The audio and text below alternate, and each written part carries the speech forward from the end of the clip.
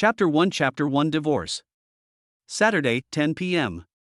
A business karaoke bar in Dongshan district is full of people. After a loud flush, Xia Lin comes out of the bathroom with a cigarette in his mouth. He turns on the tap to wash his hands and glances in the mirror. The man in the mirror has clear features, single eyelids, arched eyebrows and dark eyes, a high and straight nose, and a slightly large nose tip. Not bad, quite handsome. The smoke in his mouth smudged his eyes, and Xia Lin squinted, sticking the butt into the ashtray. When he looked up again, there was an additional familiar and absolutely beautiful face in the mirror. His white and rich ex-wife, the beautiful CEO, Lin Yin. In the mirror, Lin Yin was tall and had long hair that fell over her shoulders. 4 years ago, Lin Yin's father was seriously ill with stomach cancer. Before he died, he had only one wish, to see his youngest daughter get married and start a family. At that time, Lin Yin had already started her own business successfully, while Xia Lin had just started working and was Lin Yin's driver. Xia Lin was handsome, tall, and had just returned from the army. He was the perfect candidate to be by Lin Yin's side. By chance, Lin Yin and Xia Lin got married with a 1-year contract. That year, Lin Yin was 27 and Xia Lin was 24. Just 6 months after the wedding, Lin's father passed away peacefully. Before they knew it, the 1-year contract had expired. On an ordinary but extraordinary night, the two broke through the last line of defense and became a real couple. However, just 3 months ago, the two had just completed the divorce procedures. The divorce was proposed by Xia Lin. Lin Yin thought about it all night and signed the papers. Lin Yin stood quietly behind Xia Lin, staring at the mirror, her voice tinged with a hint of teasing. "It's only been 3 months since the divorce, and you're already smoking?" Xia Lin turned around, his peachy eyes slightly narrowed and raised. "It's just a hobby, I don't want to quit." "Why did you have time to come back?" Lin Yin wiped her hands on a few paper towels and spoke indifferently. "Well, Huzi's birthday, Xiaoyan called me over for a get-together." Xia Lin giggled again. "Is Huzi that important?" "President Lin has a million things to do every day." "Lin Yin, I'll drop by to see my mom." "Oh, my mom." Xia Lin casually pulled a cigarette out of his pocket, bowed his head, and was about to light it when he suddenly remembered. Lin Yin hates it when he smokes. He put the cigarette back in his pocket, smiled politely, and said, "Let's go, we'll go together." The bathroom is a bit far from the private room that Huzi has booked, so the two walk side by side in the noisy karaoke corridor. The atmosphere is tense and silent, and it's very subtle. One is tall and the other short, and the man is handsome and the woman is pretty. Lin Yin's ears turn red, and she speaks first. "I heard from Xiaoyun that you and Huzi have started a business. No matter how busy you are, you still have to take care of your health, otherwise you'll end up with dark circles under your eyes." Xia Lin's footsteps pause slightly, and he looks confused. "Lin Yin is actually concerned about me?" Seeing that Xia Lin didn't reply, Lin Yin pinched her fingertips and asked again. "Have you been busy these past few months?" Xia Lin finally came back to his senses and casually replied, "Yes, I have. Starting a business means meeting with clients every day. Compared to before, it's quite fulfilling."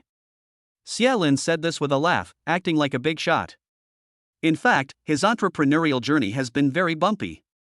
The general environment was not good, and the trend of selling goods live had already passed. In just a few months, not only had he lost all the hundreds of thousands of yuan he had saved up, he had not even been able to pay the rent. The few anchors he had hired were also on the verge of giving up. The spark of a fire had not yet ignited a prairie fire, and it looked like the business was about to close down. But just yesterday, the god of wealth came to his rescue. A newly opened startup company called him for an interview, and the HR manager received him very warmly. With a little flattery and a lot of lies, he successfully applied for the position of sales leader. Not only does he get a base salary of over 10,000 yuan, but also a 0.5% commission. He can start work tomorrow. Xia Lin is secretly delighted. God has not treated me badly. Lin Yin turns her head and gives him a glance, her mouth curling up. She is also secretly pleased. "Even if you are the reincarnation of Sun Wukong, you will never escape from my grasp." "You want manly dignity? I'll give it to you." "You want a career? I'll be there for you." "You want to escape? No way." The two of them quickly walked to box A01 and pushed the door open. Strangely, however, the lively atmosphere from earlier was nowhere to be seen. The room was now empty except for Xiaoyun and Huzi, the husband and wife. Xiaoyun was wiping away tears and crying softly. Hu Zi was sitting not far away, dejected, smoking cigarette after cigarette. You don't need to ask, you know there's been a fight. Lin Yin frowned, switched on all the lights, and the entire box was instantly bright. Xiaoyun's face was streaked with tears, and she looked at Lin Yin with a full heart of grievances. Heart-wrenching, Yin, I want a divorce. Lin Yin and Xia Lin glanced at each other, and then sat down next to their brothers and sisters, and began to give unsaid guidance. Xia Lin took the cigarette from Hu Zi's hand, put it in his own mouth, and exhaled a long stream of smoke. Hu Zi, hurry up and comfort her. Don't you want a wife anymore? Lin Yin handed Xiaoyun a tissue and asked, Yun, what's wrong now? Xiaoyun saw that Hu Zi was silent, wiped away her tears, and said angrily, You don't need to persuade me. Dong Hu. You say every day that you are busy with your career outside, and you are never home. You leave all the big and small matters of the family to me. It's only when you come back in the middle of the night that we can see each other, but you don't even say a few words to me, you just go to sleep. Whenever I nag at him, he gets impatient and goes to the study with his pillow. Both sets of parents are urging us to have a child every day, but he doesn't cooperate at all. Every time it's just tired, busy, no interest. Not even a few times a month, every time it's just perfunctory. What do I want with a man like that? Hu Zi retorted unconvinced, Xiaoyun, I'm doing all this for the family, every month the money I earn goes into whose pocket? What more do you want me to do? Xiaoyun pointed at Hu Zi's nose and yelled at him, Did I follow you just for the money? Back then, there were plenty of rich and powerful second-generation rich kids, and I didn't look down on any of them. You work your ass off to make money, and you don't even care about your health? In the end, the money will be gone, and you'll be gone too. I won't shed a tear. Take the money you've worked so hard to earn and find yourself a new lover right away. Someone younger and more handsome than you. Don't come back to haunt me. I won't listen. We now have 4 rental properties and several $100,000 in savings. We have no worries about food and drink. And you still won't be satisfied. I go to work and come home every day by myself, eat and sleep. What's the point of it all? What's the difference between being single? Just get a divorce. While Xiaoyun was losing her mind, Lin Yin and Xia Lin looked at each other without realizing it, their eyes full of mixed emotions. What Xiaoyun had just described was precisely the abbreviated version of his life with Lin Yin, except that the roles have been reversed, and in their household, the woman is strong and the man is weak. Determined and cold, Lin Yin is the epitome of the new generation of strong urban women. She is no exception to the rule of long hours and high stress. She maintains her domineering and intimidating demeanor as the CEO of the family even at home. Except in bed. Day after day, year after year. An ordinary morning, at the quiet dining table.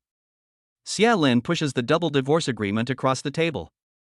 Lin Yin held a cup of black coffee in her left hand and was flipping through the tablet in her right hand, checking the work schedule for the day. She didn't notice anything unusual about Xia Lin at all. Xia Lin picked up a freshly baked croissant and, in a calm voice, said to her, Lin Yin, let's get a divorce. Lin Yin's eyes were still glued to the tablet, and she casually replied, Fine, if you like. Xia Lin lowered his head, eating his food, his mouth full of bitterness. Lin Yin had just brought the coffee to her lips when she suddenly froze. Her curled eyelashes trembled slightly. Did Xia Lin just call her full name? He used to call her by her first name, Yin. Lin Yin still held the coffee in her hands, and she looked up at Xia Lin, raising an eyebrow and incredulously asking again. What did you say? Chapter 2 Ex-Mother-in-Law. Xia Lin drank the soy milk in his bowl in one gulp. He looked at Lin Yin and smiled faintly before replying, Lin Yin, I want a divorce. Lin Yin slowly put the coffee back on the table. She hid her hands under the table and kept pressing her fingertips against her palms to calm her panic. Lin Yin's eyes looked at the divorce agreement on the table, and her voice carried an imperceptible tremor. Have you cheated? Xia Lin shook his head, no. Lin Yin let out a deep breath and flipped through the divorce agreement. You want a clean break? Xia Lin eats a bun, well. Lin Yin frowned and stared at him, her tone impatient. Xia Lin, this isn't funny. Why do you want a divorce? Xia Lin took a big sip of tea, wiped his mouth, and replied seriously. Lin Yin, you don't love me, and there is no longer any communication between us. I don't like my current life, and I don't like myself. The house is big, I'm very idle, and it's too quiet at home. As soon as Lin Yin heard Xia Lin say that he didn't love her, her mind went into a complete mess. He doesn't love me? How could she not love Xia Lin? Xia Lin had really been very good to her. No. He had been wonderful. He was a hot-tempered person himself, but he always listened to her and never lost his temper. He was gentle and considerate, both day and night. But she had overlooked one thing: even the best man needs to be loved. Love is always mutual. Lin Ying closed the divorce agreement and said firmly, "I don't agree, stop it." Xia Lin smiled helplessly. "Lin Ying, I'm not negotiating with you." Lin Ying's fingertips sank deep into her palms as she lowered her head and stirred the salad in the bowl, pondering over and over again. Xia Lin is a man who is normally good-natured, but once he makes a decision, he is particularly stubborn and never looks back. "You don't love me anymore?" Xia Lin turned his head and looked out the window. In the courtyard, the dog, Tuanqiu, was happily rolling on the lawn, rolling and rolling. Tuanqiu was a schnauzer that the two of them had raised together. It was 2 years old. Xia Lin frowned. "I don't know."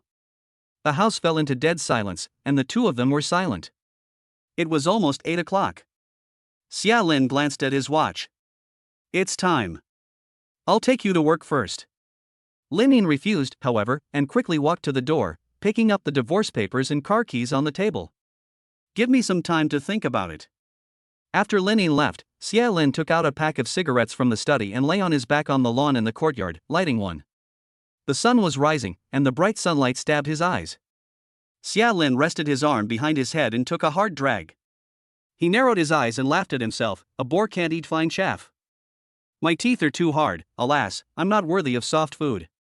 He had been thinking about this bite for so long, he was about to suffocate. That day, until the early morning, Lin Ying returned home with a tired heart. Xia Lin had long since become accustomed to it and fell asleep. Lin Ying lay back on the bed quietly, took the initiative to hug Xia Lin's back from behind, and changed from her usual aloofness. In a soft tone, she said, "Xia Lin, don't get a divorce, okay?" Xia Lin opened his eyes and felt calm. "Lin Ying, I can't go on living like this." Lin Ying buried her head and sniffed. Her voice was choked with emotion. "Okay, I understand." The next day, Xia Lin woke up early, but Lin Ying wasn't at home. On the dining table was the signed divorce agreement. When the two got divorced, the custody of the ball was awarded to Lin Ying. Xia Lin left Beijing and returned to Dongshan. The hour hand in the KTV lobby quietly pointed to midnight. Hu Zi and Xiao Yun were also persuaded by the two, and the four of them walked out. It's strange to say, but when it comes to relationships, people can talk a good talk when they're trying to persuade others, and their thoughts just flow.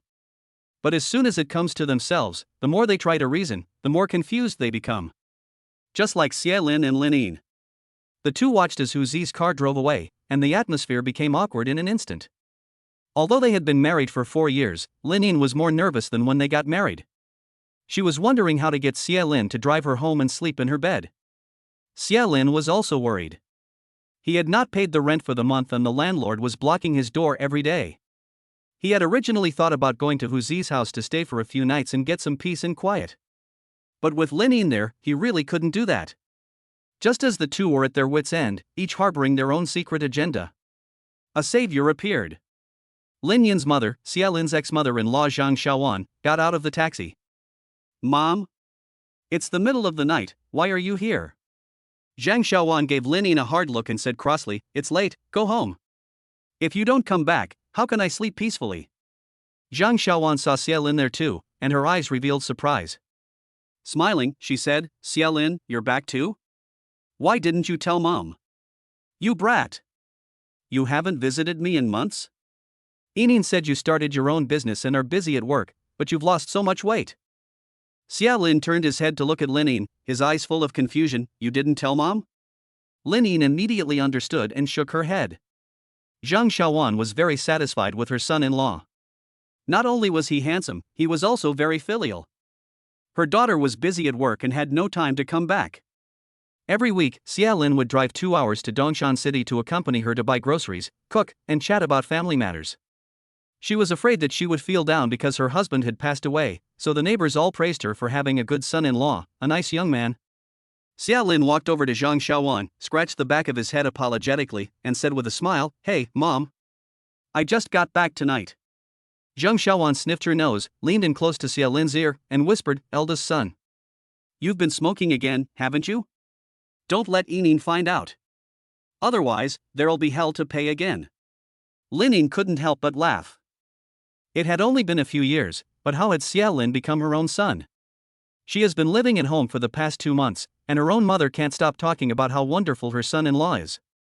She also tells her to be on her guard every night, so that no young girl can take advantage of her. Xiaolin is such a handsome young man, but he is also righteous, so everyone likes him. Linine looks at the old man and the young man in front of her, and feels a little bitter. If her mother knew that they had already divorced, she would feel so sad. But it's not too late. Zheng Xiaowan shook Xiaolin's hand. Come on, son, let's go home. I'll cook you something nice to help you recover. Xiaolin hurriedly looked at Linine and winked. Linine took the car keys and threw him a flirtatious glance. Hubby, you drive, I've had a drink. Upon hearing these words, Zheng Xiaowan and Xiaolin stopped in their tracks at the same time, staring at Linine with wide eyes.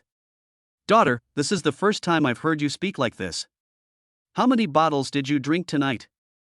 Xiaolin had a mixture of emotions in his heart and mind. Linine had never called her husband before. This was really eye-opening. What on earth did Linine want to do? They're divorced, what's the point of calling him husband? Linine didn't feel anything at first, and she called out naturally, but when she was teased like this by her own mother. She appeared calm on the surface, but her palms were sweating. She also said perfunctorily, hurry home, I'm sleepy. Xiaolin, hurry up and drive. Half an hour later, the divorced couple finished washing up, locked the door, and went into their own rooms. Xiaolin, with his short hair half dry, stood by the bed and asked in a low voice, why haven't you told Mom yet? How are we going to sleep tonight? Linine rested her head on the bed, her long brown hair scattered casually in front of her, with layers of rosy blush on either side of her cheeks. Under the thin layer of a silk nightdress, her figure was enchanting, with attractive curves, and the most attractive parts were faintly visible. This is her sexiest battle dress. She doesn't usually wear it, but every time she needs to, she just gives her foot a little flick, without saying a word. Xiaolin understands what she means, and there's no need for drama. Today, this dress is finally put to use. She pats the pillow next to her with her hand, her eyes flirtatiously inviting. There's only one bed, so of course we're sleeping together. Quickly take off your shoes and come up here. What, are you afraid I'm going to do something to you? Chapter 3 The ex-wife is also a wife. Xiaolin's eyes were clear, and he spoke in a low voice, Linine, we're divorced. How can we sleep together? When Mom falls asleep, I'll go sleep on the sofa in the living room. I want to sleep with you. Linine impatiently sat up straight, grabbed the corner of Xiaolin's pajamas, and tugged him towards the bed. With a pop, Linine turned off the bedside lamp. In the dark, Linine fumbled around skillfully, and Xiaolin leaned over her and grabbed the two restless little hands. Xiaolin raised his eyebrows and asked, what? Linine said bluntly, you. Linine, stop playing around and stop deliberately provoking me. Linine tilted her head back, her eyes staring straight at Xiaolin, as if she wanted to eat him up the next second. You're still calling her mom after the divorce? A former mother-in-law is still a mother-in-law. What's more, my mother was very good to me. Lin Yin's mouth curled up, an ex-wife is still a wife. Xiaolin froze, what kind of twisted logic is this? Is this still Lin Yin? The cold, aloof female CEO? Lin Yin took advantage of Xiaolin's moment of confusion to break free of his grip, quickly pulled off her nightdress and threw it in his face. A heady body fragrance filled Xiaolin's nostrils. When he looked again, Xiaolin's nose was about to bleed. She was standing there, naked and graceful. No, Lin Yin, you. Lin Yin wrapped her arms around Xiaolin's waist, her voice as seductive as a demon's, gentle and provocative. Have you had a physical examination this year? I'll check you up first. Xiaolin's psychological defenses were being breached. Disintegrated. Lin Yin, with all her strength, who could withstand her? After 4 years of marriage, she is cold and arrogant, and usually takes the initiative. Lin Yin has never seen Xiaolin in this posture before.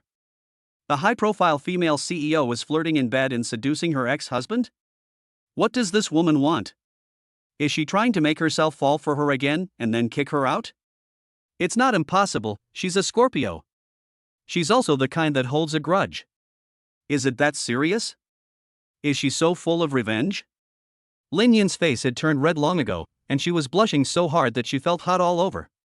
Luckily, she had turned off the lights in advance, otherwise she wouldn't have had the courage to seduce Xia Lin like this. She didn't know if this method would actually work. As long as it could make Xia Lin change his mind, she was willing to do it again and again. In an instant, Lin Yin felt Xia Lin's change. Xia Lin's breathing grew ragged, and he gulped. Lin Yin bit her lip with satisfaction, twisting her small, slender waist. Husband. Lin Yin, I'm about to get what I want. Xia Lin almost drowned in Lin Yin's paradise. At the last minute, Lin Yin's young niece, Wu Gua, pounded on the door between the two of them. Xia Ge, are you back? Come out and play with me, I have so much to tell you. Xia Lin was about to answer, but Lin Yin cupped his cheeks in her hands and kissed him. Her voice was still full of coquetry, don't mind her. But Lin Guier outside the door didn't stop for a moment, desperately pounding on the door. The two were interrupted and lost their mood. Xia Lin also regained his senses, dodged Lin Yin's kiss, got out of bed, turned on the lights, and opened the door. Lin Yin was so angry and anxious that she dragged the quilt and rolled herself up in it. It's so annoying. What a great opportunity. It was all ruined by this little girl. As Xia Lin just opened the door, Lin Guer pounced into his arms, her eyes wide and her voice squeaky as she shouted. Xia Gugu, why did you just come back? What were you doing in there with my auntie? Lin Yin poked her head out of the covers and leaned against the bed, frowning and looking at Lin Guer fiercely. Guer, how many times has your auntie told you, this is your auntie's husband? Don't call him Gugu. Even though the little girl had just started kindergarten, her enunciation was very clear. Because she was sweet and pretty, and came from a good family, she was very popular at kindergarten, and had several young fans who looked up to her. She pouted her lips and hugged Xia Lin's thigh. No. I don't want to. Xia Lin gave a helpless smile, leaned down, picked up Lin Guer, and sat together on the double bed. Usually, the child always says this, and Lin Yin always lets her talk nonsense, but today she unexpectedly became jealous. Lin Yin looked at the innocent and cute Lin Guer with a serious face, and then tensed up her pretty face and argued with her seriously. Lin Guer. Xia Lin is my husband, your brother-in-law. If you dare to talk nonsense again, your auntie will spank you. Lin Guer saw that her sister-in-law was angry and threatened to spank her. She cried out loud and, without thinking, wrapped her arms around Xia Lin's neck and refused to let go. She insisted that Xia Lin sleep with her that night and tell her stories. Xia Lin was at his wits' end with her and had no choice but to take her in his arms and go to the little princess's room to sleep with her and tell her stories to calm her down. He also took the opportunity to escape from Lin Yin and calm himself down. As soon as the little one and the big one had left, Lin Yin's phone lit up. It was Lin Yin's best friend and business partner, Su Mo. She sent a message. How did it go? Did it work out? Emoticon, evil laugh. Are you still busy? Take it easy, don't let him drain you dry. Emoticon, lecherous. Lin Yin was full of resentment and frustration, so she typed a long series of words, and then deleted them all. She replied, it didn't work. Emoticon, sad. Sumo, it didn't work? No way. Are you being cold and aloof again like you used to be? Losing your temper and getting impatient? I've taught you everything you need to know. Be gentle. Give him warmth. Wrap him in your arms. Seduce him like your life depends on it. Make him feel that you love him. Men are all big softies who can't resist a woman who's soft and gentle. Lin Yin, is it true that he doesn't like me anymore? Suamo, don't be silly, Yin. Anyone can see how much Xia Lin likes you. His adoring gaze is so obvious, it's like a wire drawing. Lin Yin, but he was so resistant today, I don't know what to do next. Emoticon, crying. Suamo, could it be that after being married for so long, there's no more novelty? Why don't you make a big change, get a new hairstyle? Stun him with your beauty. With the beauty of our Jingda University's most beautiful girl, I'm sure I can win him over. With her encouragement, Lin Yin felt confident and immediately replied. I'll pick you up in the morning. You can go to the mall with me. Sumo, so Xia Lin will start work tomorrow? Lin Yin's mouth curled up, proceed as planned. Tell the HR manager to prepare the employment contract and have Xia Lin sign it. Sumo, is our CEO Lin going to have an office romance? You have expressly forbidden employees from dating. Lin Yin, I am the boss of my company. Who dares to disobey? Take the compensation and leave. Sumo, emoticon, thumbs up. Lin Ying just put down her phone and was getting ready to go to bed. Zhang Xiaowan came in with a bowl of ginseng soup, and Lin Ying quickly looked for a nightgown to put on. Ying, drink this and get some rest. You've both lost weight, and I can see it. Ying had just taken the bowl, but pushed it back. Mom, give it to Xiaolin. He's been so tired lately, I'm fine. Xiaolin had already drunk his, and had gone to bed with Guogua. Ying didn't push it anymore, and drank the whole bowl in one go. Zhang Xiaowan, however, had no intention of leaving. Her eyes were filled with concern as she took Lin Yin's hand and asked in a low voice. Tell me the truth, have you and Xiaolin gotten a divorce? Mom feels that there is something wrong between you two. Lin Yin's heart skipped a beat, but she smiled and replied, No way, Mom, we've always been like this. Zhang Xiaowan didn't believe her and said, Then why did you go back to Dongshan to start a new company? Xiaolin hasn't called you once in the past 2 months. Don't think that I'm old and can't see it. You're so stubborn. If you haven't made a big mistake, you won't easily admit defeat. Mom has never heard you call my eldest son husband. What's going on? Are you hiding someone and my eldest son has found out? Ying, you can't become bad just because you have money. If you get rid of my son-in-law, I won't let you get away with it. Chapter 4 Putting Yourself Online. Zhang Xiaowan was once an ageless beauty. When she and her daughter went shopping, they were often mistaken for sisters. Lin's father had just passed away less than 2 years ago, and she had developed high blood pressure.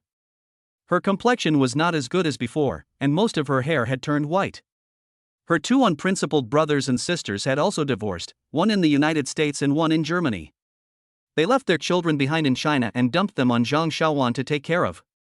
Lin Ying was afraid that she would not be able to withstand the blow and become ill with worry, so she was usually afraid to tell her even the slightest thing that bothered her. Not to mention the divorce with her most proud son-in-law. Lin Ying patted Zhang Xiaowan's back to comfort her. Mom, it's really nothing. We just had a little argument. It'll be fine in a few days, and Lin and I are doing well. Zhang Xiaowan was relieved, patted her daughter's hand, and patiently taught her, Ying, don't blame your mom for nagging. It's our Lin family's blessing to meet a man like Xiaolin. You have the same stubborn temper as your father. If you don't like what someone says, you'll turn your face away. Over the years, I have felt for Xiaolin how much he has suffered from your cold shoulder. If it weren't for me trying to calm you down, you two would have broken up long ago. Lin Ying was a little reluctant to hear her own mother take Xiaolin's side like this, and stubbornly retorted, It's not that exaggerated. I'm now worth over 100 million, and I was the school beauty from childhood to adulthood. My father is a businessman, and I can find any kind of guy in my social circle.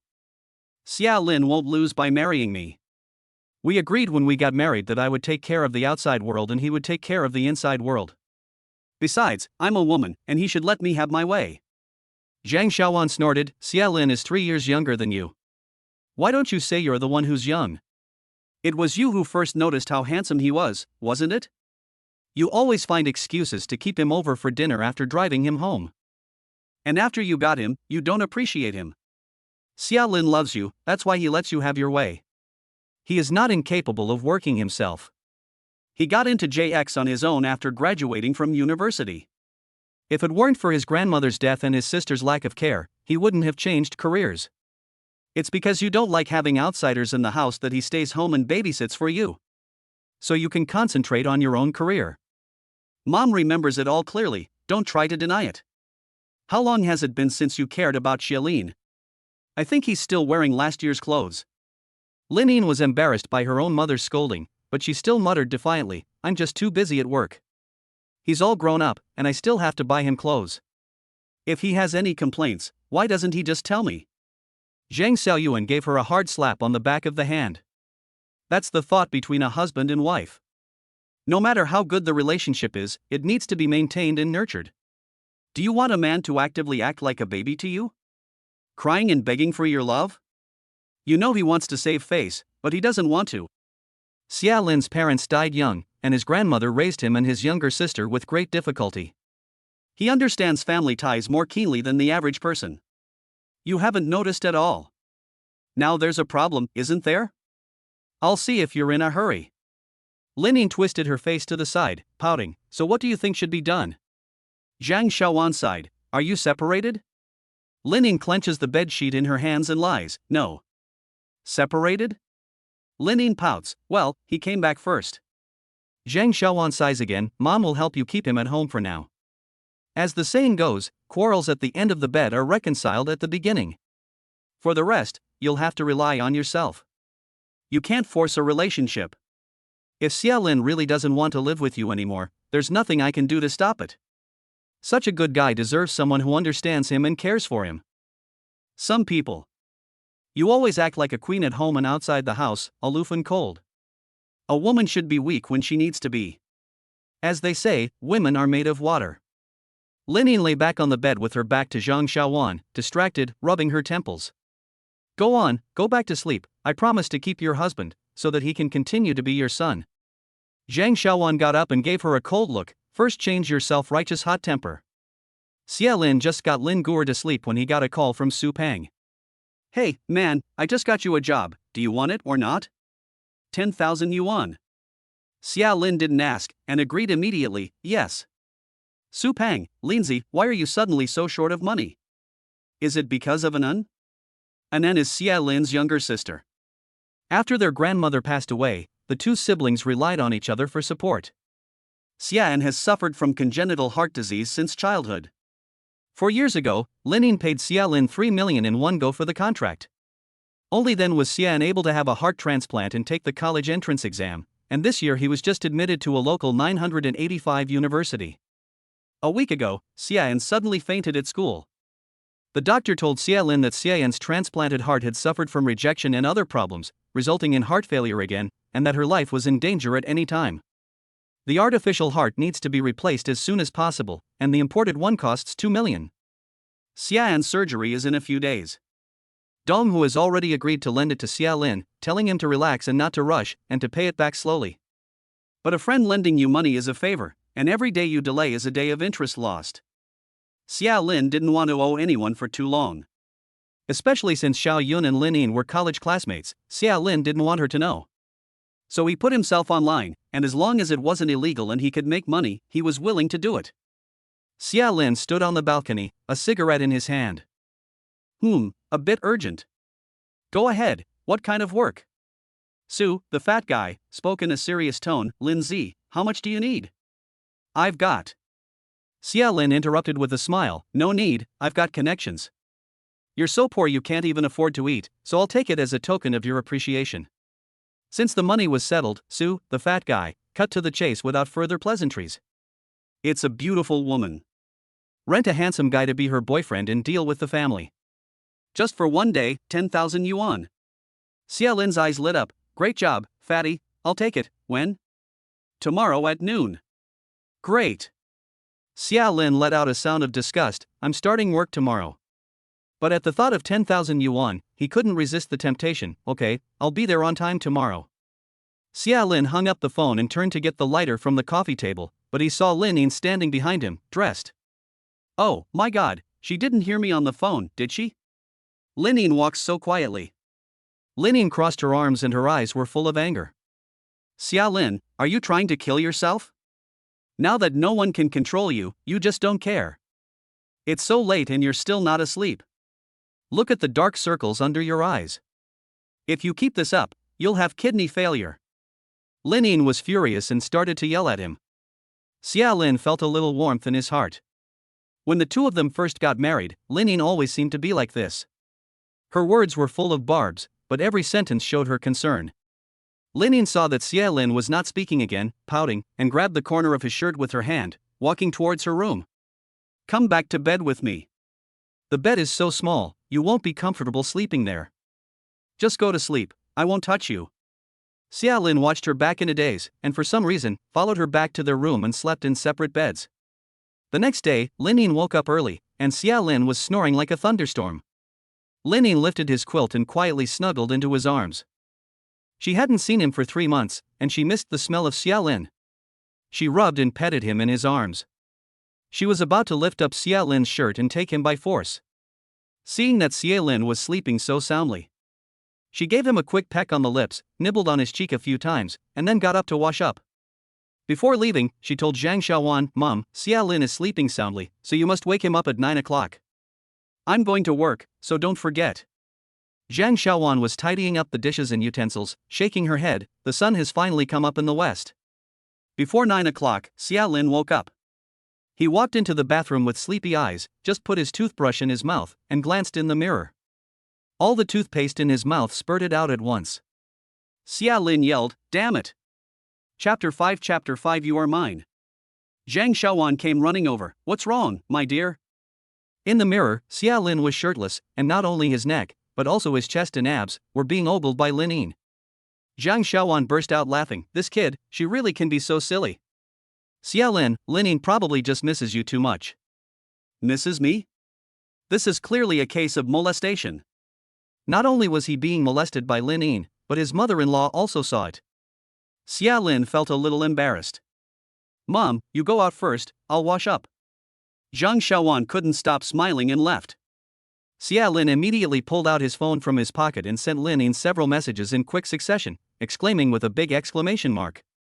"President Lin. Are you a female hooligan?" Emoticon, disdain. Lin Yin replied instantly, emoticon naughty. A series of 5 or 6 repeated emoticons followed, along with a few lines. "Xia Lin, you are mine. Forever. This is the seal I have given you. Oh, by the way, Mom already knows you're going back to work in Dongshan. Don't forget to come home at night." "Xia Lin, what? We're divorced. Have you lost your memory?" "Lin Yin, Mom has high blood pressure, so you'll have to take care of her.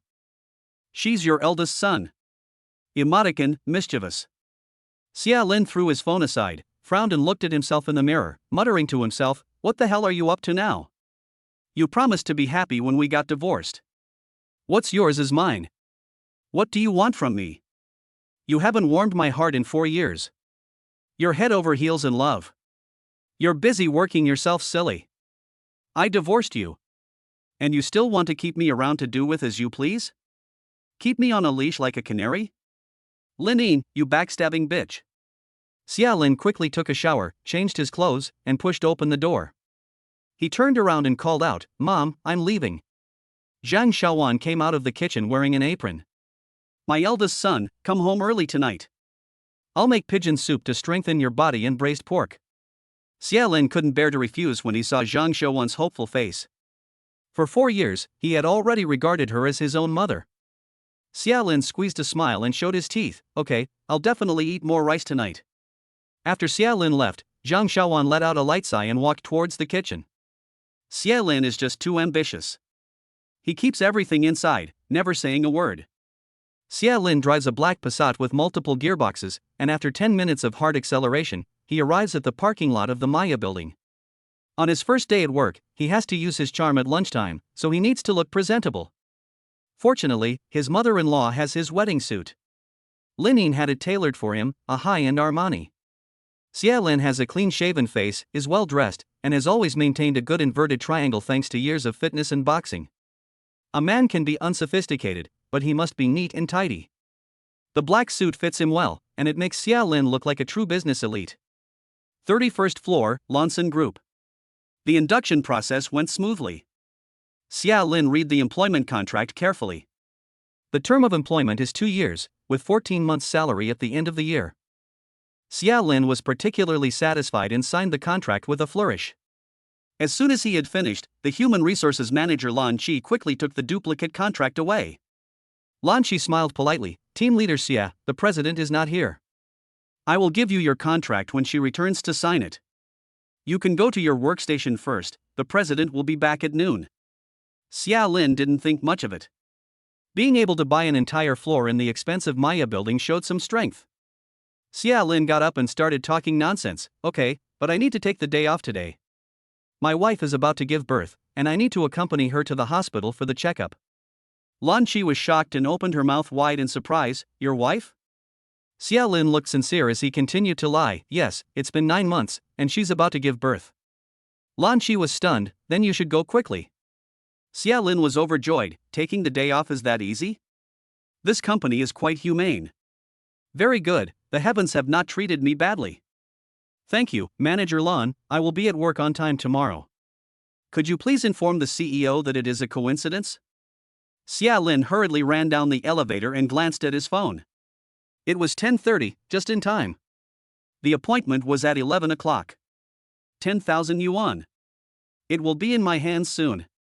In the personnel office, Lan Qi held up her coffee in her hands and muttered to herself, "What's going on? Didn't President Su say that he was President Lin's ex-husband? They just got divorced." She suddenly thought of something and covered her mouth with her hand. "Oh my god, he has another family outside. Could it be cheating? Is that why he is giving up everything? Our president is so perfect, so beautiful, and still so infatuated with him. How dare he cheat on her? Could it be that Lin can't have children? Oh my god. What is this shocking secret that I have discovered? I have to keep my mouth shut. Gossiping can easily get you fired." At 11 a.m., at the Wanshan Tiandi shopping mall, on the third floor in the clothing section, there were two beautiful women with royal airs. Lin was full of energy, shopping with gusto, her hands full of men's clothing that she had bought for Xia Lin. Su Mo was also carrying a lot of things in her hands, but she was listless and tired, unable to take another step. Lin was drinking milk tea and pushing Su Mo towards the lingerie store. "Su Mo, what are you doing? Come with me." Su Mo shook his head and complained, "I'm telling you, President Lin, dragging me around all the men's clothing stores and walking in high heels all morning has made my feet ache. You bought him 20 or 30 pairs of underwear alone. Has Xia Lin never worn underwear before? Last night we agreed that today he would have a big transformation and surprise everyone. Why have you suddenly changed your mind?" Lin pointed at a row of men's underwear and counted them off on her fingers, and the salesperson immediately took them down and packed them up for her. She muttered, "Last night my mother criticized me, and I've been reflecting on it for the past few months. I've been so used to him being nice to me and loving me that I've taken it for granted, without considering his feelings. Sumo, weren't you working day and night on a new project, so busy that you didn't have time for your family? Xia Lin should understand. But I really was too much. I lost my temper at him all the time, and we haven't had sex for almost a year. I haven't even bought him a new shirt this year, but luckily I haven't forgotten his size, and Xia Lin's body hasn't changed. So, from now on, I'm going to make it up to him." Su Mo sat lazily on the sofa in the store, pointing his finger at the rows of shopping bags on the floor.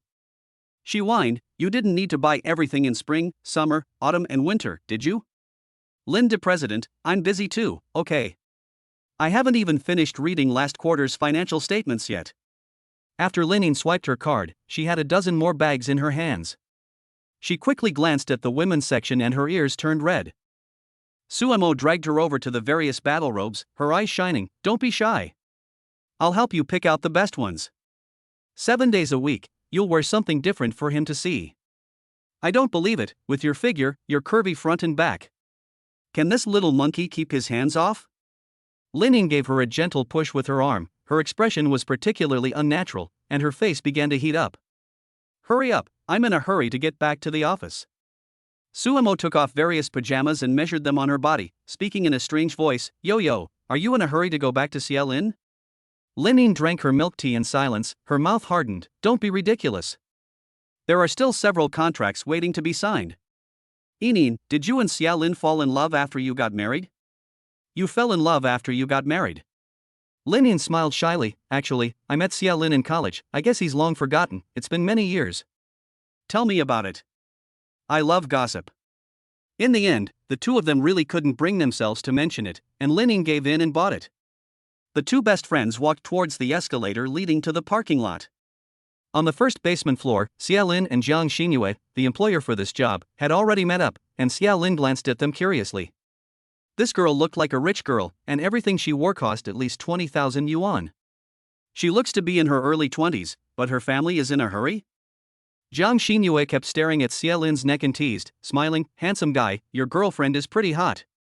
Chapter 6 I guarantee it. She's jealous. Xia Lin hurriedly pulled up his collar to cover it, afraid that it would affect the business. Xia Lin's hopes were all in this 10,000 yuan, and he had to pay the rent quickly. The rest would be used to buy some supplements for Anan.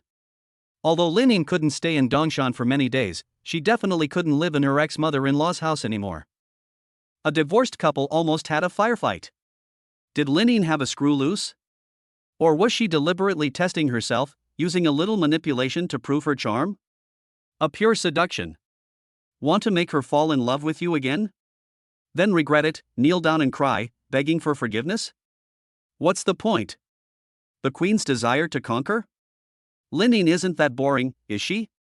Xia Lin recalled Linine from last night, vivid and full of life. It couldn't help but raise the corner of his lips. She really was hot. Xia Lin is good looking but behaves like a prude, so Zhang Xinyue can't help but want to tease him. In love? She can't hold back the corners of her mouth. Xia Lin puts a straight face on. Let's get down to business. How do you want me to cooperate? Practice our lines in advance? Zhang Xinyue pats him on the shoulder. Handsome, don't be nervous. With your looks and temperament, my family will definitely be satisfied. Just make sure you play your part well.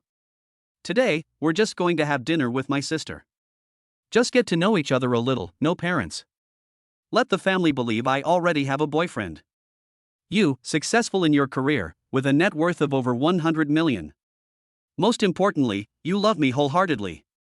Anyway, just act natural, show your loyalty. Use everything you used to please your girlfriend's parents. If you do well, your pay will double next time. You can also keep in touch in the future. I guarantee you won't have a problem for a year. I want you to come over as soon as I show up. A year? 20,000 yuan each time? Maybe more. A free lunch? This is the god of wealth. Xia Lin patted his chest and bragged, "Don't worry, I'm a professional in this area, and I guarantee your satisfaction." The two of them were so engrossed in their conversation that they didn't notice the elevator had stopped on the third floor a long time ago. Coincidentally, they ran into Linine. The last few words they said were loud and clear, and Linine heard every word without missing a beat. Linine was holding her heart in her hands, immersed in the flirting with Xia Lin, and her good mood from the morning was instantly gone. She had gone to the mall early and picked out a bunch of new clothes for Xia Lin, and her legs were about to give out. And Xia Lin was actually wearing the suit they had worn when they got married, and was being unfaithful with this beautiful girl in front of him. The girl's hand was on his shoulder. They were chatting and laughing. Is he a kept man? Is he a professional? Is she satisfied? Shouldn't he be at work right now? As Xia Lin stepped out of the elevator, he met Lin Yin's eyes. They were bright, big, and watery, really beautiful. Why were there some redness under his eyes? Didn't he sleep well last night? What kind of look is Lin Yin giving? Staring at him straight. It's cold, like it wants to eat him? Who does it want to eat? Cold, angry, resentful, sad, aggrieved, so many emotions mixed together. Lin Yin can't hold back her temper. How can there be another woman besides Xia Lin? She raises her eyebrows in mockery. Xia Lin, you were still asleep in my bed this morning, and now you've been taken for a kept man so soon? Can't you make it at the company? Have you completely changed careers? How much does he charge for a night? I'll make it up to you. We're married. Let's settle up. Xia Lin was a little annoyed and frowned inwardly. Is he on dynamite? The atmosphere is so charged. I thought it was like the old days.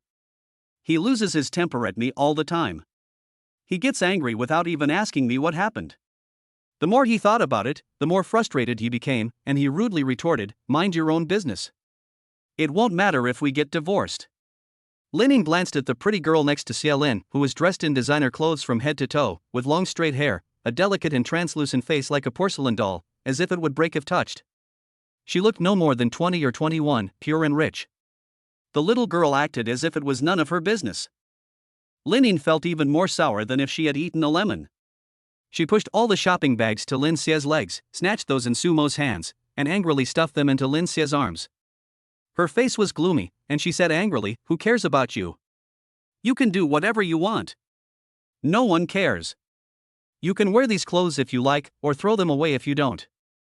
Before Sumo could say anything to smooth things over, Lin Yin took her arm and turned her head and walked away, leaving behind a flurry of high heels.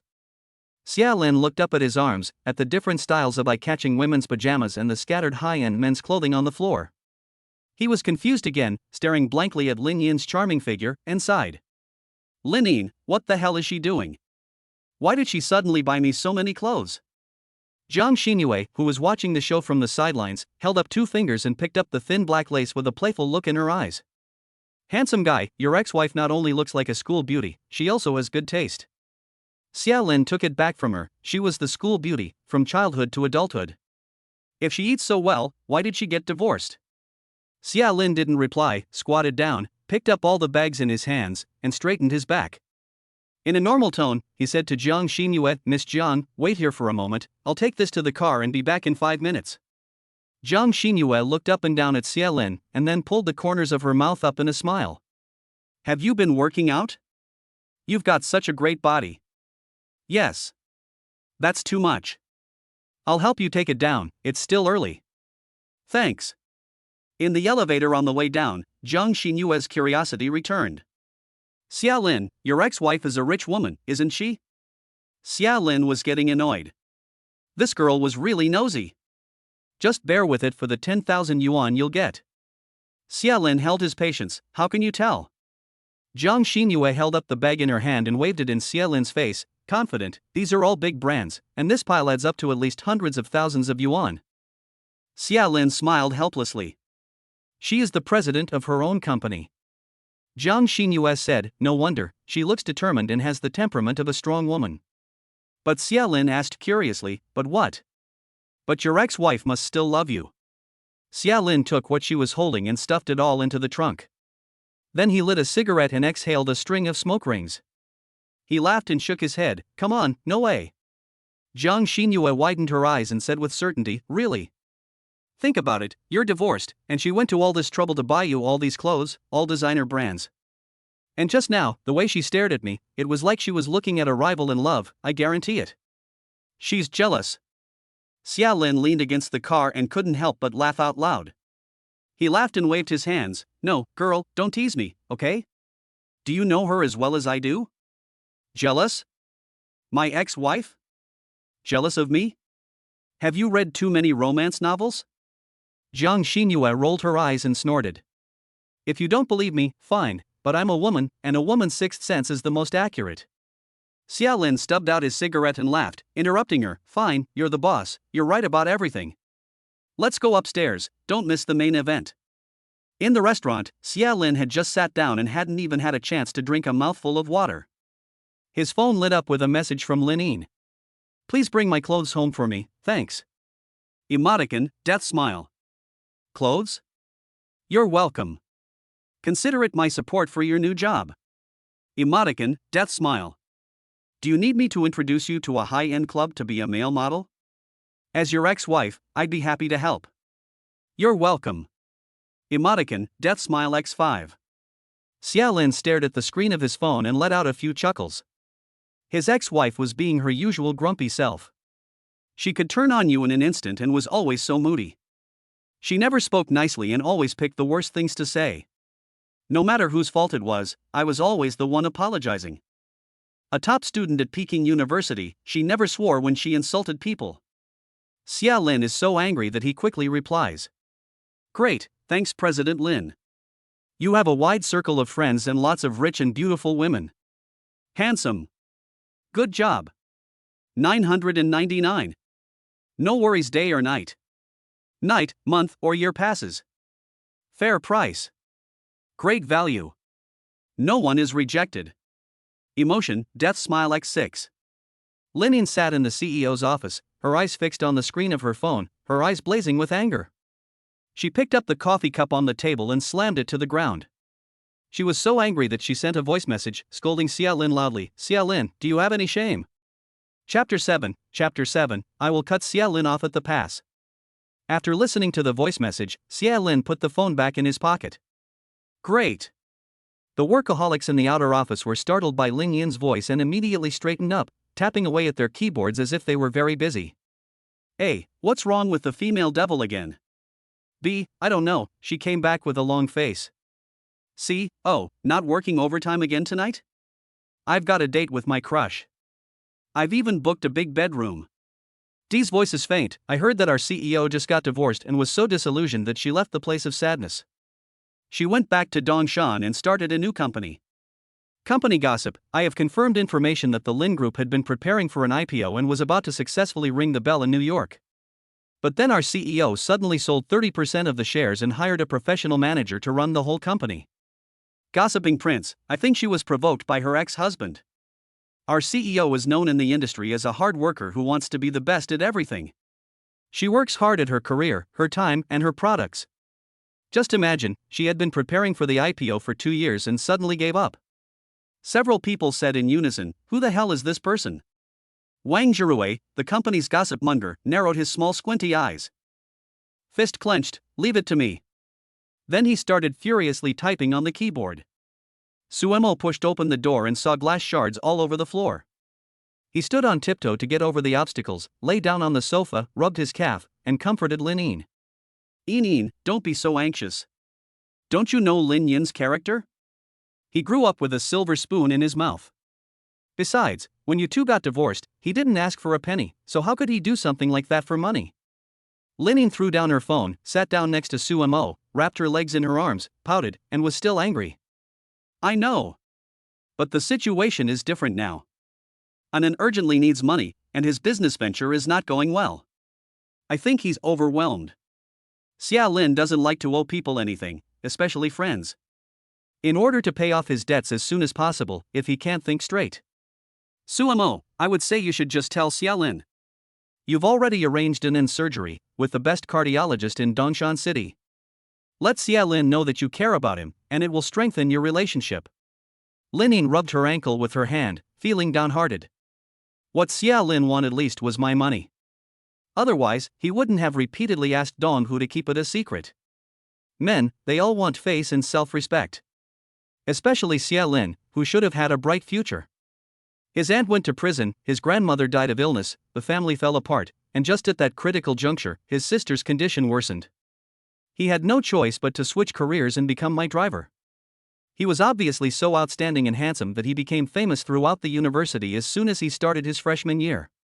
If he had graduated successfully, he could have directly entered the civil service system, which was his ideal during his university years, and also his regret. I wasted his best years. He stayed at home to serve me and put up with my bad temper. Xia Lin never complained once. I really am a very incompetent wife. You two are such a love-struck couple. I really can't bear to watch anymore. I'm going to go straight to Xia Lin and ask him what's going on. Suemo, don't. Lin Yin said this, but in her heart she was desperate to know. She had always been good at this, being tough on the outside but soft on the inside. The girl next to Xia Lin was no worse than her in any way. What's more, she was pure, young, and full of energy. This was the first time that Lin Yin, the school beauty queen, had felt a sense of crisis. Suemo picked up her phone and sent a message to Xia Lin. Lin Yin, on the other hand, received a call from the hospital. "Hello, Dr. Zhou, yes, I'll be there in a while." Lin Yin hung up the phone, and Suemo asked her to explain the whole story. Suemo placed her phone in Lin Yin's palm, giving her a big reassurance. "Here, read for yourself. It's not as complicated as you think. That girl is just renting a boyfriend to go through the motions." Lin Yin's heart finally dropped a big stone, but she was still very uneasy. The relationship was fake, but Xia Lin's displeasure and annoyed tone of voice were real. Xia Lin was deliberately arguing with her. He was angry with her.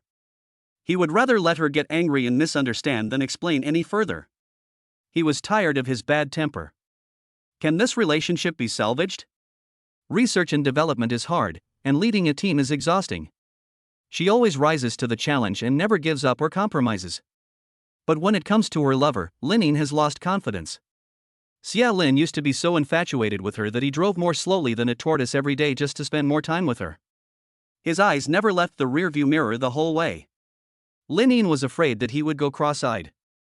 Xia Lin was never shy, and even though he was the CEO, he never acted in a manner unbecoming of his position.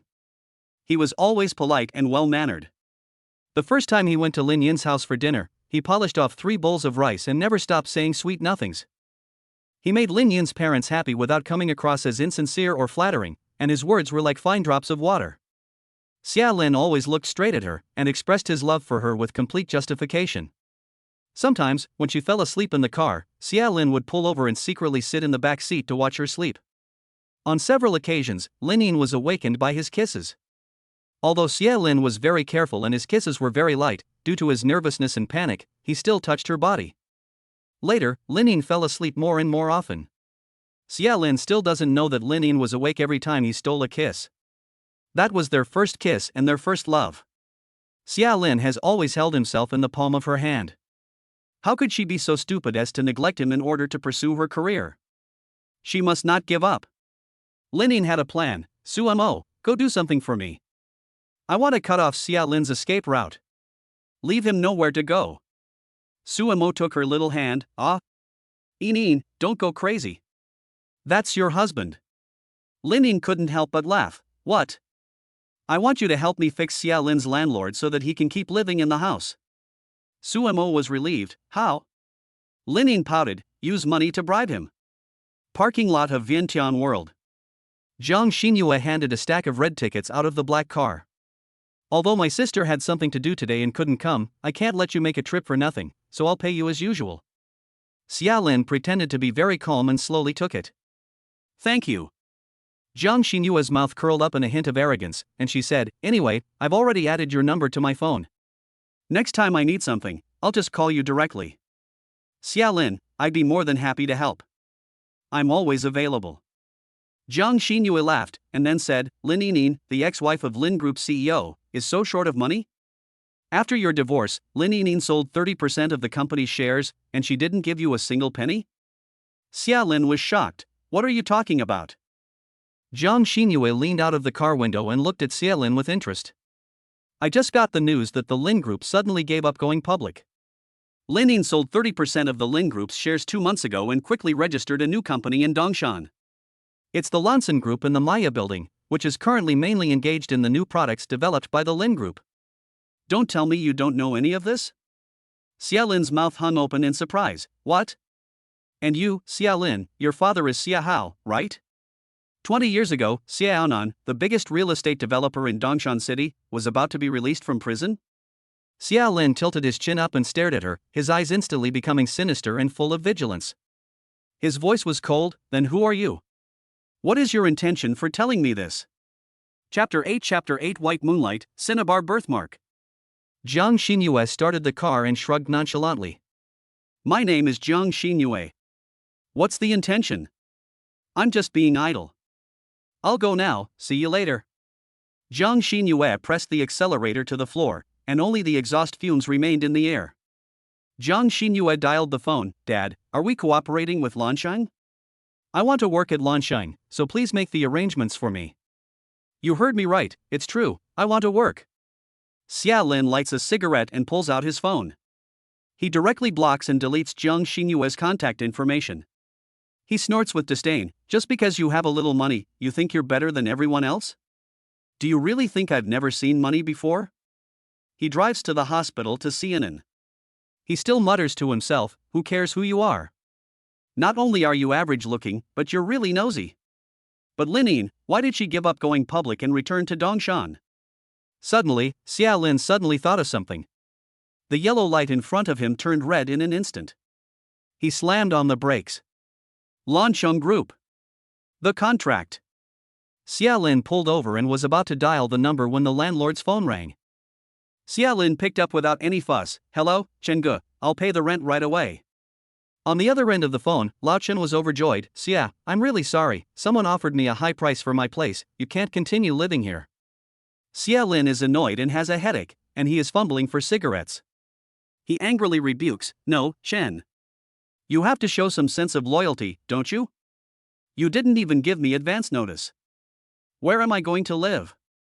Chen also speaks harshly. The house has been sold anyway, and we didn't sign a contract, so I don't want the rent you owe me.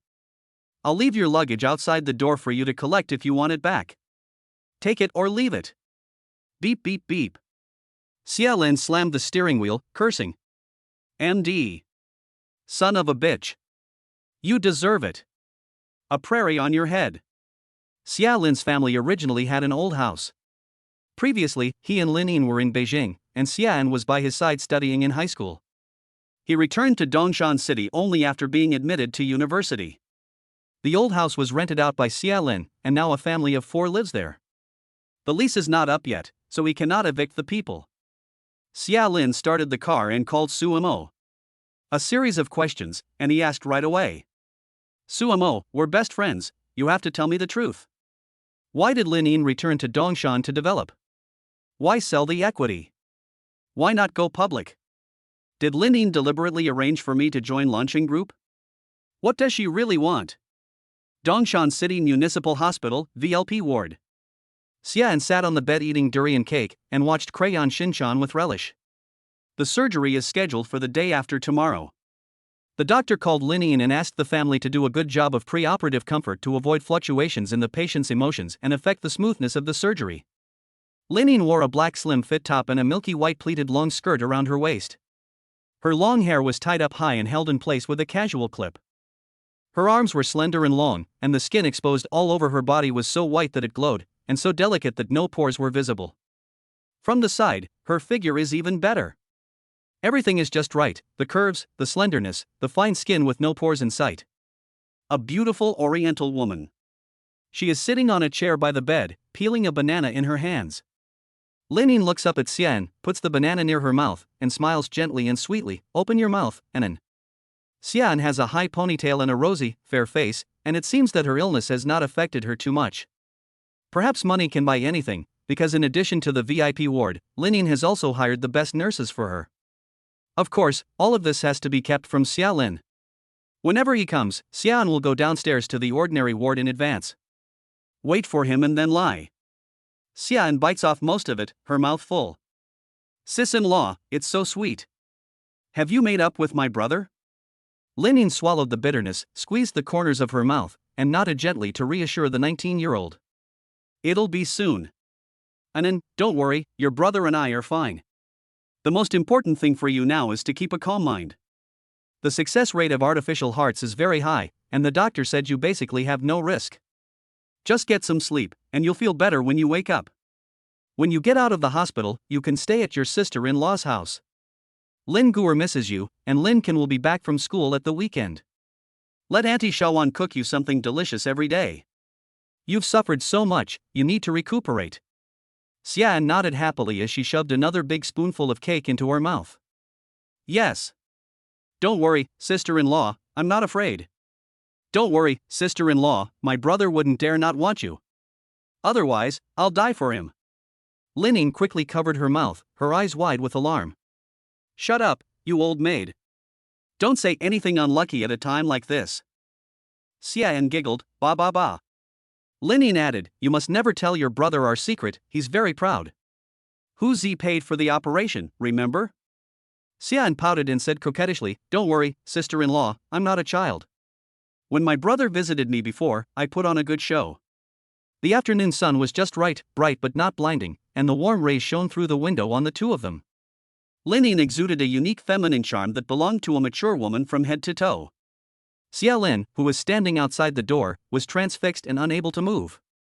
Xiaolin, don't be stubborn, you still love her. The white moonlight, the red birthmark. How can you say you don't love her?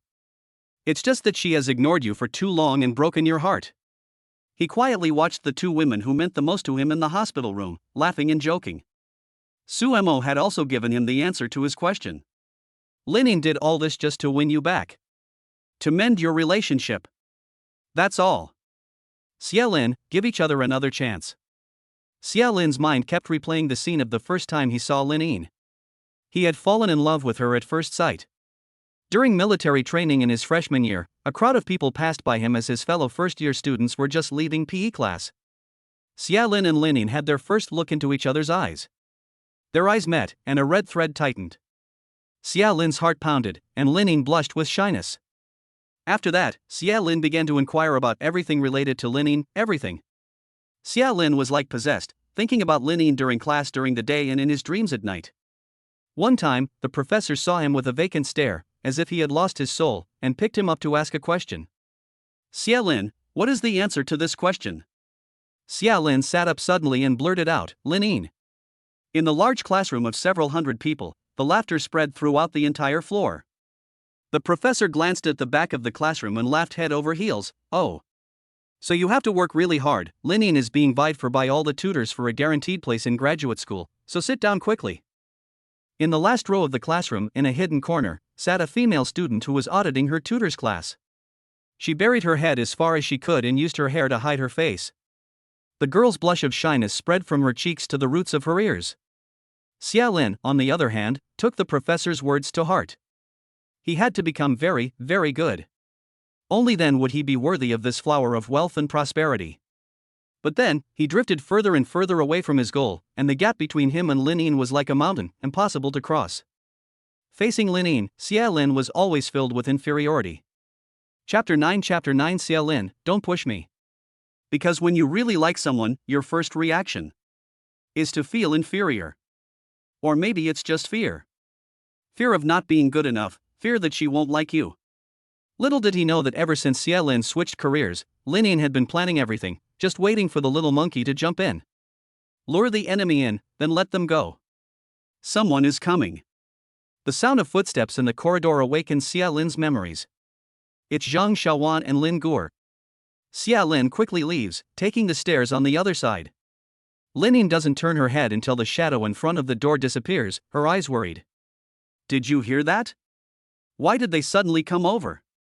According to his temper, he'll demand his money back next and cut off all ties with me. Luckily, I've made preparations in advance. Grandma, why is sister-in living here? Zhang Xiaowan took Lin Gui's hand and smiled. Wugwa, that's your auntie-in. Lin Gui licked the lollipop in her hand, which was bigger than her face. She ran unsteadily and rushed into the ward. She shouted, Auntie-in, I'm here. Wow, there's cake. You're so biased, Auntie. Xia Lin was sitting in the hospital garden, messaging Hu Zi. Dong Hu, is your mouth a funnel? Shit buddy. Hu Zi, what's wrong Lin Zi, so angry? Xia Lin, Lin Yin is in the hospital.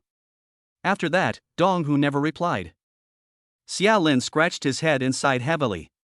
Where to go tonight? A hotel. A night costs hundreds of dollars, too expensive. This little money hasn't even warmed my hands. Otherwise, go back to your own fake company?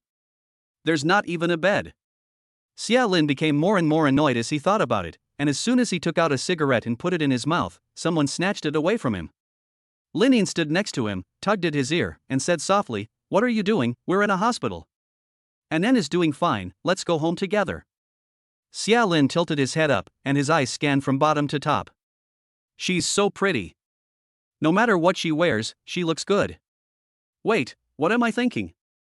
Lin Yin saw Xia Lin's fixed gaze and blushed, moving closer to him. The faint fragrance peculiar to Lin Yin came over him, and Xia Lin almost became enchanted. Lin Yin rubbed his ear with her hand, her voice gentle, Mama's waiting in the car, let's go, honey, okay? Where did Lin Yin learn all this? Is it the gentle charm? Xia Lin's heart surged, and he hurriedly sat further away from her. He deliberately said coldly, I will pay you back the surgery fee soon. I will not go to Lanshan Group. Lin's is your life's work, don't give up halfway, go back to Jingzhi as soon as possible. We are already divorced, don't waste time on me, we each have our own lives. Lin Yin sat next to him, her eyes gentle and full of love. Xia Lin, when we got divorced, we said that even if we broke up, we would still be friends. Now that you are in trouble, shouldn't I, as your friend and sister-in-law, lend you a hand? Why are you so resistant to me? Xia Lin blurted out, because you are different. I can solve my own problems. I don't need you. I will pay you back as soon as possible. Xia Lin got up and left, and Lin Yin followed him and stood up, grabbing his coat corner. Lin Yin was a little impatient and her voice rose a little. Didn't you promise my father that you would take care of me for the rest of my life? Xia Lin, are you still a man? Xia Lin took a breath. If you or your family need anything, just give me a call and I'll be there immediately. But Lin Yin, don't be unreasonable anymore.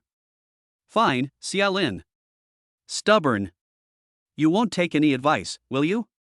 Then don't blame your sister for using a ruthless tactic. Lin Yin stood in front of him, her eyes flirtatiously twinkling as she helped him fix his suit.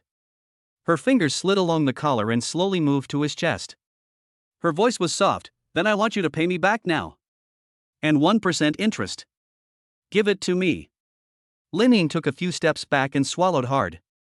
This vixen is trying to seduce me. I'd rather sleep on the street tonight than stay in the Lin family. Once the line is crossed, it's out of control. He quickly pulled out his phone, wanting to quickly resolve the situation. Escape. Lin Yin spoke slowly again. Dong Hu has bought all of his assets in the Lanshan Group. Just now, the money has already been credited to the company's account. Also, the contract you signed, do you want to take a closer look? There's a surprise. Lin opened the VX and the PDF contract quickly transferred to Xia Lin's phone. Xia Lin frowned as he carefully read the contract. When he looked at it, the sky fell. When did I sign this contract? This is practically a contract of sale from the old days. This yin-yang contract had been completely replaced by Lin, except for the last page, which had Xia Lin's signature in thumbprint. The general content of the contract: 24-hour personal assistant, Lin goes wherever Xia Lin goes. This includes but is not limited to company business, business entertainment, and daily life. The special provisions are highlighted in red. The CEO must sleep with the assistant every night, and the assistant must take care of the CEO day and night, providing a one-stop service for food, drink, and entertainment. The contract takes effect immediately. The date: today. Annual salary: 10 million. Liquidated damages: 30 million. Term of the contract, surprisingly, 2 years. Xia Lin felt a surge of intense anger well up inside him, and he held up his phone in front of Lin Yin's face. He whispered angrily, "Lin Yin, you're at it again? This is a fake contract, I never signed it." Lin Yin's mouth curled up. "You can consult any lawyer and see if it has any legal effect. I told you that you are mine. Forever. Trying to escape? No way. Are you sick?" Xia Lin was furious. Lin Yin has been in the business world for many years and knows exactly what tactics to use. She is accurate and ruthless. She can easily take down little Xia Lin. Lin Yin still has a lot to learn when it comes to flirting and seducing her husband. But when it comes to manipulating Xia Lin, Lin Yin has plenty of experience. As soon as Xia Lin got angry, Lin Yin immediately thought of the next step and started to appease him. First, she painted a big pie for him, and then she lured him into her gentle paradise at night. If it doesn't work out in 1 day, it will work out in 2. There are so many new outfits anyway. I will feed Xia Lin until he gets a nosebleed. Don't get so excited, let me finish. You now owe me more than 2 million. After Ann's surgery, she will need a long period of rehabilitation. Where will you get the money to buy her those imported medicines? If you work as my assistant, you will get an annual salary of 10 million. I will also give you the agency rights for Lonson's products, and you can use your company's advantages to sell them online. The authorized discount group will be minimized to a minimum, ensuring that you and your company's interests are maximized. Ann needs care after surgery. Such a delicate child, can you trust him to a caregiver? You and your brother will live in my house, and we will take care of him together. Xia Lin, there is no reason for you to refuse this contract." Lin Yin was anxious to retain Xia Lin, and finished this long speech in one breath, her face red and her chest rising and falling. Xia Lin glanced at her surreptitiously and couldn't help raising an eyebrow. President Lin has really gone to great lengths. Lin Yin turned her head and cooed, already confident of victory. Xia Lin lowered his head, rubbed the sand on the ground with his foot, and spoke clearly. "I won't accept it, so don't waste your time. I'll pay you back as soon as I can, and we have an old house that I'll mortgage." Lin Yin had anticipated this outcome, and pulled out her real trump card, leaving Xia Lin with no way to defend himself. Lin Yin gritted her teeth and said coldly, "Xia Anan will be out soon, and I don't mind letting her stay inside for 2 more years. As you know, my father's connections are still in place." Xia Lin's heart skipped a beat, and he looked at Lin Yin with an incredible look in his eyes. He gritted his teeth and said lowly, "You're crazy. How dare you?" Lin Yin didn't dare look him in the eye, and said with a hardened heart, "So Xia Lin, don't push me." Xia Lin was completely angered by Lin Yin, and the emotions that had been building up inside him exploded. He suddenly yelled, "President Lin, for years. Have you ever loved me? All you can see is your company and your career, and you can't even see me. I can't warm you up. I give up. I don't want to continue this marriage that is barely surviving. But you act like you love me very much, saying you'll miss me dearly and holding on to me tightly. Is that funny?" Lin Yin's eyes were moist, her eyes red and watery, and she was choking back sobs. Xia Lin said, "I'm sorry. I love you, I always have." Lin Yin burst into tears, and Xia Lin felt both pain and secret joy. People are really contradictory, aren't they? Lin Yin was crying bitterly, and he felt pain. Lin Yin was crying for him, and he felt joy. Xia Lin's face was expressionless. What love or not love, don't be so pretentious. Lin Yin dried her tears, her eyes red and staring at him with a stubborn expression. "We'll see about that. If you don't agree, Xia Anan can never come back." Xia Lin could only glare at her, but he was at her mercy.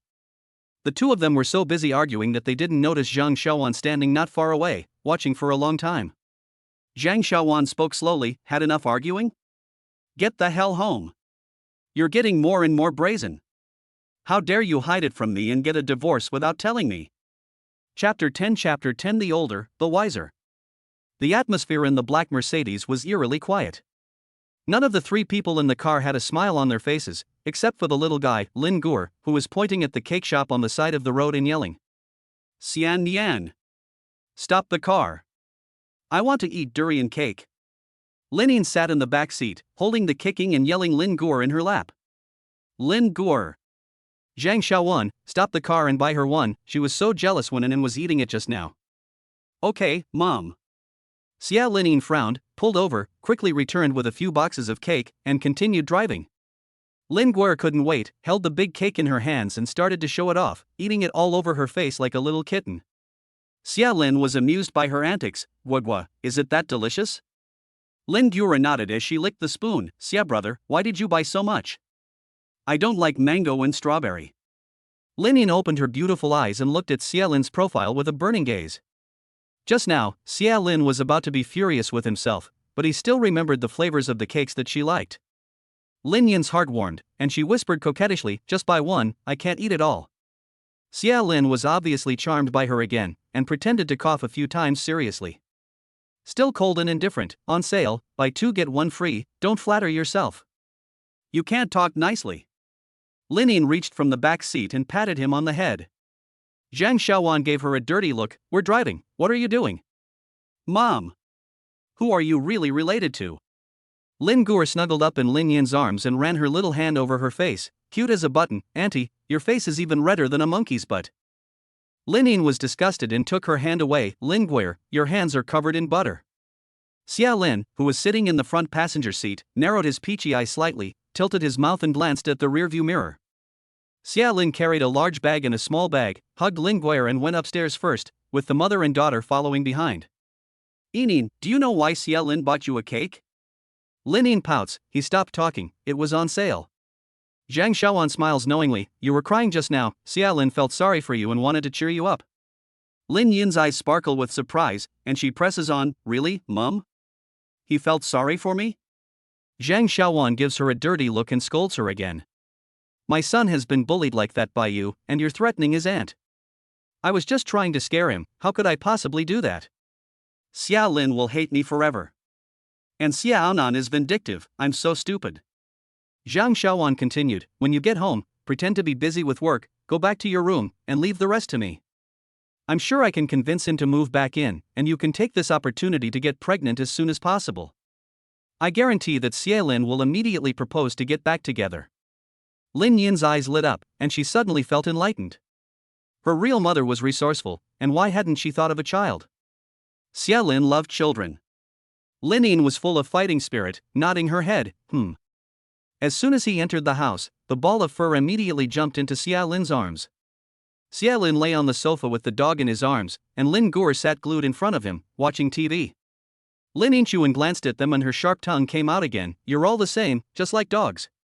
Xia Lin sat up straight in an instant and retorted, "Lin Yinchuan, who are you calling names at?" Lin Yinchuan walked to her room with a cake in her hands and said lightly, "Tuanqiu, come back, your father doesn't want you anymore." Tuanqiu followed her obediently. "Damn it, Tuanqiu, you've forgotten your father for a girl." When Xia Lin turned around again, Zhang Xiaowan was sitting next to him with a smile on her face, holding a watermelon. Lin Yin pressed her ear to the door and listened, dying of anxiety. She gently pushed the door ajar. Zhang Xiaowan was fighting back tears, her voice cracking.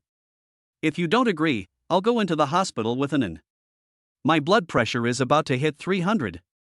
Xia Lin's head was about to explode. Why do women love to cry? Is this their special move? Zhang Xiaowan's eyes were red with tears, and she said again, "Anan is sick now, and I don't care what conflicts you have. You must all live at home until Anan recovers. After that, you can do whatever you want." Xia Lin was afraid that Zhang Xiaowan would have a fit, and since he hadn't found a new place to live yet, he had to give in for now. "Okay, Mom, don't get upset, I'll come back and live here." Zhang Xiaowan dried her tears in an instant, regained her usual gentle demeanor, put on an apron, and went into the kitchen. "What do you want to eat tomorrow, my dear?" Xia Lin was lying on the sofa, depressed, pressing the remote control. Lin Mei lay back on the bed, swinging her little feet, and sending a voice message to Su Mo. Su Mo, Linda President, you're having a great time chasing your husband, leaving me to take care of the company all by myself. Lin giggles, fine, whatever, you decide. Mo, let me tell you, my mom is awesome. Lin Yin's silver bell laughter echoed in the living room. Xia Lin rolled his eyes, and Zhang Xiaowan laughed secretly. Xia Lin thought about Su Mo's words, as well as Lin Yin's reactions and actions, and a slight movement occurred in the iceberg in his heart. The situation is not in my favor at the moment, and since Lin Yin deliberately wants to get a hold of me, it's better to retreat in order to advance. Besides, my mom is right, and it needs a good recovery environment right now. I feigned obedience, went to her company first, looked for an opportunity to sneak into the office, and stole the contract. I waited until everything was under my control before Lin Yin could control me again. Xia Lin made up his mind, pushed open Lin Yin's door, and was about to speak when he saw her snow-white skin exposed. She was wearing only a short black lace nightdress. The beauty beneath the lace pierced directly into Xia Lin's eyes. Xia Lin's stomach sank, and he turned and walked away. Lin Yin trotted over, her delicate figure blocking the door, leaning into his arms with a soft waist. She raised her eyes and smiled lightly, her voice sweet and soft. What are you doing here? You came and hid. Xia Lin, do you like my new clothes? Do you want to take a closer look? Damn it! Is this never going to end? Here comes that trick again. This girl is getting more and more confident, and you really think I won't dare to take on the challenge, don't you? Xia Lin took a few sharp steps forward, and his tall and straight body ruthlessly pressed Lin Yin against the door. Their bodies were pressed together, and their breathing grew rapid. Lin Yin's heart was pounding wildly, her fair face quickly turning red, and her body trembling slightly. Xia Lin seemed to have touched her. This is what Lin Yin had been hoping for, but not today. She had just got her period. It was annoying. Lin Yin twisted her waist to avoid him, but she couldn't push him away. He was so strong. He was full of muscles. Lin Yin glared at Xia Lin fiercely. You. What? It's time to eat. Xia Lin found it really funny to see her flustered but pretending to be calm. She didn't know how to do that. In the past, she would blush at the slightest noise. She would squirm and say, ooh, ooh. She is obviously so charming and attractive. But she always gives the impression that she is determined to get into trouble. Lin Yin, you really don't suit playing with fire. Xia Lin leaned his hands against the door and leaned his lips close to her ear, smiling wickedly and teasing her. I'll give you a physical examination. Lin Yin's ears instantly turned red, and she bit her lip in refusal. I'm coming. Xia Lin suppressed his laughter and continued to bully her, but I like it, okay, Yin? Chapter 11 Men are in their prime at 41. Xia Lin thought, you little brat, are you scared? Lin Yin wrapped her hands tightly around his waist, her eyes turning cold sharply, and her face lost its shyness. Staring at him, she questioned, like it? Who have you been with? Xia Lin felt a chill in his abdomen. What's going on? Has she turned her face again? She changes her mind so quickly. Xia Lin was impatient. It's none of your business. I just came to tell you that I accept your conditions. Xia Lin opened the door, but Lin Yin was in a hurry and slammed the door shut. Have you touched other women? Xia Lin didn't want to get entangled with her and pushed her away. Lin Zong, you've crossed the line. Lin Yin pouted, her eyes red again, and lightly pounded his chest with a crying voice. Xia Lin, what do you want me to do? I was wrong before, but I've changed. How can you be so heartless? Didn't you say you would love and cherish me forever? Xia Lin put an arm around her waist and grabbed her hand with the other, and she was carried into his arms. He whispered reproachfully, behave yourself, why are you crying again? Lin Yin had tears in the corners of her eyes, and she stood on tiptoe and kissed him directly on the lips. Then she snuggled into his arms and wrapped her arms around his waist. She sobbed quietly, Xia Lin, you are not allowed to touch other women and you are not allowed to leave me. Xia Lin let her hold him, his Adam's apple sliding up and down rapidly, his body stiff, frozen in place. Lin Yin, why have you changed so much? Are you being a baby? Lin Yin, you. Xia Lin had just called out her name when his phone rang. Donghu, hey, Lin Zi. I'm sorry about Anan. I'm having a barbecue with Xiao Yun at Qiqihar, the place where your mother-in-law lives. Come over, we'll have dinner together. Lin answered eagerly before Xia Lin could say anything. Huzi, we'll be there soon. Dong Hu laughed. Oh, have you made up? Hurry up and come over, we'll start grilling the meat. Xia Lin hung up the phone and looked at Lin helplessly. She was crying her eyes out, which was so pitiful. Xia Lin raised his hand to wipe away the tears at the corners of her eyes, and his voice was much softer. Hurry up and get changed, I'll wait for you outside. Lin blushed, coquettishly saying, you change it for me. Xia Lin flicked her head with his hand, his mouth twitching slightly. Are you done yet, Lin? 5 minutes, if you don't go, forget it. Xia Lin strides out of the room. Lin is overjoyed, happily changing her clothes and sending a voice message to Su Mo.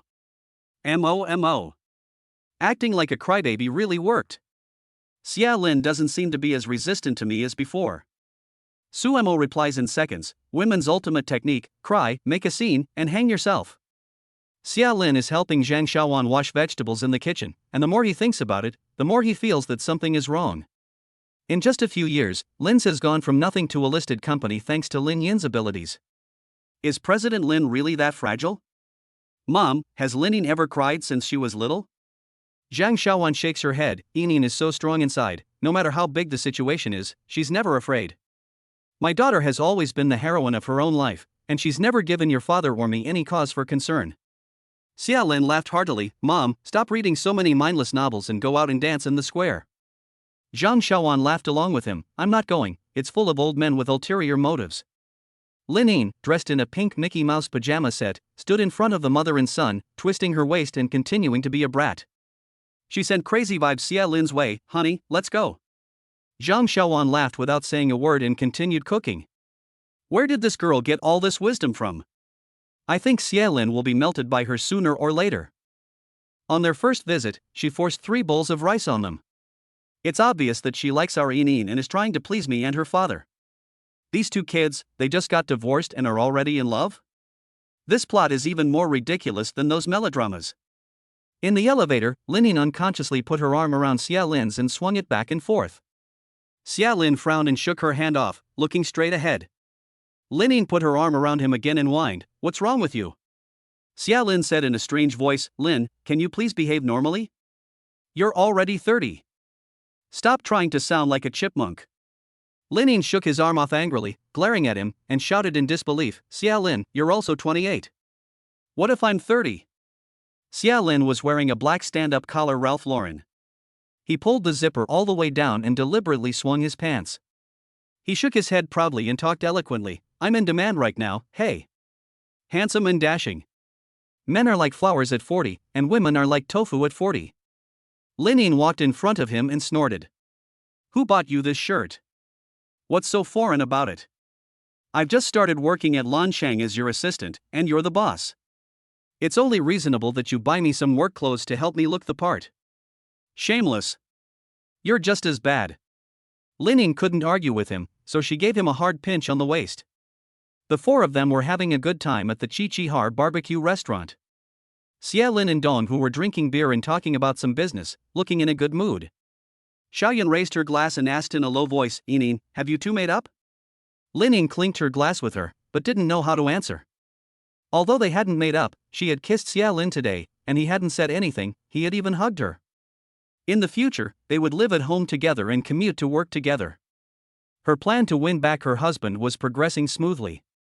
Lin felt that Xia Lin still had feelings for her.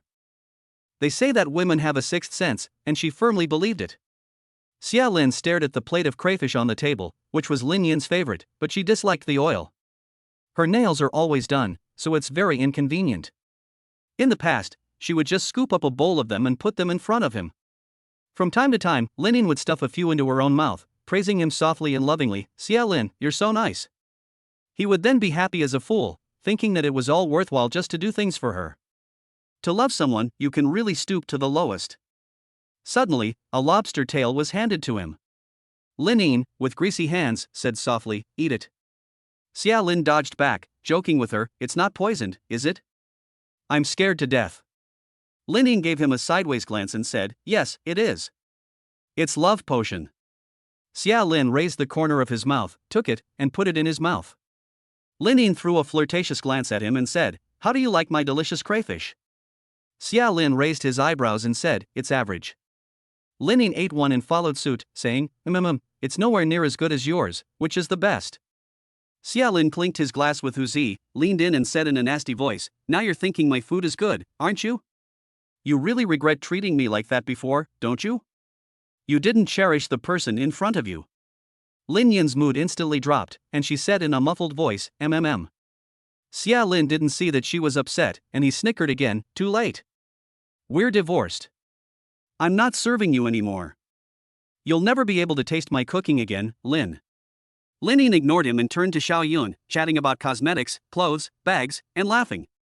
Under the table, Xia Lin nudged her with his foot, and Lin Yin immediately became impatient. "What? Are you angry? Are you a puffer fish? You get angry at the slightest touch. None of your business. Can't take a joke, Lin? Is that the limit? Can't you get it? Ha ha." Lin Yin looked at Huzi and Xiao Yun, smiled, and said loudly, "Xia Lin said he is the best at cooking crayfish, and he is going to the kitchen to show you guys his skills." Huzi and Xiao Yun had already seen that the two of them were at odds again, so they wanted to try their best to reconcile them. Xiao Yun said, "Okay, Lin Zi, show us your skills." Huzi laughed and watched the show. "Go ahead, Lin Zi." Xia Lin waved his hand, No, I can't. Besides, this is someone else's restaurant, it's not convenient." Lin Yin shouted again, "Anti-Wang, Xia Lin wants to use your kitchen to compete with Uncle Wang." Uncle Wang poked his head out of the kitchen and shouted, "Lin Zi, come and kick the bucket?" "Okay." Xia Lin kicked his feet again. "Lin Yin, you're getting back at me. Nonsense. Have you ever seen me take a loss? What? Xia Lin, is that all you've got? You can't even do that? You're so awkward." At that moment, a group of young people walked in through the door, led by a guy with pink hair, swaying and strutting. "Lin Yin, when did you come back to Dongshan? I heard from my brother that you got divorced. My brother is still single for you." Lin Yin glanced at him coldly. "Oh, Shu Fan, you're back in the country. Chapter 12 What makes you like her? Yes, school is on vacation." Shu Fan stood in front of their table, not looking like he was going to leave. Xia Lin glanced at him out of the corner of his eye and muttered to himself, "Shu Fan?" Lin Yin, however, fed him shrimp and stared at him to scare him. "Xia Lin, open your mouth. He's Chu Lei's younger brother." Xia Lin understood in an instant. "You're a smart girl." Xia Lin ate it, and the actor in him took over. "Thank you, my dear. You're so considerate, Yin." Although Lin Yin knew he was doing it on purpose, she blushed and giggled. Her heart was also blossoming. Chu Lei was Lin Yin's neighbor, and their parents were friends. Xia Lin and he were classmates in high school. They were once brothers, but more importantly, they were also rivals in love. During the first semester break, Xia Lin and Chu Lei were lying on the basketball court, exhausted and sweating. Xia Lin took out his phone and looked through Lin Yin's photos, which he had collected from the school bulletin board at great expense. Chu Lei snatched the phone away from him and laughed at him. "What are you looking at so intently? You're not in love, are you?" This was a big deal. Chu Lei's face turned black. He threw the phone back into Xia Lin's arms with a dull voice. "You like Lin Yin?" Xia Lin sat up straight in an instant, surprised and astonished. He was curious about everything about Lin Yin. "You actually know her?" Chu Lei sat up and took a sip of Coke. His tone was even more cold. "Xia Lin, you can't like her." "Because I like her too. And I'll marry her in the future." Xia Lin's mind exploded. "Have you two talked? Or does Lin Yin like you?" Chu Lei was full of disdain, but he still handed over a cigarette. Xia Lin pushed it away. "Just say it." Chu Lei exhaled smoke rings, his tone full of arrogance and pride, and answered loudly. "Her father is the leader of the university, and my father is the deputy dean. Our two families have a good relationship and are well matched. No surprise, once I graduate from school, my parents will go to her house to propose." Xia Lin pressed on. Does she like you?" Chu Lei's expression was gloomy. "I confessed to her, but she rejected me, saying that she was completely uninterested in me and didn't like me. She just wants to do good research." "You say that with her family status, what is there to work hard for? In Dongshan, that's the sky, it's really silly." Xia Lin let out a sigh of relief and returned his heart to its original place. He said very seriously, since she has made it clear that she doesn't like you and rejected your advances. Then why can't I like her? Chu Lei grabbed Xia Lin by the collar and angrily warned, "Stay away from her. You're just an ordinary rich second generation. What do you have? What makes you like her? I thought your family could call the shots. Your aunt is holding up the family business your father left behind. Lin Yun's parents won't look at a small family like yours." Xia Lin pushed Chu Lei away forcefully and sneered. "So you've always looked down on me. You're quite proud when you spend my money and take my gifts. If you're a man, compete fairly. Threats? Young Master Chu, you've got the wrong person." Chu Lei picked up the basketball and left, leaving a threat behind him. "From today, we're through. We'll see. Lin Ying doesn't like me, but she likes you even more." Xia Lin slumped on the concrete floor, full of disbelief, breathing heavily. He clenched his fists and slammed them on the ground, vowing secretly, "I must become better. Stronger. Perfect. Make Lin Ying fall in love with me. I will marry her Lin Ying in this life." Unfortunately, things are unpredictable, and the Xia family is in turmoil. 3 years later, Xia Anan's real estate company, her husband, the vice president who married into the family, got involved with the finance department. They conspired together and fled abroad with hundreds of millions of dollars. Not only did they falsify the company's accounts and empty the company of its assets, they also evaded paying huge amounts of tax. Xia Anan sold all her assets and went from place to place to pay off her debts. In the end, she was unable to pay the fines and was sentenced to 5 years in prison. Xia Lin's grandmother, in her moment of distress, passed away. Xia Lin went to visit her, but Xia Anan refused to see him, too ashamed. He just asked someone to give him a message, "Don't forget to water the orchid on the balcony." Xia Lin complained after hearing this, "At this time of year, he's still thinking about that stupid flower. It's not worth tens of thousands of dollars." Later, when he was down and out and broke, Xia Lin didn't even bother to sell his aunt's orchid, and it's still being kept at Lin Yin's house.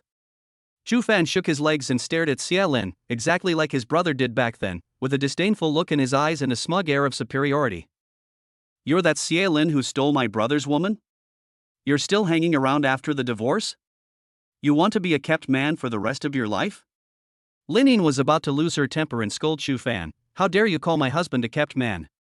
I'll smash your mouth." Xia Lin grabbed her small hand and interlocked their fingers. "Calm down, little hothead." Xia Lin's eyes were provocative as he looked him up and down. "Don't like it? Come and hit me. I just don't know if your fists are tough enough." Xiaoyun saw a group of thugs behind Chu Fan and was afraid that things would get out of hand, so she tried to persuade him.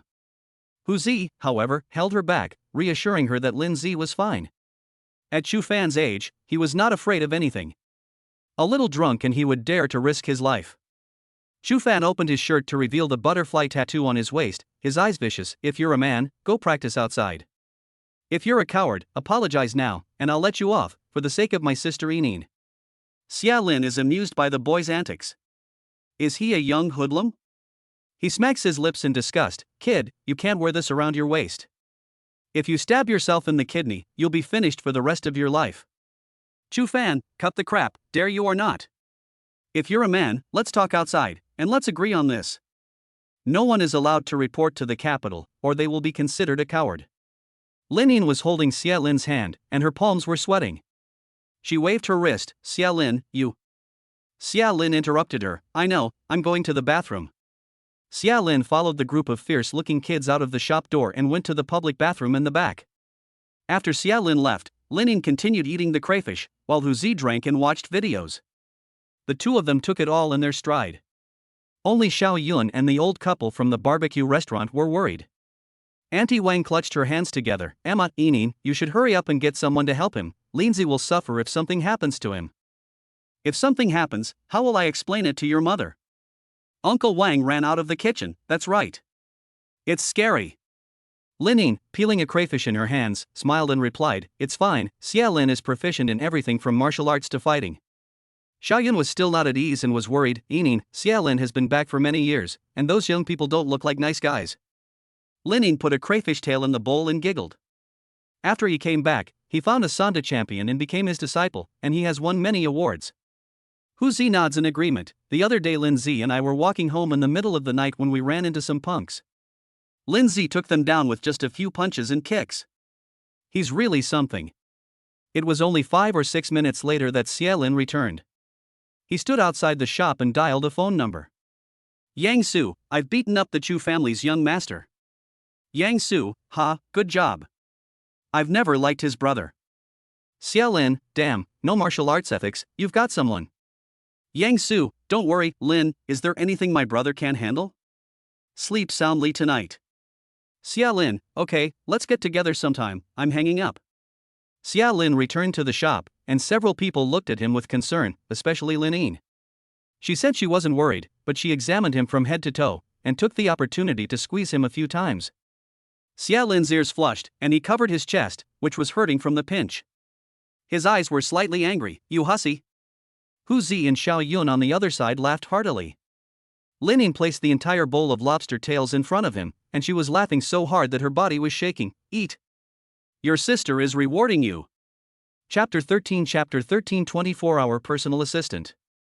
Dongshan People's Hospital, emergency room. Ouch, nurse, you're hurting me. Chu Fan's right cheek was swollen and bloody, and he was holding his arm as he yelled. The nurse had an expressionless face. What's the big deal? It's just a broken bone, waiting for surgery. The young nurse put her hands in her pockets and walked away without looking back. Chu Fan yelled again, hey, what's your attitude? I'll complain about you. Chu Lei was wearing a black jacket and had short, spiky hair, which made him look very energetic. He held Chu Fan down and lowered his voice. That's enough. You're embarrassing yourself. If Dad finds out, he'll break your other arm. Chu Fan was young and impetuous. Not only did he get a beating, but his own brother kept on scolding him. He was full of anger. I was taking your side. Xia Lin stole your woman and beat your brother. You just let it happen? Why didn't you do something about him? Chu Lei's eyes were cold as he said, idiot. You held a gathering and you dare to tell people who you are? You must really want to die. Chu Fan, you're an adult. Chu Fan, if you don't say anything, who'll know? Xia Lin beat me up like this, I can't swallow this. I saw it today, he's still hanging around Lin Yin. If you don't do something, you'll never get a chance. I'm warning you again, don't mess with Xia Lin. Hurry up and go back to school in a few days. Chu Lei got a work call and left in a hurry. Over the years, Chu Lei has risen rapidly, but when he thinks about Xia Lin, he can't help but feel resentful. He's jealous. No matter how down and out Xia Lin is, there is always someone by his side protecting and loving him, backing him up.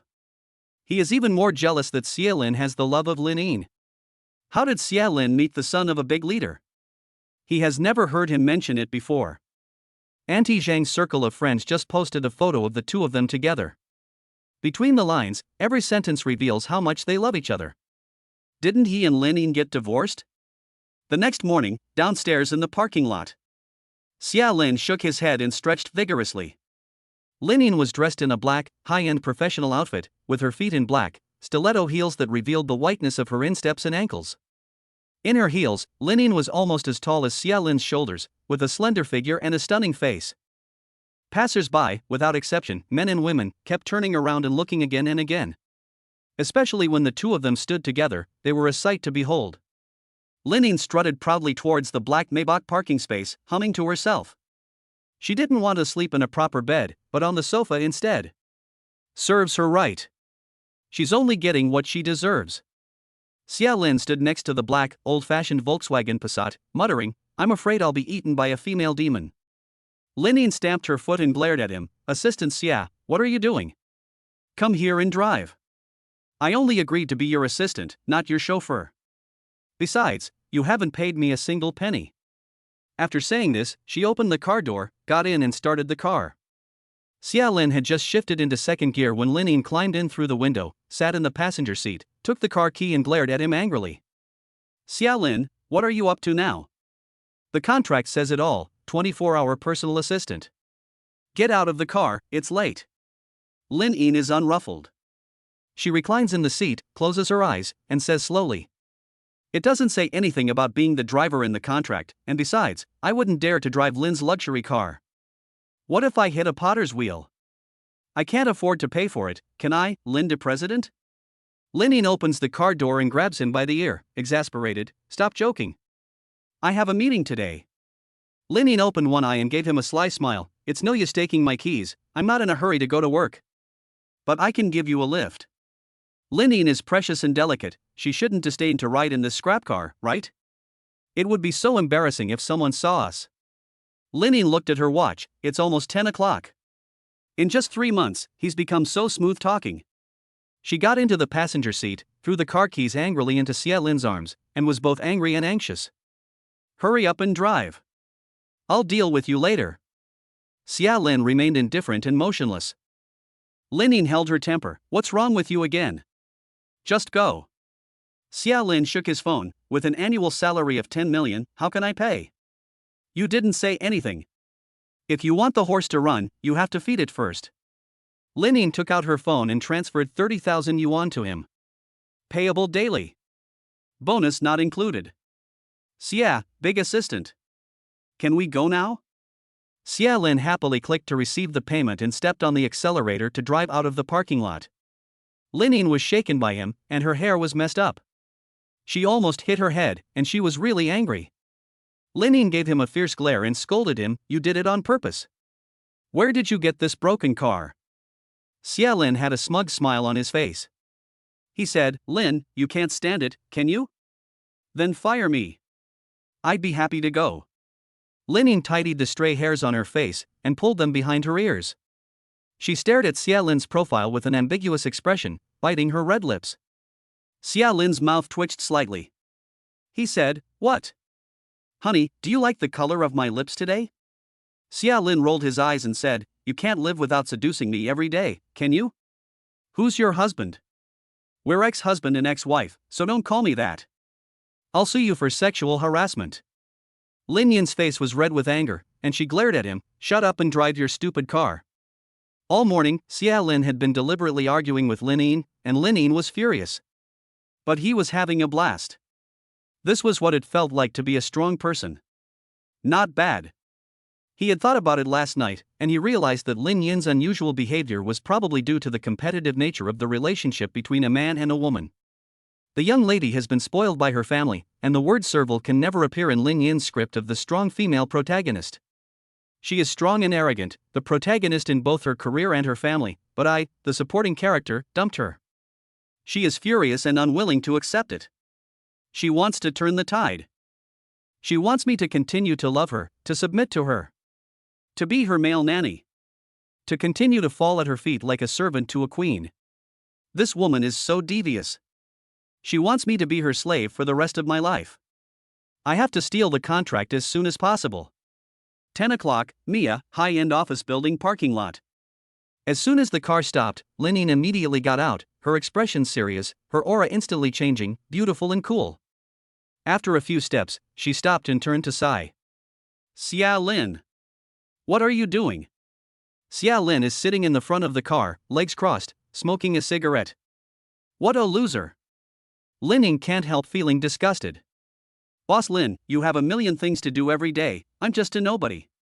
You go on ahead, I'll rest for a bit. Lin hadn't eaten anything in the morning, but he had filled her up with anger. Last night, things had clearly improved. After sleeping on the sofa all night, things had changed again. Lin reflected inwardly, it's the sofa's fault.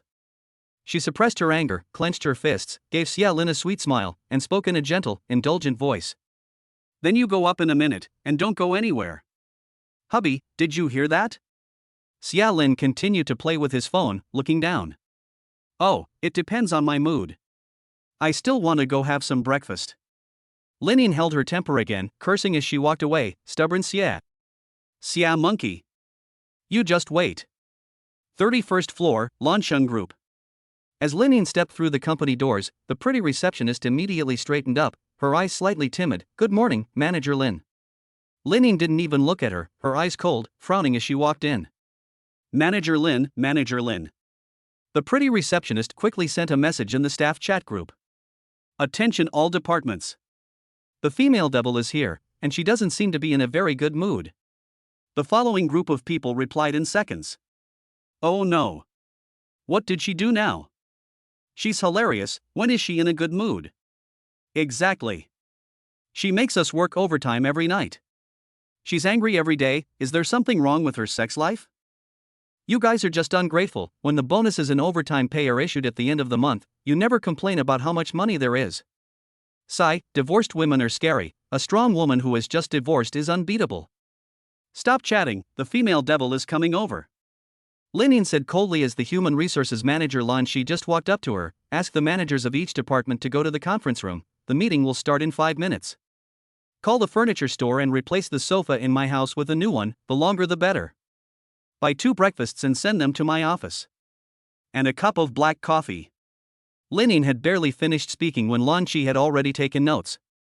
Okay, Mr. Lin, that Xia Lin, the team leader, hasn't arrived yet. Linin pushed open the door to the president's office with a slightly slower voice. He's downstairs. He'll be my assistant in the future. His workstation remains the same. Go ahead. Lan Shi lightly closed her door and sent another message to the small group of employees. Comrades, we're getting a new person. Guess what position it is? It'll definitely blow your mind. Emoticon, Evil Smile X5. Chapter 14 Secretly in love with each other. Xia Lin lay in the car for half an hour. Suemo knocked on the car window and threw a few big supremes into the car. Xia Lin, you're so lucky to have a wife as good as our Inin. She specifically told me to give you these. Your wife told you to treat yourself better and not always buy things that cost 10 or 20 yuan. Xia Lin directly opened it and put it in his clothes. He was very happy, but in his heart he said, Buddy, I have to remind you, it's my ex-wife. Don't call her my wife. Where did I get a wife? Suemo took off his sunglasses and patted him on the chest. Okay, Xia Lin, haven't you vented enough? You've bullied our CEO Lin Di into crying many times. In the past few months, Lin Yin's eyes have been swollen. You really want to give Lin Yin up so easily? Let me tell you, Lin Yin is not short of suitors. It's because she loves you to the bone that she gave up her career, otherwise she wouldn't sell 30% of her shares so easily. Which of those shareholders is easy to deal with? Lin Yin is a woman, and it hasn't been easy for her to get to where she is today. Her indifference is not what she intended. Xia Lin lit a cigarette and shook his head with a wry smile. You're a woman, of course you sympathize with her more, so your position is not objective. Suemo looked serious. Xia Lin, ask yourself, can you really let Lin Yin go? Are you really emotionless? Don't you love her anymore? I don't believe it. Xia Lin looked amused. What makes you say that? Suemo took out her phone and showed Xia Lin some photos, all of which showed Xia Lin's back. This is you, right? The classroom, the basketball court, the library, the cafeteria. Xia Lin was dumbfounded and flinched back. He shouted, Suemo. I thought you were my buddy, but you actually have a crush on me? You're a stalker. I've only been at Peking University for a year. Suemo returned a deathly smile, her face frozen in a straight line. Don't even dream about it. Even if I fell in love with a woman, I wouldn't have any feelings for you. This is a transcript of my chat with Lin Yin. When you were in college, you had a secret crush on each other. Suemo finished and said, Huh? What kind of melodramatic plot is this? The little wolf dog falling in love with the school flower and his senior? The cold and aloof female CEO and her younger brother, those years of love and hate? Xia Lin pointed at himself with a dumbfounded expression. You mean Lin Yin liked me in college? But after we got married, she never said anything. Suemo was exhausted by this young couple. Lin Yin bombarded her with voice messages every day, and every sentence was about Xia Lin. She doesn't care about work at all. Suemo doesn't have Lin Yin's 8 hands, and she simply can't keep up. Every day, she is swamped with trivial matters and feels dizzy. After work, she goes home and has to analyze the situation with her best friend and give her advice on how to win back her husband's heart. Lin Yin sends her messages every second, and their phone calls last for at least an hour. Come on. Suemo is still single herself. How does she know how to win back a man's heart? Luckily, there is a certain book. Every time Lin Yin asks her a question, she goes to the book to look up the answer. But that is not a long-term solution. She sighs heavily. Lin Yin, don't you know yet? On the outside, he looks like an iceberg, but on the inside, he is passionate as fire. Does she not love you enough to marry you? Is Lin Yin the kind of person who will suddenly give herself away when she gets carried away? Calm and rational, she looks aloof from the world. Lin Yin has been waiting for you to confess your love, but you have been stalling for more than half a year, and you are still in the same place. She knows that your sister's illness is serious and cannot be delayed. That's why she took the initiative to take that step and sign a contract with you. Her grandfather did not force Linine to get married right away. Uncle Lin, as long as Linine finds someone who is good to her, doesn't care about status, and she likes him, that's fine. In your previous relationship, it seemed like you were the one doing all the work, but in fact, Linine took the initiative. She made her choice from the start, and who knew you would even go away? Suemo looked at the time, almost 11, and Linine should have finished the meeting soon. The person Jiang sent should have arrived by now, too. I heard that he is related to the chairman of Zhang's, so we can't afford to be rude. Zhang's group is the strongest advertiser in the industry. Xiaolin's mind was in a mess, but a flash of joy flashed in his eyes. Linine liked me in college? When I liked her, she liked me back? Suemo, let's go back to the office and have lunch together. Xiaolin grinned, okay. As soon as Xiaolin stepped through the office door, everyone in the company suddenly put down their work and stared at him.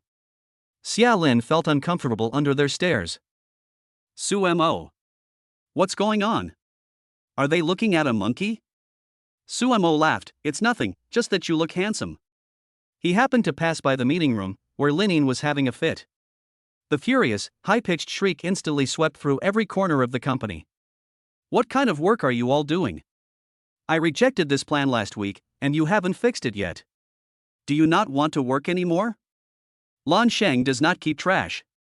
If you keep dragging your feet, you'll be inefficient.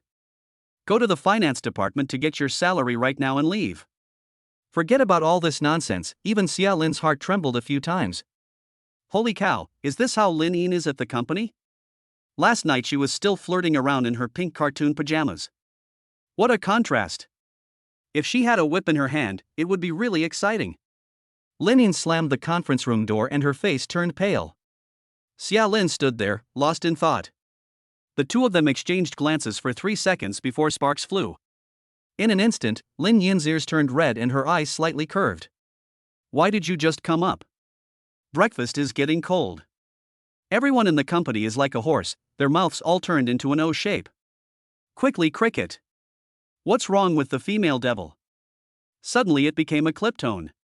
Mom, Lin's own sentence made my goosebumps fall all over the place. Is this handsome guy her ex-husband? Don't say it. He does have a bit of charm. If it were me, I'd pinch him too. He's got some skills to keep the demon head under control. This is a revival of old feelings. For sure. The demon head's face is red. Suemo quickly dragged the two of them into the CEO's office. The blinds were drawn shut with a swoosh. Suemo, Lin's own, what are you doing? You forgot that the company doesn't allow relationships? Look at the way you're looking, like an unclothed hooligan. This is the company. Xiaolin laughed heartily, his body shaking. Lin Yin's cheeks were burning hot, and she picked up the paper napkin on the table and smashed it into Xiaolin's arms. She whispered angrily, what the hell are you laughing at? Suemo rolled his eyes at the two of them in a look of utter disdain. Zhang's people are here, I'll go out and receive them. After Suemo left, Linine gave Xiaolin a flirtatious look. Her voice was soft and she spoke coquettishly, Xiaolin, what do you want for lunch? Xiaolin was very rude and sat down on the sofa with his bottom. Linine, although this is your company, you still need to take care of your image. If gossip gets out, it will have a bad influence on you. After all, you are the CEO. I don't think it's appropriate for me to be here. Why don't you just tear up the contract and I'll leave your company? I'll still live at my mom's house, what do you think? Linine sat next to him, put her arm around his, and rested her head on his shoulder. Honey, are you concerned about me? I'm not afraid of what people say. Xiaolin glanced down at her and coughed a few times. Old what gong? What are you doing? I haven't seen you in a few months, and you become a tomboy. I've told you over and over again. Who's your husband? Get away from me. Men and women should not be intimate. Linine went to hug his neck again, twisting her waist and rubbing against his chest. Staring into his eyes, she asked, Xiaolin, during the time we were apart, did you not miss me at all? Chapter 15 The Haunting Porcelain Doll. Xiaolin suddenly leaned over, pushing Linine against the back of the sofa. The action seemed intimate, but his voice was full of sarcasm. Think of you? Think of you treating me like a male nanny? Think of your indifference? Your perfunctory attitude? Your detachment? Your bad temper that flares up at any moment? What is there about a widowhood marriage that I should think about? You've been nice to me for days, just waiting for me to come around? My life is at your service? What about you, Linine? What have you done for me?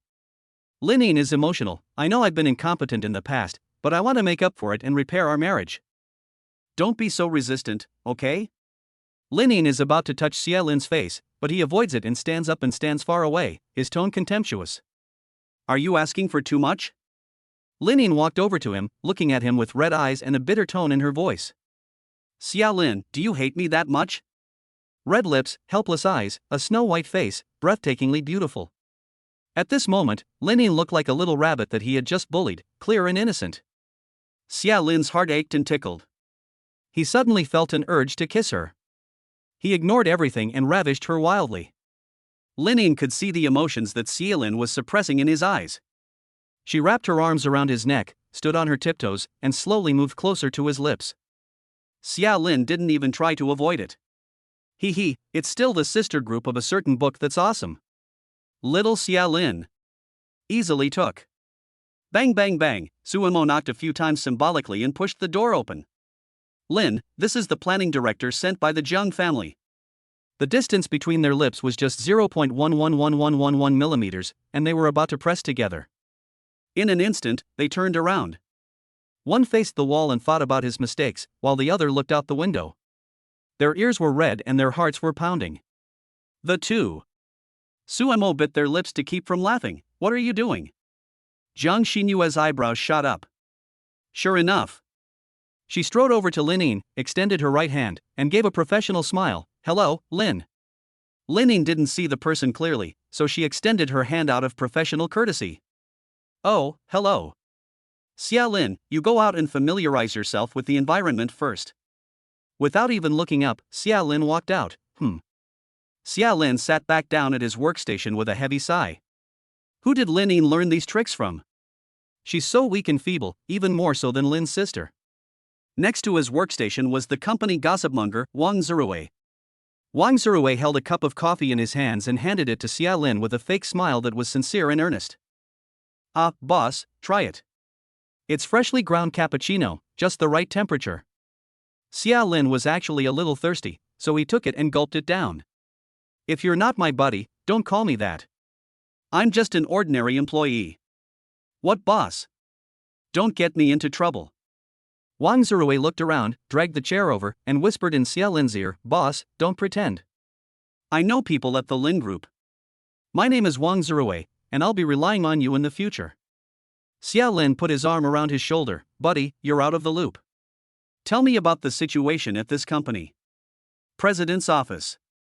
Lin Yin's expression is cold, and Jiang Xinyue sits across from her, staring straight at her. Lin Yin looks down at the documents in her hands, the pen never stopping. You can go back first, I will call Johns personally. The two sides have already sent people to liaise on this project, so no further assistance is needed. Jiang Xinyue takes out her phone and hands the contract to her, her tone calm. Lin Zone, as written in the contract, we Johns are obliged to follow up the whole process. Lin Yin put down her pen, looked up, and said every word carefully. We don't need it, so please go back. Jiang Xinyue leaned back, leaning against the back of the chair, playing with her phone carelessly.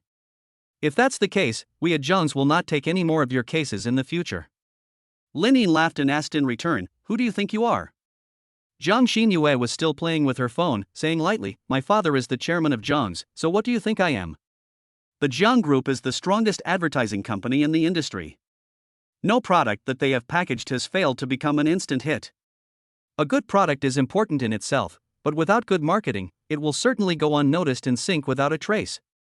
Business warfare is a battlefield without smoke. Lin Yin's previous actions have already made the company's shareholders indignant and dissatisfied. If there is no good product launched this time, they might collectively withdraw their investment. In that case, Lin Yin's company would have to go through a major crisis. A broken capital chain can be fatal. Suemo saw the two of them on the verge of a fight and quickly stepped in to smooth things over. Ms. Jiang, let me have someone show you around the company and introduce you to the products. We've been working together for so many years, and our boss is just joking. Lin Yin turned her head towards the computer, holding back her anger. Zhang Xinyue got up and cheerfully replied, "Okay, I'll drop by my workstation on the way." After the person left, Su Mo sat in her original position. Lin Zone. What's wrong with you? Why bully the little girl? Lin Yin dropped the mouse and frowned, can't you tell? She is the porcelain doll next to Xia Lin. Su Mo pointed at the door and asked, the one in the mall? She wore a professional outfit today, I really didn't recognize her. Lin Yin rolled her eyes, what a narrow escape. She's a persistent one, definitely up to no good. Su Mo widened her eyes, she's here for Xia Lin? Lin Yin, what else? Is she interested in me? Su Mo covered her mouth and snickered, it's not impossible, our boss Lin is such a royal lady, and she's very attractive. Lin Yin smiled at the corner of her mouth and pouted, MOMO. Seriously, Yin, you can't let your emotions get the better of you this time. We can't afford to fall out with Zhang's. There's only 3 months until the product is released, so you'll just have to bear with it. Lin Yin laughed slyly, it won't take 3 months, I'll make her so uncomfortable here that she'll know when to quit. Su Mo, Yin, be careful, she's not just an ordinary Zhang's employee. Lin Yin dialed the landline, Lan Qi, come in. After Lin Xia's flattery, Wang Zhirui opened up to him and invited him to join the small group of employees. As soon as he joined, no one dared to continue the conversation. Lin Xia, don't panic, everyone, I'm Wang Zhirui, this is my little number. Immediately afterwards, a group of emoticons quickly scrolled across the screen. Most of the thousands of entries in the group were about Lin Yin's tyranny, and Lin Xia read them with relish, grinning from ear to ear. High cold female devil? They're all talented, so apt. With a pop, Xia Lin's shoulder took a hard slap. Xia Lin turned his head, who the hell is this? Zhang what? You work here? Zhang Xinyue punched him again in the chest, Xia Lin, you're quite petty. You blocked all my phone numbers on WeChat. So I had to come here to find you. Xia Lin rubbed his chest and cursed, are you sick? So what if I blocked you? Zhang Xinyue twisted her fingers, don't you want to make money? Xia Lin turned his head and looked back at his phone, disdainfully snorting, I'm not a beggar, so don't annoy me. Zhang Xinyue, next time, I'll pay you more. I won't do it for any amount of money. I don't need it. Zhang Xinyue leaned close to his ear and deliberately provoked him, have you gone soft with your ex-wife? Or is it better to eat soft food? Sure enough, every sentence hit Xia Lin's sore spot. Xia Lin stood up with a shove, his eyes fierce. Get out. Zhang Xinyue laughed with glee, I was just joking with you, what's the big deal? So sensitive? We'll be colleagues from now on, so take care of me.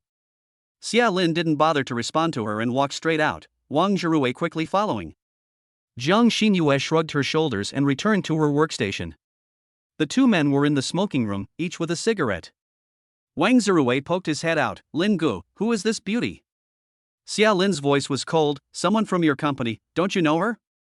Aren't you a busybody? Wang Zhirui exhaled a cloud of smoke, I haven't seen her before, she's a pretty little thing, it's not often you see a pure beauty like her.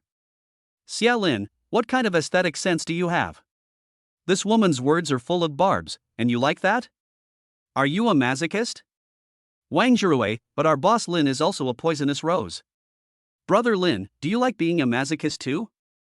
Xia Lin's mind instantly conjured up a vision of battle armor and a whip. At that moment, Xia Lin's phone rang. Lin Yin.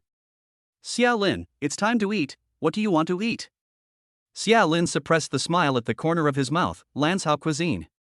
Lin Yin on the other side, what is it? Chapter 16 You look like sweet and sour spare ribs. Behind the office building, the farmer's market, Lanzhao noodles.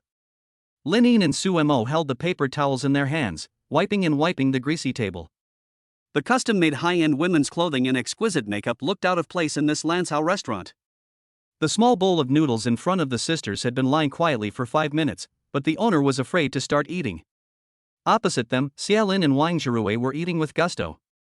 Xia Lin, chewing on his noodles, glanced at Lin Yin out of the corner of his eye, his mouth curling into a wicked smile. Tough, isn't it? You're not used to places like this, are you, young lady? When she was at university, Lin Yin's mother accompanied her every step of the way, and she hardly ever ate in the canteen. After they got married, Xia Lin went and got a level 2 chef's certificate, and also passed the nutritionist exam, spoiling her with all kinds of delicious food in different ways. Every day, he prepares nutritious meals for her, with little oil and salt. Lin Yin goes out to high-end restaurants all the time. Lin Yin's arms hang down the whole time, and she's afraid to put them on the table, because no matter how much she wipes the oil off the table, it won't come off. If Xia Lin wasn't eating so deliciously, she wouldn't want to stay for a second. The expression sitting on pins and needles really suits the moment.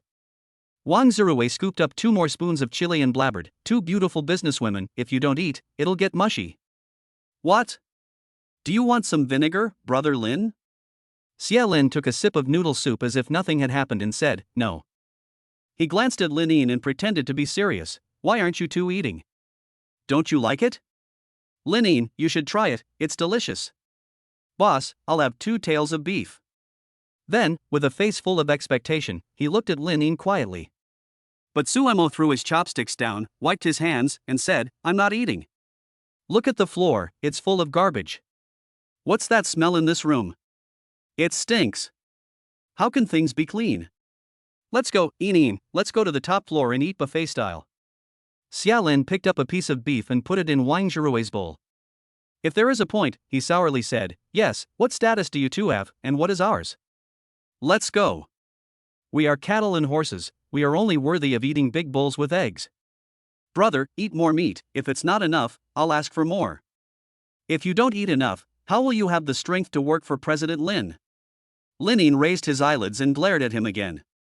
His tone was as gentle as ever. "Don't be weird and deliberately point at me. I've been to the school cafeteria before, so don't think you can trick me." Lin Yin picked up her chopsticks, pouted, and stuffed a mouthful into her mouth, nearly choking. Wang Zirui, "Lin, you need to add chili and vinegar to make it taste good." As he spoke, he grabbed the chili oil and added it to her bowl. Xia Lin stopped him. She can't handle spicy food. Suemo fixes her makeup and smiles faintly. "Hey, you're being considerate now? You remember that your wife doesn't like spicy food? Wang Zirui, you should add vinegar to Lin's bowl. She's already a jealous person, so it won't make a difference." Wang Zirui picks up the vinegar bottle again and says, "Lin, have some vinegar." "Xia Lin, no wonder you can't find a girlfriend."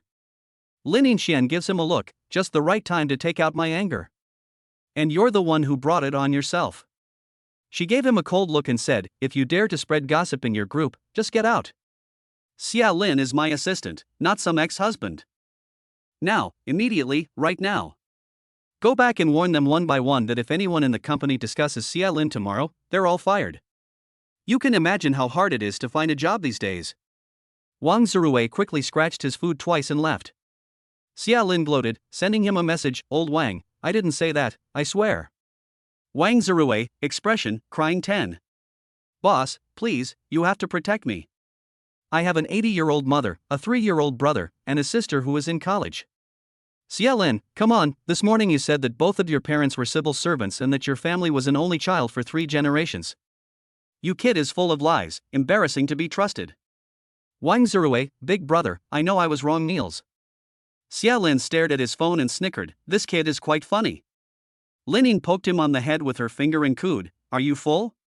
Then go out to eat with me. I hate eating noodles, you know that." Xia Lin looked up, but found that Suemo had also slipped away. He frowned deliberately, looking impatient. "What a nuisance, what should we eat?" Lin Yin snorted, "I want sweet and sour spare ribs." "Xia Lin, you look like sweet and sour spare ribs." Lin Yin grabbed a ball of paper and threw it at Xia Lin, "I haven't eaten all morning. I'm starving. I've already had dinner with you, now you have to go out with me." Xia Lin waved her phone in front of her face. "Okay. Since I'm your assistant, Lin Yin, I'll go. How about going to that Hong Kong-style tea restaurant we always go to?" Lin Yin immediately stood up and smiled brightly. Her voice was sweet, "Okay, honey." The various brothers, who had been bowing their heads and gobbling food, looked at them with envy. Xia Lin took her wrist and hurriedly walked away, whispering, "How many times have I told you? Ex-husband, ex-husband. Stop shouting." Lin Yin shouted angrily again, "Honey, honey." Xia Lin quickly walked out of the shop door, leaving her behind. Lin Yin, in high heels, quickly caught up on her little run, quickly put her arm around his arm, and locked her arms tightly around him. "Xia Lin. Why are you running? The onlookers in the noodle shop." Fuck, what a blessing. In the Lansheng office area, Jiang Xinyue sat alone at her desk, her face dark with anger, staring at the computer screen. Linin had actually put her in a position near the bathroom. She could hear the sound of the toilet flushing clearly. Wasn't this clearly an attempt to drive her away? She was the eldest daughter of the Jiang group. When had she ever suffered such indignities? Ring ring, she answered the phone. Hey, sis, everything's going pretty well. Another blind date? I'm not interested. I've got someone I like. Leave me alone. Wang Zirui handed her a cup of coffee and said in a mean voice, Little beauty, why aren't you eating? I heard that you are the planning director, and you became a director at such a young age? Your future is limitless. I am Wang Zirui, the company's gossip monger. If you need anything, just call me, and I guarantee that I will provide the service. Jiang Xinyue winks at him and says, I have a tricky problem right now. Could you help me out, little brother? Wang Zirui is secretly delighted. Oh my, I'm such a brooding guy. Finally, I'll get to meet a pretty girl. And she called me little brother. Little brother. Wang Zirui pats his chest and boasts, just tell me, little sister, and I promise to take care of it right away. 6 p.m. on the way home from work. Xia Lin receives a call from Su Pang, who connects via Bluetooth. Su Pang, Lindsay, we have another job. It's urgent. Linin, who is sitting in the passenger seat playing with her phone, pricks up her ears and enters a state of high alert. Xia Lin, tell me what it is first, seriously. Su Pang, of course. This time it's a lawyer. After her divorce, her ex-husband won't let go. Tonight at 8 o'clock, Japanese-style Sichuan cuisine. Just go and have dinner with her and give her support. It's good to help others. This meal is worth 20,000 yuan. Don't miss out on the opportunity. Xia Lin, okay, fatso, I'll give you half this time. I didn't mean to slight you last time, don't be angry. Su, Lin, where are you going with this? I can't make this money, they specifically asked for someone tall and brave, with kung fu, someone who can handle the situation. Lin, okay, send me the client's phone number and address, I'll get packing and go. As soon as he hung up, Linin was unhappy. Lin, I forbid you to go. Why is it always women clients who approach you?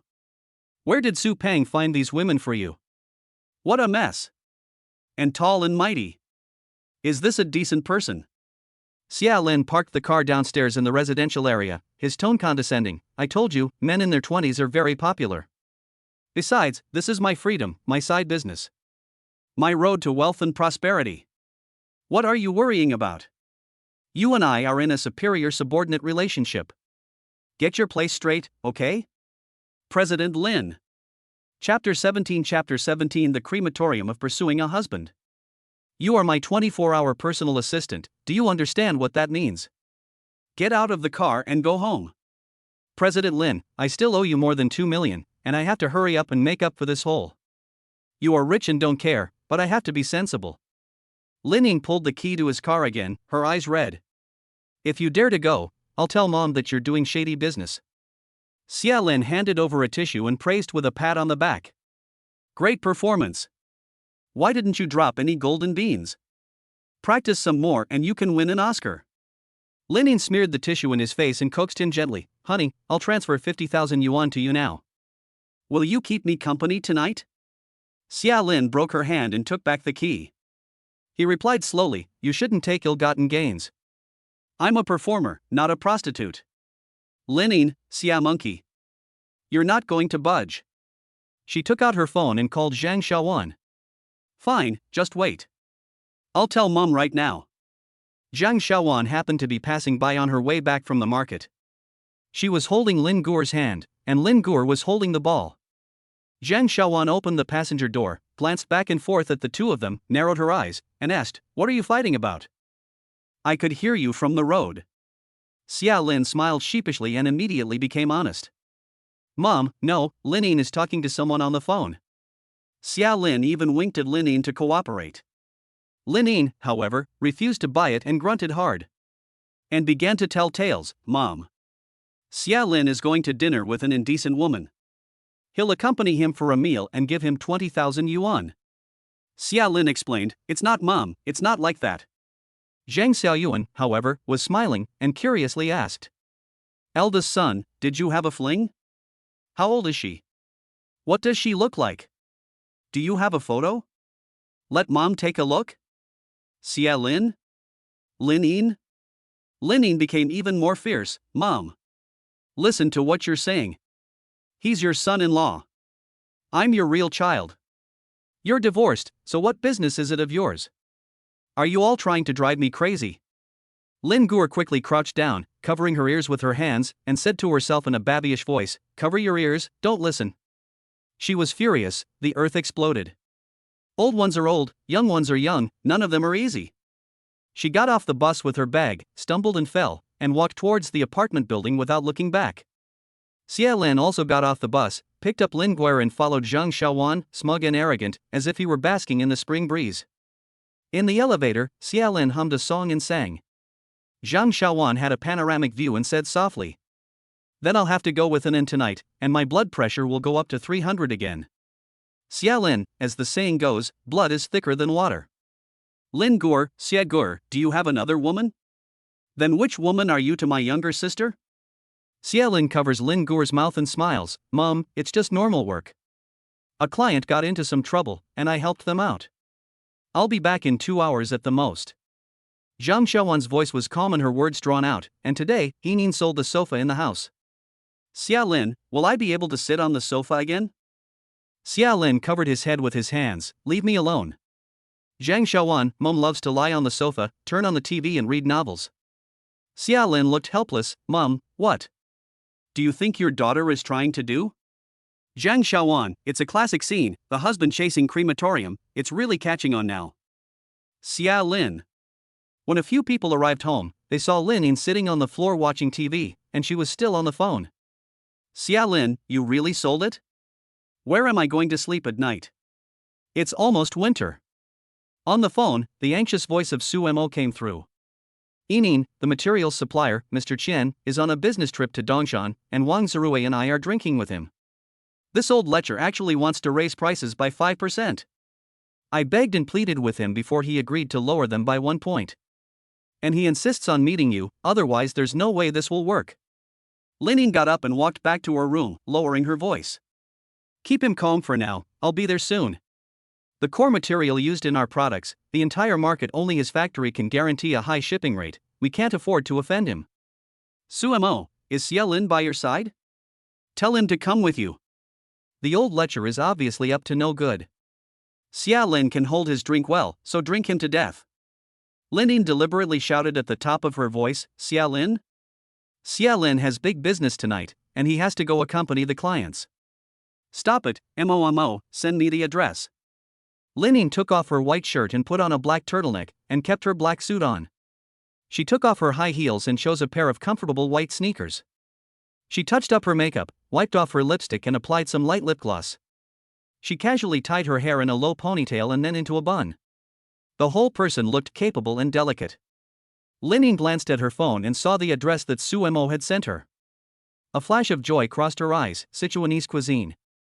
She lifted her left hand and saw that the rose-gold Rolex hands had already pointed to 7 o'clock. Linin walked out of the room and saw Xia Lin sitting on the floor, accompanying Lin Gur as she drew. She threw her handbag into Xia Lin's arms and said, I have a dinner meeting. Let's go together, since we're going the same way. Then she turned to her mother and said, Mom, we're not eating at home. Before Xia Lin could refuse, Linin pushed him out of the house and walked towards the elevator with his shoes in her hands. Xia Lin chased after him barefoot, threw his bag in front of her, and became impatient. You have a dinner date, what does it matter to me? Can't you drive yourself? The elevator arrived, and Linin pushed him in directly, put his shoes in front of his eyes, and started to argue. You are my assistant, I have social engagements, it is only natural that you drive me there, right? I didn't ask you to hold my drinks back, that's already very good, isn't it? Assistant Xia. Xia Lin put on his shoes and saw that Linin was wearing the same pair of white sneakers. He was stunned. I clearly hid them, how did she find them? Linin put her arm around his and leaned into his embrace. Honey, these are the couple's shoes, right? Why did you hide them under the sofa and not tell me? I love them. Xia Lin got out of the elevator before her, and without looking back, he said, 3,000, turn around and meet me later. Tell me where you're going, don't keep me from my work. Lin trotted after him, shaking his big hand and swaying her waist. Can you take my car? Your car is falling apart, and this dinner is very important tonight. Xia Lin thought, and he needed to look good himself, so he looked impatient again. You're such a pain in the neck. He shook off Lin and strode towards the black Maybach. Lin stood where she was and glared at him. What a bad temper he's in now. Everything he says is so full of barbs. Oof. But she still bounced along after him. Halfway there, Lin went to the pharmacy and bought 7 or 8 types of hangover remedy, gulping them down one after the other. Xia Lin glanced at her and handed her a bottle of water. What kind of person is he? He made our boss go to all this trouble and take so many different hangover remedies, not fearing poisoning. Lin couldn't swallow it, and Xia Lin was gloating. She couldn't hold back her anger for long. He's such a lecher. He won't talk about cooperation unless he sees me. I'm not taking any hangover remedies, I'm going to hang in there. Is he going to take me away after he gets what he wants? I don't have anyone to take care of me or keep me company. Of course I have to rely on myself. Some people will say cold things and add insult to injury. Please ask Assistant Xia to drive faster. I'm not as laid back as you are. Every minute late means I have to drink 1 more glass of wine. Chapter 18 Marinated Chinese-style bacon. Lin was in a temper, and the car had arrived at the entrance to Chuanyi. Xia Lin stopped the car and turned off the engine without saying a word, just unscrewing the water and passing it in front of her eyes. Lin thought about the fact that he was going to go out to dinner with another woman and that she couldn't stop him, and she felt both sour and angry, quite aggrieved. She pushed it away. I'm not drinking it. Xia Lin was not used to her problems, and without taking the key, he pushed open the car door and walked away. Fine, don't drink, but don't throw a tantrum with someone else. Lin followed him closely, grabbed his arm and bit him hard, then stormed into the restaurant. Xia Lin looked at the circle of small tiger teeth marks on his arm, frowned, and followed her into the restaurant. At the shoe-changing area at the entrance, the welcoming staff member was very enthusiastic. Which seat would you like? 2 beautiful people and a handsome guy. We have special couple seats. Lin Yin's tone was cold. I don't know them, D21, please show the way. Xia Lin's voice was even colder. I'm single, D20. The waiter looked at the couple shoes the two had just taken off. And was dumbfounded. For a moment. After arriving at the table, the moment Xia Lin lifted the curtain, Lin focused intently, stretching her neck and widening her eyes. Oomph, not as pretty as me. Not as young as me. And definitely not as rich as me. In short, she's no match for me. As Xia Lin sat down, he heard Lin Yin's sweet voice from the next table. Mr. Qian, why didn't you let me know you were coming to Dongshan? I'm late, so I'll start with 3 drinks. Mr. Qian, Lin, I've been waiting for you to arrive. Come sit next to me. I've heard a lot of news lately, and I have a lot of things to whisper to you. I heard that you got divorced? Xia Lin took out his Jizun and took a few strong puffs. His face was full of emotions. First he snorted in disgust, then he cursed under his breath. MD. You old lecher. Whether you get divorced or not is none of your damn business. The woman sitting opposite him was called Xin Yuan, a lawyer. Seeing that Xia Lin had just sat down and was smoking and cursing, she poured him a cup of tea and said in a light tone, Mr. Xia, I didn't pay you to curse. Do you have a problem with me? And, smoking is prohibited in the store, please respect each other. Sorry. Xia Lin then remembered his task for tonight. He put the cigarette butt in the ashtray, looked up, and put on a professional fake smile. Xia Lin was stunned. Lawyer Shin, why is it you? Xin Yuan also smiled at him. Yes, I didn't expect it to be you either. Mr. Xia, it seems you've already divorced? Xia Lin nodded with a bitter smile. Well, I have. Thank you for answering my questions for me, otherwise I wouldn't have even drafted the divorce agreement. Xin Yuan lifted her cup and took a sip of her hot tea. She still smiled faintly and replied, You're welcome. You're paying for the consultation, and besides, a divorce agreement like yours, where you voluntarily give up your property, isn't difficult. Xia Lin got to the point. Lawyer Shin, I roughly understand your situation. How do you want me to cooperate? Xin Yuan's eyes dropped momentarily and her mood sank. He is a senior executive at a foreign company. After I caught him cheating, he refused to admit it and would not divorce. We have been separated for 2 years, and the court ruled a divorce a month ago, with the child in my custody. After the divorce, he frequently went to our law firm to cause trouble and slander my personal image. I really had no choice but to come up with this idea. If things go on like this, I'll lose my job, and I still have a child to support. Xia Lin looked carefully at the woman across from him. She had mentioned her age before. Was she 36? She looked well maintained. She had a standard oval face, not stunning but very pleasant to look at. She spoke softly, dressed elegantly, and was professional in her work. She was like an older sister, patient and listening to every word you said, intellectual and mature. How could a man like this cheat on his wife? A lawyer, faced with a man's unreasonable entanglement, can only be helpless. It seems that violence is the only way to deal with violence. Xia Lin has some experience in dealing with rascals and hoodlums. When Xiaonan first entered, I don't know how many people were eager to try and come looking for trouble and laugh at him.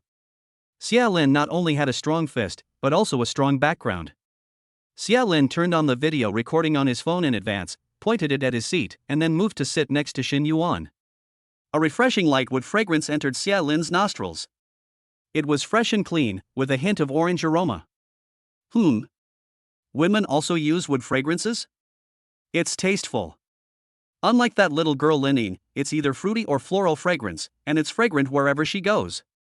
Even if she doesn't wear perfume, she always smells like that, slightly sweet and not overpowering, with a light floral scent. Xia Lin even suspects that she's been pickled. Pickled? Xia Lin's mind suddenly conjured up Lin Yin's little head and little bacon body. Pouting, she pinched her waist and glared at him. He couldn't help but laugh out loud. I'm really talented. Xin Yuan poked him with her finger. Here they are. Xia Lin immediately sat up straight and whispered back, just watch my performance, don't be nervous.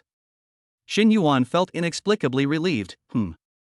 As he spoke, a man with a comb-over, shiny slicked back hair, a few tufts of beard on his chin, and dressed in a suit sat on the Kong mat opposite. Xia Lin looked him up and down. This outfit really does look quite presentable, especially the peachy eyes that have been puffed up.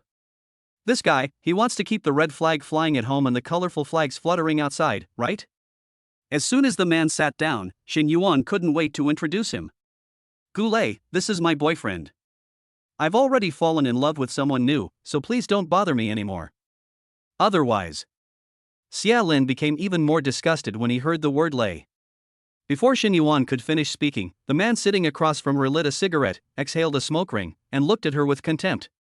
He held the cigarette between his fingers and pointed at Xin Yuan. Please, take a good look at yourself. How old are you? Don't you have enough fine lines around your eyes? This handsome guy, could he possibly fancy you?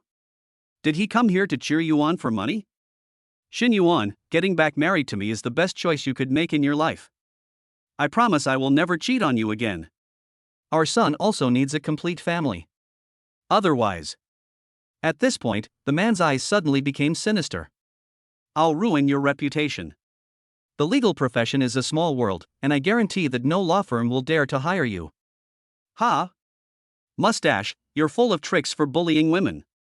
Xia Lin poured hot tea over his hand, and the cigarette butts went out. Mustache covered his hand and yelled, damn it, you fucking want to burn me to death. Do you believe I'll call the police and have you arrested? You're tired of living. If you know what's good for you, get the hell out of here. Xia Lin pointed at the no smoking sign on the wall with his finger. He ate the salmon with a carefree expression on his face and replied, are you blind? Can't you see the no smoking sign? Don't keep calling me old man, you're only worthy of being called grandson. I filmed everything you just said to my girlfriend, all the provocations and insults. I'll send it to your company email address later, so that all the employees can watch it. They're a good leader and subordinate, how they threatened their ex-wife and insulted women. And you, Mustache, you said you were loyal and persuaded my girlfriend to remarry you, but you didn't even wipe the lipstick off your shirt? At this moment, Xia Lin suddenly looked up, staring intently into the man's eyes, and pointed at him with his chopsticks. From now on, stay away from Xin Yuan. Otherwise, I will bring you down. I see that you are about 40 years old, right? You are useless in every way. If you are fired from a foreign company because of your work style, will you have to start from the bottom? Xiao Huzi then realized that the mobile phone camera on the other side had been pointed at him the whole time. He was furious and covered his face with his hands. He yelled, Xin Yuan, you're breaking the law. I'm going to sue you for violating my portrait rights. I'm going to sue you. Xia Lin threw his chopsticks at his face, grabbed him by the collar, and swung his fist. Seeing this, Xin Yuan yelled, Xia Lin, don't hit people. Chapter 19 I'll show you. Xia Lin's fist was only a few centimeters from Xiaobuzi's eyes. He held his fist still, while Xiaobuzi's hands gripped the table tightly, his body subconsciously backing away. Xia Lin was 1.85 meters tall, but he liked to keep an American crew cut, and his biceps, visible under his short sleeves, looked even more solid under the explosive force. The mustachioed man's legs trembled a little. You dare to hit me, I'll call the police. You're so young, don't you want to avoid a criminal record? Xia Lin put his fist away, grabbed him by the collar and whispered in his ear. Even if I cripple you today, I'll be fine. I'll be able to walk around the streets tomorrow just the same. If you don't believe me, why don't I try it for you? Mustache swallowed his saliva and continued to be stubborn. I don't believe it. This is a society ruled by law. It's impossible. Xia Lin gave a playful smile. Okay, let's play. Xia Lin picked him up by the collar, forced him into a corner, and swung his fist at him to scare him. Xia Lin stood up, and Xin Yuan couldn't see where Mustache was at all, as he was completely covered by his broad frame. Xiao Huizi saw the ruthlessness in his eyes, and this time he trembled and begged for mercy, this time out of fear. No, brother, I believe you, I believe you. Xia Lin let go of his hand and pushed him back gently, and Xiao Huizi almost couldn't stand up straight. Xia Lin sat back down, took a pair of new chopsticks, and picked up some food for Xin Yuan, and then drank 2 shots of baijiu. He raised his glass and shouted at the mustache, Hey, senior, come on, let's have a drink together. I'll take care of Xin Yuan from now on, so don't forget to transfer the alimony on time. If you delay even one day, the video in my hands will. The mustache turned his gaze to Xin Yuan, and his tone became a bit ingratiating. I will fulfill my alimony obligations according to the divorce agreement, and that's it between us. I have something else to do. How do you describe the way the mustache looked when he left? In a panic? Or with his tail between his legs? Xin Yuan let out a long sigh of relief, tilted her head back and gulped down a shot of baijiu, choking and coughing. Xia Lin laughed, poured her a cup of tea and said, If you can't drink, don't force yourself. Now that the problem is solved, you can get on with your life. Xin Yuan's face turned red, and before she could take a sip of water, she covered her chest and took out her phone to transfer 20,000 yuan to Xia Lin.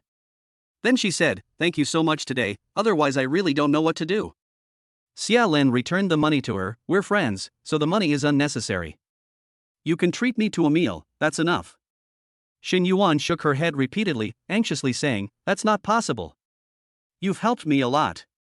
Xia Lin glanced at his phone. It's been half an hour. He was here, but his ears were always listening for any noise from the next room. Su Mo and the others had been helping Lin Yin to block the wine. It's been half an hour, and Lin Yin should be unable to hold his drink much longer. Little Rabbit's tolerance for alcohol is poor. He politely declined Xin Yuan's offer, casually saying, Really, no need. Lawyer Xin, in the future, you can just treat me to Japanese food a few more times. I have to go, so I'll leave it at that. Xia Lin gave a polite smile, lifted the door curtain, and walked out of the room, heading towards the bathroom. He emptied the toilet, as there would be a tough battle to fight later. When he returned, he deliberately threw his lighter on the floor and squatted outside the door to take a closer look. The drinking party in the room had almost been completely wiped out, with most of the people lying on the table in a tangled mess, unconscious. Lin Yin and Su Mo had flushed faces, and judging by their condition, they were already half drunk. There were 7 or 8 bottles of baijiu and 4 or 5 bottles of Maotai on the table. The money manager was sitting next to Lin Yin, very close to her, and kept pouring from a small measuring cup into her glass. Lin Zong, have another drink. If you drink this one, I'll sign right away, and the price won't go up at all. Lin Yin waved her hand with difficulty. Mr. Qian, you're not keeping your word. You just said 1 drink, but now it's more than 1 drink. We've been working together for so many years, you can't kick me when I'm down. I'm not lowering the price. Mr. Qian picked up the Maotai bottle and filled the other small measuring cup, placing it in front of Lin Yin. He said in a particularly generous manner, In that case, Lin, let's just have 1 glass. You drink it in 1 gulp, and I'll sign right away. Su Mo held Lin Yin's wineglass in a trembling hand to stop him. Mr. Qian, you can't just force our Lin to drink alone. This glass has 2 tails of wine in it. In that case, I'll drink half of it for her. Mr. Qian was particularly angry and put the wine glass back on the table, spilling quite a bit. No way. Lin Yinyin pushed Suemo away, pointed at Qian with her finger, and smiled as she replied, "We agreed on just one glass. I'll drink it if you sign." Qian's eyes were full of cunning. "Just one glass?" Lin Yinyin waved her hand, and shouted, "Okay." Qian's eyes were full of longing, and Sumo's headache was so bad that he couldn't open his eyes. He was about to faint. Xia Lin strode in, grabbed the glass from Lin Yin's hands, put his arms around her waist, and moved out of the way, blocking them. Xianzong was furious. "Who are you? What do you want?" Xia Lin held up a small measuring cup, which was a good deal lower than him, clinked it with Qianzong's, and smiled obsequiously. "Hey, Qianzong, I'm Linzong's assistant, you can just call me Xiao Xia. They're all women, they can't keep you company well. I'll keep you company and drink with you. You tell me, do you want me to go to the Mountain of Swords or the Sea of Fire? Just tell me, I promise to do as you say." Xianzong didn't give him any face at all. He sneered, looked at the measuring cup in his hand, and raised an eyebrow at him. Xia Lin made an even bigger smile. "You see, I was in a hurry and didn't know any better. In that case, I'll drink one first to help you get in the mood." After saying this, Xia Lin gulped down a measuring cup in one go. Xianzong was suddenly interested and clapped his hands.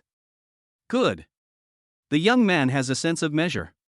Xia Lin smacked his lips and smiled, took out a supreme and lit one for him, and continued to persuade. "Xianzong, we are old friends, let's make money together, and look at this contract. And give our Linzong face." Xianzong had also drunk quite a bit, in fact, not much combat power was left.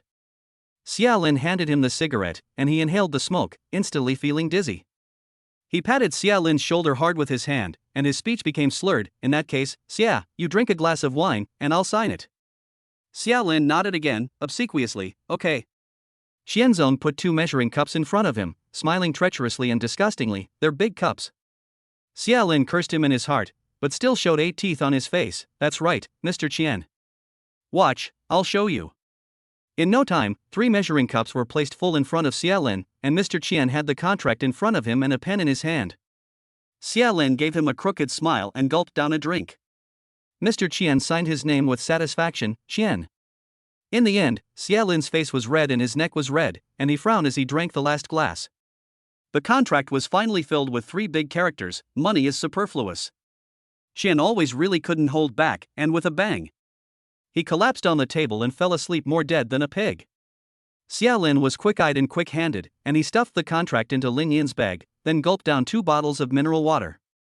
Hugging the sleepily snoring Lin Yin in his arms, he cursed under his breath. "MD. My stomach is burning." Lin Yin's little hand wrapped tightly around Xia Lin's neck, and she tried hard to lift her eyelids, pressing her hand against his nose and twisting it into the shape of a pig's snout. "Xia Lin, why have you become a pig?" Then she rubbed herself hard against his chest, with a crying voice full of grievances. "Are you going to leave me?" Chapter 20. What do you still like about me? Xia Lin picked up the mineral water and tried to feed it to her, but Lin Yin wouldn't drink it. She pushed it away with her hand, her eyes red with tears, and asked again, "Do you really not want me anymore?" Xia Lin changed the subject and tried to feed her some more water. "If you drink this whole bottle, I'll tell you." Lin Yin pouted, "Okay." Then she gulped down the remaining half of the bottle and waved the empty bottle in Xia Lin's face. The tears in her eyes were crystal clear and sparkling, waiting for Xia Lin to praise her. "I'm done." Xia Lin wiped the corner of her mouth and said calmly, "Well, I called a designated driver, and it will be a while before he comes. You go to sleep first, you've had a lot to drink." Lin Yin's hand weakly hammered on his chest, and with a hoarse voice she said again, "Didn't you say you'd tell me when you were done?" "Xia Lin, you big liar. You lied to me." Xia Lin had drunk almost a caddy of baijiu on an empty stomach and was also suffering from a headache, which was made worse by Lin Yin's fussing. Frowning, Xia Lin scolded, "Behave yourself, no fussing." Lin Yin rubbed his brow with a finger and said to herself with an innocent expression, "No frowning, it's not good looking. I like to see you smile, you look handsome when you smile." Yes, but you also have a bit of a mischievous streak." Xia Lin was instantly amused by her and in a playful mood, so he asked again, "What else do you like about me? Tell me everything. I also like that hairstyle you had in college, it was even cooler than Huang Jingyu's." And Lin Yin's finger slid down his forehead all the way to his waist, and she gave it a little flick with her hand. Still looking at him with an innocent face, she blinked her eyes. Xia Lin instantly tightened his brows again, looking at her with disgust, muttering. She looks like a little white rabbit, but inside she's a little hooligan. Where did she learn all that? Lin Yin was so sleepy that she couldn't hear what Xia Lin was saying. She let her hand fall where it was and fell asleep with her head tilted back. Xia Lin put her hand back in place, took out his phone and called Yang Su. Don't say I don't miss you, I'm giving you a chance to show yourself. Your ex-girlfriend is at a Sichuan restaurant, drunk and unconscious. If you want to make up, come over and take care of her. Yang Su, I'll be right there. After hanging up, Xia Lin hugged Lin Yin and walked over to Wang Zhirui, kicking him with his foot. Wang Lao, wake up. Wang Zhirui rubbed his eyes hard. Brother Lin, you're here for work? Do you want some coffee? Xia Lin kicked him again. What work? You're responsible for taking these remaining colleagues home. Keep the receipts and let Lin Zong reimburse you on Monday. Wang Zhirui still had a drunken look on his face. Okay. Xia Lin was worried and added, if you don't sober up, I'll let Lin Yin fire you. This sentence worked. Wang Zirui's eyes widened, and his mind cleared up a lot. He stared at Xia Lin with wide eyes and promised. Boss, don't worry, I'll definitely get them home safely. Less than 10 minutes later, Yang Su walked in. His style of dress was completely different from Xia Lin's, who mostly wore casual clothes. Yang Su had a crew-cut, rimless gold-framed glasses, and a well-tailored, high-end suit. The two men had a few things in common. They looked thin in clothes, but had a bit of meat on them. When they took them off, their skin was white and rosy, and they had tall, straight backs. They also had an identical black Seiko, a gift from Yang Su to Xia Lin when he was admitted to university. Yang Su hugged Su Mo, who was also drunk as a skunk, into his arms, raising one eyebrow. His voice was low, magnetic, and slightly cold. How did you get drunk like this? Lin, how are you taking care of them? Xia Lin stood opposite him, hugging Lin Yin, and gave him a disgusted look. Have you forgotten how you got separated? Stop meddling. Stop asking questions. Stop being so paternal in your tone. I'll take care of him. Don't take advantage of someone in trouble. Su Mo has a bad temper. Before he could finish his sentence, Yang Su took Su Mo and walked out, not forgetting to fire back. You've divorced Lin Yin, but you're still holding hands so tightly? I think you're the one not taking advantage of someone in trouble. Just mind your own business and worry about your own life. Xia Lin followed behind him, his tone rising at the end. Now Lin Yin always wants to do things my way, forcing her way on me. I'm not like you, I'm in control. You'd better think about how to win Su Mo back, Yang Ba always. Yang Su stopped walking, turned around and looked at Xia Lin, smiling. Xia Lin felt cold all over when he smiled at him. What the hell? Don't smile at me like that, I don't have any feelings for you. Yang Su tilted his head and lowered his eyes, smiling again. You're in control? Where do you live now? And where do you work? Xia Lin didn't know how to answer for a moment. Ring. Xia Lin's phone rang. He ignored Yang Su and walked straight out, putting on his shoes and carrying Lin Yin's shoes in his hand. Yang Su followed behind, also carrying Su Mo's shoes. Yang Su was bored and teased him spitefully. You're wearing matching shoes? If I remember correctly. This is the anniversary gift I picked out with you, right? What do you think? Brother's taste is good, isn't it? Xia Lin said without turning his head. Sometimes, I really wish you were a mute. Yang Su, you brat. Come over for dinner sometime, the old man has been talking about you a lot lately. Got it. Just get lost, you nag. The waitress ran out and caught up with Xia Lin. Sir, you still haven't paid for D21. Xia Lin put Lin Yin in the back seat of the Maybach, leaned his arm against the door, and grinned wickedly. That bald old guy in there has a lot of money in his wallet. Charge it to his card. That's my good brother. We all know each other. The waitress was a little overwhelmed by his smile, and said, Okay, sir, you take care. Xia Lin, charge it for 200, and consider it a tip from me. The waitress was overjoyed. Have a safe trip, handsome. The designated driver drove for 20 minutes and arrived at Sichuan number 1. At 11 p.m., there were almost no people in the parking lot. Xia Lin sat in the back seat, turned on the roof light, and quietly watched Lin Yin. She was sleeping soundly, with a light blush on her face. There was a hint of alcohol on the air, along with the smell of flowers. Xia Lin took off his jacket and gently covered her. Perhaps it was because of the alcohol, but people always reminisce about the past. Xia Lin's thoughts drifted back 4 years ago, and Lin always slept like this, quietly. Back then, Xia Lin looked forward to the moment Lin fell asleep every day, so that he could admire her beauty without restraint. Just like now, Lin was asleep again. Could he be unrestrained again? He stared at Lin Yin's rosy lips, and his body leaned closer and closer, his breathing becoming lower and lower. Until he touched those familiar, soft lips, Xia Lin could no longer hold back, and wanted more. Lin was awakened by his kiss, and she wrapped her hands tightly around his neck. Her body slowly reclined in the seat, and she tilted her head back to respond to his kiss. Xia Lin noticed that Lin had woken up, and hastily stopped. Lin slowly opened her eyes and gazed deeply into his eyes. Xia Lin, however, guiltily avoided her burning gaze. Lin stroked his side with her hand. Under the influence of alcohol, her eyes were hazy and charming, and she smiled tenderly and indulgingly. "Stupid brother, why do you still like to kiss me secretly? Do you want me to continue pretending to sleep? But I don't want to pretend anymore." Lin Yin's voice was particularly soft, as if a soft feather gently stroked his heart. Xia Lin's heart was itching, and his little universe wanted to explode. He tried to break free from Lin Yin's embrace, but Lin Yin's arms were locked in place. She also shouted in a babyish voice, "Don't run." How could she have such strength when she was so drunk? Lin held him tightly. "Xia Lin, don't move. You kissed me, so I have to kiss you back." Chapter 21 Lin Can's father hadn't even given Xia Lin the chance to refuse, when Lin quickly kissed Xia Lin on the lips, and then bit him. Xia Lin pushed her away with his hand. It was even. Lin didn't say anything, but fell asleep with a red face. Xia Lin couldn't help but smile, she was quite cute when she was drunk. He walked slowly out of the parking lot and towards home, with Lin Yin's bag hanging around his neck and Lin in his arms. The next day at noon, Xia Lin was sound asleep. Zhang Xiaowan opened the living room curtains, and the bright, blinding sunlight warmed the whole house. "Yin, is there something wrong with you too? You're not sleeping in a nice bed, but on the floor. Hurry up and wake Xia Lin up, and is having surgery today, haven't you forgotten?" Lin Yin's little hand moved away from Xia Lin's waist, and she rolled onto her side and gave Zhang Xiaowan a shush. Her voice was very soft. "Mom, keep your voice down. Xia Lin threw up most of the night, let him sleep a bit more. Annen's surgery was in the evening, we remember." After she finished speaking, she gently lay back in Xia Lin's arms, resting her head on his arm in a particularly feminine and shy manner, her face full of happiness. Zhang Xiaowan sat at the dining table, playing with her phone and teasing her. "Do you know how to treasure him now?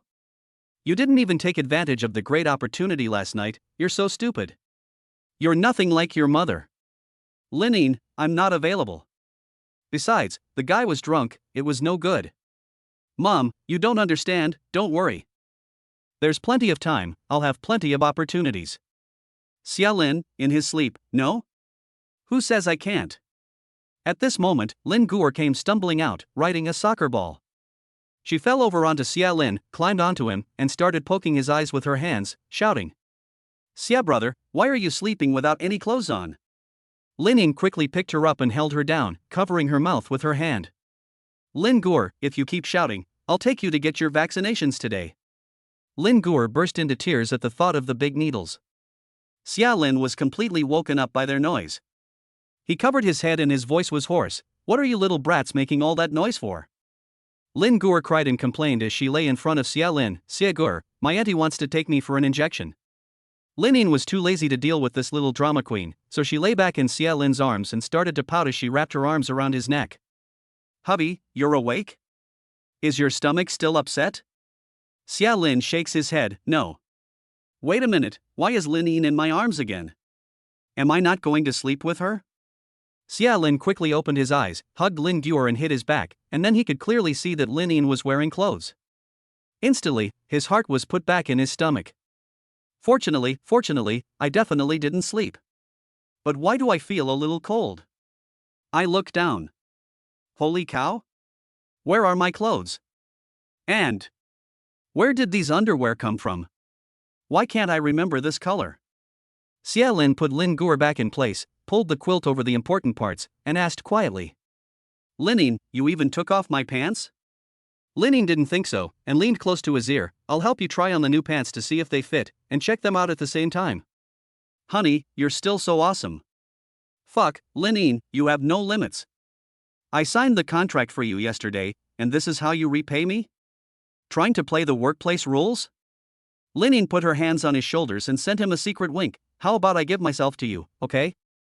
Lin Guer sat between the two of them, covering her ears with her hands. Not suitable for children. What kind of dreams are you having in broad daylight? Xia Lin quickly hid away, wrapped in a quilt, and went to the study to change into a bird suit, then went to the bathroom to wash up. Lin followed him over, her enchanting figure leaning lazily against the door. Anin is having surgery today, so don't go running around. Xia Lin, I know. After a few seconds, Xia Lin's phone lit up. It was a VX transfer, and Lin had transferred him 130,000 yuan. Xia Lin hadn't accepted it yet when Lin Yin's voice came from the door again. Thanks to you last night, we were able to recover a lot of losses for the company. 100,000 is a bonus and 30,000 is your salary. Keep up the good work, Assistant Xia. Xia Lin didn't refuse, thinking that Xian would need various imported medicines after the operation. Thank you very much, President Lin. Lin pouted outside the door. Behave. Hurry up and come out to eat, I've made noodles for you. Oh. At lunch, Xia Lin wolfed down his food, and after a bowl of hot noodles, his stomach finally warmed up. Last night, he drank almost a caddy of baijiu on an empty stomach, and when he returned, he got caught in the cold wind, so as soon as he arrived home, he threw up. He then blacked out completely. Lin Ying, however, didn't eat much, and the whole time, she was messaging Su Mo on her phone. Lin Ying, Mo. Last night, Xia Lin and I kissed. He kissed me first. He made the first move. Finally, there's hope. Su Mo, I want to tell you something. Lin Ying, emoticon, puzzled. Suddenly, Xia Lin's phone rang. Lin Ying hurriedly pricked up her ears and listened carefully.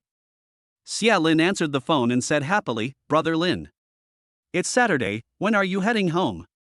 As soon as Lin Ying heard it was Lin Can, her ears instantly reset and she picked up her phone to look again. However, Su Mo didn't reply to her.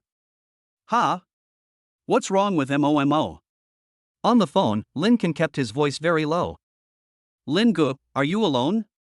Xia Lin took the opportunity to drink some water and hide from the three women at the table. He sat down in the swivel bar stool in the kitchen. What's the big deal, Brother Can? Did you get caught surfing the internet by your teacher? Lin Can didn't waste any time and got straight to the point. 500. Third grade office. Help me. Xia Lin glanced at the time and gloated, Young Master Lin, you're going to make me be your father again? How many times have I been your father since you were in kindergarten? I always play the part of the obedient son in front of your teachers. I'm divorced from your aunt, so you'd better call her. Bye. Lin Can quickly increased the price, 2,000. Please, Brother Lin, if my aunt finds out. There will be an 8.0 earthquake in the family. Xia Lin, quite wealthy. Did your real father give you alimony again? You've caused quite a bit of trouble this time. Just wait, half an hour, meet at YU Primary School. Hurry up. Come quickly. He hung up the phone. Xia Lin happily accepted the money. He just returned to the dinner table, and Lin Ying, with her arms folded and a critical look in her eyes, asked, Has Lin Can gotten into trouble again? Xia Lin ate his noodles faster and lied without blushing, No, it's just the holidays, so let me go pick him up. You guys go to the hospital first in the afternoon, I'll pick him up. Lin Ying tugs at Xia Lin's ear, Really? Xia Lin ducks back and continues to lie, Nonsense. Zhang Xiaowan has 100% trust in Xia Lin, that's good. Tell the teacher that Lin Can will no longer live in the dormitory. You and Ying have returned to Dongshan, so you can help me take care of the two of them. Xia Lin nods, Okay, Mom. Lin Ying, who was holding a plate of food for Xia Lin, spoke softly, Then hurry back, the surgery is at 7 p.m. I know. You're so annoying. Xia Lin wiped his mouth, picked up the car keys and walked out. A few minutes after Xia Lin left, Lin Ying received a call from Lin Can's teacher. Hello, is this Aunt Lin Can? I just called Lin Can's father, but the line was busy and I couldn't get through. Can you come to the school? Lin Can has beaten 3 fifth grade students and they are covered in blood. The parents of the other students refuse to give up. They want the school to give an explanation, so please come and deal with it as soon as possible. How come this child is so small but has so much strength? Chapter 22 Lin Can's Little Aunt had just reached the halfway point when Xia Lin's phone lit up again. It was Xin Yuan calling. Xia Lin connected via Bluetooth. Hello, Lawyer Xin, I really don't want the money. Xin Yuan seemed particularly anxious. Xia Lin, are you free right now? Could you please go to YU Primary School?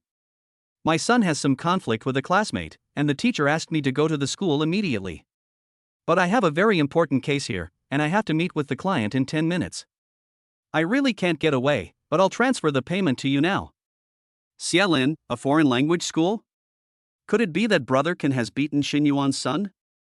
That's too coincidental. Xia Lin asked anxiously, Xin Lawyer, what grade is your son in? Xin Yuan, second grade, his name is Guli. Xia Lin was relieved. No problem, I'm going that way anyway, and my son has gotten into a bit of trouble too. Xin Yuan, you have a child? Xia Lin smiles, Godson, don't worry. Lawyer Xin, I'm very experienced at apologizing to teachers. Xin Yuan's tone becomes very relaxed. Thank you, Xia Lin, I will definitely thank you properly when I'm done. Xia Lin is still carefree. That's fine, I'll contact you later, you go ahead. Xia Lin parked the car outside the school and, feeling very familiar with the way, went to the second grade office. Lin Can is a veteran, and it's not like it'll take long, so I might as well go check on the kids first, Xia Lin thought. Before he even entered the room, Xia Lin could feel a particularly strong low pressure coming his way. And he saw an acquaintance. Lin Can. What's he doing here? Isn't this second grade? Lin Can, with his head hung low, stood on the left side of the beautiful teacher with his hands behind his back. Xia Lin looked again and saw that the boy was drawing circles with his feet. Who was he cursing? On the right-hand side of the beautiful teacher stood a small, thin, white-faced boy. His clothes were askew, he was covered in mud, and there was paper stuffed up his nose, as if he had just had a nosebleed. A second glance at Lin Can showed that he was fine. Xia Lin stood in the doorway, signaling to Lin Can with his eyes. Big brother, did you do that? Lin Can shakes his head, then nods. Xia Lin? What does that mean? At this time, the beautiful teacher noticed Lin Can's little move, and followed his eyes to look out the door. Wow, so handsome. She instantly got up. Hello, are you? Xia Lin strides in, with a smile like a beckoning cat, bowing. Hello, teacher, I am Guli's father. Guli wipes away his tears and looks up. Lin Can, no. Big brother? Playing with abstractions? It's me. I spent the money. The beautiful teacher patted Guli's little head and said gently, Guli's father, I'm really sorry. It's all because of our school's inadequate education that this child has suffered. But it's nothing serious, just a little shock. Xia Lin pointed at Lin Can, he hit you? The beautiful teacher saw that Xia Lin was all sinew and muscle and was afraid that he might do something extreme, so she hurriedly hid Lin Can behind her. She waved her hands to explain, no, Lin Can was just being brave and protecting our classmate Guli. Guli's injury was caused by a fall. Calm down, calm down.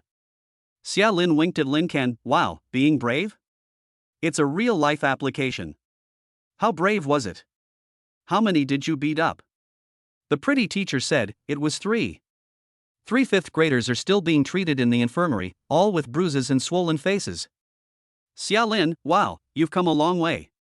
Lin Can puffed out his chest, whatever. At that moment, the third-grade homeroom teacher walked in the door. Seeing Xia Lin there, he was very surprised and asked, Lin Can's father, why are you here? I just spoke to Lin Can's aunt on the phone, she'll be here soon. Lin Can and Xia Lin shouted at the same time, what? The second-grade teacher pointed at Lin Can and then at Guli. Stammering, whose parents are you, anyway? Xia Lin was so annoyed that he answered casually, these 2 brats are both mine. The beautiful teacher's head was spinning. Both his?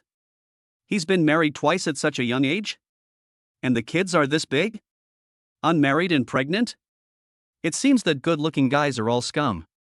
But these 2 kids don't look anything alike. Xia Lin, if Lin Yin finds out, she'll flip out and cause an earthquake at school. Not to mention Lin Can, who is dead meat, I will also be implicated. Xia Lin took one of the kids in each hand and tried to sneak away with the 2 little ones. Well, nothing serious, we'll take our leave first, their mother is waiting outside. The beautiful teacher was confused again, their mother? Current? Wow, their family has a harmonious atmosphere. Before Lin Can's homeroom teacher could stop them, Lin Yin suddenly appeared in front of them. Lin Yin and Xia Lin bumped into each other again today, wearing matching bird-themed outfits. She was wearing a black bomber jacket with the zipper pulled up to the top. Her hair was pulled back in a high ponytail, and her skin was clear and white, so delicate that you couldn't see a single pore. Her expression, however, was aloof, not a hint of a smile. The second-grade teacher was online, eating melons. Wow, is this cool-looking beauty his ex-wife or his current girlfriend? She's wearing matching outfits from head to toe, so she must be his current girlfriend. Until Lin Can shouted out that sentence, "Younger aunt." The beautiful teacher's CPU directly exploded. Younger aunt? This is Lin Can's aunt? Lin Yin's eyes were cold as she glanced at Xia Lin, but she simply ignored Lin Can. She walked directly towards Lin Can's homeroom teacher, smiled, extended her hand, and spoke softly, "Hello, teacher, I am Lin Can's aunt. Where is the injured child? Could you please take me there?" The homeroom teacher did not hurry to take Lin Yin to the infirmary, but instead explained the situation to them in great detail. "It's like this, parents. Lin Can was actually acting courageously, so please don't scold your child too much. Those older kids have been hanging out outside for a long time, and they happened to be bumped into by Lin Can on the way home from school today. Lin Can is usually quiet, but I didn't realize that he also has kung fu, and he quickly took care of those bad students. He protected the younger students, but he used too much force, and the parents of the other students are now very aggressive and are insisting that our school expel Lin Can. Our school's suggestion is that you negotiate. See if you can settle this privately." Guli shook Xia Lin's hand and asked, tilting his head, "Are you a friend of my mom's?" Xia Lin crouched down and patted the dirt off the little boy. He smiled and replied, "Today, I'm your uncle, so don't blow your cover later." Guli nodded, "Well, can you always be my dad in the future?" Xia Lin removed the paper from his nose and asked, "Why?" Guli looked at Xia Lin very seriously and said, "Because I feel that you are very capable and can protect me. That way, they won't dare to bully me anymore." Xia Lin rubbed Guli's little head with his hand and straightened out his crooked clothes. "If anyone bullies you in the future, just call me on your mom's phone. I'll come right away and sort them out for you. If you get bullied at school, you can ask brother Lin Can." "Right, brother Can?" Lin Can looked at the little guy and nodded firmly. By now, Lin Yin had also finished talking to the class teacher. He shouted at "Xia Lin, you come with me, and let the children stay with the teacher for now." The two teachers looked at each other in confusion. Xia Lin? Why is his surname Xie? Chapter 23 I'm awesome, right? On the way to the infirmary. Xia Lin rolled up his sleeves. "Lin Yin, you play the good guy, I'll play the bad guy, otherwise they'll rip us off." Lin Yin was holding her breath, but she took the initiative to put her arm around Xia Lin's. "No need, just stand there and cheer for me." Xia Lin shook off Lin Yin and whispered, "What are you doing? This is a school." Lin Yin kicked him, "What's wrong? We're husband and wife, why are you sneaking around?" Behind them, Lin Can's homeroom teacher, was surprised and opened her mouth wide, quickly returning to normal. She took out her phone and her knuckles jumped rapidly on the keyboard. Teacher Lu. They're husband and wife. Oh my god. Second grade teacher, what? This is ridiculous. Xia Lin's voice was weak. "I've been telling you, I'm Lin Can's father, don't ruin my good father image." Lin Yin then pesters him again, "You want to be a father? Then let's have a baby as soon as possible, okay?" "No. How about two, honey?" Xia Lin shakes her off again, "I'm your ex-husband." Ex-husband? Lin Yin trots up to catch up with Xia Lin, "Then what was that kiss last night? You're a sneaky kisser. You used to sneak kisses at me all the time." Xia Lin pretended to be deaf and dumb, "You kissed me last night too, so we're even. It's just the relationship between ex-husband and ex-wife." Lin Yin took Xia Lin's arm again, stood on her tiptoes, and glared at him in a particularly arrogant manner. "Don't even think about it. You'll be mine for the rest of your life. Even after you die? Nonsense, even after you die, you'll be buried with me." Ugh. Xia Lin. What's with the talk of death? You go and find some wood, and pfft. Xia Lin was annoyed by her nagging, so he found a big tree. Put. Lin Can's homeroom teacher couldn't help but feel helpless. What childish people. Lin Can's aunt was so young, so pretty, and so successful in her career. She actually married him despite everything? All along the way, she couldn't get enough of him. What was so good about this guy? Soon they arrived at the infirmary. Xia Lin still turned on the camera on his phone in advance and held it in his hand. As soon as the couple entered the door, the three parents of the perpetrators could not wait to devour them alive. How did you raise your children? Look at the beating our child has taken. I heard you are still the boss of a company. Can you just hit people if you have money? This thing will cost hundreds of thousands of dollars. Don't even think about reconciliation. It's true that what kind of parents raise what kind of children. Are you the father of that little thing? You look like a social loser. Don't think I'm scared just because you're so strong. You're all just dead muscles from the gym. Lin Can's homeroom teacher, parents, please calm down. Don't insult the other parents. Your child started it, and he hit our Lin Can. These parents are all going after Lin Can's homeroom teacher, shouting abuse at him and looking menacing. Xia Lin has a short temper and doesn't want to hold back for another minute. But Lin Yin got there first and stood in front of the homeroom teacher. Shut up. Lin Yin's eyes were cold as she took out her phone calculator. 10,000 yuan each, if you agree, signed the reconciliation letter. Several parents exchanged sly glances. No way. Our child has been seriously injured, look, his nose is bleeding. Xia Lin's eyes were filled with anger. You don't want to give face, do you? Hey, how can you talk like that? I'm telling you to be civil. If you make me angry, I'll call the police right now. Then I'll see how your kids can go to school. The class teacher was terrified and quickly went over to calm the other party. Lin Yin grabbed her wrist and took another step forward. She opened the dial button and entered 110, holding up the phone. With a teasing look in her eyes, she said, then call the police and let them handle it. Even if an underage primary school student has a minor conflict at school, the punishment will not be severe. At most, they will be required to pay compensation according to the law. I promise you that you will not get more than what you have now. Moreover, I will invite some media friends over to interview the schoolmates and find out who has been bullied by your good boys. By then, this incident will have a greater impact and the truth will be made public. Lin Can, on the other hand, helped his classmates and did the right thing. Your children, on the contrary, learn from the bad guys. Parents of students have eyes, see who they will sympathize with? Who they will feel the same way. Even if the end result is not ideal, your child and our child will both be expelled from school. Our family has a lot of money, the worst that can happen is that Lin Can will have to change to a better school. Do any of you have other school district houses? Or, are you all worth over 100 million? The parents of the children across the street looked at each other, glanced at each other secretly, and then lowered their heads one after the other. Lin Yin put her phone back in her bag, her whole body beaming, as if she had just won a beautiful battle.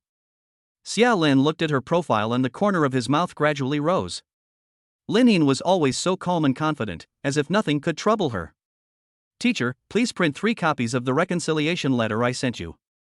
Have the parents sign it and I'll make the payment. It was only then that Teacher Lin Can came back to her senses. Oh, okay. At this moment, Lin Yin suddenly turned her attention to Xia Lin, first winking at him, then sticking out her tongue. It was as if she were saying, I'm awesome, so praise me. Xia Lin was taken aback, and smiled, winking at her. He even gave her a thumbs up with both hands to praise her. 20 minutes later, the 2 adults and 2 children bid farewell to their teachers and walked out of the office. As soon as they had left, the teachers gathered together to gossip. Lin Can's homeroom teacher, a cup of water in one hand and her waist in the other, raised her voice. Let me tell you, female CEOs are awesome. Don't be fooled by this beauty's young age. And her commanding presence just now. She's even more domineering than our female headmaster. In the schoolyard, Lin Yin pointed at the little guy in front of her and asked, Lin Can's father, who is this? I heard from the teacher that you are also his father? When did you have so many sons? Xia Lin laughed happily, wanting to light a cigarette and tell the story in detail. Lin Yin snatched it away from him and poked him hard in the forehead with her finger. What are you doing? Be careful in school. And smoke less for me. Don't affect having children in the future. Xia Lin muttered reluctantly, Can you stop talking about having kids, Lin? Who wants to have kids with you? I don't want to be a dad. I've been a dad to your nephew for 4 years, and I have to come to school every month. It's annoying. Lin Ken retorted, Lin Gu, I always pay for it, okay? Don't say you're so innocent. Lin Yin grabbed Xia Lin by the ear, narrowed her eyes and asked with a smile, tell me, how much money did you embezzle from our Lin family? I never thought that Xia Lin would become so successful now. You even have the nerve to earn money from elementary school students. I was just getting a reasonable reward for my work. Let go.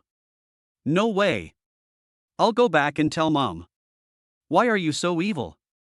You're just a snitch. How dare you scold me? Xia Lin just could not let go of Lin Yin, no matter what. He had to tickle her to get her to let go. The two of them fought and played around behind the others. Childish. The two little ones walking in front. Guli, Brother Can, you are really happy. Can I ask Uncle Xia to be my father too? Lin Can, of course you can. But I'm a little hungry, can you buy me KFC? Chapter 24 an 8 magnitude earthquake. Guli nodded obediently, okay. Lin Yin Gang just finished picking on the older one, and now he was picking on the younger one's ear.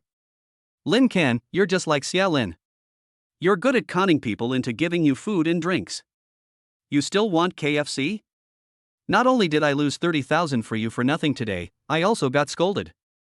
In the future, when you encounter this kind of situation, immediately report the teacher. You're just a little kid, what kind of heroism are you trying to show? If you dare to cause trouble again, I'll teleport you back to the United States immediately. You'll never be able to eat hot pot, roast duck, or mala soup again. Lin Ken covered his ears and begged for help, Brother Lin, save me. Xia Lin was about to beg for Lin Can's forgiveness, but Lin Yin gave him a look that was even sharper than a knife. Xia Lin pursed his lips, but swallowed back the words. It was a little after 1 p.m., and they were at KFC near the city hospital. The two little ones were gobbling up their food. Lin Yin held the fries up to Xia Lin's mouth, her voice as sweet as mayonnaise, honey, open your mouth. Xia Lin dodged, and pinched 2 fries into his own mouth. Lin Yin glowered as she put the fries in her mouth, you're not giving me any face at all. Xia Lin's expression is serious, the kids are here, behave yourself. Don't set a bad example for the kids. Lin Yin glares at him fiercely, when we go to the hospital later, where is this little guy? Xia Lin takes a sip of cold Coke, I already spoke to his mother, he should be here soon. Lin Yin presses on, who is his mother? I can hear from your tone that you seem to know each other very well. Xia Lin, you big assistant. Guli was holding a large hamburger in his hands, his mouth full, with tomato sauce all over his lips, as he licked his lips. My mother is a big lawyer. Very famous. Lin Yin shot meaningful looks at Xia Lin. Oh, a big lawyer? Why don't I know her? Women are just chatterboxes. Xia Lin ignored Lin Yin and waved at the woman who was pushing the door open. At first glance, Lin Yin thought she looked familiar, as if she had seen her somewhere before. At second glance, she suddenly realized. Isn't this the woman from the Japanese restaurant last night? In one night, she became someone's father? Relationships develop quickly. Lin Yin slammed her hand on the table and shouted, Xia Lin. This surprised the 3 men at the table, and they all trembled. Xia Lin sat further away from her. What is it now? Isn't that her from last night? You said. Xia Lin answered without hesitation, yes, so what? She helped draft our divorce agreement. Lin Yin was even more angry, you knew each other long ago? You knew her before our divorce? Xia Lin, yes, but yesterday was a coincidence. As she watched Xin Yuan walk over, Lin Yin turned her face to the other side and refused to speak. Xin Yuan was holding a high-end men's suit in her hands, which she handed to Xia Lin with special shyness and sincerity. Her face was as red as a big apple. Xia Lin, I really can't thank you enough. My teacher told me what happened. I'm really sorry to have troubled you twice today, thanks to both of you. You wouldn't accept the money I transferred to you, so I took the liberty of buying you a jacket. I bought it based on my own guesses, so please try it on and let me know if it doesn't fit. Xin Yuan arrived in a hurry, so she was too busy thanking him to notice that Lin Yin, who was pretending to look at her phone while lowering her head. But in fact, it was the big jealous Lin Yin. Lin Yin's lips moved slightly, and she refused to let go of Xia Lin's thigh. In a voice only the two of them could hear, she threatened Xia Lin, if you dare to accept this, I won't let you off today. Xia Lin hadn't wanted to accept it at first, but Lin Yin's strong and domineering attitude instead stimulated his rebellious streak. Xia Lin took it in his hands and looked at the size. He smiled politely and said deliberately loudly, "Thank you, Lawyer Shin, this is the size I usually wear."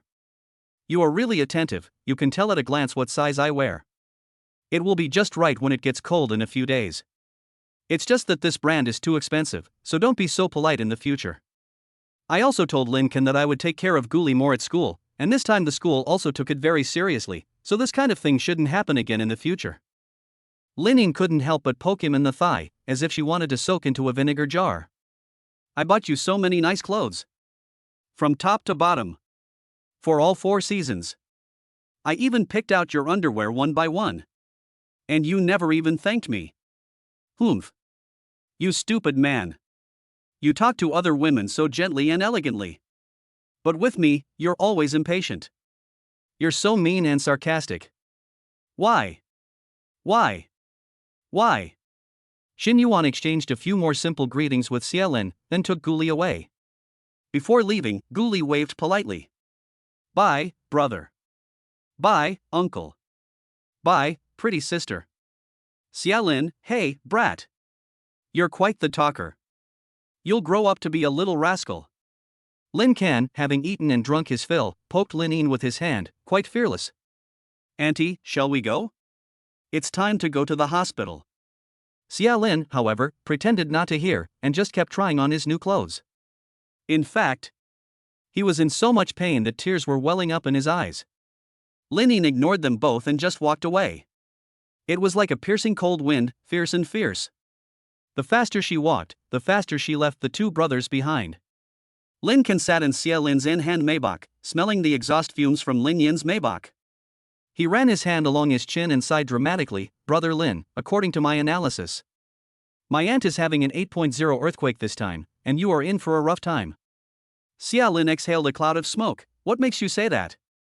Lin Kan continued to run his hand along his chin. "A 3.0 earthquake, at most you will simply make a few disparaging remarks," her eyes full of disdain. "Xia Lin, go on." Lin Kan, "A 5.0 earthquake, yelling and screaming, sometimes even getting physical, plus calling to tell on you. The worst is an 8 magnitude earthquake. She doesn't say a word, ignores you, and doesn't get angry. But the extreme coldness she exudes makes it impossible for grass and animals to grow within a 5-mile radius. This is the prelude to a storm. Comrade Xie. You, of all people, should know better than to provoke her." Xia Lin was amused by the boy. "You're quite the expert on your auntie, I'll give you that." Then he started ranting, getting more and more worked up as he spoke. "She and I are divorced, right? Other women buy me clothes as a thank you. Why should she be angry? Besides, I haven't done anything shameful. Even if I did something with someone else. What does she care? She just squeezed my thigh until it turned purple. I didn't get mad at her, so why should she? Let me tell you, Lin Kan, your auntie is spoiled by me. You can't spoil her too much. But you're still young, so you won't understand. Before we got married, she didn't have such a bad temper. After we got married, she became successful in her career. She became more and more overbearing with me, and she exploited me even more. For President Lin, home is just like a hotel. I'm her room service. You can see that, after just being gentle with me for a few days, she's back to her old self. She's clearly a tiger, but every day she acts like a little white rabbit in front of me. She's unreasonable and cries all the time." Lin Kan frowned and pondered. "So why didn't you 2 just talk it out? Solve the problem." Xia Lin shrugged. "She's the president, she's busy." "So you just got divorced?" "That's right, it's all settled now. It's over." Unexpectedly, Lin Yin's voice came through the car's Bluetooth. Her voice was devoid of emotion. "So Xia Lin, you're tired of me because I have a bad temper. Is that why you want a divorce?" Xia Lin then realized that his phone had accidentally touched the first digit of the dial key in his pocket. Xia Lin slammed on the brakes, coming to a screeching halt in the middle of the road. He gripped the steering wheel with both hands, not daring to make a sound. Lin Kan rubbed his head and groaned, "Ouch." Xia Lin covered his mouth. "Shoo, shut up." Chapter 25 Little Xia Lin. Lin Yin's voice came again, even colder than before. "Speak." "Xia Lin, heaven spare no one. You really can't cricket behind someone's back. Especially your ex-wife. Next time, be sure to turn off the phone before you cricket. Apologize? but I just bragged in front of the elementary school students and immediately apologize. It's too humiliating. In the parking lot, Xia Lin watched Lining get out of the car and slam the door shut with a loud bang. Xia Lin, if I slap myself in the face with this much force, will it make such a loud noise? Xia Lin touched his face and rubbed it. Brain, wait, why are you such a loser? Lining stood in front of Xia Lin's car with her cell phone in her hand, her eyes red. The parking lot was deserted, and a cold wind blew by. She is thin and pitiful. What a poor little rabbit. Lining continued. Xia Lin answered, you hate me and can't stand me anymore, right? That's why you want a divorce? You've given up on me, haven't you? Xia Lin's palms were sweating, and his hands were still gripping the steering wheel mechanically, but his face was a little pale. Lin Ken, brother Lin, your legs seem to be shaking. Shut up, it's all your fault. If you hadn't mentioned the earthquake, I could have asked her out. Look at your aunt, she's so angry she's crying. Lin Ken, you're totally responsible for this. Lin Ken, it wasn't you, big brother? Who on earth made her cry? I really want to play back the video. Was the little white rabbit really crying this time? Did she really cry? Then I'd better apologize, what I said just now was pretty mean. After the divorce, Lining was attentive and obedient.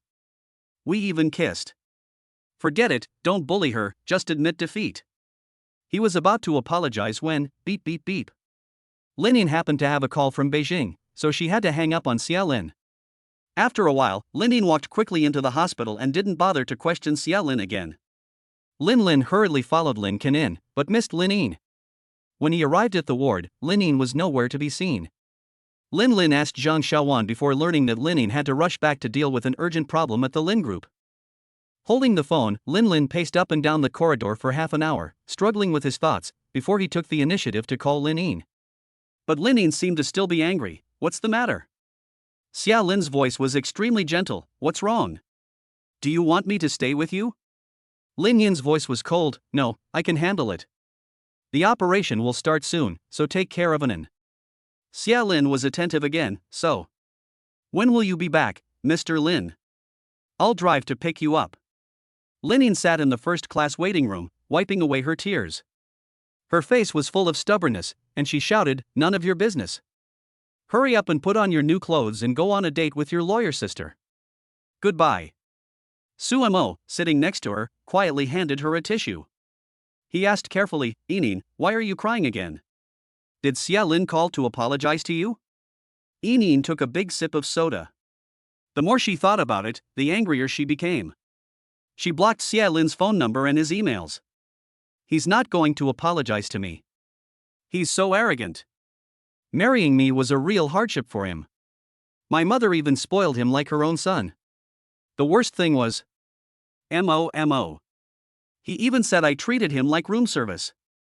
All the kindness I show him now is an act. What big tiger, little white rabbit. Xia Lin really went too far. That female lawyer just sent him a shirt. Look how happy he was. He couldn't wait to wear it right then and there. I've given him so many shirts, and I've been gentle and kind every day. But he said I was being unreasonable. Men are all bad. They like new things and get tired of old ones. Suemo blushed and whispered, not really. Our Yang Su is faithful. Lining snorted and turned her head to the other side. You've made up with him. Xia Lin is a smelly monkey, but he's quite active when it comes to matchmaking for others. Suemo put her arm around Lin Yin and gave her some advice. Why don't I ask Yang Su for you? How do you get a hold of Xia Lin? They grew up as brothers in the same pants, and they probably know everything about each other, including the moles on their butts. Lin Yin suddenly blushed. Xia Lin doesn't have any moles on his butt. Suemo couldn't hold back any longer. Yin, you're such a love-struck idiot. Lin Yin directly dialed Sumo's number. I'll ask right away. 2 months later, Dongshan ushered in the first winter, with drizzling rain that fell and froze on the ground. Xia Lin stood in the hospital smoking room, staring out the window until the cigarette butts burned his hands, and then he came back to his senses. He was in no mood to admire the rain and snow. Lin Yin had been back in Jing City for 2 months. During this time, she called Zhang Xiaowan every day to ask about Xia Yin's condition. But she never once asked about Xia Lin. However, his salary was transferred to him on time, and Lin Yin knew that he needed the money now. Fortunately, Xiaoyan's surgery went very well, and after a few more days of observation in the hospital, she could go home to recuperate. The doctor said that she could return to school and resume her normal studies in 3 months. The stone that had been weighing on Xia Lin's heart gradually lightened. Xiaonan would be back soon after the new year. But Lin Yin's office drawer had been quietly lying Xia Lin's contract of sale, and the drawer was not even locked. As long as Xia Lin took it and destroyed it, Lin Yin would no longer be able to suppress him. This was Xia Lin's thinking 2 months ago. But in these 2 months, something in Xia Lin's heart has been growing wildly and savagely. What's very exaggerated is that Xia Lin dreams of Lin Yin every night. The scenes are very intense and not suitable for children. Lin Yin blocked him on WeChat and on the phone, so Xia Lin could only send her messages. Every day, he told her that Anan was doing well, that the family was doing well, and that the company was doing well. Lin Boyer was doing well, Lin Ken was doing well. And the team was doing well. As well. He sent message after message, making up all kinds of things to say. At first, Lin Yin didn't read his messages. Suamo would reply to him, saying that there were some problems with the RD team and that Lin Yin was busy and didn't have time to reply. Later, Lin Yin got annoyed and replied, "If you want to apologize, just say so." Xia Lin was honest. "Lin Zong, I'm sorry." "Lin Yin, I'm sorry, I don't accept it." Xia Lin sent a message immediately, "I'm not wearing the shirt." Lin Yin replied immediately, "It's got nothing to do with me." Xia Lin, "Then why are you so angry?" Lin Yin, "Ridiculous, which eye of yours saw me get angry for you? Younger and cuter guys than you can be found everywhere. You're 28, and you know better than that. So Assistant Xia, you're just overreacting." Holding his phone, Xia Lin felt a little overwhelmed. Scratching his head. Heart fluttering. Humiliated. What's wrong with being 28? It's the time when you're most sought after. You think I've wasted my time training my legs as your buddy? 2 months ago, you were charming and sexy, wearing your battle armor. You were shouting, "Hubby, hubby." Day and night, she would crawl into his arms, and she was always crying and acting like a little baby. How could she suddenly change like that? She caught Xia Lin off guard. Now Lin Yin's attitude is cold and indifferent, leaving Xia Lin's heart hanging in the air. Hanging in midair, with a little salt. And slow roasting over a small fire. It's so hard. It's better to just kill him with one stroke and get it over with. Xia Lin, if you want to vent, you can call me and yell at me. I was just being friendly. I don't dislike you, Yin. Lin Yin, it's got nothing to do with me. And from now on, please address me by my first name, ex-husband. Xia Lin stubbed out the cigarette but with a vengeance. Unwillingly, he posted again, "No more husband? Lin Yin, like hell you are. 3 p.m., T2 exit, pick up. Do your job well, Assistant Xia." Xia Lin is delighted, it's coming back. Okay, Lin Zong. Shall I bring milk tea and cake for you and Su Zong? I remember you like milk green with jasmine fragrance, and I like it too. Lin Yin, I don't like it, stop flattering. Xia Lin is deflated, but there's nowhere to vent. He climbs up and down the stairs in the hospital, frantically expending all that pent-up energy. Meanwhile, in Beijing, Lin Yin is at home. Lin Yin is wearing a beige cashmere home coat, with her hair in a bun, lying on the sofa with her head tilted back. She has a face mask on her face, and she is giggling non-stop while holding her mobile phone in her hands. So happy. Little Xia Lin. Always makes me angry. Chapter 26, From now on, please call me President Lin. The black Maybach drove smoothly on the highway. Xia Lin glanced at the rearview mirror, it seemed like he had lost weight. The strawberry-mango combination was her favorite, but she hadn't eaten a bite. The air was filled with the sweet, enticing fragrance of fruit, as well as a light milk aroma. Lin Yin swallowed with a pout. No. I can't eat it. How can I be easily appeased by just one piece of cake? Yin, don't you think my new hairstyle is cool? Xia Lin broke the eerie silence. Lin Yin had just walked out of the arrivals gate when she spotted Xia Lin in the crowd. Xia Lin today was really surprising. It was obvious that he had just had his hair cut today. He had remembered everything she had said the last time she was drunk. It was the American-style front fringe she liked. He is even better looking than Huang Jingyu. He is Lin Yin's, with a youthful sense of Xia Lin. Lin took a sip of water and pretended to be disdainful, not handsome. The smile on Xia Lin's face froze, and a flash of loss passed by. Oh, it cost me 280. Lin looked at the back of his head, and the corners of his eyes slightly curved. I really want to touch it. Xia Lin's head just got a haircut, it feels so comfortable to touch. It's like the head of a freshly shelled chick. But as usual, her voice was cold. Why? You want me to reimburse you for this too? Xia Lin let out a silent sigh and didn't respond. He had wanted to cheer her up and earn some praise. Unexpectedly, Lin didn't buy it at all, and 280 yuan was wasted. It's been 2 months, and she's still so touchy? I only did that once behind your back. Just once, and you heard the whole thing. So, Inin, are you going straight home or to the office? Lin withdrew her gaze from the cake, glared at him in the rearview mirror, and coldly replied. Thank you, assistant, but in the future, please call me President Lin, or Lin, and don't make me repeat myself for the 3rd time. I'm going to the hospital to see Inin.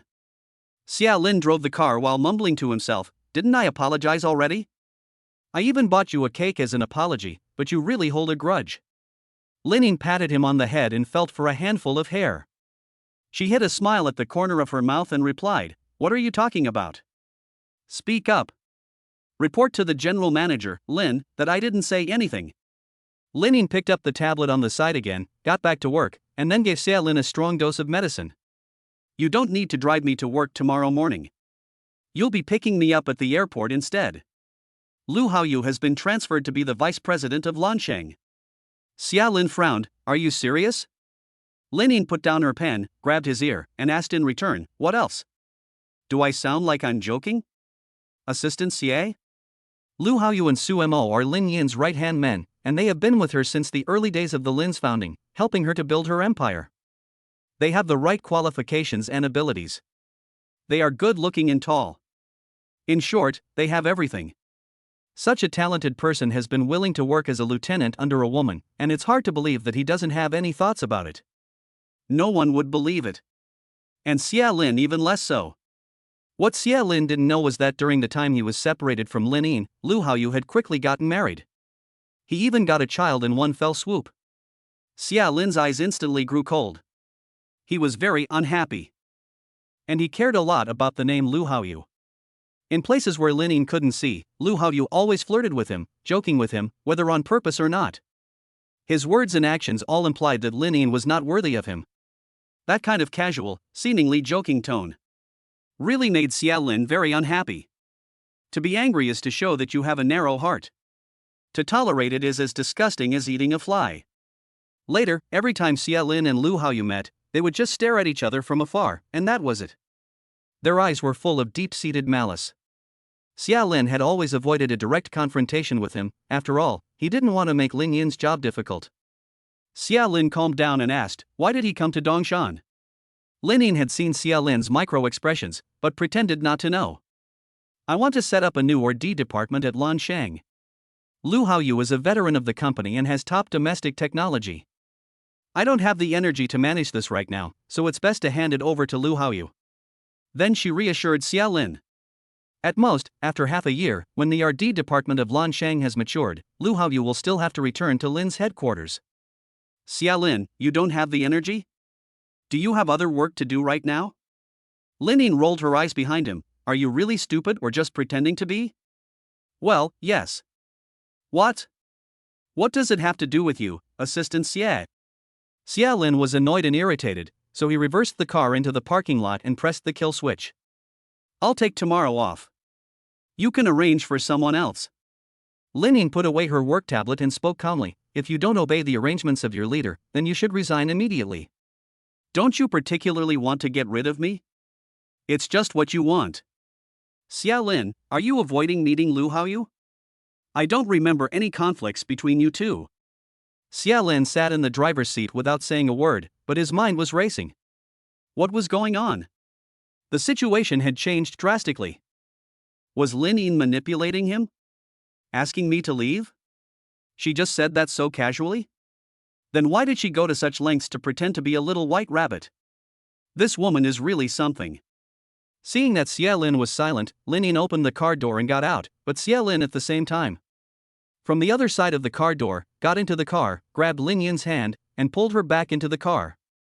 He leaned over and pressed against the back seat. The back seat had plenty of space, but Xia Lin deliberately leaned in close, so close that the softness was within reach. Xia Lin's pupils couldn't help but dilate a little, and his eyes went straight. Hey, the skin is very delicate. Have you been to the spa for whitening lately? It's worth the money. Lin Yin blushed, extended two slender white fingers and pushed them against his forehead, pushing hard. Had you had enough? Get off. Xia Lin, however, put his arm around Lin Yin's waist and squeezed. His eyes were ambiguous, and his voice was uniquely magnetic for a man. Yin, are you really willing to? Let me go? Let me go? Lin Yin was unprepared and let out a sound of distress. Her face quickly turned red. Xia Lin is delighted, but his face is still so thin. Lin Yin, no way. I have to hold back. Hold back the urge to kiss him. I promised Lu Haoyu to give him an extra 0.3% year-end bonus, and he agreed to come. The contract is signed. So much money. This spendthrift man. How dare he seduce me at this time? Why didn't you do it earlier? But Xia Lin's lips looked so kissable. Xia Lin continued to seduce her. Yin, don't be angry. I'll sleep in your room tonight and keep you company. We haven't seen each other for 2 months, you must have a lot to say. Xia Lin, you little brat, you still want to play games with me? You want to provoke me, do you? You almost got me. I'll use the beautiful man tactic on you first. Lin Yin's eyes lit up with fantasies. Go to my room? So proactive? Then I don't need to wear my battle armor tonight. And there are still so many new things I haven't shown him. Brain, what are you thinking? You're so in love. The monkey is just trying to throw you off guard. Lin Yin twisted her hands around Xia Lin's waist, blushing and scolding him. Hurry up, on the count of 3. Get out. Xia Lin, okay, I'll get out of the car. You only get one chance, and you're not taking it. Lin Yin grabbed Lin Xia by the hair just as he was about to leave, dragging him back into the car. She still didn't want to let go of the chance. You can sleep in my room tonight, and you don't have to pick anyone up from the airport tomorrow. I'll give you the day off, and you'll still get paid. What do you say? Lin Xia scratched Lin Yin's little nose with his fingertip and laughed back. You're so sweet. Otherwise, you can just fire me. Anyway, and then surgery is over, and I have enough money in my account to buy her those imported medicines. Lin Yin pushed Xia Lin out of the car, grabbed the cake, and walked towards the hospital, leaving Xia Lin behind. Why didn't it work?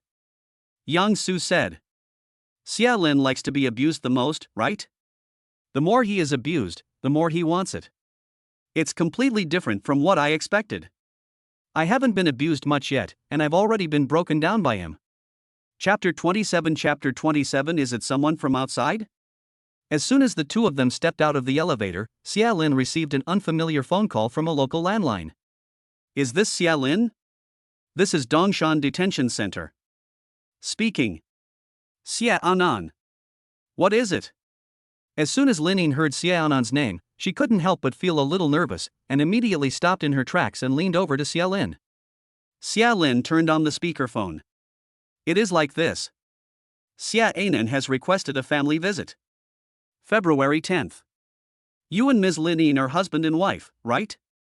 The two of them said in unison, yes. Then they looked at each other. The person on the other end continued, Xia Anan has requested a joint visit with both family members. Do you have time? Xia Lin, yes, what time? After the two parties agreed on a time, they quickly hung up the phone. Xia Lin rubbed his chin and muttered to himself, it's been more than 4 years, and she's never wanted to see me. Why does she suddenly want to meet? And she wants to meet both of us. Lin Yin was even more full of questions. Does your aunt know you're married? And she knows my name? How does she know me? Xia Lin, that. Yang Su's father visits her every year, so maybe he mentioned it. Let's go quickly. After seeing Anan, you should go home and rest. You look thin. Xia Lin's seemingly ordinary concern made the two of them feel like they had reconciled in that moment. Lin Yin suppressed her heart palpitations and walked silently into the ward. Although Xian had recovered well, she still looked different from normal people. Coupled with the medication she had been taking during this period of time, There is always a pale layer on her face, and 2 months ago she was still a rosy-cheeked little girl.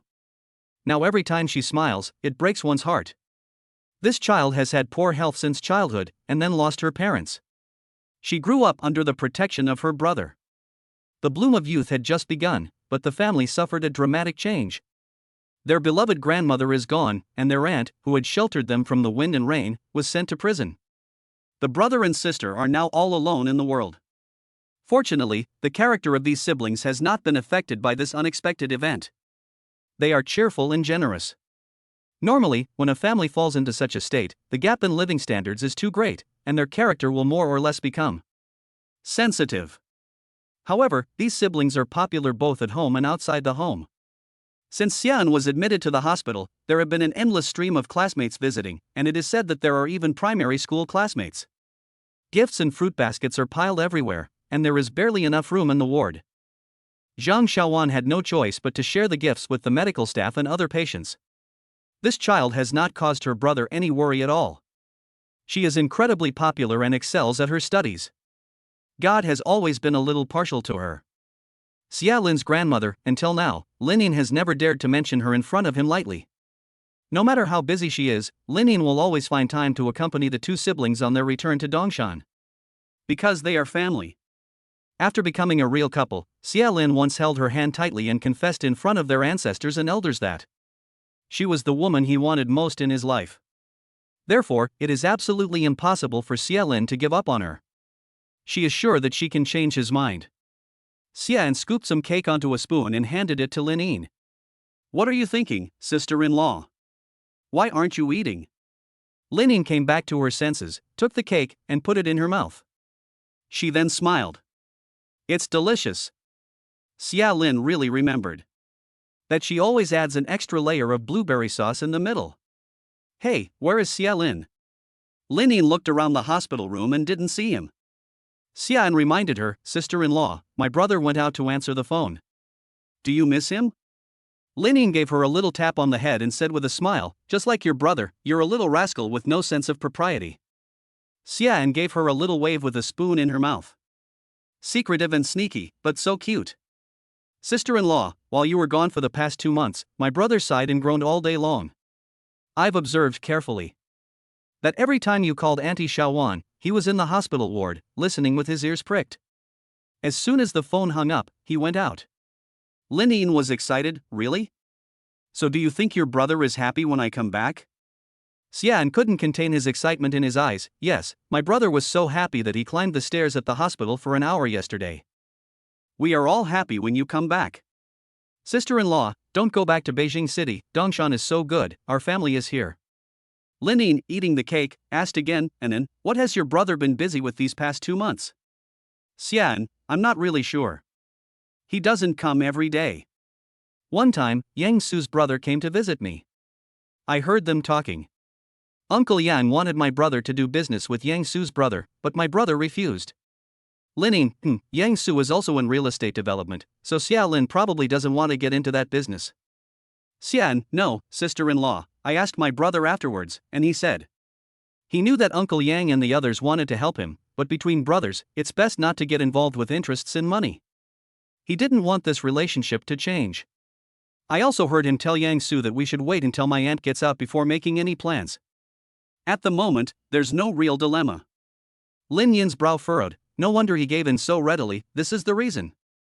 Xian added fuel to the fire. "Sister-in-law, the lease on our old house is due in 2 months. My brother says he won't rent it out anymore and wants to renovate it." Lin Yin's mood hit rock bottom. It turns out he had it all planned out, and he never told her a word about it. He's already planning to go back to live with Xian? And wait for Xiaonan to get out so the family can be reunited? Has he already regarded her as an outsider? Linin felt a sense of powerlessness at being shut out. Xia Lin was outside the ward. He received one phone call after another, and simply couldn't finish taking them all. Call 1, Anchor Lin Fong. As soon as the call connected, she burst into tears. "Lin Gu, you have to come back to the company and save me. Big brother Bangi is outside the company again, blocking me. I've been eating and sleeping at the company for a week. I'm your person, you can't just let me die." Xia Lin shouted into the phone, either you give him back the tips you secretly collected, or you give them to his wife. I hired you to be a sales host, not a fishing host. You think you're fishing for a barbel? You took all the benefits, and when something goes wrong, you come to me to take the blame.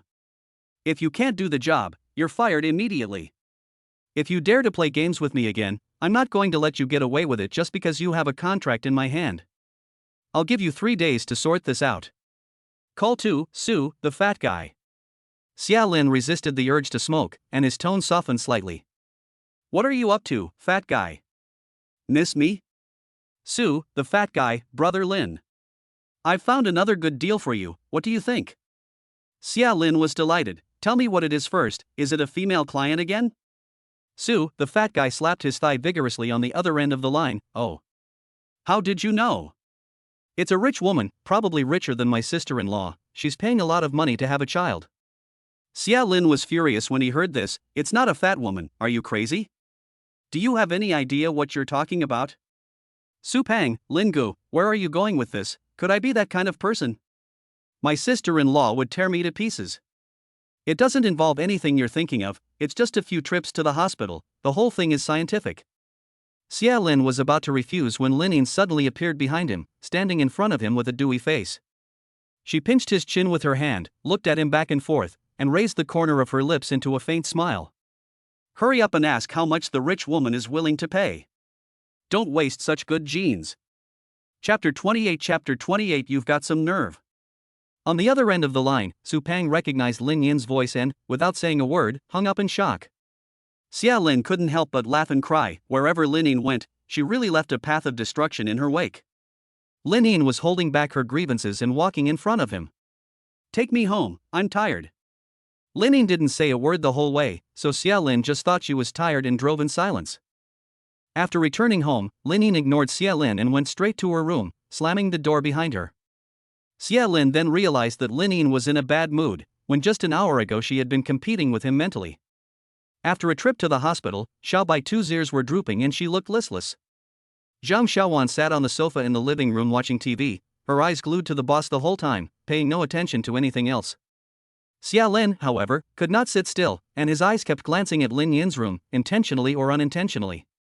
He got up and went back to his study, lay down on the new single bed, and dialed Xia Yan's phone number. A few minutes later, he learned the details. Brother knows. Rest well. I'll come get you in a few days. Xia Lin knocked lightly on Lin Yin's door and walked in. Lin Yin's eyes were red, and she snuggled up against the bed, pretending to have just woken up. Her voice was still a little hoarse. What is it? Xia Lin dragged a chair over and sat down, sliding up to the edge of her bed and saying seriously, our old house is going to be repossessed, so I want to renovate it. Xiaonan will be back, and she needs a place to stay. What do you think? What style would be best for her? You are both strong women, so your tastes and ideas should be similar, right? Lin Yin's eyes sparkled with joy. Are you asking my opinion? Let me give you some ideas? Xia Lin nodded. Yes, our Lin always has the right ideas. Lin Yin cocked her head proudly, sticking out her little white foot and scratching Xia Lin's chest. Come over tonight and I'll tell you. Xia Lin looked at the little white bunny, whose eyes were red again, and felt a little distressed. Why didn't she just ask herself? She was crying alone and in secret, and Xia Lin could imagine how sad and aggrieved she must have been. Xia Lin held her little foot and lightly tickled the soles of her feet with the pads of his fingers. He started to cheer her up. You're even bargaining with me? This is at home, after work. Don't try to pressure me with your CEO status again. Lin Yin couldn't hold back her laughter from the tickling, scolding Xia Lin in her mouth, but her heart was sweet. Xia Lin didn't treat her like an outsider. It was a house prepared for Xia Yanan, and Xia Lin didn't want to bring Xia Yan back to live. In the room, the dark clouds slowly began to dissipate. The sound of the two of them playing spread to every corner of the house. Lin Yin. It tickles. Let go. Seeing that she was in a good mood, Xia Lin continued to push his luck. Don't be angry about what happened last time. Can you give me a day off tomorrow? The magnanimous President Lin. Lin Yin put her foot on Xia Lin's face and flirted. Give me a kiss and I'll say yes. I've just had a bath and I smell really good, smell.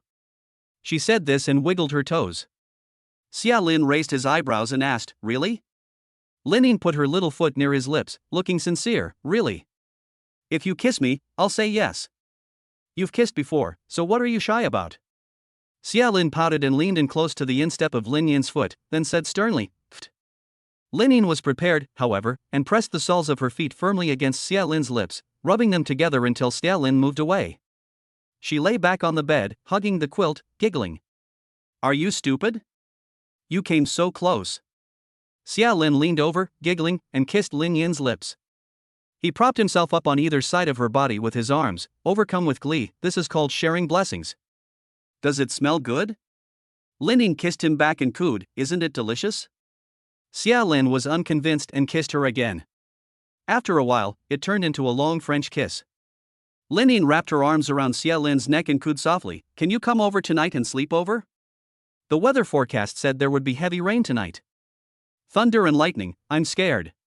Xia Lin stroked her long, silky hair and played along with her performance. What about I take tomorrow off? Okay. Well, okay. The kiss ends, and Xia Lin licks his lips and asks, meat or vegetarian? Lin Yin turns his head to the side with a red face. In a weak voice, she says, meat. I'll go help Mom cook dinner, and you go back to sleep. Your eyes are all red. As soon as Xia Lin leaves, Lin Yin shyly buries her head in the quilt, with red eyes and cheeks. In bed, she rolls around, rolling and rolling. For a few minutes, then jumped out of bed barefoot, opened the closet and selected her new battle robe. Lin Yin held her cell phone in her left hand and sent a voice message, while holding the robe in her right hand. She stood on tiptoe in front of the mirror, taking selfies. Sumo. Xia Lin kissed me again on his own initiative. And, he's coming to my room tonight. Which one do you think I should wear? Help me choose. Lin Yin just sent a message, and Sumo replied in seconds, I think it's better if you don't wear it. Lin Yin looked up for 3 seconds, dumbfounded, good idea. Sumo, so you two have reconciled? Does Lu Haoyu still need to make such a big fuss and go to Dongshan? Lin Yin looked serious. Lu Haoyu's main purpose for coming to Dongshan is to set up a new research and development department. If nothing goes wrong, Lan Shang will become the Lin family's core strength in the future, and I plan to stay in Dongshan forever. Unless Xia Lin wants to go back to Jing City, I can't possibly live apart from him. Sumo, rolling her eyes, then you have to coordinate your relationship with Xia Lin well. I've heard before that. Xia Lin and Lu Haoyu can't stand each other. Lin Yin doesn't think so. At worst, my husband and he can just fight, who's afraid of who? Anyway, I unconditionally support my husband. Lu Haoyu's mouth really owes it. Sumo, Inin, how have you become like this now? You're Xia Lin's little fangirl? Women in love are terrifying. Lin Yin lay back on the bed, holding her phone and laughing until her voice trembled. I just like my husband, so what? In the past, the two of them hid their words in their hearts and always misunderstood and argued with each other. In the future, I will tell him everything. By the way, has Jiang Xinyue checked it out yet? Why did she suddenly leave the company? This porcelain doll is really strange. Sumo, Jiang Xinyue was forcibly sent back to the United States by her family to go to school, and she won't be back for a while. I heard Lan Shi say that Xia Lin is particularly annoying to her. Don't worry, she's gone anyway. In the kitchen, Xia Lin is helping Zhang Xiaowan. The two of them listen to Lin Yin's demonic laughter and smile at each other. Zhang Xiaowan, Xia Lin, do you think the pork rib soup is too bland? Xia Lin takes a sip. No, it's not. Mom, Lin Yin specifically asked for meat dishes, so why don't you make her some braised pork? Zhang Xiaowan, didn't she say she wasn't very hungry? That night, it really started to rain heavily outside the window. Lin Yin waited in bed until 10 o'clock, but Xia Lin didn't come. Lin Yin, in her pink slippers, hurriedly pushed open the study door, but Xia Lin was asleep. He was even sleeping on his back, snoring loudly. How could he fall asleep at a time like this? He's got a big heart. Lin Yin grabbed Xia Lin by the ear and woke him up. Xia Lin, didn't we agree that you would sleep in my room tonight? Xia Lin slept soundly, dragging his body through the living room while hugging the quilt, and collapsed on Lin Yin's bed. As soon as he lay down, his mouth almost split wide open. It's still so comfortable in a Simmons bed, so soft and fragrant. Lin Yin locked the door, lifted Xia Lin's quilt, and twisted her waist to dive into his arms. Is it me that smells good, or is it my bed? They both smell good. Lin Yin snuggled up obediently in his arms, stroked his handsome profile with her hands, and played with his ears. A few minutes later, Linian asked shyly, tilting her head, in a low voice, "What are we waiting for?" "Turn off the light." Xia Lin gave a wicked smile, closed his eyes and pretended to be stupid. "What for? Haven't I already given you all the meat dishes? I even asked my mom to add braised pork to your plate." Chapter 29 Dismissal. Linian was furious. She sat up and slapped Xia Lin hard on the chest. "Xia Lin, I waited up for you until the middle of the night. You're playing with me." Xia Lin covered his chest, feeling both pain and the urge to laugh. He said shamelessly, "I'm in your bed, so I'll take tomorrow off as planned." Linian grabbed him again, furious. "Dream on. You crafty, sneaky man." Xia Lin covered his chest, wriggling in pain and begging for mercy, but he couldn't stop smiling. His face was full of expression, unable to decide whether to laugh or cry. He continued to argue, "Stop it, you hussy. My uncle is here, it's not convenient." "What?" Linian froze, staring at him for a few seconds, and saw Xia Lin covering his face and holding back his laughter, his face turning red. He was so angry with him. It was deliberate. Linian lifted the quilt and climbed to his front, biting his neck. Her small hands did not forget to grab Xia Lin's ears. "Two prongs. Ah." After a miserable scream, Xia Lin calmed down. Linian sat in front of Xia Lin, impatiently unbuttoning his shirt. Her eyes were full of murderous intent, and she threatened him in a babyish voice. "If you don't behave, I'll bite you again." Xia Lin covered his neck with one hand and his ear with the other. "Linian, you're forcing yourself on me. Domestic violence. You have violent tendencies. We've been married for 4 years, and I never noticed this fierce side of you. You're so good at hiding it." Linian glared at him, took off her pajamas, and let her hair fall loosely and naturally over her shoulders. She muttered under her breath, "What a masochistic tendency. How come I didn't notice before? Xia Lin, you're so cheap. Turn off the light. Behave yourself for your sister." The moment Linian's battle robe revealed itself, Xia Lin's intracranial blood pressure wanted to spurt out. With a pop, the room went dark. A tearing sound, as if something had been torn to shreds, sounded particularly beautiful in the darkness. Linian pouted, "What are you doing?" Xia Lin had difficulty breathing. "It's all acting." Linian blushed, smiling and scolding, all day long, watching all that nonsense. After less than 2 minutes, the phone rang. Xia Lin's hand just poked out of the quilt, but Linian caught it again. "Xia Lin, never mind." Even if Lu Xiaowei came, he couldn't resist. But Xia Lin's phone kept ringing like an alarm, it just wouldn't stop. "A chance like this doesn't come along every day. Who's messing with me?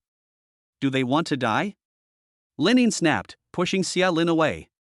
She switched on the light and fumbled around for Xia Lin's phone. "I want to see which vixen is still seducing you at this hour. Linian has targeted her opponent and is about to fire." Xia Lin helplessly spreads his hands, "Feel free to look." The moment she saw the caller ID, Linian's anger skyrocketed. She waved the phone in Xia Lin's face, her mouth sour. "Yo, it's your lawyer Shin. I've been gone for the past 2 months.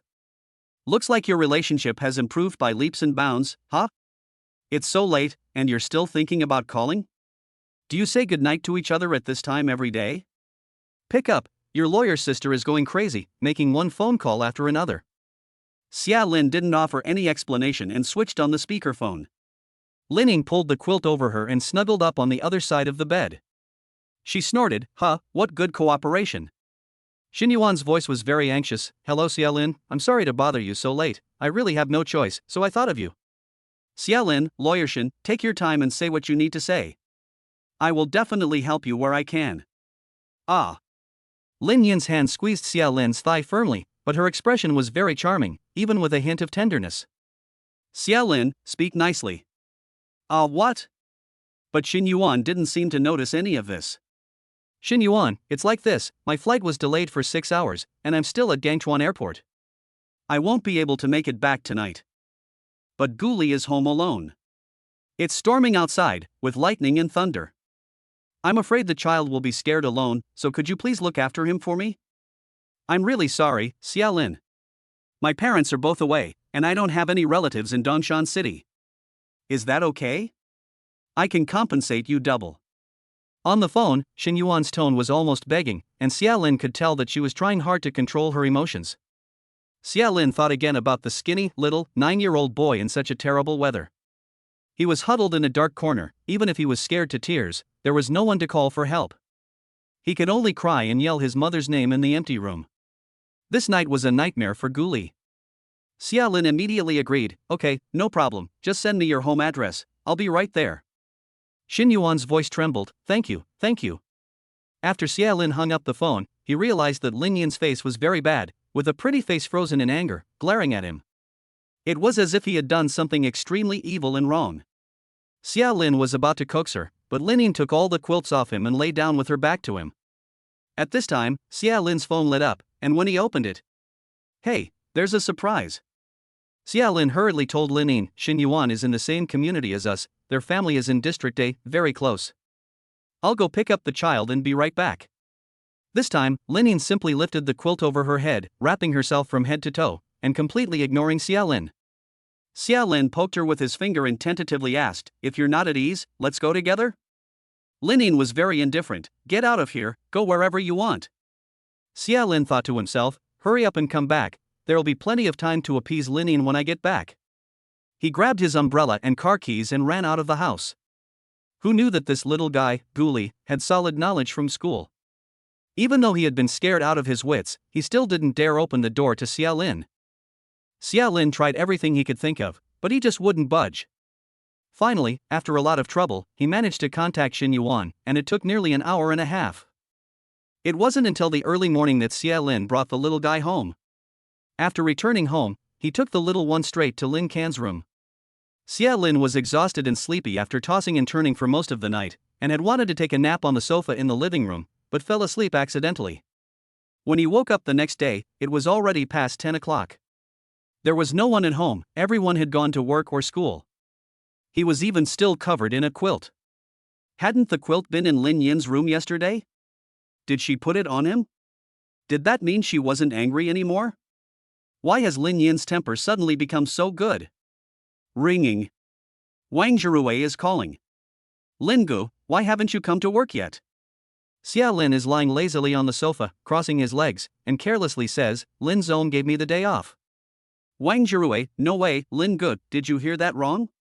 As soon as Lin Zong came back today, he lost his temper and picked on every department, deducting a lot of performance and bonuses from everyone.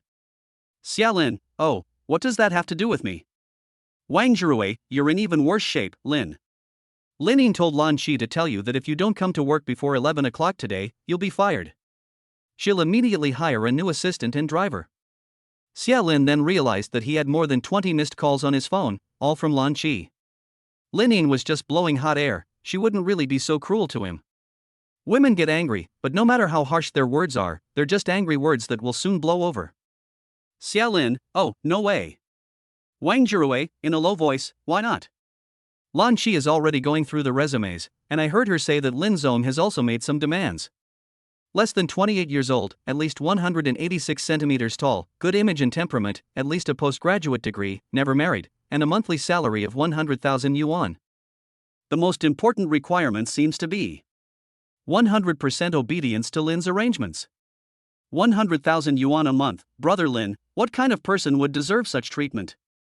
Xia Lin looked at his phone again, it was already 11 o'clock. Lan Qi's voice came from the other end of the line, "Is this Xia Lin?" "Good, please tell him that he has been fired. From now on, he is no longer one of us." Wang Zhirui, "Lin Gu, you heard it all, didn't you? You'd better appease General Lin, she's causing trouble at the company. Everyone has to report to her on what they've been doing for the past 2 months, and if they're not careful, they'll get a scolding. I'll stop here, Lin Gu, it's my turn to go in and get scolded."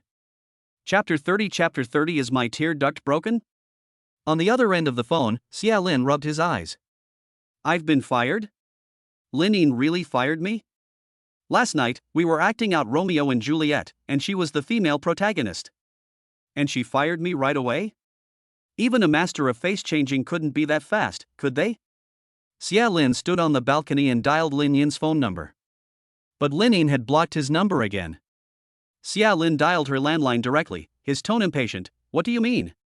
Yesterday you agreed that I could take the day off. And then you fired me? What's going on? I didn't keep you company well enough last night? Xia Lin's voice was loud and clear even outside the receiver. Lin Yin's eyes were fierce as she coldly scanned Wang Zhirui, who was standing in front of her, waiting for the judgment of the king. Wang Zhirui, the savior is here. With his tail between his legs, he tiptoed out of the CEO's office. At his workstation, Wang Zhirui was still in shock. He took a big gulp of coffee to calm down. With tears in his eyes, he said, "Brother Lin, I can't thank you enough for your great kindness."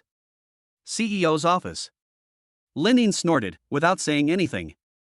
Xia Lin pursued the matter seriously. "What are you snorting about? On what grounds did you fire me? You set me up behind my back, and you think that's funny? What a little white rabbit. You're a little tiger. You almost bit me and made me bleed." Lin Yin stuck out her neck and asked in return, "Did you sleep in my room last night? Who was the smelly man snoring on the sofa in the morning? You slept really soundly. Xia Lin, you didn't even wake up when there was so much commotion at home. Anyone who didn't know would have thought you expended a lot of physical energy last night. You were so tired. And you have to pay for my clothes." "Xia Lin, President Lin, are you being reasonable or not?" Lin Yin angrily replied, "No. Xia Lin. I was very angry about what happened last night." Xia Lin smiled, "Waiting for me here. Can I go pick you up now and take you to eat hairy crabs?" Lin Yin tilted her head and stubbornly refused, "No." Xia Lin added, "After dinner, I'll take you to the movies and then go shopping with you. Is that okay?" Lin Yin's eyes curved slightly, and she pursed her lips and hummed lightly, "Not good enough." Xia Lin gave a disgusted sound. "What else do you want?" Lin Yin yelled at him fiercely, "Can't you please just try to please me a little? Is it so hard to say something nice? Last night you were really, really mean." Xia Lin laughed softly, his voice softening, "Am I not trying to please you? Lin de President." Lin Yin complained fiercely again, "You have no sincerity at all. You haven't called me wife for a long time. And now you won't hug me or kiss me.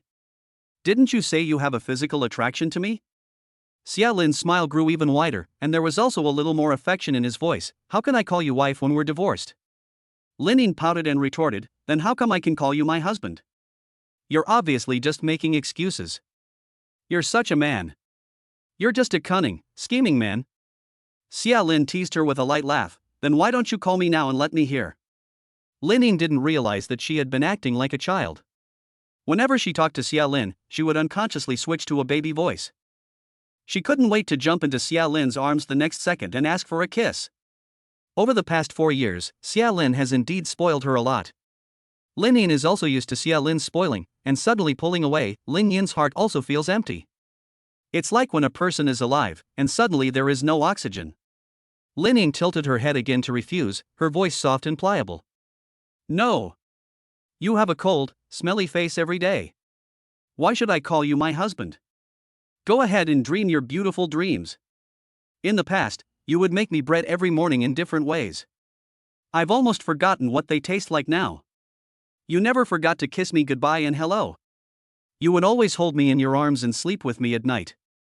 In winter, my hands and feet would be cold, but you would always lift up my shirt and place them on your stomach to keep them warm. There's so much more. But now, if I ask you to sleep in my room just once, you're 180% reluctant. I even had to beg you.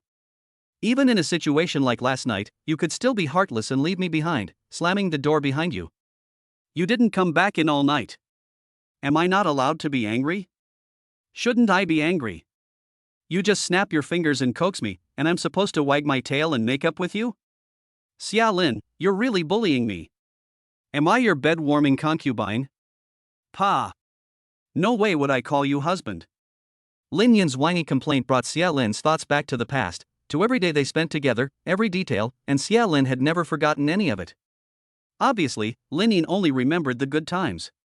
She forgot that she would go Cold War with Xia Lin for a week, a month, or even longer over the smallest things. She wouldn't talk to Xia Lin until she had calmed down. She forgot the impatience and indifference in her eyes when Xia Lin shared interesting things with her. She also didn't notice the disappointment in Xia Lin's eyes every time. She forgot their wedding anniversary. She forgot her birthday. She also forgot Xia Lin's birthday. The gift Xia Lin gave her a month ago was still sitting there exactly the same a month later, except that there was a thin but heavy layer of dust on it.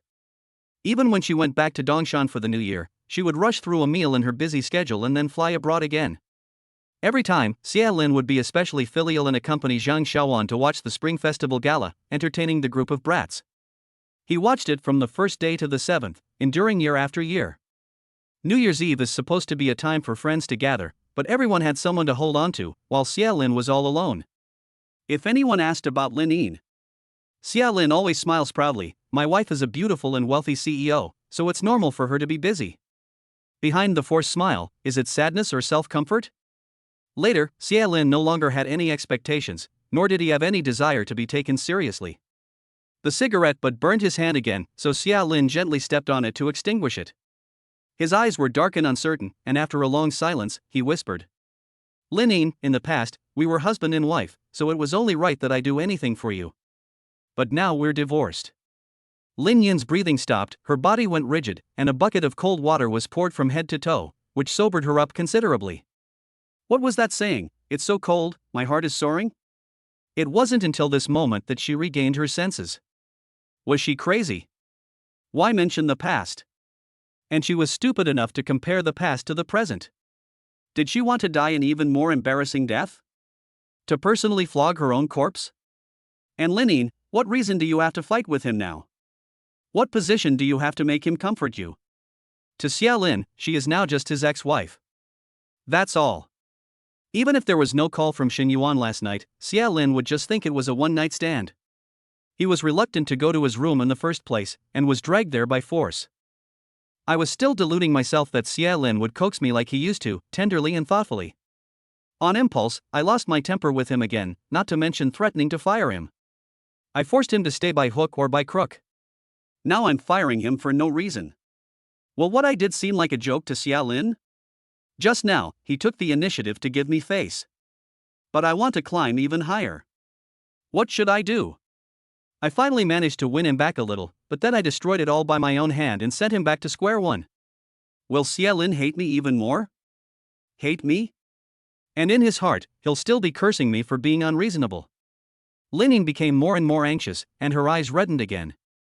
On the other end of the phone, Xia Lin saw that she hadn't spoken for a while, so he asked slowly, Lin Yin? Lin Yin bit her lip, her little mouth pouting, trying her best to hold back her tears. She took a deep breath and pretended to be relaxed. It's okay, Xia Lin. You're right, I've crossed the line again. I'm sorry, I shouldn't have lost my temper with you. Xia Lin was silent, listening. As Lin Yin seemed to cry again. Xia Lin was full of question marks. Had her tear ducts broken? Chapter 31 Online Melon Eating. Xia Lin didn't say anything, and Lin Yin's heart became even more confused. She asked anxiously, so, are you still willing to go with me to eat hairy crabs? Xia Lin, crying again? Lin Yin stammered, no. Xia Lin raised an eyebrow and deliberately stretched out her voice. Oh, it sounds like someone has a nasal voice when they speak. Lin Yin pinched the tips of her fingers and muttered, I said no, I did not. Xia Lin hooked her lips. Well, then, I'll hang up. Lin Yin eagerly pursued, the company is organizing a dinner tonight to welcome Lu Haoyu, can you come with me? Xia Lin frowned, his tone was indifferent, no. She lowered her eyes, I understand. No more than a minute after hanging up, Xia Lin received another text message from Lin Yin. Xia Lin, can you come to work tomorrow as usual? Forget about what happened just now, okay? I won't mess around anymore. Xia Lin's eyebrows curved up after reading the message. He immediately replied to Lin Yin, okay. But the result was a big black exclamation mark. He was still on Lin Yin's blacklist. Xia Lin sighed helplessly. Every time I get angry, she blacklists all my contact information. Forget it, I'll talk to her when she gets back. I'll go take a shower first. And because Lin Yin didn't hear back from Xia Lin, she was convinced that he must be very angry. She was depressed and sulky, like a battered eggplant. She was depressed. Just as Lin Yin was at her wit's end and feeling sorry for herself, Su Mo pushed open the door. As soon as she entered, she burst out laughing. Yin, you were just on the landline talking to Xia Lin and didn't disconnect the extension. Our company reception is now full of employees, all eating the big melon you and Xia Lin made. President Lin, you sound so cute when you're being petulant, especially like that kind of sweet, innocent, and cute little girl. I can't even imitate that little girl's voice. What happened last night? Tell me. You've been frowning and ignoring people all morning. Lin Yin's hair stood on end, and she couldn't care about Su Mo as she immediately rushed out of the office. Are you all rebelling against me? It seems that the work atmosphere is still too relaxed. The overtime hours aren't long enough. The company's assessment standards aren't harsh enough. The pressure of the mortgage and car loan isn't great enough. The bride price my mother-in-law wants isn't high enough. You're not a good worker, but you insist on being cannon fodder. Good. Very good. Excellent. The company's reception area really blew up, completely unaware of the danger rapidly approaching and hunting them down. Receptionist cutie, oh my, is our Lin really that humble in private? It makes me feel suffocated just listening to it. Xia Lin is really arrogant. Our CEO Lin is such a perfect woman, you could search high and low for someone like her. Men are all the same, they don't know how to cherish what they have once they get it. Hey, CEO Lin is not having an easy time. In order to win Xia Lin back, she's groveling and begging him to make her happy. The sound of her voice, it's so pitiful, she almost sounds like she's going to cry. Apart from being a bit hot-tempered, there's really nothing wrong with our CEO. Xia Lin really doesn't know how to behave. Women are so easy to please. Just say a few nice things, buy them a little present, and they'll be smiling in no time. Ding, exactly. Our CEO was even starting to sound a little weepy. If he really loved her, he wouldn't have let her get so upset. He'd be at the company right now, on his knees, begging for forgiveness. I don't think there's any chance of them getting back together. The Gossip King looked around, his voice weak. I heard that Xia Lin might have another woman on the side. His heart is no longer with our CEO. I think the previous Jiang Xinyue is the one he likes. Wang Zirui, hey, just now, President Lin said, in yesterday's situation, what kind of situation do you think it was? Wang Zirui narrowed his eyes and rubbed his chin as he pondered. The front desk audience members all smiled without saying a word. A ludla came over Wang Zirui's stupid face, and he loudly praised with glee, Brother Lin is still the best. He's willing to retreat unharmed in those kinds of situations. What a real man. A role model for us all. Lin Yin had been standing behind the crowd for a while, unnoticed. She had heard every word. With an expressionless face and a lazy posture, Lin Yin inserted her hands diagonally into her pockets, lifted the tips of her high heels and kicked Wang Zirui's trouser leg. Wang Zirui was so carried away in his conversation that he didn't even bother to turn his head, his face full of leave me alone. He waved his hands impatiently, I'm busy. We'll talk later. Su Mo, who was behind Lin Yin, was even more interested in the fun and didn't mind getting involved. He laughed twice as a reminder. Everyone turned their heads and was shocked white. Although they were panicking, no one dared to move. Their legs felt like they were weighted down with lead and they froze in place. At this time, anyone who moved would be a sitting duck.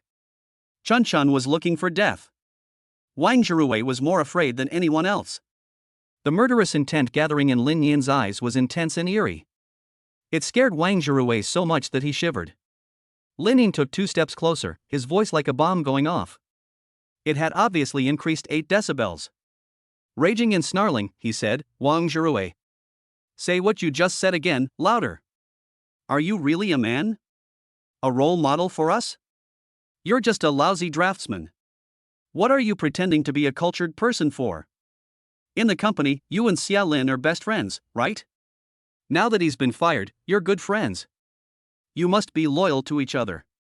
As your boss, I'll take the lead and help you. In this way. Lin Yin was interrupted by Wang Zirui before she could finish. I don't know when he took further studies, but he has mastered the art of acting. Tears well up in 3 seconds. Wang Zirui looked at Lin Yin with teary eyes, his voice trembling as he began to sell his misery. Lin Zone, I have an 80-year-old mother, a 3-year-old brother, and a younger sister who has just started college. I am the pillar of the family, I can't lose this job, I don't know Xia Lin at all.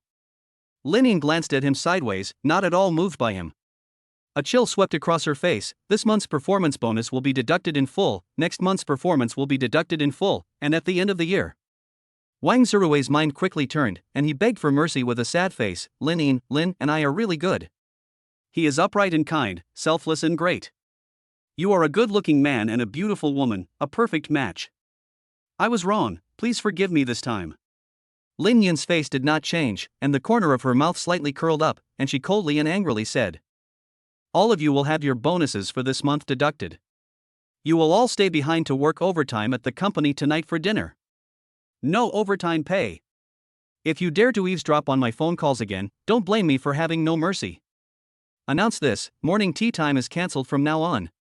After saying this, she returned to the CEO's office in high heels, bustling about. Wang Zirui trembled, wiping the cold sweat from his forehead. Although this job pays well, the danger factor is even higher. Suemo patted him on the shoulder and said in a leisurely tone, "Well done, Wang Zirui, you finally read Lin's mind. If you really consider Xia Lin a brother, then call him and persuade him to stop. By the way, let him know the location of the dinner, a private restaurant in the south of the city. If you can convince him, then tonight, you can come and accompany Lin to dinner and take her home. Then, Lin will definitely not be upset about what happened today. Otherwise, when she calms down and goes back to think about it, the more she thinks about it, the angrier she'll get. Our boss Lin really cares about her reputation. What do you think, designer Wang?" Wang Zirui's face turned pale, almost as bad as if he were crying. President Su, but they all said it too. Suemo smiled, continuing to gloat. "But you happen to be the loudest, and it was hard for Boss Lin not to hear you. I heard that you just paid the down payment on the house? Congratulations." Chapter 32 Three Rascals. 2 p.m., the high-end residential area of Sichuan No. 1. In the 2 months since Xiayan's surgery, Xia Lin has been at the hospital almost every night. The day before, the doctor said that Xiayan's recovery was going well and that the family member would not need to stay overnight. He was able to take a break from his busy schedule and watch the game today.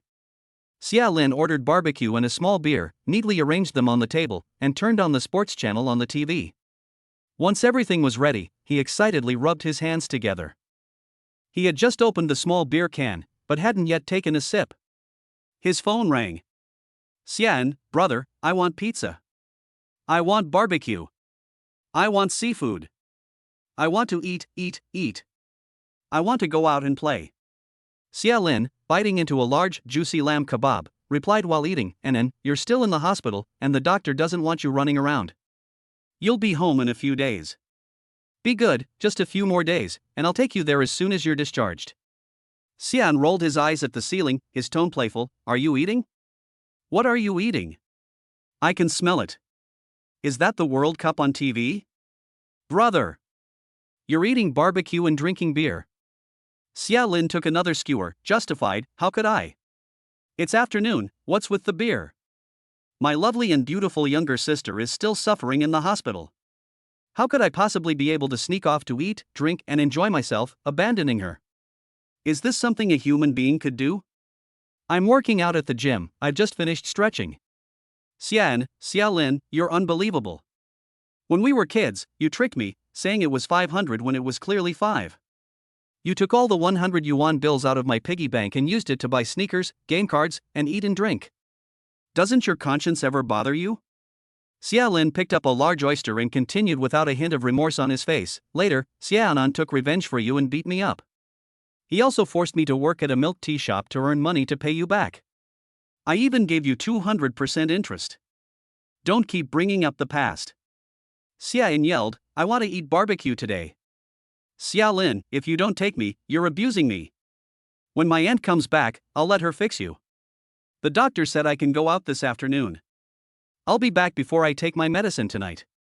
If you don't believe me, just ask my Aunt Xiaowan. I'll give her the phone, you ask her."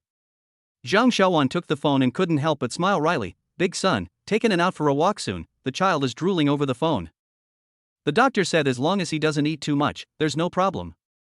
Xia Lin took another bite of the big kidney and said slowly, "Okay, Mom, you tell her to clean up first. School ends at 4 o'clock. I'll pick up Lin Gur and Lin Can, take the 3 of them to a buffet, and you can come?" "Zhang Xiaowan, I'm not going. They'll get crazy if they get together. I've also made a dinner reservation with my old girlfriends." After hanging up the phone, Xia Lin went to the refrigerator and got a can of Coke. He took a big sip and burped. He spat out, "It stinks." The more they kick the ball, the more they mess up. Before long, Wang Zirui called to check in. Another performance of astonishing acting skills, this time with more genuine emotion. Lin, big brother, help. Xia Lin looked disgusted, turned on the speakerphone on his phone, threw it on the table, and said with a disgusted sigh, Wang, you're big and burly, but why do you always look like a bear? Instead of designing product drawings for Lin, why are you always bothering me? We haven't seen each other for half a day, and you're already crying? Wang Zirui sat in the company's smoking room, rubbing his hair into a mess and puffing on his cigarette, then faking a crying voice. Lin, you're my bread and butter. I just paid a down payment of 3 million, I can't lose this job, Lin. Only you can turn things around. Boss. Xia Lin is overjoyed, you bought a house? Congratulations, you're quite well off, usually stingy, but when you spend money, it's like a king's trump card. Wang Zirui is dejected, you must come to the company dinner tonight, brother Lin, otherwise, I'm dead. As soon as he heard about the dinner, Xia Lin's good mood vanished instantly. He spoke lightly, you're the chief designer, talented and well-liked everywhere you go. Lin Yin is a person who always makes a clear distinction between public and private matters. What does it have to do with you if I don't go to dinner with her? You haven't offended her, so what are you afraid of? I'm not going to the dinner, so don't bother me while I'm watching the game. If you push me any further, I'll really hurt you tomorrow. Xia Lin hung up the phone, and Wang Zirui's eyes were filled with despair. A clear distinction between public and private matters? President Lin? The female devil is just waiting to eat me alive today. It's over, I'm going to lose my job. My big apartment. I was hoping to marry off my daughter with it. It's a little after 6 p.m. at the 5th floor food court of the Vientiane World Shopping Mall. Xia Lin is leading 3 unruly kids straight to the seafood buffet at 498 yuan a person. As soon as they sit down, Lin Kan starts yelling, Lingu, I want to eat crabs. Little Australian lobsters.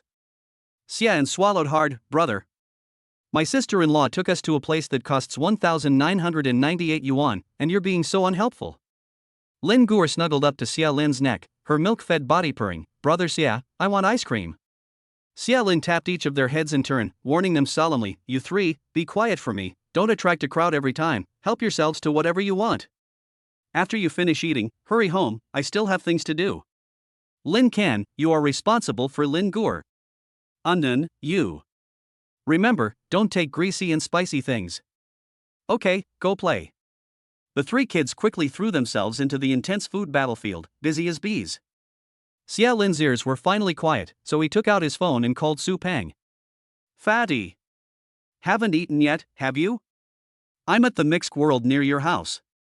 It's been a while, come over for a catch-up, I need to talk to you about something. Su Pang, sure, Lin. I'll be there in 5 minutes. At the table, Xia Lin gets straight to the point, my little company, as you know, sales have been lackluster, I don't think it's the product, I think we need to differentiate ourselves.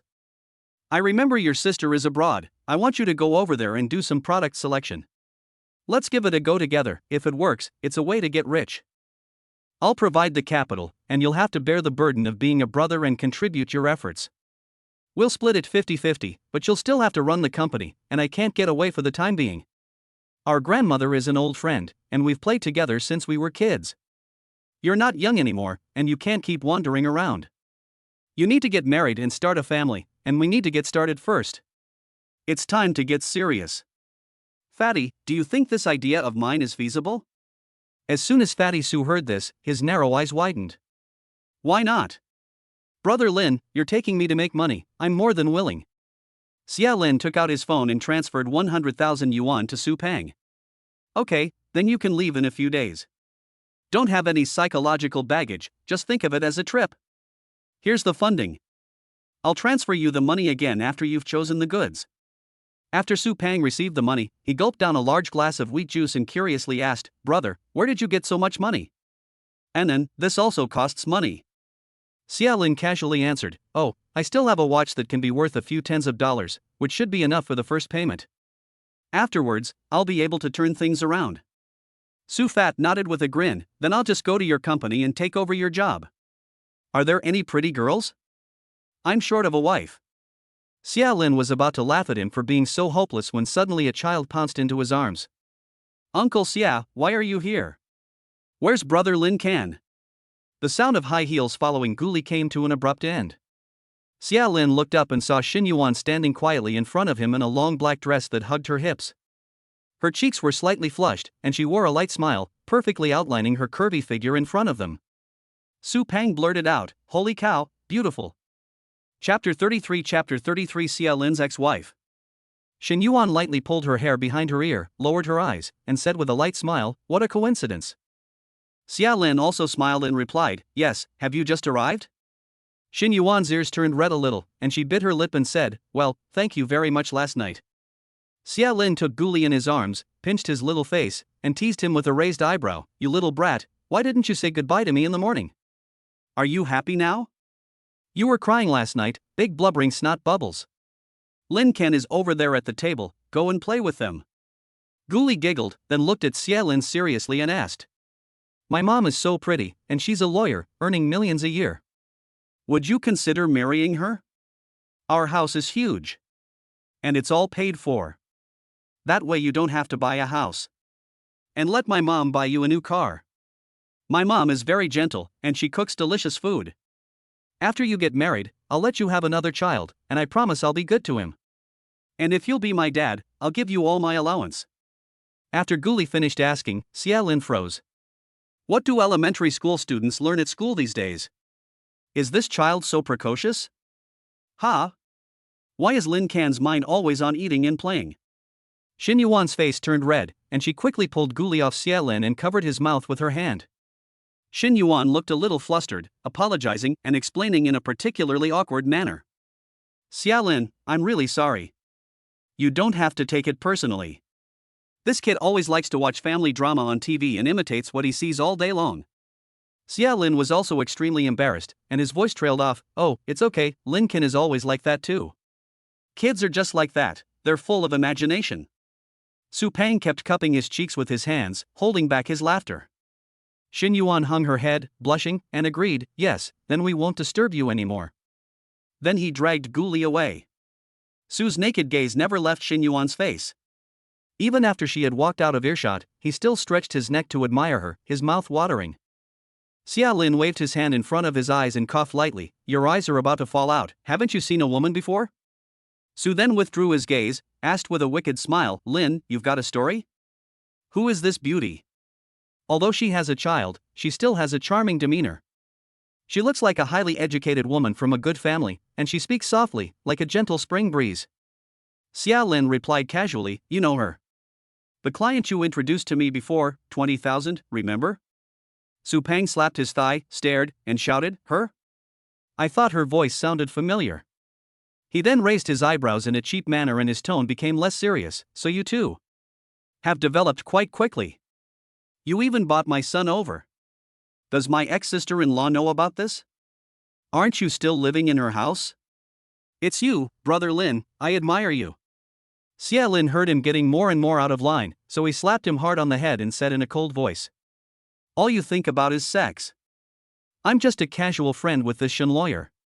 We don't have any other kind of relationship. We're innocent. Don't go blabbing nonsense out there." Su Pang rubbed his forehead and grumbled, "I was just joking, why are you taking it so seriously?" On the other side, Lin Yin also took the company staff to the 5th floor to welcome Lu Haoyu. Su Mo and Lu Haoyu were flanked by Lin Yin, the three of them walking side by side. Lu Haoyu was wearing a well-tailored gray suit, with his hair parted down the middle and slicked back, one hand in his pocket, strutting around with arrogance and confidence. Lin Yin was depressed and had a heavy heart. She had been depressed all day, staring at the wedding ring on her ring finger, her brows knitted. Xia Lin hadn't replied to her messages all day, and she didn't dare to ask again, for fear of annoying him again. He didn't come after all. According to Su Mo, Wang Zhirui called him in the afternoon, but he refused after scolding him. "What should I do? I hate myself. How can I make Xia Lin happy?" Ring ring ring. Before she could see the caller ID, Lin Yin picked up the phone immediately. She was in a hurry and said, "Hello, Xia Lin?" Xia Lin giggled, "Sister-in-law, are you missing my brother?" Lin Yin suppressed the sadness in her heart and forced a smile, and then, "What's wrong? Are you doing well at the hospital?" "Xia Lin, sister-in-law, turn your head to the right and look. There's a surprise." Lin Yin stopped in her tracks, puzzled, and turned her head. Within the transparent glass, which was less than 5 meters away in a straight line, Xia Lin was smiling and waving at her. Next to her were her two rambunctious children and the little boy named Guli. Linine turned her head and instructed, "Mo, you go ahead and take the others over there, I need to take this call." Sumo also noticed Xian and replied, "Okay." After everyone had left, Linine looked at her through the glass with some concern. "And then, why did you sneak out on your own? Do the doctor and my mom know? Does your brother know? Did you bring the three of them here? You little..." Xian didn't say anything, just smiled and pointed her finger at the window seat in front of her. Immediately, Lin Yin's eyes were full of surprise, and a long-lost smile blossomed on her face. A smile curled the corners of her mouth, and her voice was unmistakably cheerful. "Your brother brought you here? Is he in a good mood today?" Xian winked at her mischievously, acting mysteriously. "Whether he's in a good mood or not, you'll know for sure if you go in and take a look for yourself. Sister-in-law, do you miss him so much every day?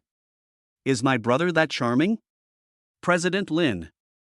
Linine shyly lowered her head, tiptoed and lightly rubbed the ground, pretending to be reserved. "You child, how rude. What nonsense. I'll go in and find you." After hanging up the phone, Lin Yin's heart was sweet. The dark cloud hanging over her head was also blown away by the spring breeze without her knowing it. "Humph. The place for the dinner gathering is next door. She said she wouldn't come, but she did, hee hee. Xia Lin still cares about me, otherwise how could this be such a coincidence? Stubborn but soft-hearted guy."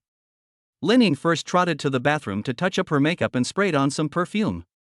Using the excuse of coming to CNN, she walked into the buffet restaurant with a pounding heart. Lin Yin's face was flushed with a light red, and she walked step by step towards Xia Lin's table. But when she reached Xia Lin's table, she could see clearly that not only was Su Fatso sitting across from Xia Lin, but also the woman who had made her eat so much sour and spicy vinegar. At that moment, Linine suddenly realized why the little boy Guli was there. They had made an appointment to meet up. She had been so self-absorbed that she had thought Xia Lin was there because he was worried that she would drink too much. Lin Yin's appearance made the atmosphere at the table become strange. Xia Lin watched as Lin Yin's facial expression changed completely in just a second. When she walked towards him, she looked shy and happy, sending out secret signals. When she stood in front of him, her eyes were cold, and she kept sneering. There was 3 parts contempt and 7 parts coldness in her smile. Su Pang saw Lin Yin's unpleasant expression and hurriedly explained, "Sister-in-law, you've misunderstood, it's not what you think." Xin Yuan, who was sitting across from her, looked confused. Her voice was soft. "Xia Lin, who is this?" Lin Yin extended her right hand to Xin Yuan with a smile, in a particularly generous manner. "Hello, my name is Lin Yin. She is Xia Lin's ex-wife." Chapter 34 Have fun. Xin Yuan was shocked. She stood up and shook Lin Yin's hand, looking a little nervous. "Hello, I'm Xin Yuan. I heard Xia Lin mention you before.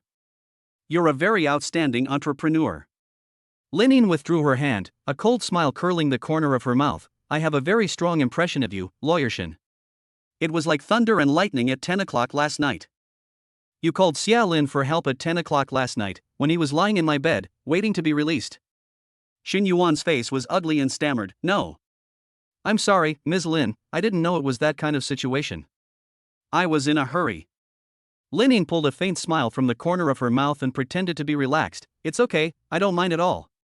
Xia Lin was also very anxious at the time, answered your phone call, pulled up his pants, and rushed out of the house in the pouring rain. It seems that you really mean a lot to him. Oh, by the way, did your son tell you when he got home? I also accompanied Xia Lin when I went to the school last time. We really didn't get to know each other until we fought. Your son slept well at my house last night, and Lin Ken is my nephew. Anyway, we both live in the same neighborhood, so it will be very convenient for you to contact Xia Lin in the future. For any major or minor family matters, just call Xia Lin, he is on call 24 hours a day. I have something to do, so I won't disturb your date." Lin Yin didn't give Xin Yuan the chance to defend herself. She turned her head and walked up to Xia Lin, bent slightly, straightened his collar, and rubbed his nape with her hand. Lin Yin stared into his eyes, her voice sweet and flirtatious. "Have fun, and remember to come home tonight."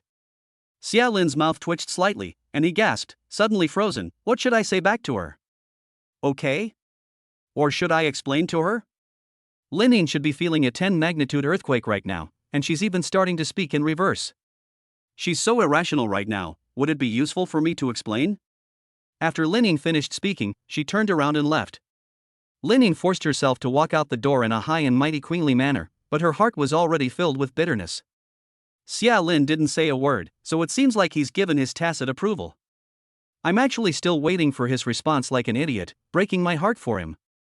After Lin Ying left, Su Peng dared to breathe, patted Xia Lin on the shoulder hard, and pitted him for 3 seconds. Brother Lin, your sister-in-law is so angry that she's talking nonsense. Do you dare go back tonight? Why don't you go hide at my place? Xin Yuan asked carefully. Xia Lin, do you still live with your ex-wife? Have you two made up? Lin Ying didn't cry or make a scene, but Xia Lin's inner sense of tension grew stronger and stronger, and he was frightened and uneasy. His heart tightened, and he chased after her. In front of the private kitchen in the south of the city. Lin Ying. Xia Lin strode after her, calling out softly behind her.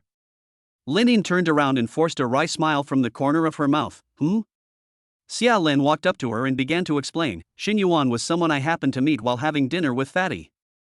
I brought the 3 of them here today, but it's not what you think. It was just a coincidence. Later, Guli, that little guy, ran off to play with Lin Can, and when the fat guy saw that Xin Yuan was eating alone, he pulled her over and sat her at the table with them. It was just that simple.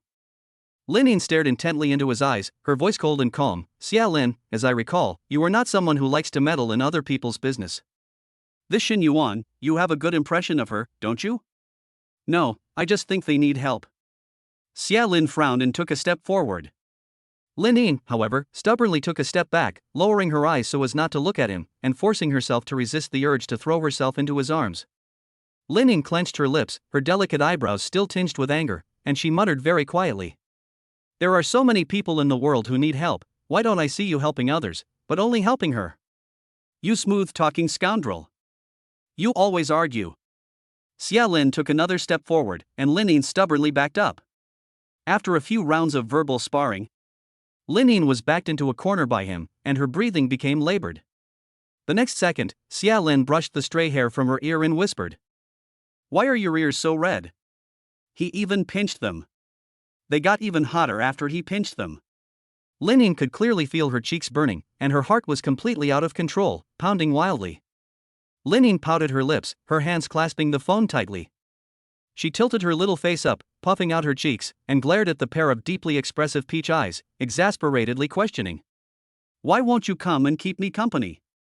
Why don't you reply to my messages? I've been waiting for you all day with aching heart. But here you are, eating and drinking with another woman, laughing and talking. Tell me. Xia Lin moved his lips, just about to explain. Lu Haoyu, however, appeared out of nowhere, still with his hands in his pockets, his gaze slanted, arrogant and cocky. Lin Zong, the food is all here, it's time to go back. Lin Ying pushed Xia Lin away, not saying a word, and hurriedly quickened her pace to leave. Xia Lin was so indifferent that he didn't even notice Lu Haoyu in his eyes, and turned to leave. Lu Haoyu, however, deliberately provoked him, sneering behind him, You're still hanging on after the divorce, aren't you satisfied with living off someone else? A man who only knows how to exert himself on women, shameless? Pathetic? Xia Lin walked over slowly, and the two confronted each other face to face. Xia Lin raised one eyebrow, speaking in a cocky, carefree tone. Do you know why Lin Ying doesn't like you? Because you act like a sissy in every way. Apart from sneering and verbally attacking me, what else can you do? Lu Haoyu's face was full of anger, his back straight, and he stood before Xia Lin in a gloomy manner. You're already divorced, and this time, I promise you won't get a chance to turn things around. You will never get her back. Never. Xia Lin's eyes flashed with a cold light of rage, and his tone was contemptuous. Even without me, Lin Ying would never look at you. Because you don't deserve her. Don't think that the pretentious face you wear now, with its unreachable air, can hide your former inferiority complex and narrow-mindedness. You will always carry an obnoxious, petty air about you, and it makes me want to vomit just to smell it. People like you will do anything for money, right? Lu Haoyu instantly exploded with anger. He clenched his fists and stared at Xia Lin with murderous intent, wishing he could lash out the next second. Xia Lin raised his eyelids and grinned contemptuously. I can give you a heads up, this is Dongshan, if you want to make trouble. I guarantee that you will have a good time in there. Lu Haoyu gritted his teeth and said in a stern voice, Xia Lin, we'll see about this. Xia Lin pointed at his own mouth, making Lu Haoyu read his lips. He opened his mouth wide, silent but eloquent. Big idiot. Lu Haoyu was so angry that his voice trembled. You. Xia Lin winked at him again. I just want to tell you that you're not the only one with a mouth. You'd better not provoke me again. As soon as Xia Lin had left, Lu Haoyu received a call from a woman, and he vented all his anger on her. We're divorced. Don't call me again. The baby in your belly is not even mine. You cheated on me and got pregnant, and I didn't even ask for compensation for emotional distress, and you dare ask for divorce compensation? Woman on the phone, Lu Haoyu, it was you who begged me to marry you. Our family just went bankrupt and liquidated, and you couldn't wait to agree to a divorce with me. You knew I was pregnant before we got married. What are you pretending to be innocent for? In just a few months, you took all of my dowry and put it in your name. When we got divorced, you turned around and bitched at me. You piece of shit. At this point, Suemo ran out and called out to him, Lu Zong, what are you doing? It's your turn to speak, go in. Lu Haoyu hung up the phone directly. Okay. Following Suemo, she walked in with a smile. During dinner, Lin messaged Xia Lin. Where are you? I'm drinking. You come pick me up at 10 o'clock. Chapter 35 Little Shrew. At that moment, Guli was eating chicken on Xia Lin's phone. His hand slipped and he deleted it. After dinner, in the underground parking lot, Xia Lin and Xin Yuan went to get the car together. Xin Yuan asked the same question again, have you made up with your ex-wife? Xia Lin shook his head and shrugged, but then he laughed and said, but she's not the same as before. Xin Yuan curiously pursued, not the same? Xia Lin slowed down his pace and spoke slowly, well, it's a very novel feeling, completely different from before. She can be coquettish, apologize, and show me her weak side. She also cares a lot about my affairs, and… Xia Lin suddenly thought of Lin Yin's battle armor, and couldn't help but smile even more, looking worthless. Xin Yuan, what else? Xia Lin suppressed his smile, took out the car keys and opened the door, and then replied, she's also very cute. Xin Yuan stood in front of Xia Lin's car, staring at him blankly, and asked softly, so, she made you feel needed again? Xia Lin lit a cigarette, exhaled a puff of smoke, and casually said, I can't put it into words. Anyway, things are pretty good right now, just fooling around. I'll go first. Lawyer Shin, if you don't have time in the future, you can ask Guli to come over to our house.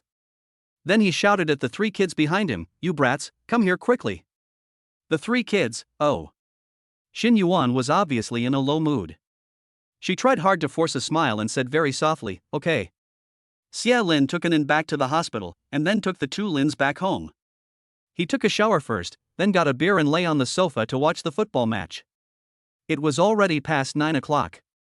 Zhang Xiaowan looked up at the quartz clock and asked with some concern, Xia Lin, why hasn't Yin come back yet? Xia Lin was staring intently at the TV screen and didn't even think about it. There was a company dinner today, so I guess she'll be a while. At this point, Lin Yin had already arrived in the parking lot downstairs and saw Xia Lin's car parked securely in its space. She had been pent up all day and had nowhere to vent her anger, so she kicked the front of Xia Lin's car a few times. As soon as she entered the door, before she had even changed her shoes, she slammed her bag into Xia Lin's arms. Xia Lin was engrossed in watching the ballgame, and two flames of anger sprang from his eyes. What's wrong now? Lin Yin was already furious, and she didn't care if Zhang Xiaowan was nearby. She grabbed Xia Lin by the ear and lifted him up from the sofa. She raised her voice and asked angrily, why didn't you reply to my messages? Why didn't you come and pick me up? I told you I was drunk. Who were you with? Xia Lin shook off her hand, covering his ear that had turned red from the pinch, and angrily asked. When did you send me a message? Even if you did. You were drunk, so you should have found a designated driver. Why are you acting drunk and crazy at me? What's wrong with you? Lin Yin's face was taut, and she gave him a fierce look. You're just going to let me come home by myself at this hour? I sent you a message ages ago, are you blind? Xia Lin only then remembered his phone and looked around for it, but to no avail. Just then, there was a knock at the door. Lin Yin went to open the door again, strutting around. When rivals meet, they are extra jealous. Xin Yuan and her son were standing outside the door and hadn't spoken yet. Lin Yin shouted at the top of his voice, Xia Lin, your own son is here. Xia Lin pulled Lin Yin behind him and frowned, asking, Lawyer Shin, what is the matter at this hour? Guli spread his hands and said timidly, Uncle Xia, I'm sorry, I forgot to return your phone. Xia Lin was taken aback, but took it back and said in a normal tone, "Oh, it's fine, go back quickly, you still need to go to school tomorrow." Xin Yuan also said apologetically, "I'm sorry, Xia Lin, we'll go first, goodbye." Lin Kan suddenly poked his head out of the door, his face full of excitement, and shouted, "Guli, bye." "Guli, bye, Lin Kan." Linian said with a smile that didn't reach her eyes, "If you like them so much, why don't you go with them? You can even take their surname. Go be their brother." Lin Kan's face instantly fell, and he quickly ran back to his room. After closing the door, Xia Lin opened his phone and threw it into Lin Yin's hands. With a long face and a cold voice, he said, "Lin Zone, take a good look. When did I receive a text message from you in my phone? And, did you forget? You blocked me completely, so how could I reply to your message? Did you go to work and even stupid your brain?" Linian slammed the phone back into his hands and became jealous again. "Why is her son holding your phone? Xia Lin, the little brat just forgot to give me back my phone after playing games on it. Don't yell at me. We're divorced, so mind your own business." Lin Yin's heart was twisting in agony. This woman kept popping up in their lives. And every time they fought, it was always because of Xin Yuan. Linian stared at Xia Lin with her two bright, beautiful eyes, like two sharp knives, full of anger. "Xia Lin, you dare to say with a straight face that you don't have any good feelings towards her?" Xia Lin didn't bother to explain to her anymore and walked away. Linian was quick-eyed and quick-handed, grabbing hold of his sleeve and not letting go, while her hand kept pounding on his chest. "Xia Lin, you rotten man. Linian, if you don't stop being unreasonable, I won't hold back. If you're so capable, go ahead and hit me. Go ahead and hit me. Why are you acting like a shrew now? I never thought I'd see the day, Xia Lin, you've changed your taste and you like older women now? What older women? Xin Yuan is only 5 years older than you, and you still think you're 26 or 27. Xin Yuan is just more gentle than you, unlike you. A little shrew with her fangs bared." Linian bellowed, "Xia Lin." It was clear that a storm was brewing. Zhang Xiaowan can't bear to watch anymore. She stands in front of the two of them with her arms crossed and shouts, "Stop it, both of you." Half an hour later, the three of them are sitting upright on the sofa. Zhang Xiaowan is sitting in the middle, with Linian and Xia Lin sitting on the single sofas, quite far apart. "Zhang Xiaowan, Anin will be discharged from the hospital the day after tomorrow. I originally wanted her to stay on the second floor, where it's quiet and she can recover. Seeing how you two are always causing a racket, you'll be noisy no matter where you live. In my opinion." At this point, Xia Lin jumped in and said, "Mom, let me take Anin out and rent a place for her. I'll take care of her." Linian hugged her legs and muttered, "Where are your thoughts? No way, I won't agree to that. I'm not going to trust Anin to you." Zhang Xiaowan glared at Linian and said, "Shut up.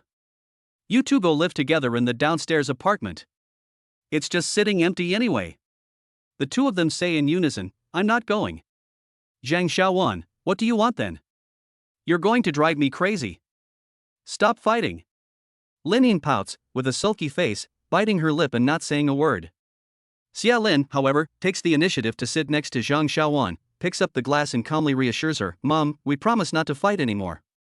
We'll create a good recovery environment for Anin. Don't get angry or anxious, drink some water." Zhang Xiaowan let out a long sigh, "My eldest son, you're the sensible one. I'll go back to bed first." "Okay." Before Zhang Xiaowan left, she gave Linian another hard stare. Linian played with her phone and said indifferently, "Go to work as usual tomorrow, and take my car."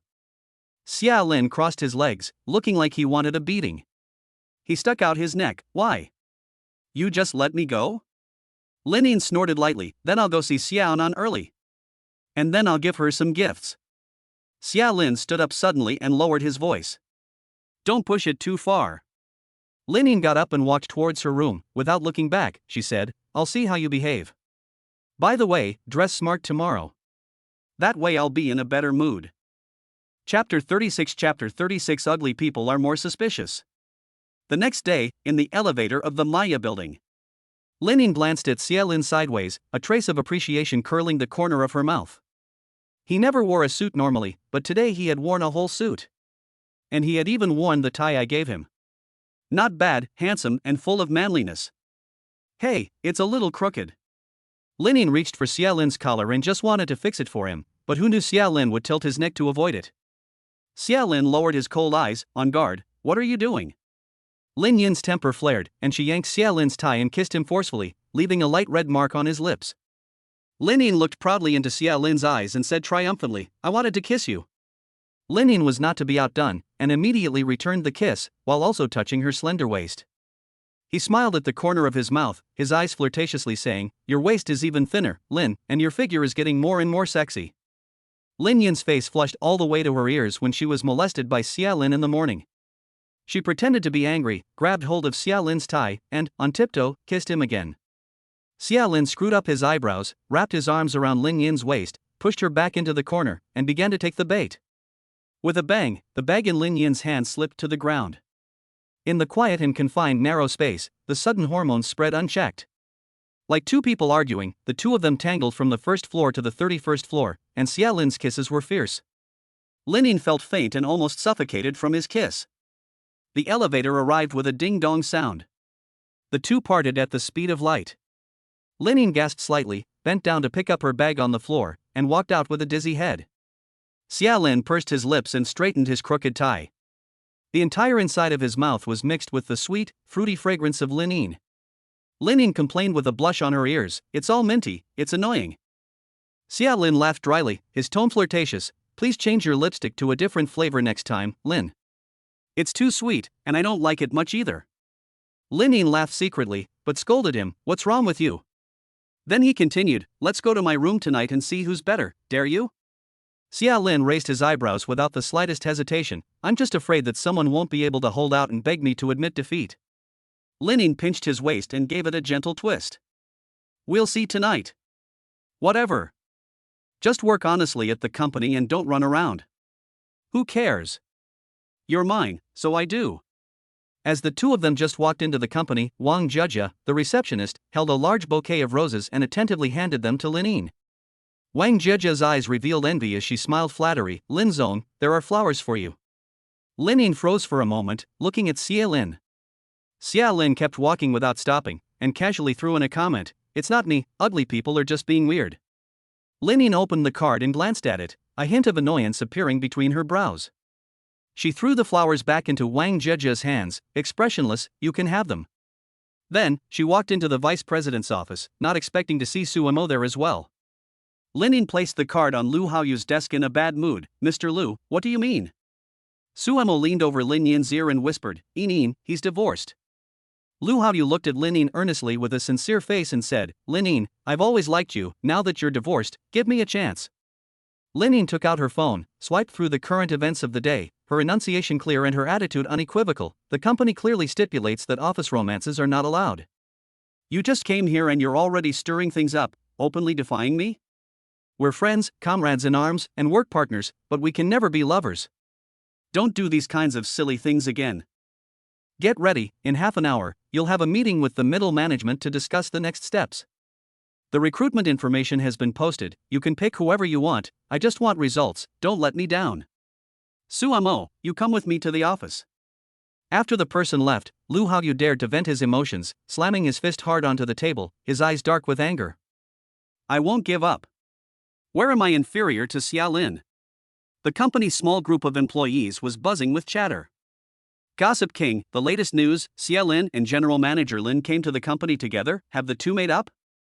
Xiaojia, I told you that Lin wouldn't be able to bear to fire Xia Lin. What do you think? I was right, wasn't I? Xiaoyi, did you see that? Xia Lin is wearing an Armani suit today. I saw it in a magazine last month. It must cost hundreds of thousands of yuan. I bet Lin bought it.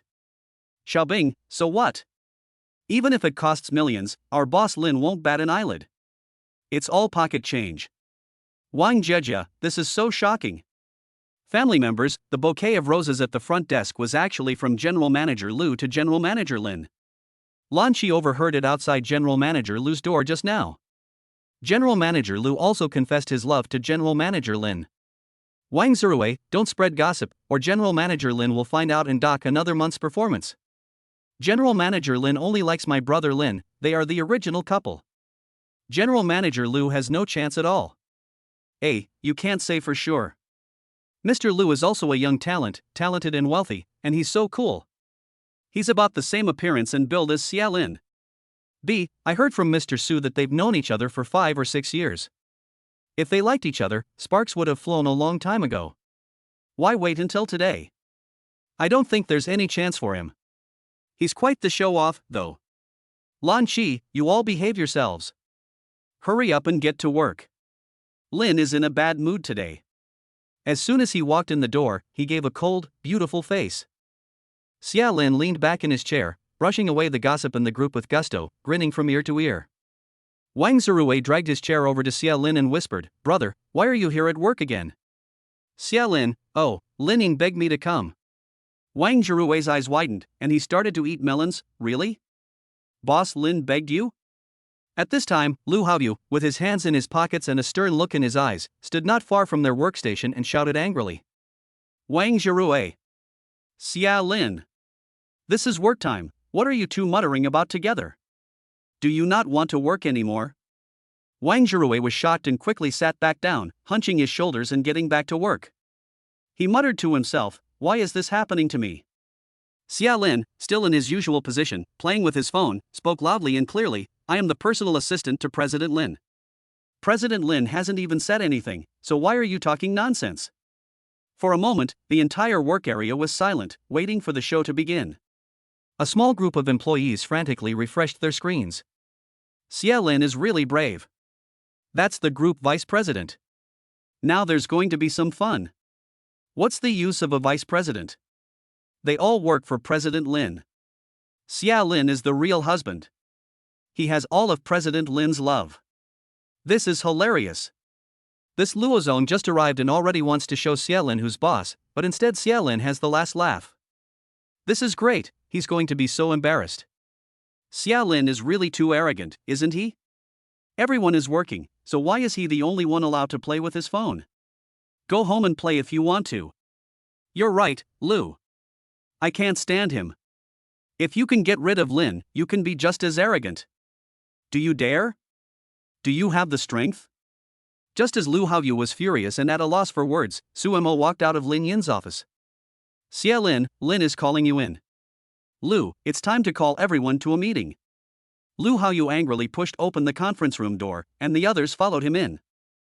Xia Lin put his phone back in his pocket, pushed open the president's office door, and stepped inside.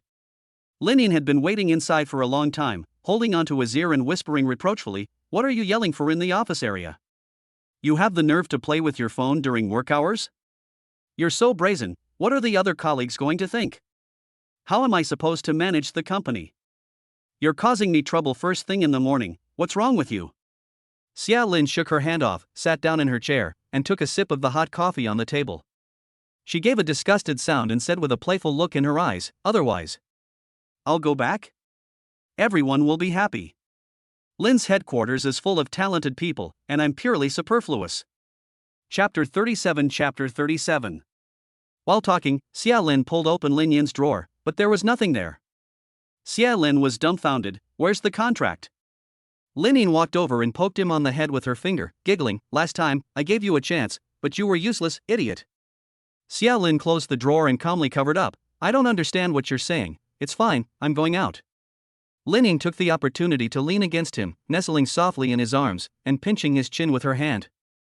Under her long, slightly curled eyelashes, there were a pair of clear, pure, lustful eyes, gazing at Xia Lin seductively and charmingly. "You did that to Lu Haoyu.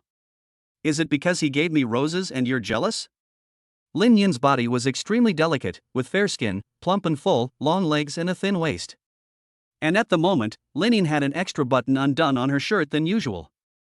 Her long, slightly curly hair hung lazily behind her, revealing her delicate and sexy collarbone. Today, she is inexplicably seductive. Xia Lin pretends not to look, but his peripheral vision is telling a different story. He wants to feast his eyes on her. Xia Lin restrains his most primitive desire, removes her hand, and nonchalantly says, "Why should I be jealous? What do you have to do with me?" Lin Yin ignores his insincerity. She buried her face in Xia Lin's arms, her ear pressed against his chest, tilted her head up, and stared straight at him. Her voice was sweet and syrupy. "Honey, your heart is beating so fast." Xia Lin's breathing tightened, his gaze gradually burning, fixed on Lin Yin's red lips. He recalled the hot kiss in the elevator, the soft lips, the sweet floral fragrance that blatantly intruded on his breathing. Soft and very easy to bully, little white rabbit.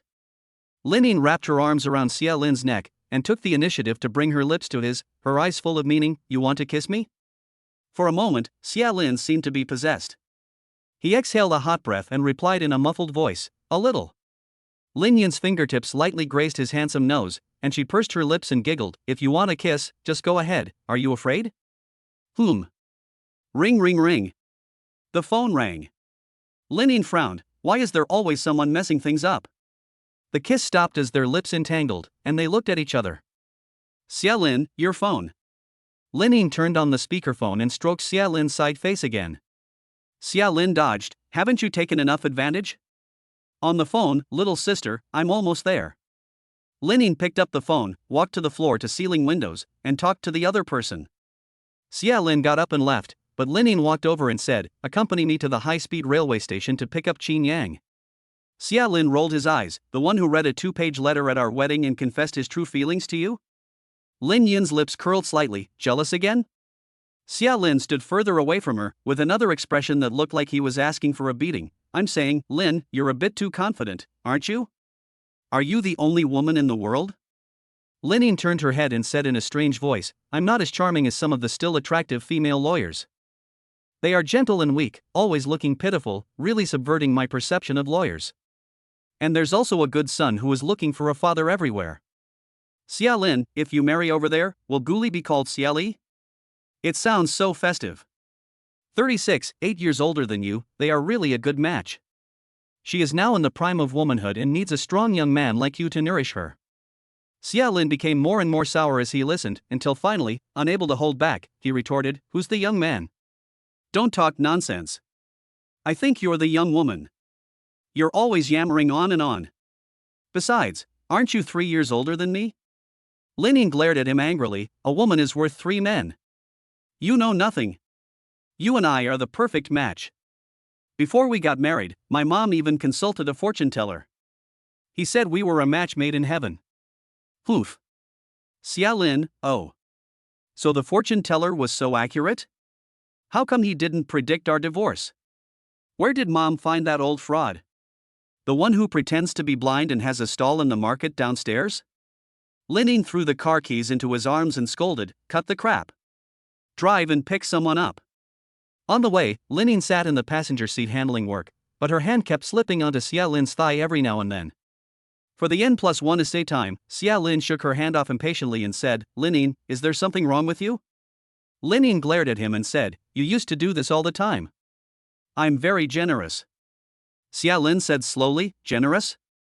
You have a knife in your eyes, and you can't wait to chop off my hand. Lin Yin, petty. Who cares?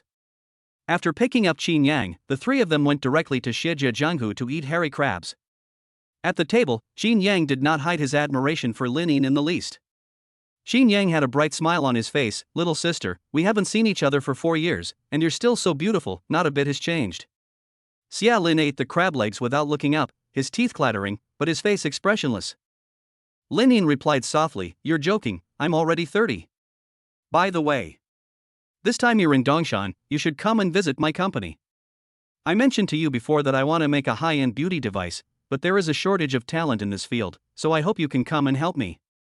I will definitely pay you the highest salary in the industry. Qin Yang, holding his glasses, replied, I came to Dongshan this time to talk to you about this matter. I plan to resign from the hospital and join you. Lin Yin was full of surprise, picked up her glass and said, That's great, brother, you coming is a big help. Our company is preparing a new R&D department, and you coming is just like sending charcoal in the snow. Qin Yang, you're too kind, little sister. The 2 of them chatted about work. Xia Lin couldn't get a word in edgewise, and just kept eating. The more he chewed, the more unpleasant it became. Luckily, at that moment, his phone rang. But it was another problem. Anchor Lily, hey, Lingu, something big has happened, you need to come to the company right away. Our company is full of police, saying that we are suspected of fraud and want to take us all away, so you need to come quickly. Xia Lin frowned, got up and walked towards the bathroom. What's wrong? Tell me. Lily, it's all because of Lin Fong. She's been having an affair with that guy Bang Yida, and they've been going out for dinner a lot recently. I don't know how much she's taken in secret, but now his wife found out and reported them to the police. They said our company is a fraud and is extorting their joint assets. Lin Fong has already been taken away. The rest of us are going to be taken away too, and the police told me to call you. Lin Gu, you must save us, we are all decent people, we just came out to work. At this time, a familiar voice came over the phone. Xia Lin, long time no see. Xia Lin couldn't help but feel disgusted. Zhu Lei. Zhu Lei, yes, it's me, please come to Dongshan Police Station for an investigation within half an hour. Chapter 38 A different lawyer Shen. Xia Lin returned to the table, placed the car keys by Lin Yin's hand, and said in a normal tone, I have something to do, so you can ask the designated driver to go home. After that, he drew back and left, and Lin Yin chased after him in a small run. She blocked his way and asked angrily. Where are you going again? Assistant Xia, it's working hours. You have to listen to my commands. Don't go. You haven't even finished the crab meat I peeled for you. Xia Lin looked at the light blush on her cheeks and sighed helplessly. What's with the wine in the middle of the day? Don't you know how useless you are? I have something at the office that needs my attention right now. Lin Yin pouted, snorted twice. Fine, then you have to be back by 6 o'clock to pick me up. Xia Lin glanced at the clock. 10 minutes have passed. You're so annoying, I'll try my best. He walked away without looking back. Lin Yin stamped her feet behind him and shouted, What do you mean try your best? You have to. Stop drinking. You'll end up with red eyes like a rabbit. Lin Yin replied in a whiny voice, I know. Sitting back down at the table, Lin Yin resumed her usual serious and aloof image of a beautiful iceberg. Xin Yang, little sister, didn't you guys get divorced? Why are you still together? Lin Yin replied proudly, Xia Lin is now my assistant and lives in my house. We're getting back together. Xin Yang's eyes dimmed. Oh, that's great. The interrogation room of Dongshan Police Station is a small, confined space with blinding bright lights. Zhu Lei sits across from Xia Lin and says slowly, Tell me, where did the 300,000 yuan go? Xia Lin lifted his eyelids and said in a cold tone, What are you talking about? It has nothing to do with me. Can't you police investigate it yourself? Lin Fong is only an employee of our company. What does her personal behavior have to do with our company? I and the other employees of our company are all innocent and law-abiding citizens. Zhu Lei raised his eyebrows and continued with an annoying long tone. Oh? But Lin Fong said that you gave her all the money, and you even instructed her to do so. How do you explain this? Xia Lin scoffs in disdain. Officer Chu, there's a limit to what you can say, right? If you want to trick me, you have to be realistic. First of all, Lin Fong and I have never had any personal financial dealings, and you can check. Secondly, 300,000 yuan? Is that all you're going to say? My ex-wife is worth billions, according to her. Even if I'm down and out, I wouldn't break the law for such a small amount of money, would I? What would I gain? You're not trying to hold me for 24 hours to get back at your stupid brother, are you? After all, you don't have any other options. After all these years, you still have a heart as small as a needle's eye? Zhu Lei was stabbed in the heart, clenched his fists in silence, and his voice became cold and hard. Whether or not you had anything to do with this is not up to you to say. The evidence is what counts. Until we have investigated this thoroughly, you can be detained for 24 hours according to the law. During this time, we will repeatedly question you, and you must honestly answer every question. Xia Lin pinched his ear, leaned back, and replied indifferently. Team Leader Chu, I also know the law. I can call my lawyer to defend me now, right? The little police officer sitting aside, responsible for taking notes, could not tell the seriousness of the situation and replied, Yes. Zhu Lei's eyes burned with anger, and he shouted at him, Your job is to record the content of this interrogation, that's it. The little police officer muttered weakly, He is only cooperating with our investigation, and he has the right to do so. Zhu Lei said, I don't need you to tell me what to do. Xia Lin said with a smirk, Little leader, then please call and notify my lawyer, her name is Xin Yuan. The young policeman didn't dare to say anything more this time. He shrunk his neck and timidly glanced at Zhu Lei. Zhu Lei was not at all moved, and glared angrily at Xia Lin. Xia Lin glared back angrily, his voice slow and leisurely, If you don't do as I say, when I get out of here, I will definitely complain to the relevant department. You, Zhu Lei. During the questioning process, you deliberately disregarded the legitimate demands of a citizen, mixed in personal emotions, and failed to distinguish between public and private matters. Xu Lei let out a long breath. Do you know Yang Su? Xia Lin didn't answer but asked instead, does this have anything to do with the case? Xu Lei still relented and ordered, go, call for him. Less than half an hour later, Xin Yuan arrived. To Xia Lin's surprise, this time Xin Yuan's image gave him the feeling of a completely different personality. Her eyes were cold, her language sharp and aggressive. You have no evidence to prove that our client is involved in this case. I demand the immediate release of my client and the other employees of the company. Otherwise, I will immediately report your illegal actions to the relevant authorities. I will give you 1 hour to consider this. This tough attitude was not the slightest bit weak as before. The arrogant and unquestionable gaze was matched with a full-bodied tone. This approach was simply comparable to a female devil. 2 hours later, Xia Lin walked out of the police station with a group of company lackeys, strutting around. Lin Fang was detained pending trial for using her personal relationship to repeatedly extort money from the victim. Lily was so scared inside that she cried, and when she came out, she hugged Xia Lin and cried, sniffling and sobbing. Brother Lin, thank goodness for you, I thought my life was over. Xia Lin pushed her away with disgust, his mouth curling up. What are you afraid of? We haven't done anything illegal, and the police officers are reasonable and believe in evidence. Isn't everything fine now? Today is your day off, go home and get some rest. I'll take you to make a lot of money. Lily, with 2 red puffy eyes and sniffling, said, Brother Lin, you're just painting rosy pictures again. Stop it, we haven't even finished eating the ones before. The anchorwoman Xian tugs on her sleeve and drags her away, whispering. You've even told the truth. Brother Lin is so embarrassed to hear it. It's hard to find a job these days, and we're in a dream job. You have to be content, Lily. We don't punch in, the boss isn't home, and we still get paid. Lily, but isn't that because we make him money, and he gives us half? Xian, nonsense. Who would do a losing deal? Rent and utilities don't cost money? Brother Lin is not bad. Apart from his bad temper, he has no other problems, and he's especially protective of his children. Lily, so we're still supporting him, aren't we? He doesn't have to do anything, and he gets half of our money every month. Xian, you have to think of it this way, we're not cattle or horses, we're the owners of the company. This company is our home, and of course we have to work together to build it, there is no such thing as you and me. Lily is full of doubts, is that so? Xian, of course. Just think, in the company you can do whatever you want, who dares to control you? Xia Lin is laughing behind them, and he praises, this company, without anyone, it can't do without Xian. A professional brainwashing master, this child has a future. I have to arrange a vice president for her to do. Maybe she'll even give up her life for me. Xin Yuan laughed along with Xia Lin, teasing softly, are all the people in your company this cute? Is this how you usually fool them?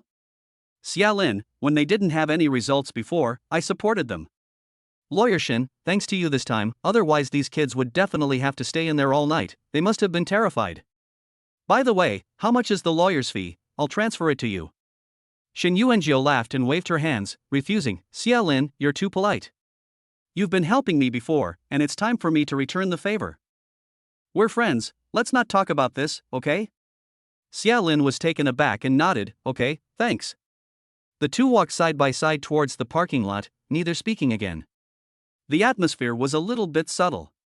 Xia Lin thought to himself, it's almost 6 o'clock, and I still have to go back and pick up White Rabbit. Xin Yuan rubbed her slender white fingers together and nervously said, Xia Lin, actually, I have another favor to ask you. It's just that I'm not sure if it's appropriate. Chapter 39 I'll never mind you again. Xia Lin, what is it? Just tell me. Xin Yuan, the parents' meeting at school is in a few days, and I haven't had time to attend before, so I thought I could go this time. I told Guli in advance, and he was very happy. But yesterday, the law firm assigned me a new case, and I have to go on a business trip, so. Xia Lin readily agreed, no problem. You've done me such a big favor this time, so this little thing is no problem. Besides, we all like Guli. Xin Yuan lowered her eyes, walked very slowly, her eyelashes quivering slightly, blushing and whispering. Then. I'll trouble you, Xia Lin. Are you busy tonight? I'll buy you dinner. Xia Lin, oh, I'm sorry. Lawyer Shun. Was still talking when a very loud car horn sounded ahead. Lin Yin and Su Mo got out of the Maybach. Lin Yin looked very bad, and as she walked towards them, a cold and murderous aura filled the air. Xin Yuan, what aggression! Lin Yin walked quickly up to Xia Lin, her eyes full of anger. She asked urgently, why didn't you tell me first? Xia Lin lowered his voice, you're not a lawyer, why would I tell you? It's already fine. Lin Yin had seen long ago that Xia Lin and Xin Yuan had walked side by side for a long time. She didn't know what Xia Lin had said, but Xin Yuan had blushed shyly. She was always the one. I can't even compete with a 36-year-old woman? Lin Yin couldn't hold back her anger. She was jealous. She raised her voice and yelled, does our company not have a legal department? Can't I just solve this little problem? Why didn't you tell me at lunch? Xia Lin was afraid that Lin Yin would make a scene and hurt the innocent. So he said to Xin Yuan, Lawyer Xin, you go ahead, I'll go to that thing. Xin Yuan saw that Lin Yin was aggressive and not a nice person, so she nodded and drove away. On the way, the image of Xia Lin holding her son in his arms and playing with him kept popping up in her mind. She really wanted to make that a reality. They had been married for 4 years and divorced, so there shouldn't be anything new. She had met Lin Yin a few times, and she had a very strong personality and was very willful. Not many men would like such a strong woman. Especially someone like Xia Lin, who could only be stroked. She appears to be cynical, but inside she is proud and has a strong sense of self-esteem. It just so happens that Lin Yin's shortcomings are her strengths. What's more, Xia Lin doesn't dislike himself. On the contrary, he agrees to all her requests. But Xia Lin is still living in her house, so she can't get close to him. A thought flashes through her mind. She still has an empty house. It's in the next neighborhood, and it's still new. Xin Yuan is instantly injected with a shot of adrenaline, her eyes firm and confident. Meanwhile, in the police station parking lot, Lin Yin is still pestering Xia Lin. She is furious. Xia Lin is in trouble, and the first person he thinks of is not himself, but Xin Yuan. Xia Lin, it's got nothing to do with you. I can handle it myself. Who told you? Chu Lei? Lin Yin, if it's got nothing to do with me, does that mean it's got something to do with her, Xin Yuan? What's your relationship? You can't stand not seeing her for a day? Yes, Chu Lei told me. He said that you are accompanied by a beautiful and charming female lawyer. The female lawyer is arguing with the crowd in the police station for you. Xia Lin's eyes were full of annoyance. He scratched his head and tried to speak to her as calmly as possible. She is a lawyer, I asked her to help me handle it, what's the problem? I don't need you to solve everything. You still have Chu Lei's contact information? Lin Yin, he called me, are you deaf? Even if there is something else. I have no grudges against him. Xia Lin took out his car keys and was about to leave, suit yourself. Lin Yin grabbed Xia Lin by the collar of his suit, clenched her lips, and stared at him with her eyes fixed. Her face was red with anger, and her speech was shaky. Xia Lin, are you saying that from now on, you don't need me for anything? Xia Lin turned his gaze to Su Mo, who frowned, shook his head, and said in wordless form. Don't provoke her, appease her quickly, it was all just angry words. Lin Yin forced his face back and asked coldly, answer me. Is that true or not? Xia Lin gritted his teeth and his eyes darted, yes. Lin Yin let go of his hand and pushed him hard with all her might. Xia Lin took a few steps back and stood there steadily. She was so angry that she trembled all over. She ripped off her wedding ring from her finger and smashed it hard on Xia Lin's head. Her voice was choked with sobs. From now on, I won't care about you anymore. Do whatever you want, are you satisfied? Su Mo walked over to stop the fight, Xia Lin. Calm down. Are you too serious, for such a trivial matter? Lin Yin dragged her by the arm and left, driving away. From the third-floor window, Chu Lei watched the entire farce. He was satisfied, with the corner of his mouth turned up, a sneer on his face. At 7 p.m., Shichun No. 1 high-end residential area. The tension at the dinner table had reached its lowest point. Usually, the two of them would argue a little bit every time they ate. Today, no one spoke, and they each buried their heads in their food. Lin Ken was so scared that he stiffened his body the whole meal, chewing slowly and not daring to make a sound. He was certain in his heart that Lin Yin had reached an 8.0 earthquake scale. The aroma of the braised pork ribs in front of Lin Yin was overpowering, but he didn't dare to pick them up with his chopsticks, and he only dared to eat the food in front of Xia Lin. Lin Yin put down his chopsticks and calmly exploded, "Mom, when Nen comes back tomorrow, I want to move downstairs." Xia Lin's chopsticks in his hand stopped suddenly, and he was inexplicably dejected. Zhang Xiaowan glanced left and right, pretending not to know anything about their abnormality. She replied softly, "That's fine, then you can pack up tonight and move downstairs tomorrow." Lin Yin's face was stern, "I'll live on my own." "I'm sleepy, I'm going to sleep first." Zhang Xiaowan chewed her food and shouted. "It's only 7 o'clock. Yin, you're going to bed so early? You're not going to stay up with your mom and watch the boss?" With a bang, Lin Yin's door slammed shut. Xia Lin and Lin Can then dared to slurp their food, shoving ribs into their mouths in a line. Zhang Xiaowan slapped Xia Lin on the head and scolded in a low voice, "Look at what you've done to my daughter. It's like she's heartbroken. What did you do to her?" Xia Lin nibbled on the ribs and touched his head, replying, "Nothing much, just a little argument." Zhang Xiaowan slammed down her chopsticks and looked serious, "Nonsense. Yin would never do that. She's even asked to move out, and you're not taking it seriously. Stop eating. Go comfort her now. Hurry." Under Zhang Xiaowan's gaze, Xia Lin shuffled over to Lin Yin's room and gently pushed open the door. But, to his surprise, a bomb dropped from the sky. A beautifully bound hardcover book landed squarely on Xia Lin's nose. "Ouch. Get out. Satisfied? My nose is crooked. Serves you right. Get out." Xia Lin covered his red nose and backed out. With a bang, he went back to his study. The next day at work, Lin Yin didn't wait for Xia Lin and left without even eating. Lin Can leaned close to Xia Lin's ear and whispered, "Brother Lin, you really made a mistake this time. From last night until now, my little aunt hasn't even looked at you once, and there's no smile on her face." Xia Lin was already upset and irritable, and he didn't sleep much last night. Lin Can still kept butting into his business. "Mind your own business. I'm not going to your parents' meeting, you go instead." "Lin, no." Lin ignored Lin Can, gulped down the milk, grabbed his clothes and rushed out. "Mom, I'm going to work." Zhang Xiaowan leaned against the kitchen door, her tone gentle, "You'll move in with Yin tonight. I'm not comfortable with her living alone. You'll both come home for meals." Xia Lin pushed open the door, "Okay, Mom, whatever you say. And please pick Anan up from the hospital." Zhang Xiaowan's eyes curved slightly, "We're family, what's the trouble?" Xia Lin walked to the parking lot, smoking a cigarette, but saw Lin Yin taking air out of a tire. With an ice-cold, beautiful face, she kicked the rear tire fiercely, hunched over in anger. Xia Lin walked closer and saw that the tire had a flat. He was delighted. He sniffed his red nose, circled Lin Yin's car twice, and pretended to be surprised.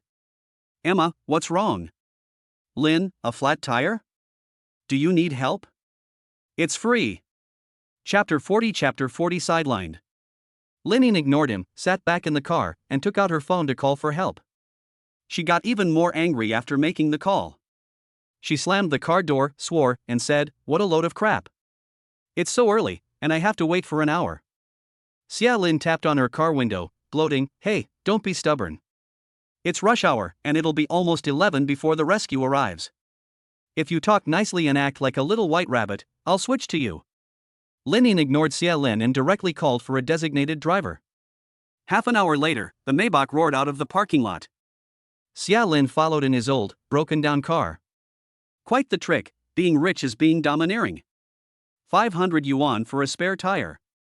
In the backseat of the Maybach, Lin Yin gave Lan Qi his assignment. "Today the new product is shooting an advertisement in the studio, so you tell Xia Lin and Wang Ziri to go to the set." Lan Qi exclaimed in surprise, "Ah? The two of them?" Lin Yin is furious, "What the hell? Don't you understand what I'm saying? Tell them to go to the set and help with the setup and all the things the models need. If they don't want to do it or mess it up, they can just get lost." Lan Qi timidly replies, "Okay, Lin-san." The big news immediately spreads through the company. "Gossip King, family, I've got the latest news, Lin Fu has fallen from grace.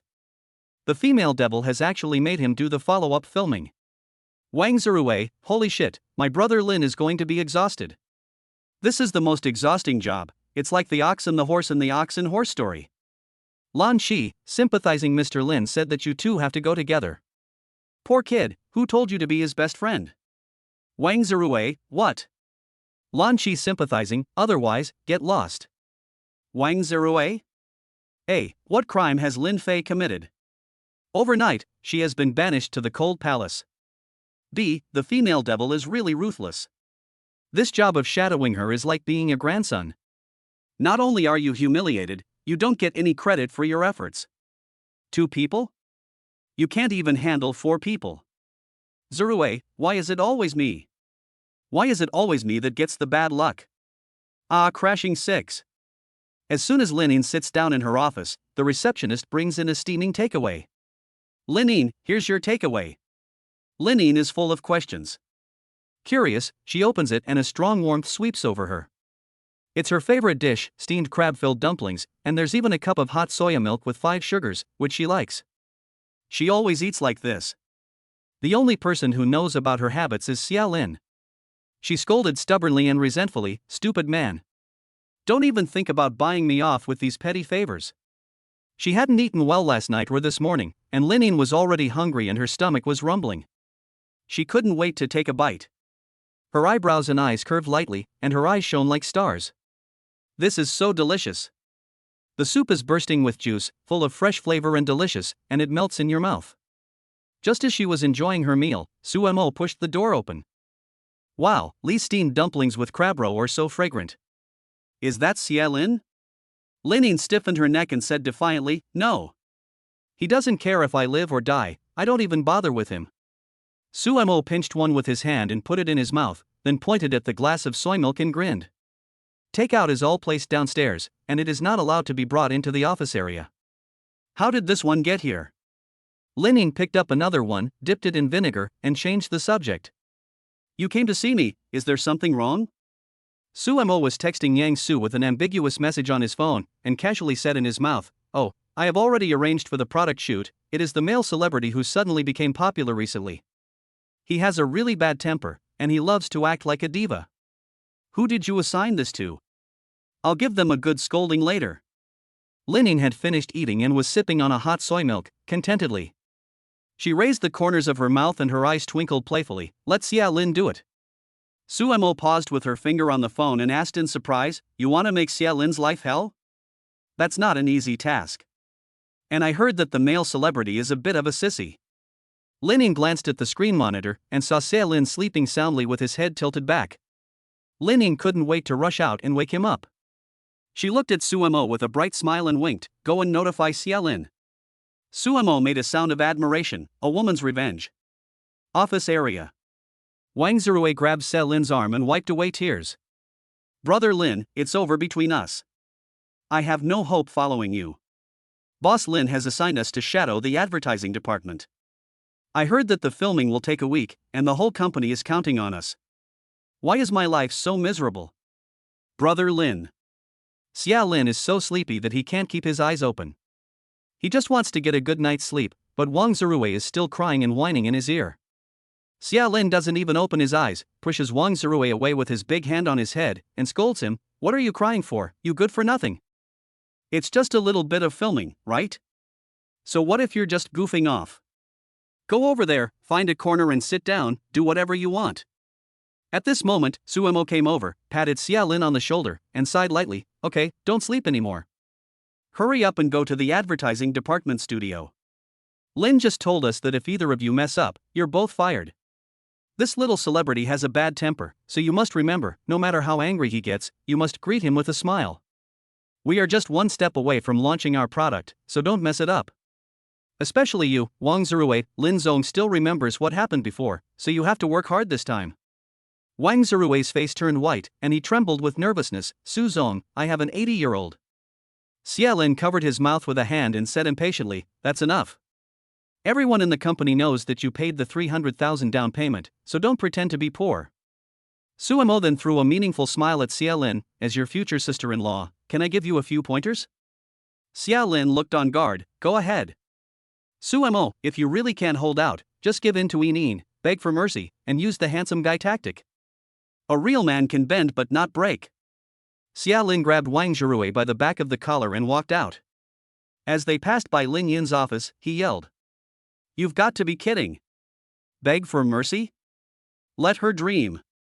With a loud bang, Lin slammed something against the door again. When they arrived at the studio, Xia Lin was dumbfounded. The entire venue was 200 square meters, and there was not even a ghost to be seen. All the product materials were piled up on the floor in a mess, and the shooting background would require them to start from scratch.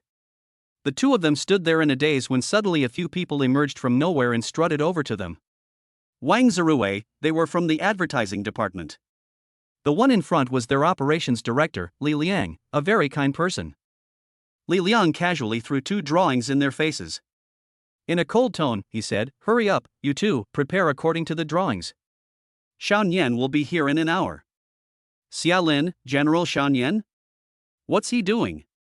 Wang Zirui, he's the big star who suddenly became famous recently, Nian Fan.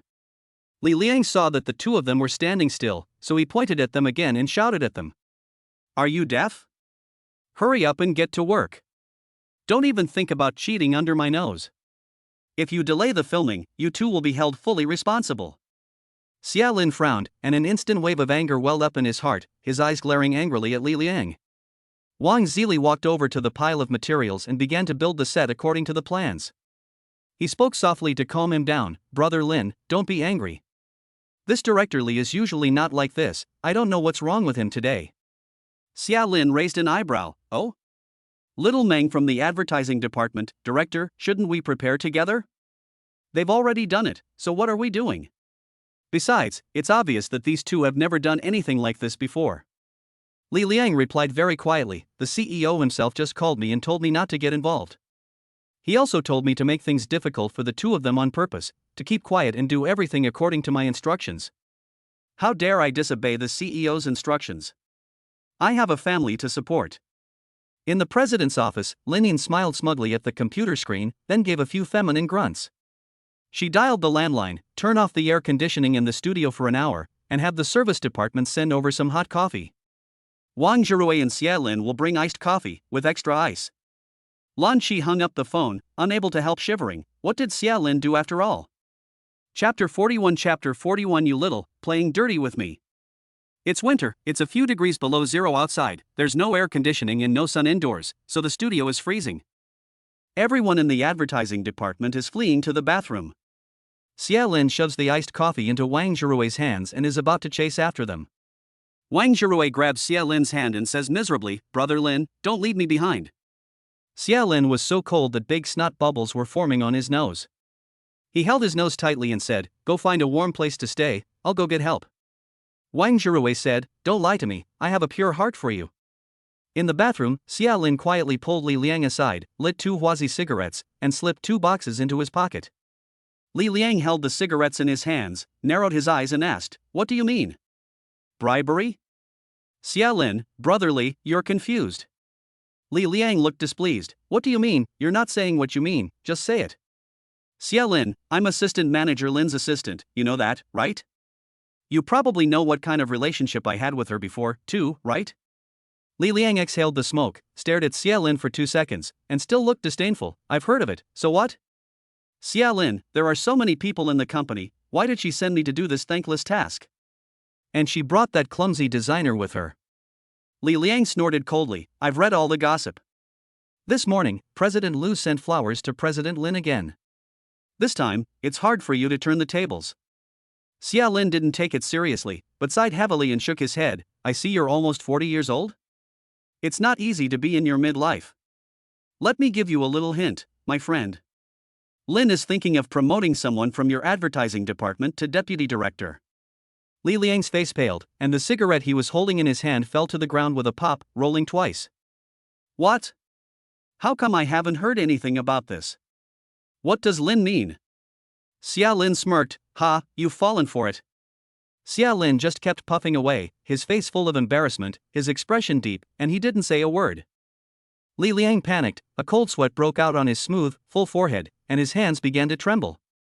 Xia Lin continued to lie, speaking in a flat tone. How many children do you have, Li? Li Liang let out a heavy sigh, too. We just had our second child, the older one is in elementary school, and we still have a lot of debt on the house. Xia Lin's expression was grave. Well, this is a time when you need money, and you rely on this pillar of the family. Xia Lin stubbed out his cigarette. I'll go over there and get busy. Li Liang grabbed Xia Lin's arm, afraid that this lifesaver would slip through his fingers. His mouth twitched slightly, and his eyes begged. Brother Lin, please give me a few more pointers. As he spoke, Li Liang hastily tore open the wrapper of the huazi, shielded the cold wind at the door with his hands, bent slightly, and lit Xia Lin's cigarette. Xia Lin's brows were knitted together, and he patted Li Liang on the shoulder. Director Li, I can see that you are not having an easy time either, so I won't hide anything from you. This time, President Lin is openly suppressing me, but in reality, he is giving me the opportunity to supervise and inspect your advertising department. Let's see which one of you is more capable and which one is just muddling along. When I get back, I'll tell her the results and whoever needs to go will go. As for the deputy director, the leadership will also decide based on the situation. Even though you, Director Li, are over the age limit, you are outstandingly capable, hardworking, and meticulous in your work. President Lin has always valued talent and will definitely not abandon a capable person. That's it, I'll say no more. Please keep this confidential. Xia Lin turned around and left, calling Wang Zirui on the phone with a confident smile. Allow Wang, you don't need to work anymore, it won't take more than 5 minutes for help to arrive. Wang Zirui was so cold that goosebumps rose all over his body, and he couldn't help but shiver. Lin Gu, have you gotten into trouble again? Director Li is leading a group of people and coming at me menacingly. They're not here to beat me up, are they? Ah. Xia Lin scoffed, scolding him with a sneer. Why are you such a coward? Wait, I'll go find you some warmth. Wang Zirui was almost shocked off his feet when he hung up the phone. Li Liang took the lead and squatted on the ground, organizing the filming materials, busy and full of energy. Wang Zirui felt a little embarrassed standing alone, and wanted to help, but Li Liang took it away. He smiled gently and spoke softly. No, you and Assistant Xie can just relax. We can handle this little task in no time. At this moment, Xia Lin came leisurely and swayingly, carrying a few packs of body warmers in his hands and sipping hot coffee. He threw the body warmers into Wang Zirui's arms, looking disgusted. Go on, stick them all over your clothes inside. I guarantee you will feel the warmth of a mother's love. Wang Zirui nods blankly and quietly gives him a thumbs up. Brother, you're awesome. Xia Lin puts his arm in one hand, stretches vigorously, takes a sip of hot coffee, belches, and bows slightly. He smiles politely. Brotherly, you've worked hard. Do you need any help? Li Liang is busy and dusty, so he raises his arm to wipe the sweat off his face. He smiles more happily than a lucky cat, showing his neat teeth. No need. This is nothing. We can handle it. Thank you, assistant, you can just sit back. Xia Lin walked over to the corner surveillance monitor, his eyes flashing with a sly smile. You little. Playing dirty with me. In the CEO's office, Lin pouted her lips, her face full of anger, as she dialed the landline. What's going on with the studio surveillance? Why is it still a black screen? Lan Qi's voice was weak. Back to President Lin, just now the property management staff came to check, and they said that someone had cut the wires. The electrical outlet was also stuffed with chewing gum and 502 glue. It will take at least 2 or 3 days to clean up and return to normal. Lin slammed the phone down. On the other end of the line, Lan Qi pouted with a puffed-up mouth and whined in a mosquito's voice. What does it have to do with me? All the anger is directed at me. During filming, it went much more smoothly than Lin expected. Although the actor is picky and loves to play the big shot, when he saw Xia Lin, a ruggedly handsome man with a hard outline, he surprisingly cooperated with an anti-smile throughout the entire shoot. He also took advantage of every break to strike up a conversation with Xia Lin. With his eyebrows and eyelashes flowing under his eyebrows, his big eyes shining, and always smiling, he stared at Xia Lin straight on. Xia Lin's body hairs stood on end at the sight of him, and every pore on his body rejected him, but he had to put on a fake smile. Before long, it was afternoon, and there was another break. Nianfan skipped over to Xia Lin and sat down next to him, his face full of excitement as he asked, Xia Lin, how old are you? Xia Lin slowly shifted his body and laughed lightly, 28. Nianfan, I'm only 22, Xia Lin brother. Xia Lin, fuck. Why do I have to suffer like this? Xia Lin laughs and says with a smile, yes, you've become a big star at such a young age, and your future is limitless. Nianfan rubs Xia Lin's arm and says, let's add each other as friends, so we can hang out together in the future.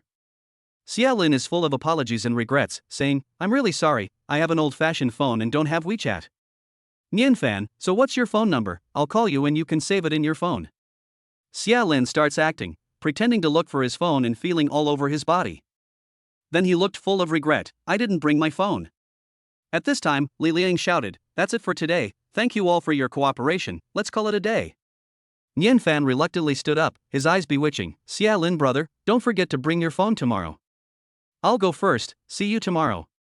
Xia Lin waved with a smile, "Okay." After the person left, the smile on Xia Lin's face gradually disappeared, and his face suddenly turned dark. If I keep putting up with this for a few more days, I'm going to be driven crazy. I have to do something. In the evening, Xia Lin and Lin Yin went home. Without saying a word, they simply packed a few clothes and moved to the house downstairs. The house faced south and had one bedroom each, so they would not disturb each other. At dinner, Xia Lin sat at the table and deliberately sneezed 7 or 8 times in a row, pretending to have a bad cold. Zhang Xiaowan looked concerned. "Xia Lin, why do you have a cold when you are fine? The young man is full of energy, why are you suddenly like this?" Xia Lin took out some paper and blew his nose, deliberately speaking in a hoarse voice. "Mom, it's fine, a little cold doesn't matter. Today when I was at work, the air conditioning suddenly broke down. The company saw that we work hard and sent us some care. They said that General Lin specially instructed me to drink iced coffee to refresh myself. It was a kind offer, how could I refuse?" Upon hearing this, Zhang Xiaoyuan directly snatched Lin Yin's chopsticks away and slammed them down on the table. Chapter 42 Blind in the Eyes and Hands. Nen is still asleep upstairs. Lin Yin drinks the soup nonchalantly, lowering his voice. "What does it have to do with me? Who made him so lucky that the only broken air conditioner in the whole company is in the studio?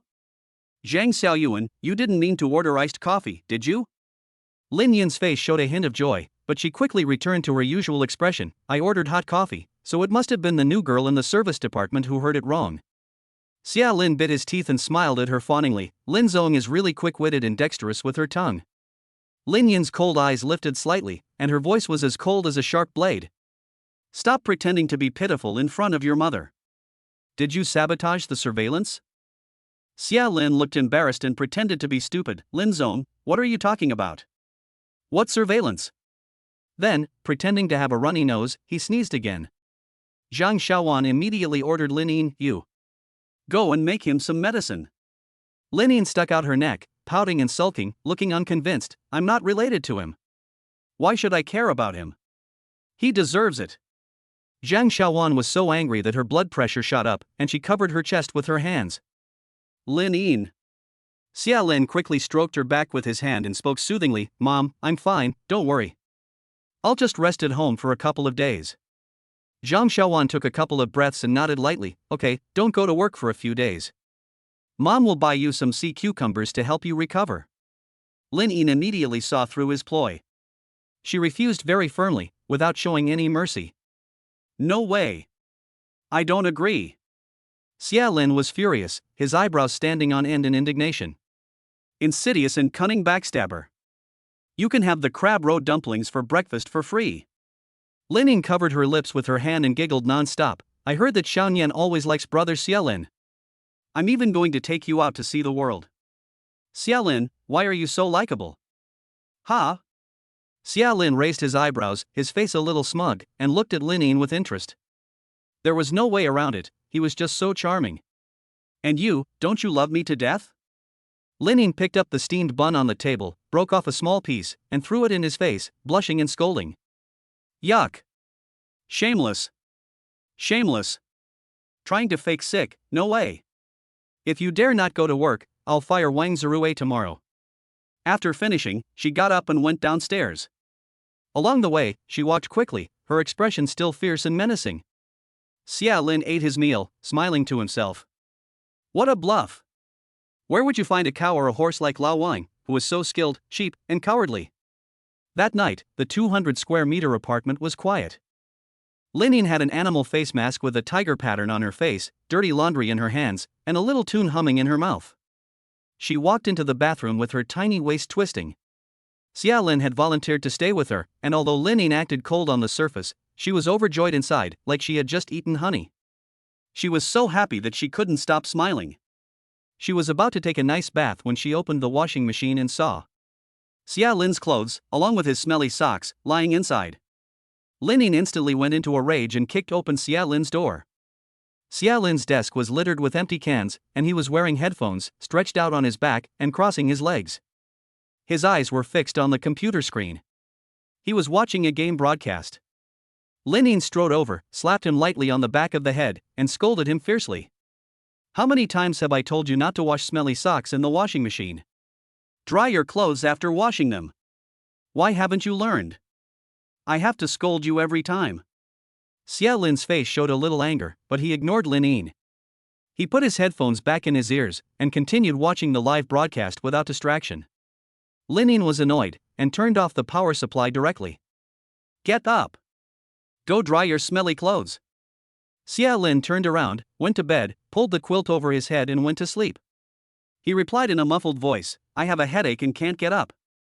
If you want to use the washing machine, you can dry it yourself. What a problem. Xia Lin, you're so annoying.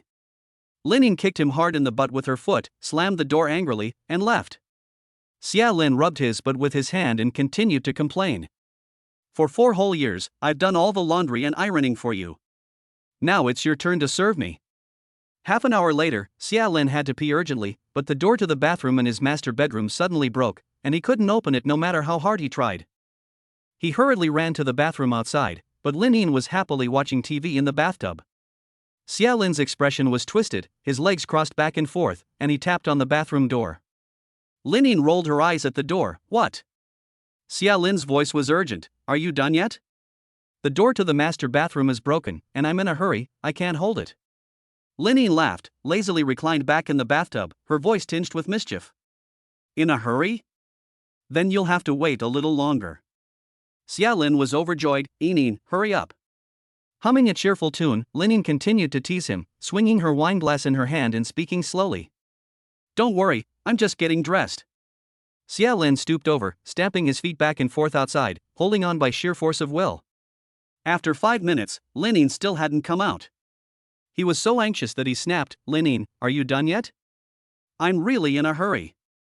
Lin pretended to be surprised and said, Oops, I didn't rinse the foam off my body, so you'll have to wait a little longer. I'll be out in a minute, really soon. Xia Lin's head was sweating, his handsome face darkened, and his voice was low, You're deliberately teasing me. Lin snorted, pouting, What did you just do to me? I'm just returning the favor. You want to come in? Say something nice to make me happy. Xia Lin couldn't hold back anymore, he was about to explode if he had to wait any longer. He twisted his hand and the door was unlocked. He took a few steps and rushed into the bathroom, heading straight for the toilet. Lin was startled by his sudden appearance and let out a startled cry. Foam was all around her, but she still covered her face with her hands. Her face was red with embarrassment as she angrily scolded him. Xia Lin, you stinking man. You scoundrel. Xia Lin was feeling physically and mentally relaxed at the moment, so he didn't even look at the bathtub. But Lin had just deliberately played a trick on him, and Xia Lin was also holding a grudge in his heart. Xia Lin snorted derisively and began to argue with her, With your flat-chested, skinny childlike figure, what's the point of hiding it? Even if you stood in front of me right now, I wouldn't. Before he could finish speaking, Lin walked out with her head held high and bare feet. She stood in front of Xia Lin with such liveliness, confidence, and generosity. Lin extended her slender finger with pink bubbles on it and poked Xia Lin's chest hard. Her mouth curled up slightly, and she loudly questioned. Say that again, who did you say had flat breasts and a flat butt? Have you been blind and clumsy for the past 4 years? Then take a good look today, sister, and see what kind of figure I really have. Xia Lin didn't hear a word Lin said, and couldn't help but widen his eyes, forgetting to breathe. Xia Lin stared blankly at her. She was even sexier than before. Plump and graceful, a beauty of the world. Perfect golden ratio. Hey, is there a runny nose again? Did I really catch a cold? Xia Lin wiped it away casually. Shit, it's a nosebleed. I actually got a nosebleed because of Lin? Lin was very satisfied with Xia Lin's reaction. With a smile in her eyes, her ears red, she poked Xia Lin's forehead with her finger and gave him a dirty look. With a smile at the corner of her lips, she said, Good for nothing, get out. As you can imagine, Xia Lin fled in disgrace. After the person left, Lin Yun's face flushed and unconsciously spread to the neck of Bai Shui. Looking back at the scene just now, Lin was both shy and happy. In the middle of the night, Xia Lin really got sick. It seems that pretending to be sick is not possible, and it is easy to make a wish come true. He kept turning around at home, but couldn't find any cold medicine, and kept sneezing. Lin, wearing a pale pink nightgown, came out rubbing her sleepy eyes. This time, instead of scolding Xia Lin, she stood on tiptoe, touched his forehead with her hand, and her eyes were full of tenderness. Her tone was gentle and indulgent. "You're talking nonsense, you really have a cold, don't you? Go back to bed and lie down." Xia Lin looked startled, stood there obediently, and let Lin touch his head. He even bent down so that Lin didn't have to stand on her tiptoes. "I'm looking for medicine. Do we have any at home?" Chapter 43 I have a cold, it's contagious. I feel a bit hot, you lie down first, I'll go make the medicine. Xia Lin nodded, and a sense of joy welled up in his heart. Hey, finally it's Lin Yin's turn to take care of me. A few minutes later, Lin Yin came in with a steaming bowl of medicine, which Xia Lin gulped down in one go. Lin Yin took out a thermometer and touched his head lightly, saying, "Open your mouth, I'll take your temperature." Xia Lin opened his mouth wide. Ah. Lin Yin rubbed his short, clean-shaven hair twice, her eyes full of love, and pretended to be angry. "Behave yourself." 5 minutes later, the thermometer showed 37 degrees, and Lin Yin let out a sigh of relief. She sat by Xia Lin's bed, yawning. Xia Lin lay on his side, staring quietly at this cold and beautiful woman with a petite appearance and a strong core. In the workplace, she is imposing and awe-inspiring. But now, when Lin Yin faces herself, there is a huge contrast. Sometimes she pouts at him, and sometimes she stamps her feet and scolds him. Sometimes her eyes are red from crying, and she says harsh things that she doesn't mean. She turns her head away, but she doesn't want to. Most of the time, every second she shows in front of herself is weak and fragile. In short, Lin Yin is always trying to please herself. Xia Lin also enjoys being pampered. No matter how he lets loose, the other party will always stand firm and hold out a hand to him. Seeing her is like seeing a former version of himself. But won't it get tiring in the long run? Lin Yin's personality is fundamentally different. She is like a hexagonal iron warrior. Indestructible and invincible. In her presence, he feels nothing but inferiority and overflowing love. Everyone has periods of fatigue, and there is a psychological tolerance limit.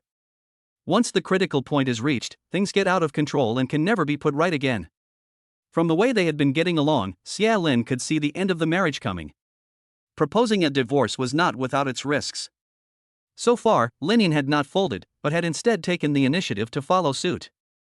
They were both changing. An equal relationship with equal strength can last longer. This time, Xia Lin would be the one holding the cards and turn the tables. Why has her hair flown into her face again? Taking care of people is not her strong point, and she just poured a cup full of hot water into the packet of cold medicine. Xia Lin didn't think much of it, and just gently brushed her stray hair behind her ear, as he had done before, tidying it up for her. But he didn't take his hand back, but instead stroked it lightly across her face, with its delicate features, lingering over and over. Lin Yin is really beautiful, a natural beauty. I'm really marrying up. But there's nothing I can do about it, she can only belong to me for the rest of her life. Lin Yin was flattered by Xia Lin's initiative, and her eyes instantly curved into small crescents. First, she pouted stubbornly, and gradually her eyes turned red. Xia Lin looked at her with such deep affection that Lin Yin simply couldn't hold back for more than a few minutes. Lin Yin quickly lifted the quilt and threw herself into Xia Lin's chest. Lin Yin's hand wrapped tightly around Xia Lin's narrow waist, and she leaned her head against his shoulder, rubbing it vigorously and cooing sweetly. At first, Xia Lin was startled by her, but then he couldn't help but laugh and put his arms around her, holding her close. Lin Yin still cooed sweetly, like a soft, spoiled little orange cat waiting to be petted. She pouted her pink lips and cooed like a spoiled kitten waiting to be petted. Where's my ring? Give it back to me. Xia Lin's voice was low and contained a hint of teasing. You threw it away, and now you want it back? Lin Yin rubbed against him again, twisting her body and refusing to give up. Give it back to me. Xia Lin held her in his arms, smiling softly as he lowered his eyes. It's upstairs, I'll give it to you tomorrow. Don't lie to me. Lin Yin tilted her head up, meeting Xia Lin's eyes directly. Their gazes met, and the sound of their hearts beating was clear to hear. Pounding, pounding, pounding, their hearts beat as strongly and powerfully as a drumbeat. Their breathing, however, was a jumbled mess, without any order. Lin Yin's eyes looked as if they were filled with spring water, and at the moment she was exceptionally endearing. With her big, watery eyes wide open, she stared at Xia Lin innocently and lovingly, her face red and about to bleed. Xia Lin's eyes were naked and deep, and Lin Yin felt like she couldn't breathe. "Kiss me. I have a cold, it's contagious." "I don't care, kiss me." Meanwhile, the little smartass Lin Yin immediately turned off the lights. Xia Lin asked in a gruff voice, "Didn't you say you'd never care about me again?" Lin Yin kissed Xia Lin and whispered, scolding him, "Shut up. Don't talk anymore." In the darkness, Xia Lin gave a sly smile. At 10 o'clock the next day, Xia Lin's phone kept ringing. Lin Yin's arms were wrapped tightly around Xia Lin's neck, her face flushed with sleep. It was obvious that she was exhausted. After a long time apart, they lost control one after the other. Xia Lin answered the phone with a frown and a hoarse voice, "Hello, who is this?" Su Mo sounded particularly anxious on the phone, "Is Yin with you? Why haven't you guys arrived at the office yet? Lin has a particularly important video conference today, and it starts in an hour." Xia Lin stroked Lin Yin's little head with his large hand and said indolently, "Oh, she's still asleep. I'll send her over right away." Sumo's voice couldn't contain his excitement. "What did you two do?" Xia Lin smiled without saying a word, and Lin Yin suddenly woke up. She covered Xia Lin's mouth with her hand, blushed, and replied, "Sumo, I'll go to the office right away." "Sumo, hurry up, Yin, don't miss the main thing." After hanging up the phone, Lin Yin lay back in Xia Lin's arms and complained weakly, "It's all your fault." Xia Lin pinched her, "I'll take you to the office." Lin Yin kissed Xia Lin on the cheek, her eyes full of tenderness, "You're sick, rest at home for a couple of days. I'll go myself, and I'll cook for you tonight." Xia Lin shakes his head vigorously, "You cook? Forget it, don't waste food, it's a shame." Lin Yin looks serious, and is still stubborn. "I won't. I've improved a lot. In the future, I'll cook for you often. I've collected a lot of recipes. Hubby, just wait until I show off my skills." Xia Lin watched Lin Yin leave, and then made a few clicks of his tongue. "The kitchen is in for a rough time tonight, it's like facing a major enemy." Xia Lin picked up his phone, but found that Xin Yuan had sent him a message. "Xia Lin, I have another house that's currently empty. Could you please go stay there for a few months? It's in the next neighborhood, no rent, just keep an eye on the house for me." "Xia Lin, I'm sorry, Lawyer Xin, I'm very comfortable living at home right now, and I like it. I have no intention of moving, so I can't help you." Xin Yuan unexpectedly replied immediately, "Okay, tomorrow morning is the parent-teacher meeting for Guli, so I'm counting on you." Xia Lin, "Okay, I remember." After that, Xia Lin threw his phone aside and started doing push-ups to exercise. Your body is the foundation of the revolution. It wasn't long before the phone rang again. Xia Lin looked at the unfamiliar number. "Hello? Opposite, Xia Lin, it's only been a month, and you've even deleted my phone number?" Xia Lin is annoyed. "Zhang Xinyue, you went to the US and you're still haunting me? I'm really not interested in you." "Zhang Xinyue, I snuck back to China." Xia Lin, I have a shocking secret to tell you. Vientian, come out and treat me to dinner now. Chapter 44, caught red-handed by the little white rabbit again. Xia Lin hung up the phone, cursing, "Sick." Before he could block her number, he received a text message from Zhang Xinyue, "Something important about you and Lin Yin. Meet at the Mantang Cafe on the 3rd floor in half an hour." "Xia Lin, you will thank me." In the afternoon, Lin Yin and Su Mo were having a spa treatment at the Wanshan Street branch. Premium member room. The two spa masters are massaging their bodies and beautifying their skin. At the moment, Lin Yin's eyes are slightly open, a smile on the corner of her mouth, as she reminisces about the beauty of last night. Lin Yin's spa master asks her in a particularly gentle voice, "Ms. Lin, do you need help getting rid of the strawberry marks on your body? We just got a new essential oil that works very well." Lin Yin's ears and face visibly turn red at a rapid rate, and her face begins to flush. Lin Yin, this is not necessary. Su Mo, who was lying down nearby, couldn't stop giggling and teasing, "Beauty, you mustn't, she can't bear to." Master Spa lit 2 different essential oil candles and smiled, "Okay, then the 2 ladies please rest.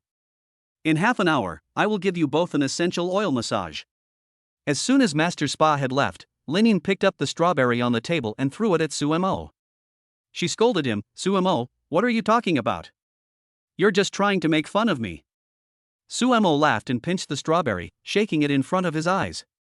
There was a little schadenfreude in his smile. I'm happy for you, what's the rush?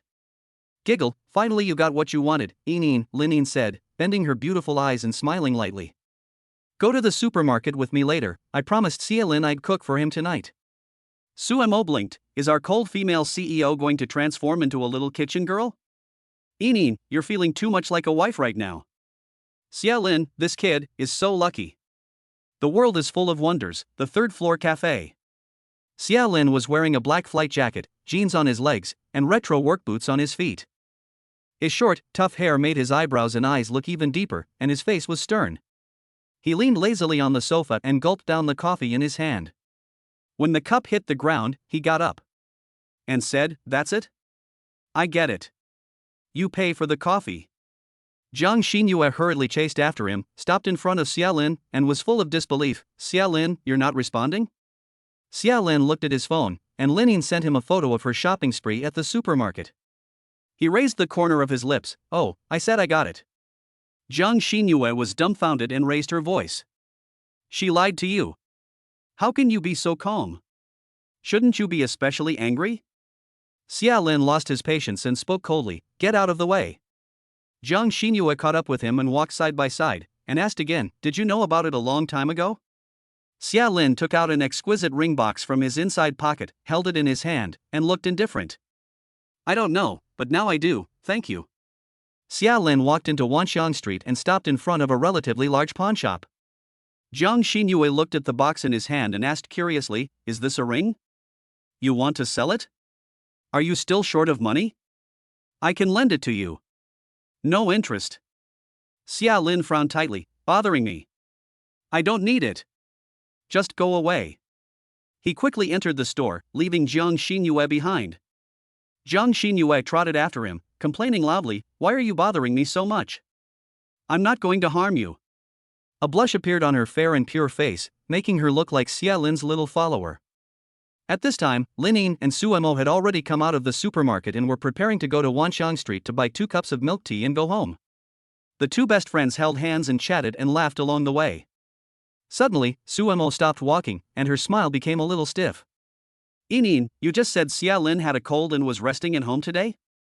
Enin said sweetly, yes, but it's not serious, I think it will be over soon. Suemo stood on the street and pointed at the 2 familiar figures in the pawnshop and asked, who is that? Enin looked in the direction she pointed and could see through the glass outside the shop that Xiaolin was talking to the salesperson. And standing next to him was another woman, Jiang Xinyue, who also annoyed her to the extreme. Lin Yin's eyes almost burst with anger, and she suppressed the anger rising in her body as she stood still and waited for Xiaolin to come out. Let's see how he explains himself. At the same time, she was full of doubts. What was Xiaolin doing here? Did he come here to pawn something? What did he need the money for? Xiaolin's salary was enough to support An's medication. The transaction was complete. Xiaolin took the receipt, collected the payment, and pushed the door open. Jiang Xinyue followed him, beaming, so you came here to pawn your watch, Xiaolin. You have good taste, you like Patek Philippe. Xiaolin didn't reply. He stood in the doorway, holding the ring box in his hands. Oh no, I've been caught red-handed again by that little white rabbit. Wait, why did I say caught? I've done nothing shameful. Linin stood quietly not far away, her eyes like daggers, her cheeks puffed up, glaring at Xiaolin with hatred. Xiaolin plucked up his courage and walked up to them, chuckling nervously, and asked with a guilty conscience, what a coincidence, ladies. Your company isn't busy? Why are you free to go shopping? Suemo gave a meaningful smile at the corner of her mouth and signaled Xiaolin with her eyes, explain yourself quickly. Linin was furious, but on the street, she still maintained her dignity. She sneered coldly, smiling with her lips but not her heart, and said, if I hadn't come out, how could I have seen you hitting on girls here? It's only been a few days, so why have you changed your taste? Don't you like older women, and now you're into younger ones? Jiang Xinyue stood by Xiaolin's side, waiting to see the two of them argue. She couldn't have wished for it more. Xiaolin leaned towards Linin and gently pulled her arm, trying to calm her down. But Linin just shook her off, glaring at Xiaolin with red eyes and coldly asking, isn't she in the United States? Aren't you at home? Why are you here meeting her? Are you two in a transnational relationship? Xia Lin, are you playing so romantically now? Xia Lin didn't want Lin Yin to know what Zhang Xinyue had told him today. At least, he didn't want to know yet. He could only argue cunningly. I ran into her by chance at the pawn shop. You can ask Zhang Xinyue if you don't believe me. Xia Lin turned his head to look at Zhang Xinyue, raising his eyebrows. But Zhang Xinyue didn't buy it at all, and answered truthfully, I was indeed in the United States, and I returned this time to take care of some matters. I have indeed never been in contact with him. I asked Xia Lin to go for coffee, because... She hadn't finished speaking when Xia Lin stopped her in a low voice. Can you go now? Stop messing around. Zhang Xinyue pretended to be nonchalant, shrugged her shoulders, waved her hand with a particularly dashing air, and said, Okay, see you later, Xia Lin. After turning around, she hung her head in disappointment, her eyes full of loss. Lin Yin had heard the two's conversation and was even more furious. When there was no one around, she raised her hand and squeezed Xia Lin's chest, not letting go of his heart. She said indignantly, Go for coffee? You actually went for coffee with her? What do you take me for? Xia Lin whimpered in pain, subconsciously using his hand to block it. However, Lin Yin noticed the wedding ring box in his hand, as well as the pawn receipt. Lin Yin let go of his hand, grabbed the box in his hand, and opened it. It was empty. She then revealed a wry smile. You actually sold our wedding ring? Chapter 45. When a rabbit is cornered, it will bite. Xia Lin took a step forward to calm him down. No, I'm just using this box. Lin Yin pushed him away forcefully, and with red eyes, she questioned him. Okay, so is it true that you went on a date with Zhang Xinyue? Xia Lin's gaze was deep as the sea, and he stared at Lin Yin and asked in return, Why do you always maliciously speculate about me time and time again? I didn't go out with her. She was just talking to me about something, that's all. Do I go out with any woman I meet? Lin Yin bit her lip, stubbornly turning her head to the side, her heart throbbing with pain. Because you're just a smelly man who likes to mess around with flowers. You're a complete heartthrob. You have long since stopped thinking about me. You don't love me either. Xia Lin felt like he had been hit in the head with a blunt object. He was completely confused, and Lin Yin's words shocked and bewildered him. He suppressed the emotions churning within him, his face turning pale, and turned to leave. Lin Yin was also particularly stubborn, and walked off in the other direction. Suemo watched the entire argument and couldn't tell who was right or wrong, and silently followed Lin Yin as he left. When it was time to eat, Zhang Xiaoyuan busied herself in the kitchen, and the ingredients that Lin Yin had bought were almost like a Manchu Han imperial feast. Anan helped wash the vegetables in the kitchen, his face flushed. Lin Yin and Xia Lin each sat on a single sofa, with long faces and deep grievances. Xia Lin was holding Lin Gur in his arms and playing with his phone. Lin Yin was holding a ball in her arms and playing with her phone. The crystal chandelier in the living room is dazzling and sparkling. Lin Yin and Xia Lin are overwhelmed by the darkness above their heads. Lin Kin is small and sits alone on the main sofa, anxiously watching the news on TV. Tomorrow is the parents' meeting, and Xia Lin Ming said he didn't have time to deal with him, so he had to muster the courage to tell Lin Yin. He looked left and right, and once again the atmosphere was eerie, with murderous eyes. Dangerous, dangerous, dangerous. Lin Ken was frozen and didn't dare to say a word. Lin Yin asked coldly, What did she want to talk to you about? Xia Lin's voice was low, None of your business, what do you care? Lin Yin snorted, Give me back the ring. Xia Lin said with a sneer, I sold it. Lin Yin slammed the phone down on the table. Xia Lin, you are a lying, despicable man. Xia Lin rolled his eyes and replied indolently, Cunning and evil backstabbing woman. Lin Yin was about to walk over and punch him. Anan held the dishes and came out of the kitchen happily, her voice sweet and syrupy. Brother, sister-in-law, Lin Can, Lin Gur, dinner is ready. The few people on the sofa were smiling even more brightly than sunflowers, and they all said in unison, Good. At the dinner table, Zhang Xiaoyuan rubbed her back and asked, Inin, why did you buy so many groceries today? It's even more important than the Chinese New Year. Lin Inin held the groceries and stared at Xia Lin with a smile, saying word by word, I was going to cook for the dog. Xia Lin gobbled his food without paying any attention to her. Lin Inin was so angry that she gave Xia Lin a hard kick under the table with her high heels, and wouldn't let go. Xia Lin let out a muffled grunt with rice in his mouth. Anan, brother, what's wrong? Lin Yin beamed, Your brother is full. She gave Xia Lin a flirtatious look and pretended to be particularly concerned. Honey, eat slowly, don't choke. Then she gave Xia Lin a helping of heart, liver, and lungs, and said tenderly, "Honey, I heard that you can replenish what you eat. You lack these, so you must eat more." Xia Lin, is she calling me heartless? Or is she implying that I have no heart? Xia Lin smiles, "Yining, you are so good to me." Lining throws a flirtatious glance at him, then gives her foot a hard push. "Of course I am." Xia Lin, without changing his expression, quietly drops his chopsticks on the floor, then bends over with pain, arching under the table. He flicked Lin Yin's shoe aside and used his chopsticks to vigorously tickle her soles. Lin Yin blushed and let out a loud cry. "Zhang Xiaowan, Yining, what's wrong?"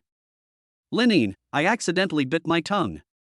Xia Lin pretended that nothing had happened and went to the small bar to make a cup of fragrant green tea for Lin Yin.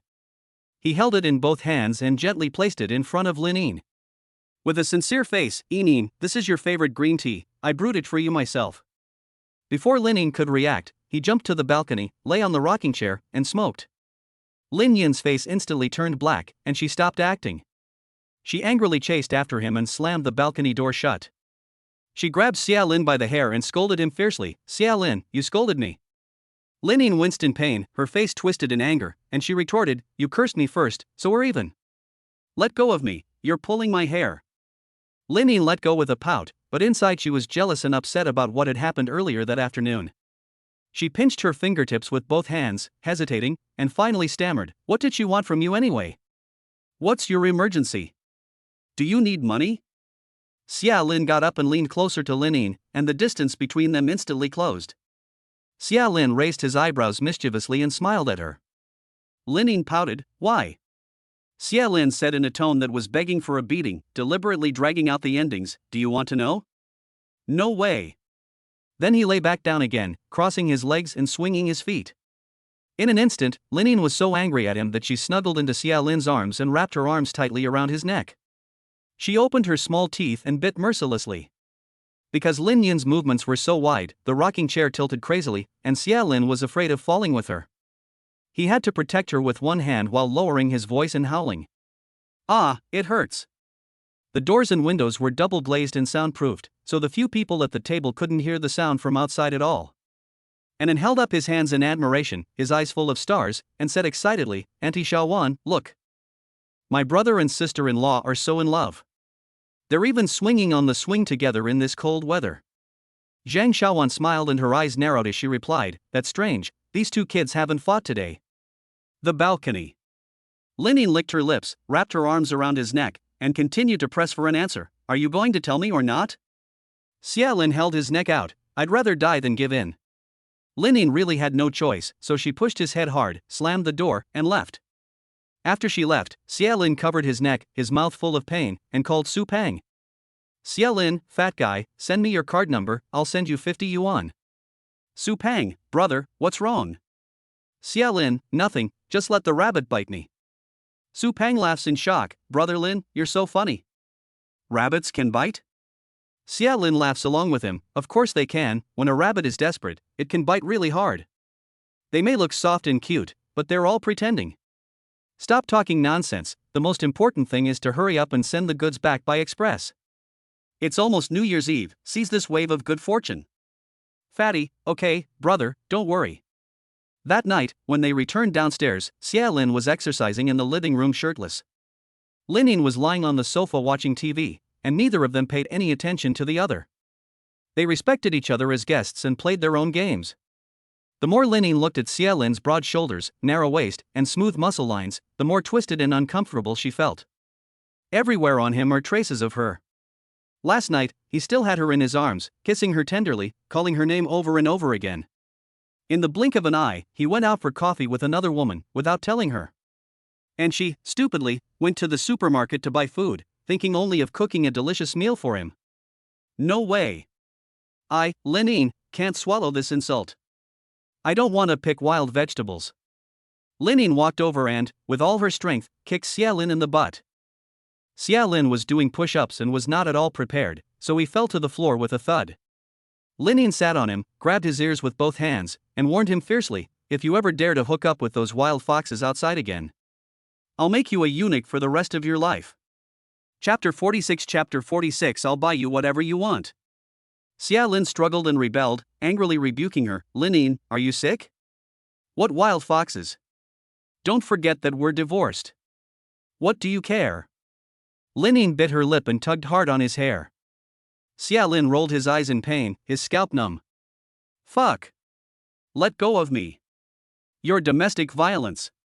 Linine slapped him on the head and said domineeringly. Once you get into your sister's bed, you are her man. I'm telling you, Xia Lin, if you ever get involved with any of them again, I'll get my scissors and cut you up. Xia Lin, it was in my room last night. If you don't let go, I promise I'll make you cry all night. Linine couldn't help but blush. Xia Lin took the opportunity to roll over, and Linine was shaken by him and didn't sit still, so she fell directly into Xia Lin's arms. They stared at each other, and the air seemed to freeze instantly. Lin Yin's eyebrows and eyes were tinged with anger, and suddenly, pa!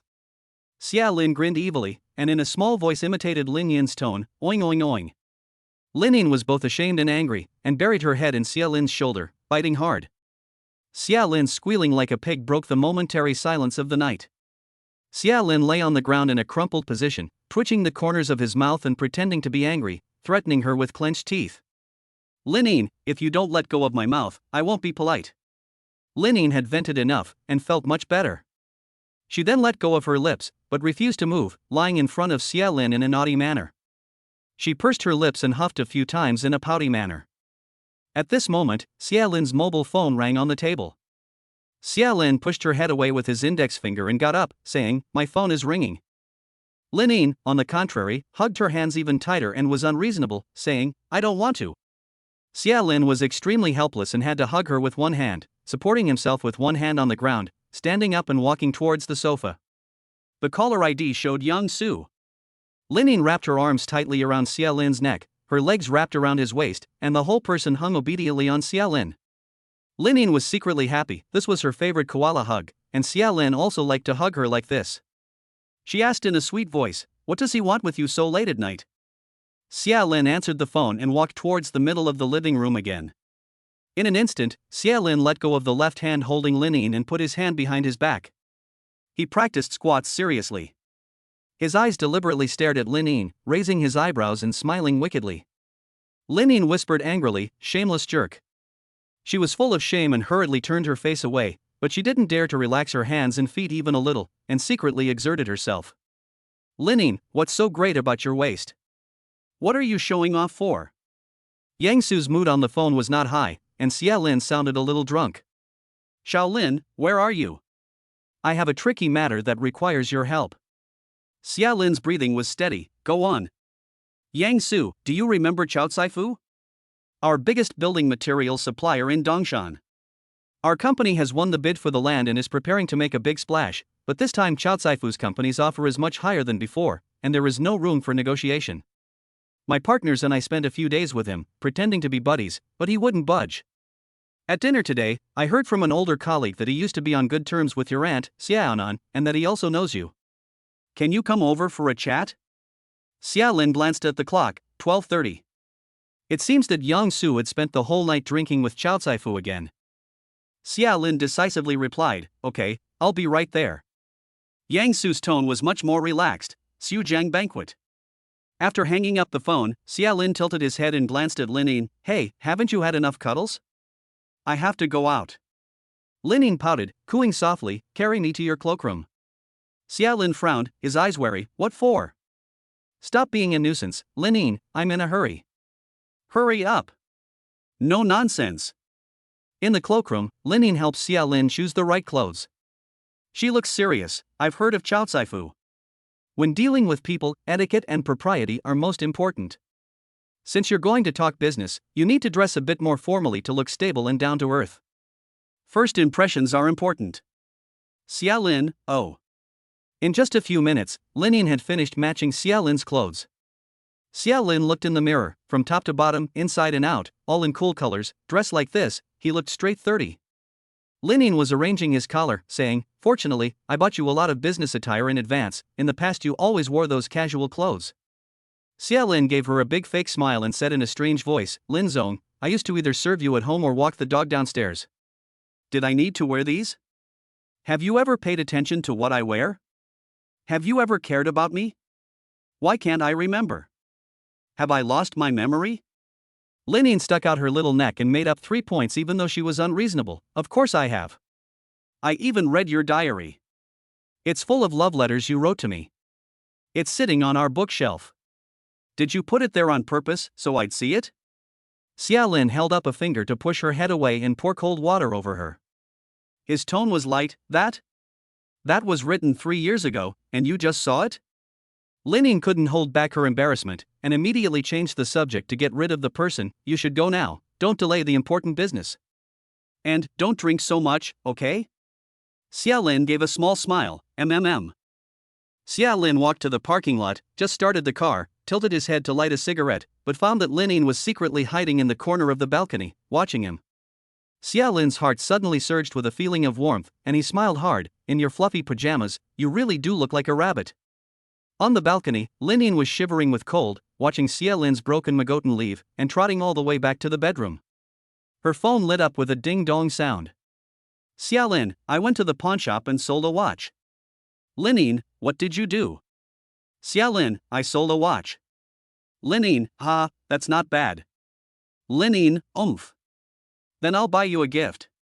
How about a Rolls-Royce Phantom? Or a Porsche 911? You like those, don't you? Honey, I'll buy you whatever you want, as long as you behave. And don't hang around with those wild women anymore, got it?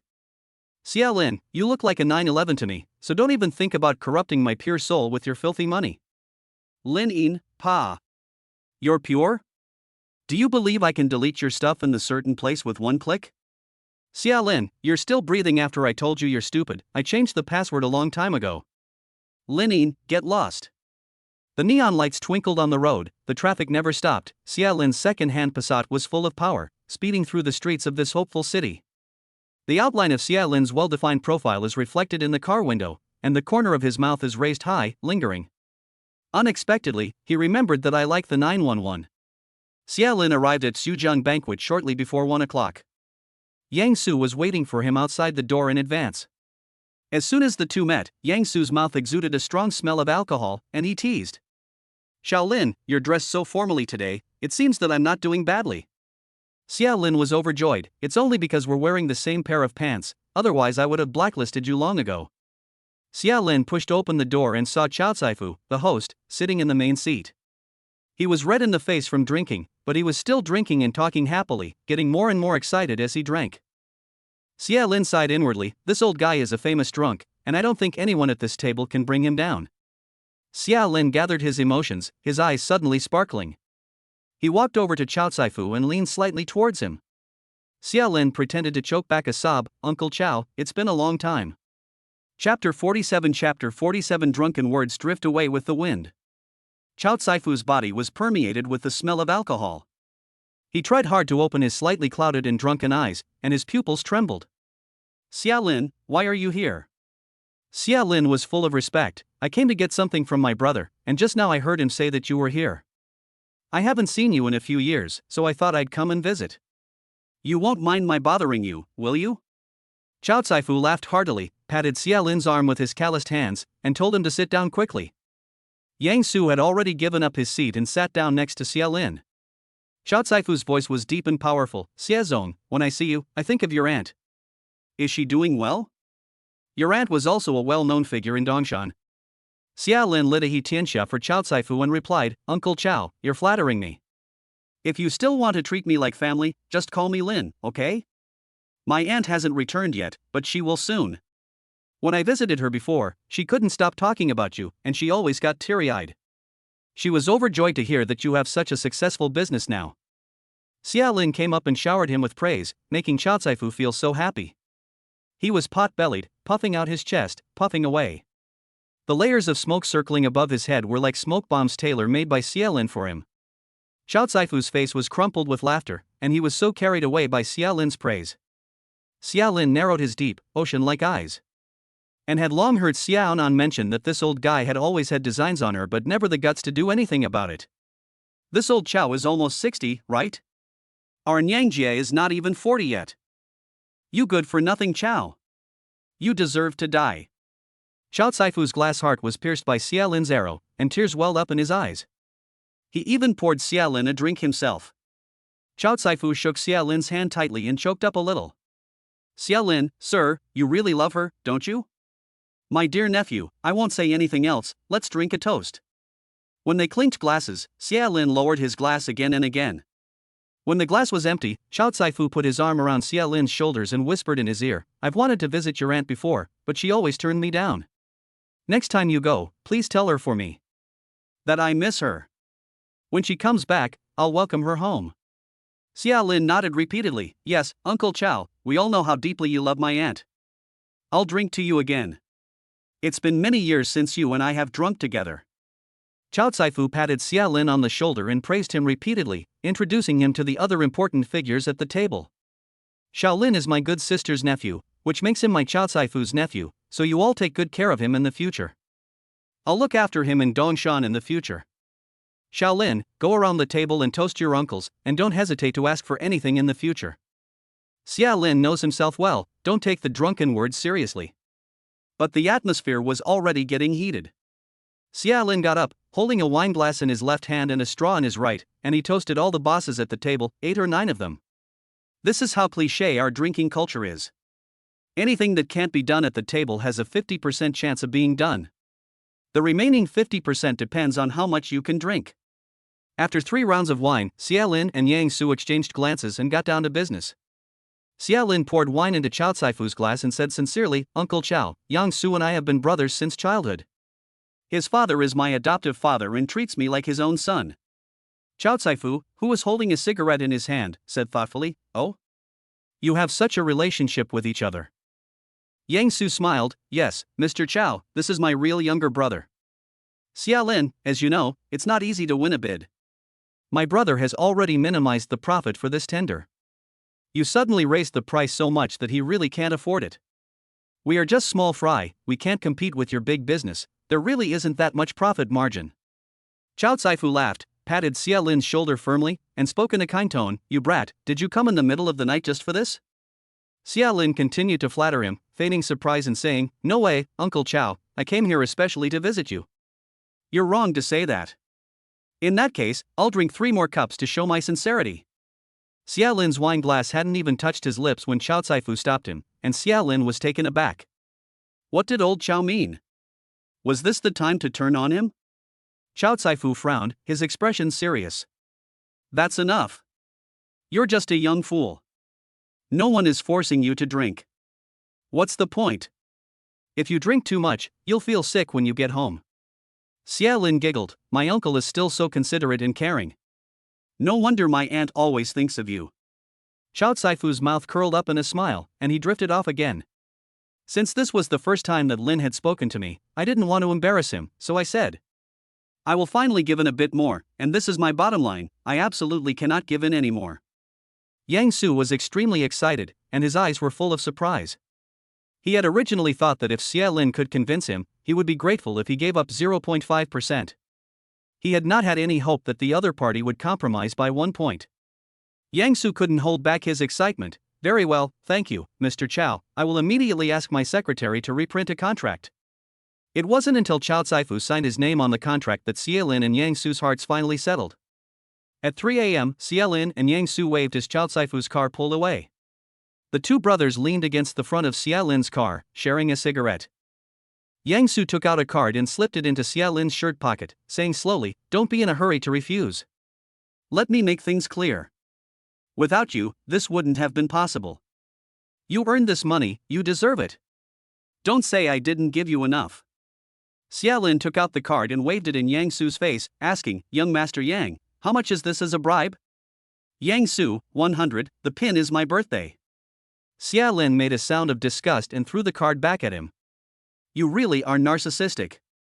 I don't want the money, but I will owe you a favor. When I need it, I will come to you. Yang Su frowned and teased, are you up to something, kid?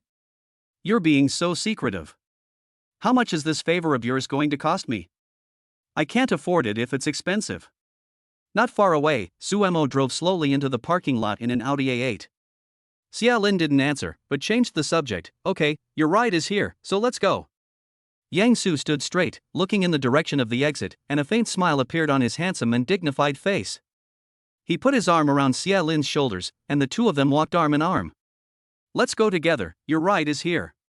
Xia Lin looked over in surprise, and saw Ling Yin's car following closely behind Sumo's. Xia Lin raised his eyebrows. Huh? You didn't sleep? On the way home, Xia Lin drank the hot honey water that Lin Yin had prepared in advance, and his heart was warm and fuzzy, but his mouth was mean. I say to this female designated driver, can you please drive properly and keep your hands to yourself? Lin Yin acted as if she hadn't heard, her hand still resting on Xia Lin's leg, rubbing it back and forth, and she spoke with righteous indignation. I picked you up, so if you don't pay, I'll just have to charge interest, won't I? Chapter 48 Gu Li Dad, we meet again. Xia Lin flicked her hand away. That's enough, you've been feeling me up the whole time, don't you have legs of your own? Lin Yin snorted. So what if I've been feeling you up a little? If you feel aggrieved, you can feel me up back. Xia Lin was speechless and laughed. Lin Yin, I realized after the divorce that you're actually quite the flirt. Lin Yin continued without blushing. Honey, you're amazing. With one casual move, you saved Yang Su more than 20 million. Under the influence of alcohol, Xia Lin felt a little dizzy, and his eyebrows and eyes were tinged with a drunken look. He sneered at himself. Chao Caifu was doing Yang Su's father a favor, and I'm nothing. Lin Yin parked the car in a parking space and turned off the engine. She held out her hands and cupped Xia Lin's hot cheeks, looking at him with pain in her eyes. She said very seriously, Xia Lin, I won't allow you to say such things about yourself. In my heart, you will always be the best. You are my one and only, wonderful husband. And if it weren't for you today, Yang Su simply wouldn't have been able to defeat Chao Caifu. This shows that my husband is exceptional in his own right. The interior of the car was dimly lit.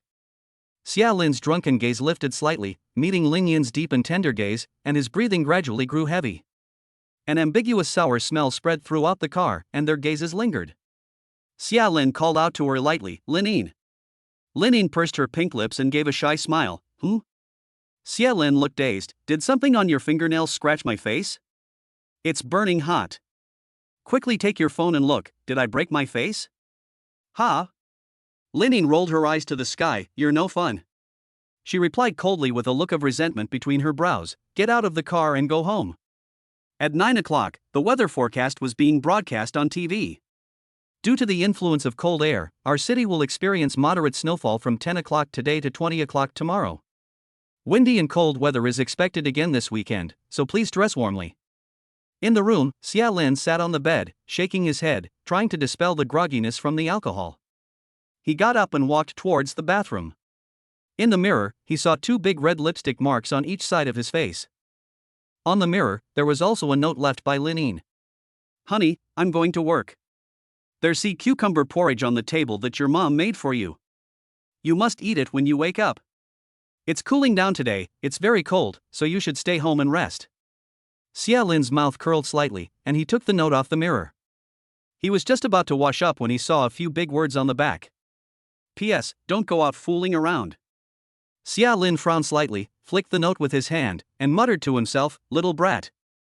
You're pretty controlling now, aren't you? Xia Lin listened to the ghost story while taking a shower, and his phone rang. Xia Lin wiped the foam from his face and answered the call. Xin Yuan's voice was gentle. Xia Lin, you haven't forgotten about the parents' meeting today, have you? It starts at 9:30. Xia Lin's pupils dilated. I really forgot. Xia Lin remained calm. Don't worry, Lawyer Xin, I'm already on my way. Xin Yuan, thanks, it's in the second grade, class 3. After hanging up the phone, Xia Lin hurriedly washed the foam off his hands and tidied up a bit. He grabbed the car keys and down jacket and strode briskly. At 9:40, the only empty seat in the classroom is next to Gu Li's parent. Xia Lin sneaks in, bending over and keeping his head down. After taking his seat, Xia Lin lets out a deep breath. Luckily, he's only 10 minutes late. He almost got held up. On the desk, neatly laid out is Gu Li's mock exam paper, 93 points. Xia Lin can't help but praise, wow, the little guy is doing so well in his studies. From the podium, the beautiful homeroom teacher's silvery voice resonated throughout the classroom. Parents, due to the sudden illness of the homeroom teacher of class 3-2. Today we will combine the two classes and I will host the parent-teacher meeting. I invited you here this time. Xia Lin mused, class 3-2? It sounds familiar. Suddenly, a floral scent that was even more familiar to him invaded his nostrils. This scent is so familiar. He looked curiously at the parent sitting next to him and was suddenly shocked. The next second, he wished he could immediately jump away. Lin Yin? From the moment Xia Lin appeared in the classroom door, Lin Yin stared at him with murderous intent, and it continued until now. Xia Lin leaned to the side, quietly shifting his but a few inches to keep a safe distance from this woman who had gone off the deep end. Lin Yin tugged at his arm and pulled him back, emanating a cold aura, but speaking in a quiet tone. Hello again, Gu Li's father. Xia Lin straightened his back and replied with a particularly calm tone, Oh, what a coincidence. Xia Lin glanced at Lin Can's test paper, 39. Pop. Xia Lin burst out laughing. Lin Yin's pretty face darkened, and she held her temper. If you like being Gu Li's father so much, why don't you just move in with Xin Yuan's family? Xia Lin's eyebrows shot up. Okay, I'll go tonight. Lin Yin's hand was under the table, and she squeezed Xia Lin's thigh hard. She glared at him, her mouth warning fiercely, Don't you dare. The pain made Xia Lin let out a cry and shout. On the podium, the beautiful teacher put down the handouts in her hands and looked concerned. Gu Li's father? Do you have something to say? Why are your eyes red? Are you feeling unwell? Xia Lin looked up and forced a smile. Teacher, I was so happy when I saw Gu Li's report card that I burst into tears. The beautiful teacher let out a sigh of relief and laughed lightly. Gu Li did do well in this exam, so let's continue. Xia Lin painfully broke Lin Yin's little demon claws, and his large hand tightly grasped the small hand, hanging under the table. Lin Yin tried hard to break free, but it was useless. Xia Lin whispered to her, Behave yourself, it's just a joke, what's the rush? Lin Yin, look at yourself, do you even look like a group president right now? You're always biting and twisting. You're relying on me to be your sparring partner for all your self-defense techniques. Lin Yin angrily scolds again, Pa. Let go. You stinking man. Xia Lin is unhurried. No way, if I let go you'll twist me. I'll be physically and mentally abused. Lin Yin, Xia Lin, you stinking man. Xia Lin, can you say something else? I've got a callus on my ear. The two are arguing under the table, but from behind them, the view is quite different. They were holding hands and hadn't let go for more than 10 minutes, their shoulders pressed together, and the female parent kept twisting her waist and cooing to the male parent. A photo of the two of them secretly enjoying their love quickly went viral in the parent groups of both classes. Parent A, who is this? This is a disgrace to society. Parent B, exactly, are they here for the parents' meeting or to have an affair? Parent C, who is this man? Hurry up and come out and take a look, your soul will be sucked away by that female demon. Parent D, don't say it, the two of them look quite compatible. Xin Yuan, who was on a business trip, was busy working on a case and her phone kept vibrating. She opened her phone and was hit by a bolt from the blue. Her brows furrowed deeper and deeper, and her heart ached. She immediately messaged Xia Lin in a bad mood. Xia Lin, can you please pay attention to the impact? This is the parent-teacher meeting for Gu Li. What if the child is recognized at school and people point and stare at him? What am I going to do? Then, she forwarded all the photos and chat logs in the group. The moment Xia Lin opened a certain letter, Lin Yin's little head immediately poked through. Afterwards, she had a bright smile on her face and was in a great mood. She proudly showed off, now it's fine, Xin Yuan's son knows about the relationship between the two of us and the whole class, hee hee. Let go of me, my arm is going to get stiff. Xia Lin let go of her hand, scratching his head with a headache, muttering, I wanted to help a friend and return a favor. But it ended up being scandalous. What should I do? Lin Yin snatched his phone away from him and simply said, Lawyer Shin, this is Lin Yin. Let's meet. I need to talk to you. Chapter 49 The man is unmarried, and the woman is not yet married. Xin Yuan was silent for a minute, and replied, Okay, then tomorrow afternoon, I'll call you to make an appointment. Lin Yin quickly sent her phone number, and deleted the chat content in the process. Xia Lin took the phone back in his hands and asked, Why did you delete my chat history? What did you reply to her? Lin Yin changed the subject, to apologize. Xia Lin was full of confusion, and put the phone back on the table. The parent-teacher meeting ended around noon, and Lin Yin and Xia Lin walked aimlessly around the campus. The sky was gloomy, and suddenly snowflakes drifted in the air, falling in a flurry. The cold wind caught a few snowflakes, which landed on Lin Yin's delicate nose and melted instantly. Lin Yin couldn't help shivering, and she took Xia Lin's arm, cooing in a soft voice, Honey, it's cold. Xia Lin turned his body to the side, shook her hand off, and said indolently, Lin Zong, be careful, don't take advantage of me.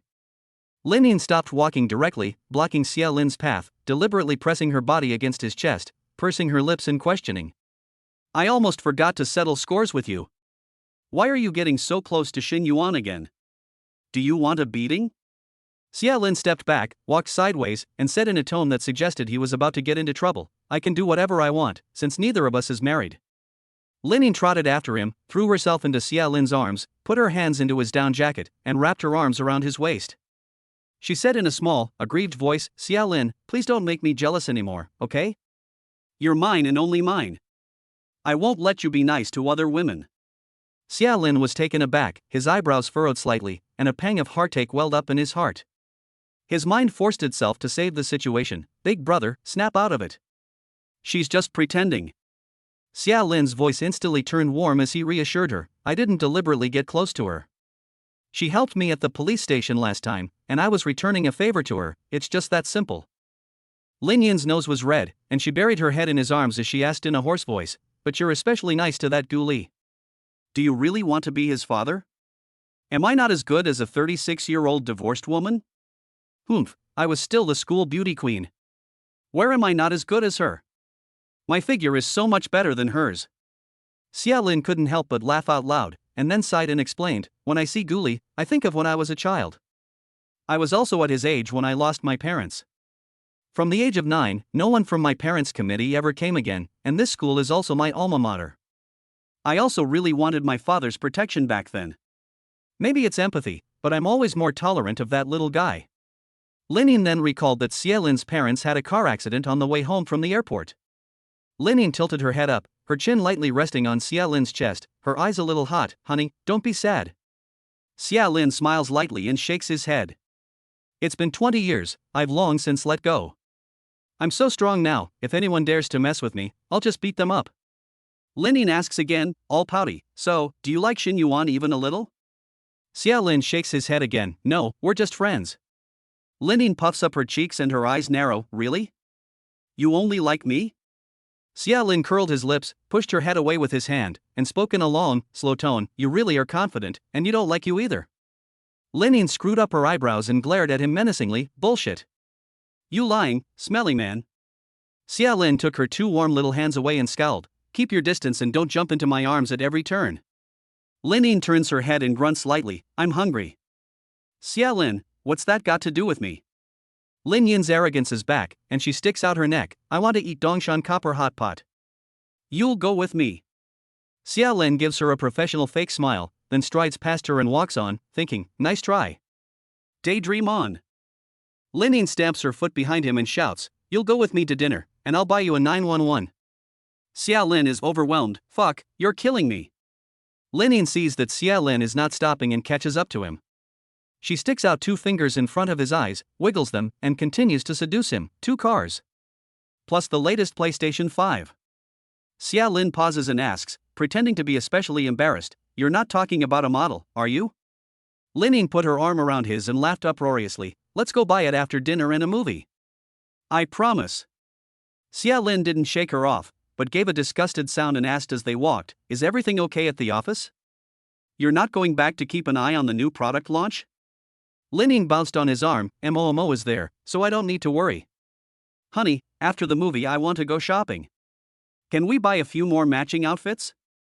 Xia Lin shook her off, frowning, you're getting pushy. Lin Yin was overjoyed, eating hot pot with Xia Lin, and kept on serving him food. She was planning what movie to watch to strengthen their relationship. A loud phone ringing interrupted her fantasies. Lin Yin cheerfully picked up the phone, hello, Momo. Sumo's voice was urgent and deep, Lin, where are you? Hurry back to the office. I just got news that the marketing plan for our new product has been leaked. The competitor, Fan Yao Technology, copied us. And just now, they released their new product one step ahead of us, and the market feedback is great. Lin Yin's smile instantly froze on her face, what? Sumo, no one in the company knows yet, Lu Haoyu is having a meeting with the heads of marketing, and advertising. I'm monitoring each department, so hurry back. We only have half a month until the product launch, and we need to discuss a solution as soon as possible. Lin Ying put down her chopsticks and replied in a stern voice, right away. On the way back to the office, Lin Ying personally called the chairman of the Jiang Group. The other party promised with all sincerity that it was absolutely impossible for their people, including Jiang Xinyue, to leak it. Regardless of the huge compensation in the contract, Jiang's group has been in the industry for so many years, and besides their obvious capabilities, their reputation is also unparalleled. Xia Lin drove the car, so, are you sure it was leaked by someone inside Lonson? Lin Ying flipped through the phone's address book with a furrowed brow. We signed a confidentiality agreement with Jiang's, and besides, there is no way this would benefit them in the slightest. Xia Lin casually asked, who is the person in charge of product operations at Fanyao Technology? Lin Ying, Song Yue, she just returned from abroad. She has just started to make a name for herself in the industry and is quite capable. Xia Lin's hand gripping the steering wheel jerked, and he lightly pressed the brake. Lin Ying looked up. What's wrong? Xia Lin kept his face expressionless and returned to the topic at hand. Oh, nothing. So she bribed someone from our company? Lin Ying frowned worriedly. Not necessarily, maybe she only has the power to execute, and Fanyao's vice president Qi Huan is the project leader. Back at the company, Lin Ying called a meeting with all the middle management. Everyone searched the company's surveillance cameras and computer data transmission overnight, but found no clues. At 2 a.m., Lu Haoyu looked dejected, resting his hand on his forehead and murmuring, otherwise, let's call the police first. Lin Ying refused. No, calling the police will have too big an impact. If the news gets out, not only will Lonson be affected, but Lin's headquarters will also cause quite a stir. Sumo, what now? All the previous investment is going to be wasted? But the pre-sale details of our product have already been released. Lin Ying, don't panic, the other party has only copied our marketing methods, the product itself is the core. Contact the Jiang family immediately and talk to them. We must come up with a new advertising campaign within a week. Have the marketing, sales and advertising departments work overtime to come up with a new marketing campaign, and triple their bonuses for this month. The product must be released on time in half a month. Lu Haoyu asked again, what about this leak? Lin Ying clenched her fists, her eyebrows and eyes full of coldness. Investigate. You must find out. Xia Lin, who was sitting not far away, thought about it again and then said, perhaps, I can help a little. Chapter 50. This is human nature. At noon, Lin Ying did not eat, but instead had a meeting with several department directors to discuss new plans. Lin Ying looked grave. This matter must be kept a secret from top to bottom. If any employee asks, just say that some adjustments are being made and don't alarm the enemy. After everyone left, Lin Yin's phone rang. Su Pang, sister-in-law, is brother Lin with you? I called his mobile but no one answered. Lin Ying, he's probably switched it to silent. You're still in the H Kingdom, right? Is it urgent? Su Pang stammered, the payment brother Lin gave me last time was not enough, I'm still 200,000 short, and I'm at the warehouse right now. These sticks of dynamite mean I have to settle the payment today. Lin Ying, send me your card number, I'll transfer the money to you now. Xia Lin has gone to meet his high school classmates. Su Pang was puzzled and surprised, meet classmates? Brother Lin has never attended any high school reunions over the years, so who is he meeting? Lin Yin's face tightened. Song Yue, do you know her? Xia Lin said she was just an ordinary classmate. Su Pang was shocked and couldn't help but swear, shit, her. She kept pestering brother Lin before, confessing her love for him once a month, and even threatened to slit her wrists. Lin Yin's heart skipped a beat. So what happened? How did Xia Lin react? Su Pang said nonchalantly, oh, brother Lin said it didn't matter if she loved him or not, and that it had nothing to do with him. Lin had never liked her, and he didn't even bother to look at her. Later, Song Yue went abroad, and before she left, she sent Lin a text message saying something like I hate you forever. Lin Ying was a little worried about Xia Lin, and she also felt a little self-blame. A strong sense of unease welled up in her, and her temples suddenly started pounding. Just now, I didn't ask him any questions, and I let him meet with the other person on his own. No wonder Song Yue sounded so excited on the phone. After transferring the money to Su Pang, Lin Ying paced back and forth restlessly. Her eyes were filled with fine red bloodshot veins, as she worried about Xia Lin. The snow outside the window was getting heavier and heavier. Lin Ying took the car keys and hurried downstairs, driving to the destination, Yushan Restaurant. At this moment, in the large private dining room of the restaurant, only Xia Lin and Song Yue were sitting there. In front of Xia Lin was a bottle of 53-degree baijiu. The woman sitting across the round table had long, flowing curls, a charming figure, red lips, and exquisite makeup on her face. She held a lady's cigarette between her slender white fingers, with a smug air of self-importance around the corners of her mouth. Song Yue gave Xia Lin a cold smile, her eyes full of malice. Not giving face? Still not drinking? Xia Lin's eyes were sharp, exuding a cold aura, and his gaze grew even gloomier. He stared at Song Yue. Did you do it? Song Yue exhaled the smoke slowly, and through the ethereal white mist, her cold eyebrows and cold eyes said, If you want to know, drink up the white wine in front of you, then grovel and beg me. Xia Lin sneered, After all these years, you still hold a grudge against me? What did I ever do to you? You didn't accept my confession, you didn't like me, you didn't go out with me, and you hated me for it? What kind of logic is that? Forced love? Song Yue stubbed out her cigarette quickly, looked at Xia Lin steadily, and she couldn't hold back her emotions. Xia Lin, back then I liked you so much. And you? You never even looked at me. For 3 years, every time I talked to you, all I saw in your eyes was indifference or hatred. You looked down on me, like a rich young master. I, Song Yue, am at least a beautiful and academically accomplished girl, and there are countless people behind me who want to be with me. But you, Xia Lin, were the only one who repeatedly trampled on my true feelings. What makes you look down on me like that?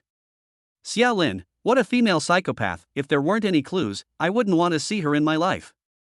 Xia Lin snorted with laughter. You're too sensitive, aren't you? I don't like you, so why should I care about your feelings? Song Yue's eyes were contemptuous, her expression arrogant. Cut the crap. If you want to get information from me, drink that bottle of white wine. It seems that you care a lot about Lin. Even after the divorce, you still pour out your heart for her. What is it about her that makes you so obsessed? What's so special about her? She's just got a nice figure and a pretty face. They're all women, who doesn't have that? Xia Lin suddenly shouted, Do you think I'm stupid? You'll get a stomach ulcer if you drink a whole gene of baijiu in one go. I'm telling you, Song Yue, the Lansheng insider has been found, and I'm here today to persuade you to turn yourself in. After all, we were classmates, and I don't want to see you go astray. Song Yue seemed to have heard a shocking joke, and she laughed gaily. Xia Lin, who are you trying to scare? Even if you let the police take me away now, I'm not afraid, because I haven't done it. You're quite good at acting, classmate? Do you consider me a classmate and friend? Xia Lin, damn, I can't trick him. Plan 1 failed, activate Plan 2. Xia Lin picked up the bottle, got up and walked over, poured a drink for Song Yue, dragged a chair over, and sat down next to her. He put on a particularly annoyed expression on his face, sighed long and loud, and spoke in a hoarse voice. Sister Weiwei, I used to be cynical and look down on people because my family had a bit of money. Look at me now. I've been punished, and I've been completely swept away by fate, saying goodbye to my life as a rich kid for good. I divorced Lin with nothing, and she is rich and powerful. She didn't give me a penny. Our family is not even comparable to the 5 guaranteed households, and I am still working in her company, earning money for my sister's medical expenses. As soon as I get off work, I deliver takeaways and drive people home. I get up earlier than a chicken and sleep later than a dog every day. Song Yue stared in disbelief, and a soft charm gradually grew on her originally cold face. The hostility that had built up in her eyes was slowly dissipating, her gaze softening, and her eyes filled with relief. Xia Lin smiled wryly. This is human nature. Hearing with my own ears how miserable I am is the greatest comfort for her. Song Yue lightly tugged the stray hair behind her ear, her voice soft and sympathetic. I never thought. Xia Lin lit a cigarette for Song Yue and then pretended to be dispirited. My sister's condition has relapsed, and every day is like a drain on our finances. I am also one of the main persons responsible for the new project of Lan Shang. Now there has been a major negligence, and not only will I lose my job, Lin will also make me bear huge economic losses. So Sister Weiwei, can you put aside our past differences and help me so that I can keep this job? Who exactly sold the trade secrets to Fan Yao? Song Yue turned her gaze to Xia Lin, her eyes mixed with a hint of appraisal, and changed the subject. You're so poor, what's with all the designer clothes? Xia Lin, damn it. These women have really sharp eyes. Xia Lin pretended to be very embarrassed, his eyes darting, stammering, these are fake designer brands from a certain website. They are $29.9 with free shipping and insurance, so I'll just pretend to be impressed. Song Yue looked at the once arrogant and proud pride of heaven before her, but now he had become submissive and destitute. At this moment, the hatred she had buried deep in her heart was gone, and she even felt a desire to get close to him. She finally let out a sigh. The launch of the Fan Yao new product had already started before I joined the company, and I was not involved. Chi Huan was in charge of it from beginning to end. I only know that it was someone from the product operations department of Lanshang, but I don't know who specifically. After getting the clue, Xia Lin sent it to Lin Yin without stopping, and then made an excuse to leave. Thank you, Sister Weiwei, for your help. I will treat you to dinner some other time. I have to go now because I have an emergency. I'll pay for the meal. Bye. Before Song Yue could react, Xia Lin had already taken off. Hey, Xia Lin, you son of a bitch. Xia Lin was on his way to the bathroom when he heard a familiar female voice coming from the room in front of him. Chapter 51 My husband will never be someone else's father. President Yu, I really can't drink anymore. Please don't do this, I have a husband and children. The lecherous man held the wine glass up to her mouth, a lewd smile on his face. Ha, Lawyer Shen, what are you shy about? I just like you too much. Let's drink together and make a toast. I'll have my secretary call you right away about the rest of the lawyer's fee. Xin Yuan's face froze, and she angrily knocked the man's glass over with a loud crash. Mr. Yu, behave yourself. In an instant, Mr. Yu's face changed, dark clouds gathered on his forehead, and his words were full of provocation. Lawyer Shen, the final payment is quite a lot of money. You don't want it anymore, do you, since you're making such a scene? Xin Yuan coldly retorted, I've already filmed your disgusting behavior. If I don't receive the final payment for the lawsuit within an hour, this video will be uploaded to the internet and sent to your wife at the same time. It was only then that Mr. Yu discovered that there was a miniature camera hidden in front of Xin Yuan. In an instant, he was shocked and terrified, and cold sweat broke out on his shiny bald head. He quickly retracted his hands and feet and sat further away from Xin Yuan. He sat up straight and honest. His arrogance had subsided and the alcohol had worn off. He forced a smile and said ingratiatingly, Lawyer Shen, I've had too much to drink and I'm not thinking clearly. Let's talk about this rationally. Xin Yuan was so angry that her face turned purple, and she shouted, You only have 1 hour. You animal scum, you old pervert. Then she picked up her bag and strode out the door. Outside, Xia Lin couldn't help but exclaim, that was intense. Xin Yuan walked out just as Xia Lin came face to face with her. Lin Xia couldn't hide in time, and smiled awkwardly, Are you eating here? Ha ha. Xin Yuan's mood instantly turned from gloomy to sunny, her eyes slightly curved, and she smiled coyly, Yes, I just finished, are you here for dinner too? Lin Xia pointed to the bathroom, I'm going to the bathroom, see you later, Lawyer Shen. As Lin Xia turned around, Xin Yuan's ears turned slightly red, and her voice was very small, I'll wait for you outside. A few minutes later, Lin Xia walked out, but in the restaurant hall he noticed Xin Yuan's figure. From behind, she looked enchanting with her narrow shoulders and slender waist. Xia Lin glanced at her and saw, Lin Yin? Her well-tailored, high-quality black coat highlighted her devilishly hot and eye-catching figure. Her dark brown curls were casually draped over her shoulders, and she wore only a little light makeup on her face, slightly tired from not sleeping the night before. Unintentionally, their eyes met, and Lin Yin waved at him, smiling brightly and flirtatiously. Lin Yin was beautiful and flamboyant, and her beauty was unrestrained. Her peach-colored eyes contained spring water, wet and soaking, and they penetrated people's hearts. Xia Lin took a breath and quickly averted his gaze, the female demon, trying to seduce me again. Xin Yuan, who was standing on the other side and was the same height as Lin Yin, also cast a warm and gentle gaze at Xia Lin. Compared to the past, her gaze today was especially bold. She was soft and seductive, and her charm was overwhelming. Lin Yin glanced at Xin Yuan and said coldly, Let's talk after he leaves. Xin Yuan said indifferently, No problem. Xia Lin walked up to Lin Yin and said, Why are you here? Did you get the text message? Lin Yin pulled him up and down and inspected him all over, and asked softly, Well, did Song Yue give you any trouble? Xia Lin put his hands in his pockets, his posture loose, his expression cocky. Are you kidding, would she dare? I used a little trick and easily took her down. Lin Yin examined him with a critical gaze. What trick? Xia Lin raised an eyebrow, the handsome guy trick. Lin Yin was not jealous at all, but instead, she reached out her finger and lightly poked him on the head, her voice gentle as water, You little rascal. You haven't slept all night, go home quickly, Mom just said she's made beef dumplings for you. You should eat dumplings on a snowy day, so that your ears don't freeze after eating. Xia Lin took a step back, frowning in displeasure, Don't get handsy, what about the company? Linian leaned closer to him and whispered, I've already told Momo, she's leading a team to re-examine the surveillance in the operations department. We won't miss any dead ends, and I'll go back to the company right away. Xia Lin, oh, aren't you leaving, Lawyer Shen?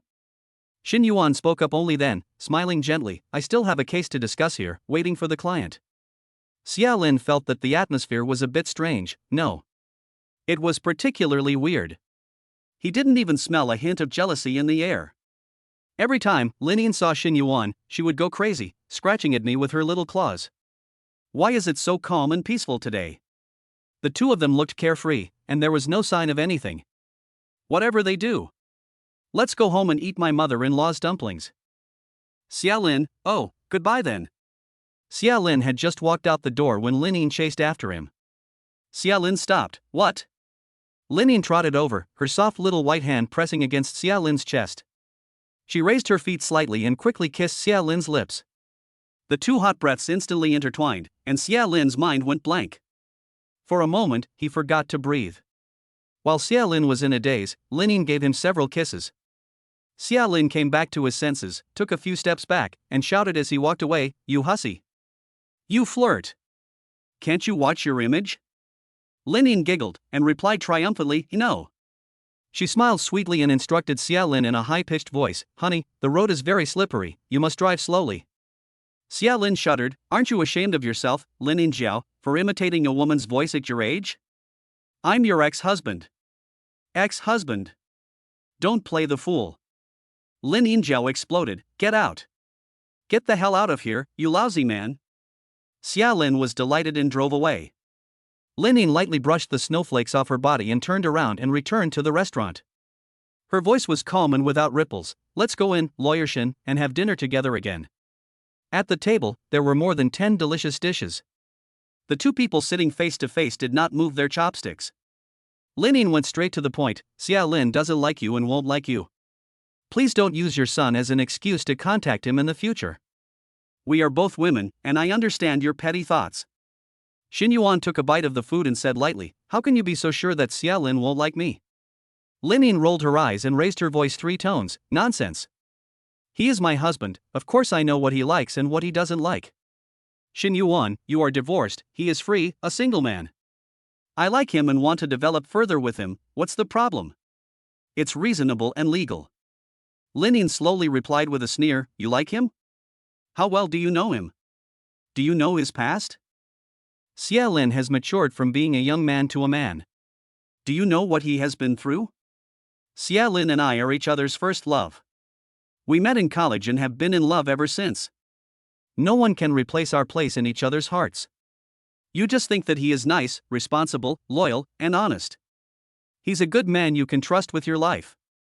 And most importantly, he's suitable to be your son's father. He will treat your son without discrimination.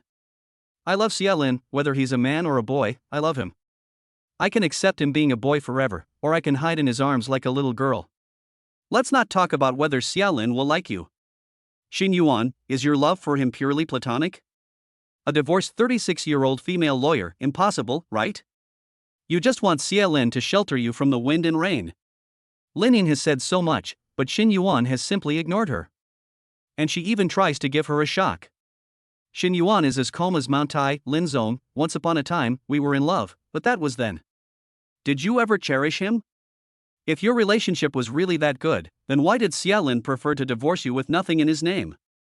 I don't know about his past, but I want to be part of his future. There'll be plenty of time to get to know each other in the future. There were problems in your marriage, and it had nothing to do with me. You're right, I do see Lin Xia's good points, but isn't that what it means to like someone? And there's one more important thing you haven't said, Lin Xia is very attractive, and it's only natural that I like him. Lin Yin's ruthless mockery is followed by a direct, lethal move. Lin Yin deliberately pronounced each word slowly and clearly. Xia Lin and I have already started living together, and we got together a few days ago. We are very wonderful and very happy. All night. And in the future, we will also have our own children. My husband will never be anyone else's father. We are inseparable, and we stick together 24 hours a day. To work, from work, home, in love. Chapter 52 My husband is happy to hold a gold brick. Hearing this, Shin Yuanru was struck by a bolt from the blue. Images of Lin Yin and Xia Lin's love flashed through her mind, and her heart suddenly felt very blocked. In fact, Xia Lin had always been distant from her. Every time, except when she had trouble with Gu Li, he asked for his help. Other times, he never contacted her. It was she who, in her own way, had gradually grown fond of Xia Lin. Before, when she had offered him a place to stay temporarily, he had rejected her outright. Recalling the underground parking garage earlier, she mentioned Lin Yin. Xia Lin's face was like a spring breeze, as if he were showing off. She had changed, and now she was very cute. And just now, there was an air of intimacy between the two of them, and Xia Lin's face was impatient, but his mouth did not lose ground. But he never once stopped Lin Yin's behavior, even just now outside. Lin Yin kissed him forcefully. Xia Lin didn't even dodge, just stood there and let her kiss. Xia Lin should be enjoying the process of Lin Yin's renewed pursuit of him and her love for him, right? They fight and tease, and things are going pretty well right now. And every time Xia Lin talks to himself, he is polite and courteous, gentle and refined, giving off a special gentlemanly charm that belongs to mature men. Even today, when she saw him arguing with Lin Yin, she realized that Xia Lin could be so childish. He just treated her as a very ordinary friend. But in front of Lin Yin, he would completely reveal his true self. Xin Yuan then realized that Xia Lin had been willing from the beginning to be forced to live with Lin Yin. Lin Yin knew in her heart that Xia Lin was pretending to be confused. But she was really confused. And she was also very stupid. Lin Yin saw that Xin Yuan was silent for a long time, and continued to break down her defenses. Xia Lin lost both his parents at a young age. When he sees your son, it's as if he sees the shadow of his own childhood. Therefore, Lawyer Shin, the reason why Xia Lin is so good to your son is not because of you. It's because he's making up for his childhood self. Shin Yuan hurriedly lowered her eyes, smiled at herself, and replied, I know, President Lin, there's no need to say anymore. Lin Yin had been sitting there with a turbulent heart and surging emotions since she sat down. Now, she could finally let out a sigh of relief. With an unruffled expression, Lin Yin took a sip of tea without haste, her voice cold. Fine, then please behave yourself in the future, Lawyer Shin. Xia Lin has enough of me by his side. I am capable of solving all his troubles. With those words, Lin Yin got up, passing by Xin Yuan. Xin Yuan, full of disbelief and unwillingness, retorted, no man will like a woman who is too strong. Lin Yin snorted and rolled her eyes, her tone leisurely, I love my husband as much as he deserves, and I don't need you to teach me. You'd better spend more time on your son, Gu Li's mother. They say that a woman is more attractive when she's older, and that she's holding a golden brick. My husband loves carrying this golden brick. You and your son together are 3 golden bricks, just looking at you makes me break out in a cold sweat. You actually want him to lift you above his head? Stop causing trouble. He's a good-for-nothing who's used to living a carefree life. Unless he's sick in the head, he'll never want to be your son's stepfather. You can forget about wanting my husband to be a male nanny. Shen Yuan was speechless. Cut it out. Lin Yin snorted, twisted her waist, and walked away in her high heels, tapping her feet. Lin Yin had won a beautiful battle and was in a great mood. Outside the car, the snow was flying in the air, but inside the car, Lin Yin followed the stereo and hummed a little tune, revealing a comfortable smile. Vientiane World Shopping Mall, Electronics Equipment Specialty Area. Lin Yin's mouth curled up, 2 PS5 top-of-the-line models, swipe your card. That evening, Lin Yin returned home early, carrying a game console. Lin Ken ran up to her, put his arms around her waist, and burst into tears. Auntie, you're so good, how did you know I really wanted this? Xia Lin, who was sitting on the sofa watching TV, looked curiously at the two of them with the corner of his eye. In an instant, his eyes lit up and his ears pricked up. Shit, just buy one? Where's mine? Lin Yin slapped Lin Can's little head and scolded him fiercely. You got a 39 on the exam and you want a game console? You're the only college dropout in our family. Xia Lin and I got into Peking University with flying colors. I've never seen a report card with a 39 before in my life. I've bought you 1,000 practice tests, they'll be here tomorrow. This winter vacation, you'll stay at home and study. Lin Ken was so scared by the 1,000 practice questions that he was trembling. He pouted and looked like he was about to cry. Lin Yin's eyes curved slightly as she patted his head and mocked him. Lin Ken, is that all the ambition you have? You're going to cry just because of a video game? Here's yours. Auntie is in a really good mood today, so I won't scold you. Don't forget to do those practice questions. I want to check them. Lin Can's little face lights up with a smile, and he flatters his aunt with a slick remark. Hey, thanks, little auntie, you're even prettier today than usual. Lin Gu is really lucky to have married such a wonderful wife. Lin can't stop smiling. Who did you learn that from, little brat? You're not serious. Xia Lin replies sourly, a mother is a mother if she has milk. Lin Can couldn't hear anything, and with the game console in his hands, he ran back to his room. Lin took off her coat and shoes, and with bare feet and on tiptoe, she went straight to the sofa and couldn't wait to jump into Xia Lin's arms. Xia Lin immediately moved away and sat far away from her, with a grumble of resentment, saying, Lin Zone, can you be more self-respecting? You're leering at me all day and pouncing on me. Lin chased after him, her delicate body shamelessly barging into Xia Lin's arms, her two little white hands tightly hugging his neck. She locked his neck in a death grip. In a baby voice, she said, Honey, I bought it for you too, it's downstairs. After dinner, I'll go home with you and play with you. Xia Lin, play together? Play with who? Xia Lin's heart is blooming with joy, but he puts on a pretense on his face and speaks in a light tone. What's there to play? I don't like playing games anymore. Lin pretends to look very sorry, pouts her lips, and speaks in a coquettish tone. Really? That's a pity. I thought you were the same as before. I bought you more than 30 game cards, and the salesperson said they were all the most popular and explosive hits of the moment. Since you don't like them, Lin can have them all. Xia Lin's face turned white. What? No. Xia Lin felt a sharp blow to the heart, nearly spitting out a mouthful of old blood, and turned the situation around in a particularly embarrassing way. Children can't understand those large games, and I can barely play them, but it's okay. Get away from me quickly and maintain a distance between the sexes. Don't you know you're divorced? Stop hugging and cuddling. Lin, oomph. You smelly man, you're so direct. Lin extended her small, white hand and softly tugged at Xia Lin's collar, before gently placing her lips by his ear. Her voice was so soft and sweet. I've already bought you a present, so will you kiss me on your own initiative?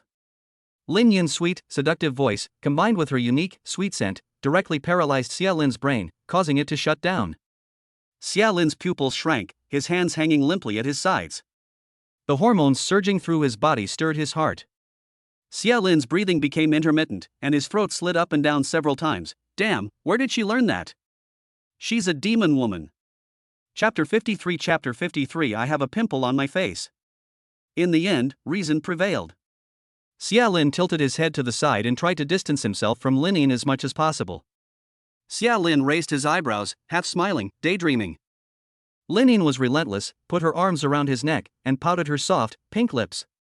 Xia Lin pushed his hand against her, and said leisurely, Lin, is this month almost here?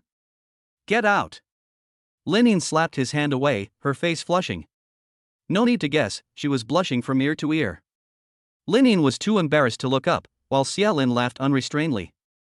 With a click, the door opened, and Zhang Shaowan and the others walked in.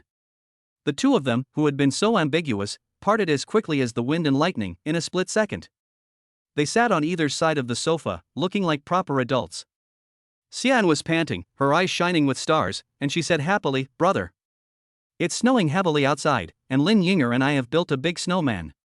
Xia Lin walked over, touched her head with concern, and said in a somewhat serious tone, You're not yet feeling well, don't do anything so strenuous. Look at you panting, quickly sit down and rest. Xian grunted and shook off his hand. She walked over to the sofa and sat down next to Lin Yin, leaning her head on her shoulder.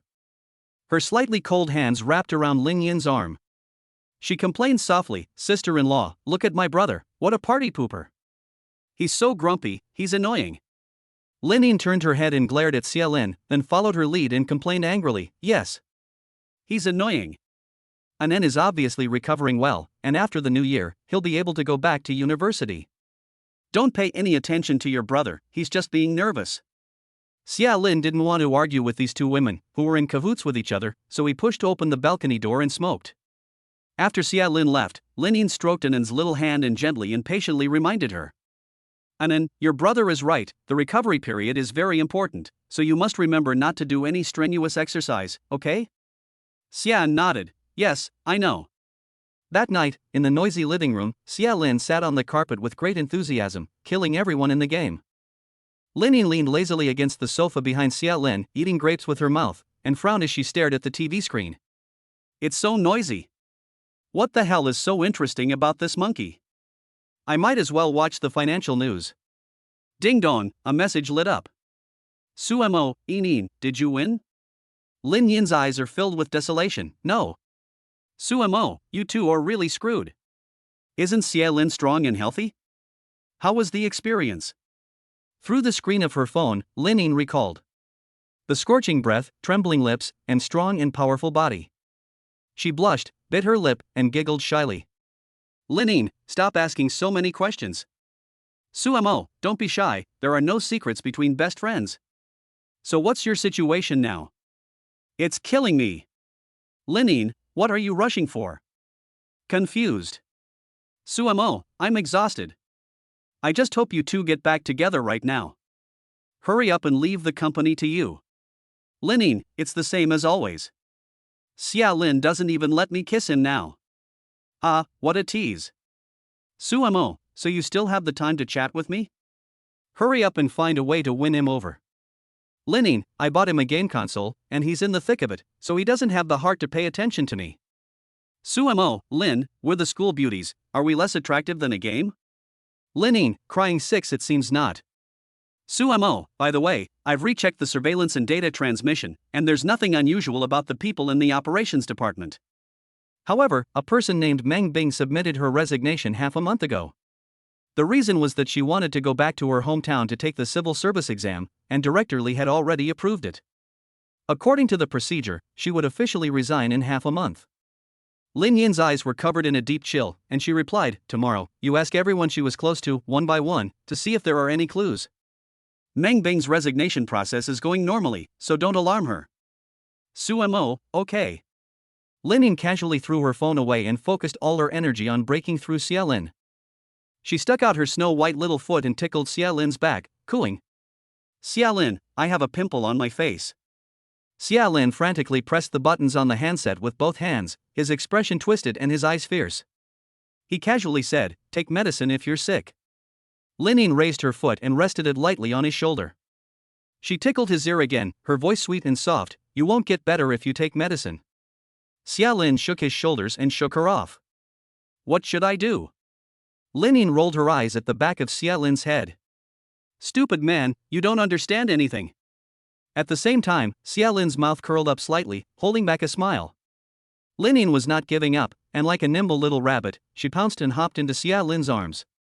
She blinked her clear, watery eyes and gazed at Xia Lin quietly, while her two small hands gently shook his clothes.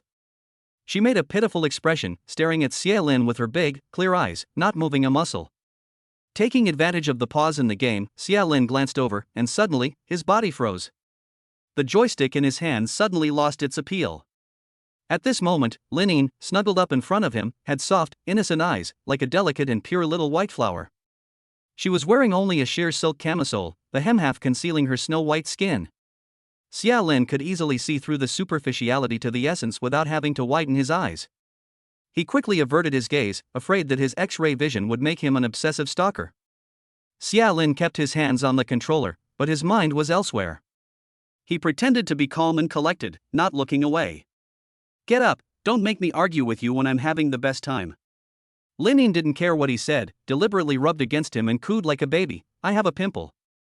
Xia Lin, what does that have to do with me? Can I cure pimples?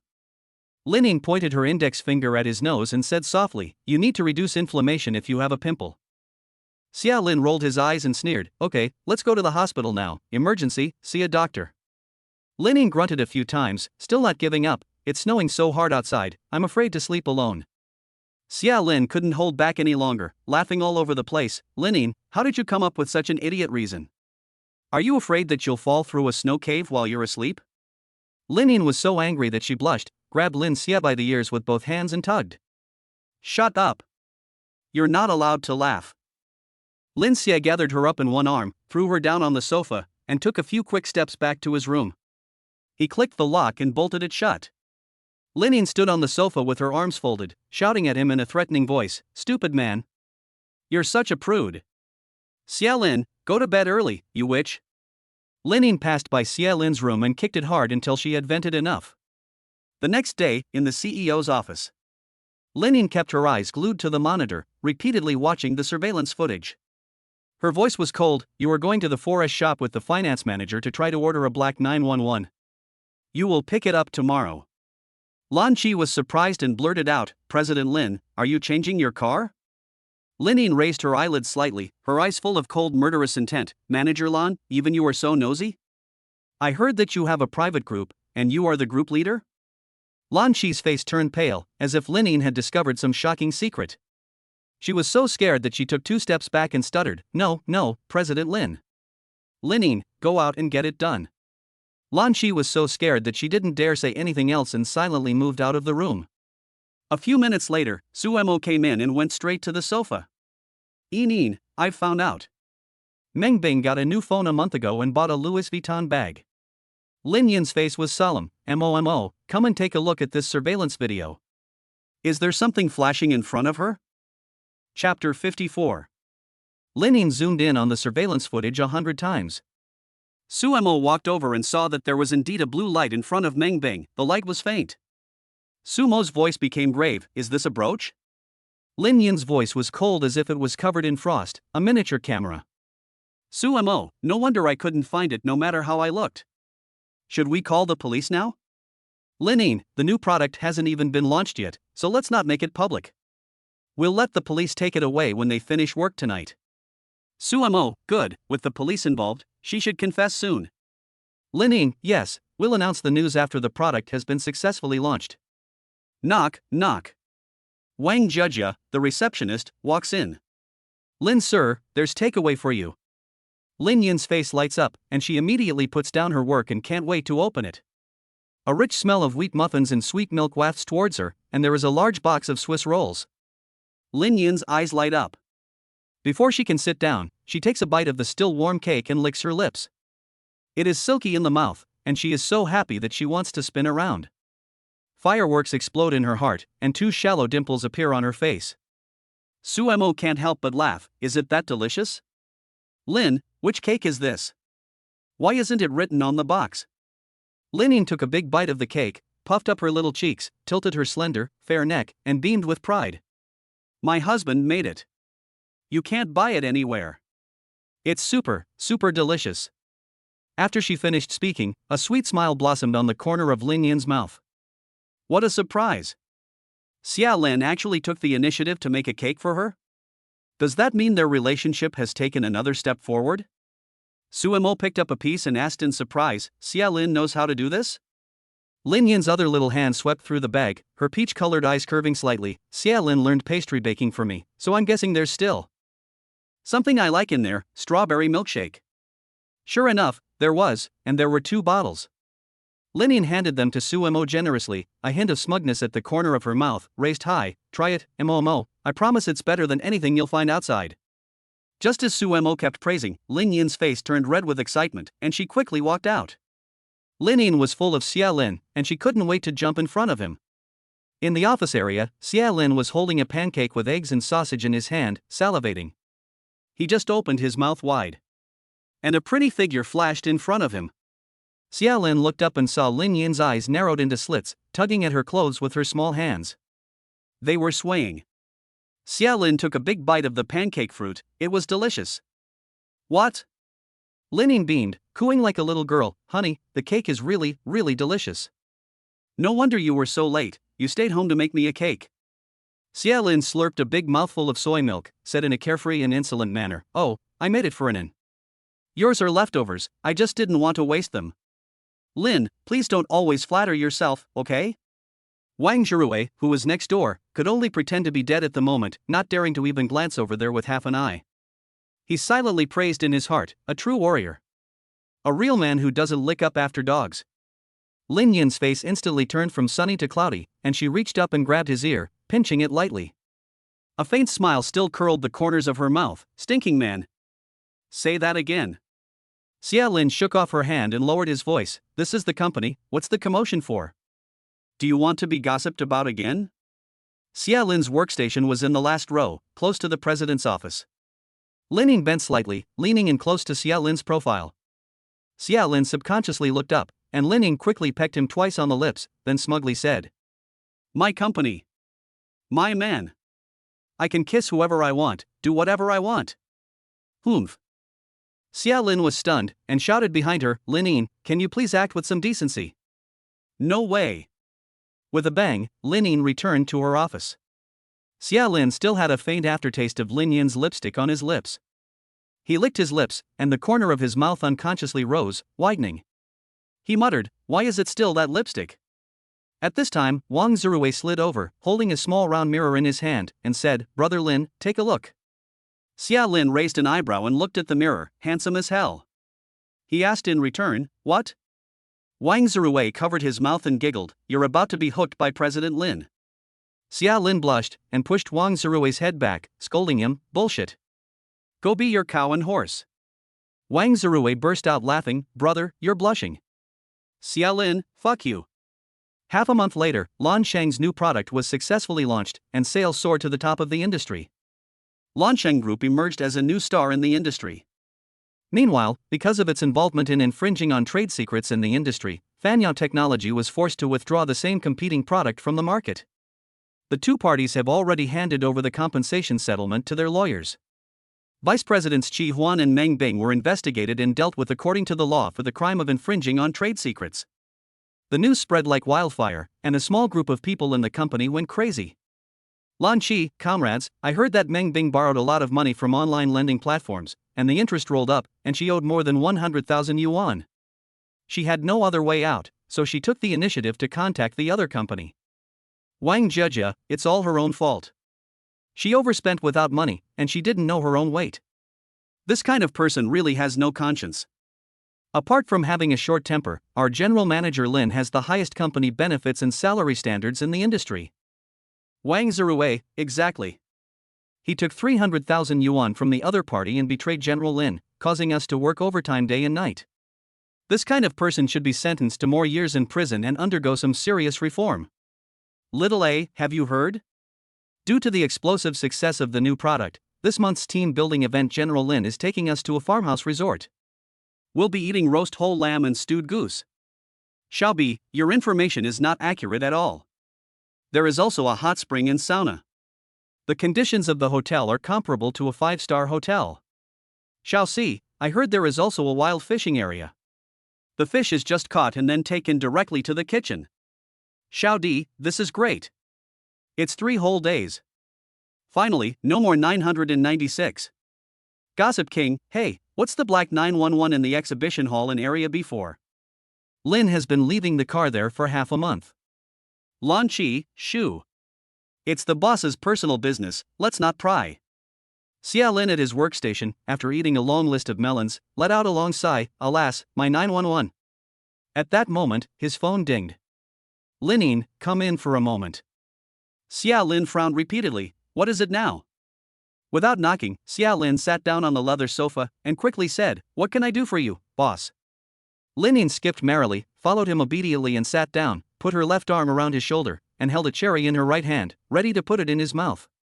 She said gently, it's afternoon, have some fruit.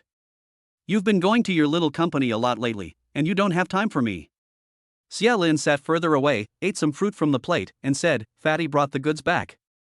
We rented a warehouse and are selling like crazy. Lin followed him over, took his arm again, and asked softly, how are sales? Xia Lin was full of pride, but spoke humbly, it's okay, a net profit of more than 20.5 a month, it's just a small business. Lin pursed her lips and rubbed her face into his chest. What about the gifts you bought me? I bought you everything, where's mine? Xia Lin couldn't help but complain, I said, ex-wife's sister, you gave me those gifts for free? You were obviously just jealous of my body. I, Xia, refused to accept food from a stranger. Lin hooked her hands around Xia Lin's neck, her eyes fixed on his, and she pouted, so what if I'm jealous of your body? This time, when we go to the resort, you have to share a room with me. It's in the middle of nowhere, and I'm a weak woman, you have to protect me. Chapter 55, I just want to be closer to you, even closer. Xia Lin broke her little hands one by one and said with a smack of his lips, hey, who is the best actress at this year's Golden Eagle Awards? Lin thought about it for a moment, I don't know, why? Xia Lin, I'll send you there now, is it in time? What a good actor. Only then did Lin understand, and she was so exasperated that she reached out to grab Xia Lin's ear. Xia Lin quickly dodged, got up and stood on the other side, with a cherry in his mouth, smugly saying, "Missed." Lin threw 2 more at him, frowning in dissatisfaction and throwing and hitting. "I don't care. It's a suburb over there, what if there are bad guys? It's especially unsafe at night at the hotel. You have to stay with me. You promised my father that you would take good care of me for the rest of your life." Xia Lin was amused by her unreasonable cuteness, and his eyebrows and eyes softened even more. His mouth curved into a mischievous grin as he replied seriously, "How about this, let someone from my company go with you on the team building trip. I'll pay the per capita cost directly to the finance department. As for me, I'll be in the room next to yours. If you make a sound, I'll be the first to hear it, okay?" Lin was secretly delighted, but she pushed her luck. "No way, you have to stay in my room. At worst, we'll each get a bed. I promise I won't touch you, or else I'll let pimples grow on my face." Xia Lin put his hands in his pockets, leaned his back against the French windows, and said with a playful expression, "If we can't agree, I'll just give them a bonus." After saying that, he strode towards the door. Lin Yin's figure flashed, and she wrapped her arms tightly around Xia Lin's narrow waist from behind, burying her face in his back. Her 2 small hands were interlocked, and even if the King of Heaven and Lord of Hell came, she would never let go of this man. The central air conditioning was on full blast in the room, and Xia Lin was wearing only a thin striped shirt. The skin touching so closely made the temperature between them rise slowly, and an atmosphere of intimacy gradually filled the room. Suddenly, a tingling sensation spread throughout Xia Lin's body. Xia Lin heard his heartbeat becoming faster and faster, and it felt as if something in his heart had been ignited and was burning fiercely, getting more and more intense. At this moment, Lin Yin's little head was rubbing against his back mischievously. She said softly and plaintively, "Xia Lin, don't reject me, okay? I just want to be closer to you, closer." Xia Lin stood there in a daze, and Lin Yin's voice was tinged with a hint of choking. An indescribable feeling of heartache welled up from the depths of Xia Lin's heart. Xia Lin sighed silently. Why is she crying again? He turned around, raised his hand, and gently stroked Lin Yin's little head. His voice softened a little. "Okay, that's it, I'm going out." Lin Yin's eyes were red and she looked steadily in the direction Xia Lin was leaving, a few bright teardrops still hanging on her long eyelashes. Suddenly, she pulled a smug and cunning smile from the corner of her mouth, stuck out her red nose, and murmured happily, "Little Xia Lin. Hee hee, silly boy." It was a clear day, with no wind and no snow. Several buses were driving smoothly on the road to the suburbs. Outside the window, the mountains and forests stood tall, covered in snow. The sun shone obliquely through the glass window, casting light in one corner of the car. Lin pinched Xia Lin's hand and hummed, "Xia Lin, you better pull the curtain up, the sun is shining on me." Xia Lin, who was sitting next to her and feeling drowsy, impatiently tugged on the curtain, making the seating area dark. "Lin, don't you have hands? Do you need me to feed you?" Lin rested her head lightly on his shoulder, rubbing against him like a well-behaved kitten. She bit her lip and giggled, "Yes. Daydreaming again." Xia Lin reached out and pushed her head back. Since getting in the car, Lin Yin's heart has been blooming. She and Xia Lin have not hung out together for a long time. Lin Yin always has a faint smile on her face, like a little sun that shines brightly when given a little light. Thanks to MOMO, she had the idea of a team building exercise, which gave her the opportunity to get close to Xia Lin. At home, the door to this smelly man's room is always locked. I can't find any opportunity at all. She shamelessly wrapped her arms around Xia Lin's shoulders, slipped her left hand into his palm, and watched as their fingers interlocked. Xia Lin quickly pulled back, hid his hands in his pockets, and said with a low chuckle, "Don't be silly. There are all the company employees behind us, I don't want them to gossip about us every day." Lin Yin refused to give up, and forced her small hands to squeeze through. "What's there to be afraid of? After all, Wang Zhirui is sitting behind us, and he doesn't dare to spread gossip. Xia Lin is full of disdain. You're a CEO, why do you have to squeeze into the same car with us cattle and horses? Look at the atmosphere in the car, a nice farm stay trip has become dead." Lin Yin twists her waist and rebuts coquettishly, "What does it have to do with me? They're the ones who don't talk." Xia Lin is too lazy to argue with her, leans over and huddles in the corner by the window, daydreaming. Lin Yin deliberately teased him, but Xia Lin didn't even raise an eyebrow. Lin Yin tugged at Xia Lin's ear and hummed a few times, then took out her phone and played a game to pass the time. Xia Lin was right. The car was surprisingly quiet due to the presence of this big Buddha, Lin Yin. Although the crickets chirped continuously, it was so faint that it was comparable to lip syncing. Compared to other buses, they seemed less enthusiastic. Wang Zirui, who was sitting behind Xia Lin, was extremely excited at the moment. His good brother Xia Lin had arranged a romantic encounter for him. Xia Lin had tricked Xian, who claimed to be a professional brainwashing master, into sitting in the seat behind Lin Yin. The spring heart of a pure young boy had nowhere to go and was about to jump out of his throat. Wang Zirui sat stiffly, his hands fidgeting, rubbing his knees. He was laughing like a big idiot, staring straight at Xian, and started making small talk. Xian, are you tired, the host? Xian rolled her eyes for the 101st time, her tone cold. No, as long as I sit there, someone will keep giving gifts 24 hours a day. No problem making 100,000 to 80,000 yuan a night. Wang Zirui exclaimed, really? Xian asked back impatiently, what do you think? Wang Zirui pinched his chin with his hand and pondered, from another perspective, a woman like you is the type that is particularly good for her husband. As soon as he said this, Xian immediately became interested. Her eyes shone with excitement, and she asked in a seductive voice, really? Brother Zirui, you know about this too? Wang Zirui shuddered all over, his heart fluttering with excitement. He started to bluff again, I know a little about it. Xian held out her small, white hand to Wang Zirui, smiling and asking, then can you take a look at my hand again and tell me if I will make a fortune in my life? Is my husband rich? When is he coming to see me? Wang Zirui pretended to be very embarrassed and looked very upright. It's very troublesome to read this, you need to observe carefully. It's not appropriate for a man and a woman to do this, so forget it. At this time, Xuan's face did not show the slightest bit of annoyance. She replied in a very feminine voice with extreme generosity. Oh, it's fine.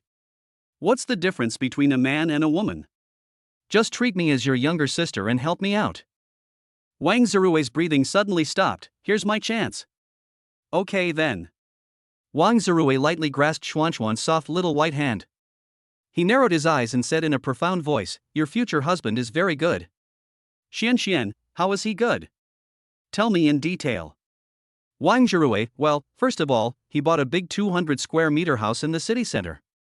Second, he is very capable personally. He works for a listed company, earns tens of thousands of dollars a year, and is also very handsome. Xian stared in amazement, really? Xia Lin, who had been pretending to sleep in the front seat, couldn't hold back any longer and was shaking with laughter. Lin Yin was also laughing so hard that she could hardly catch her breath. The next second, Xia Lin turned around. With two smiling faces with curved eyebrows and eyes, and they accidentally locked eyes and their gazes collided.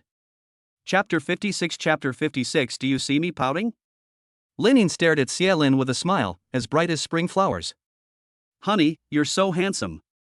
Xia Lin was so smug that he couldn't find the right direction, saying, of course, I. Before he could finish his sentence, he froze, and his dark eyes widened a little. Lin Yin took the initiative to kiss him again, and her cold, thin lips were instantly covered by her hot, fiery red lips. Lin Yin stared at Xia Lin with her big, watery eyes, and when she saw that he wasn't responding, her delicate eyebrows furrowed slightly. She tilted her head, and the tip of her exquisite nose lightly brushed Xia Lin's nose, like the spring breeze caressing the willows, arousing and dazzling. A sweet breath came at her like a tidal wave. Xia Lin subconsciously wrapped his arms around Lin Yin's waist and pulled her into his arms. Lin Yin's body trembled slightly, and she accidentally bit his lips. The pain was sudden, and Xia Lin frowned, and the two stopped kissing. Lin Yin's small hand stroked his wet lips, her eyes full of self-blame, and she asked in a sweet, small voice. Does it hurt? Xia Lin didn't say anything, just stared at her. The soft, vulnerable little white rabbit was so adorable, it made his heart flutter. Suddenly, there was a sudden break. And the two were caught off guard. Lin Yin fell into Xia Lin's arms, and her white, delicate little hands wrapped tightly around his neck. It was an automatic neck lock in a second.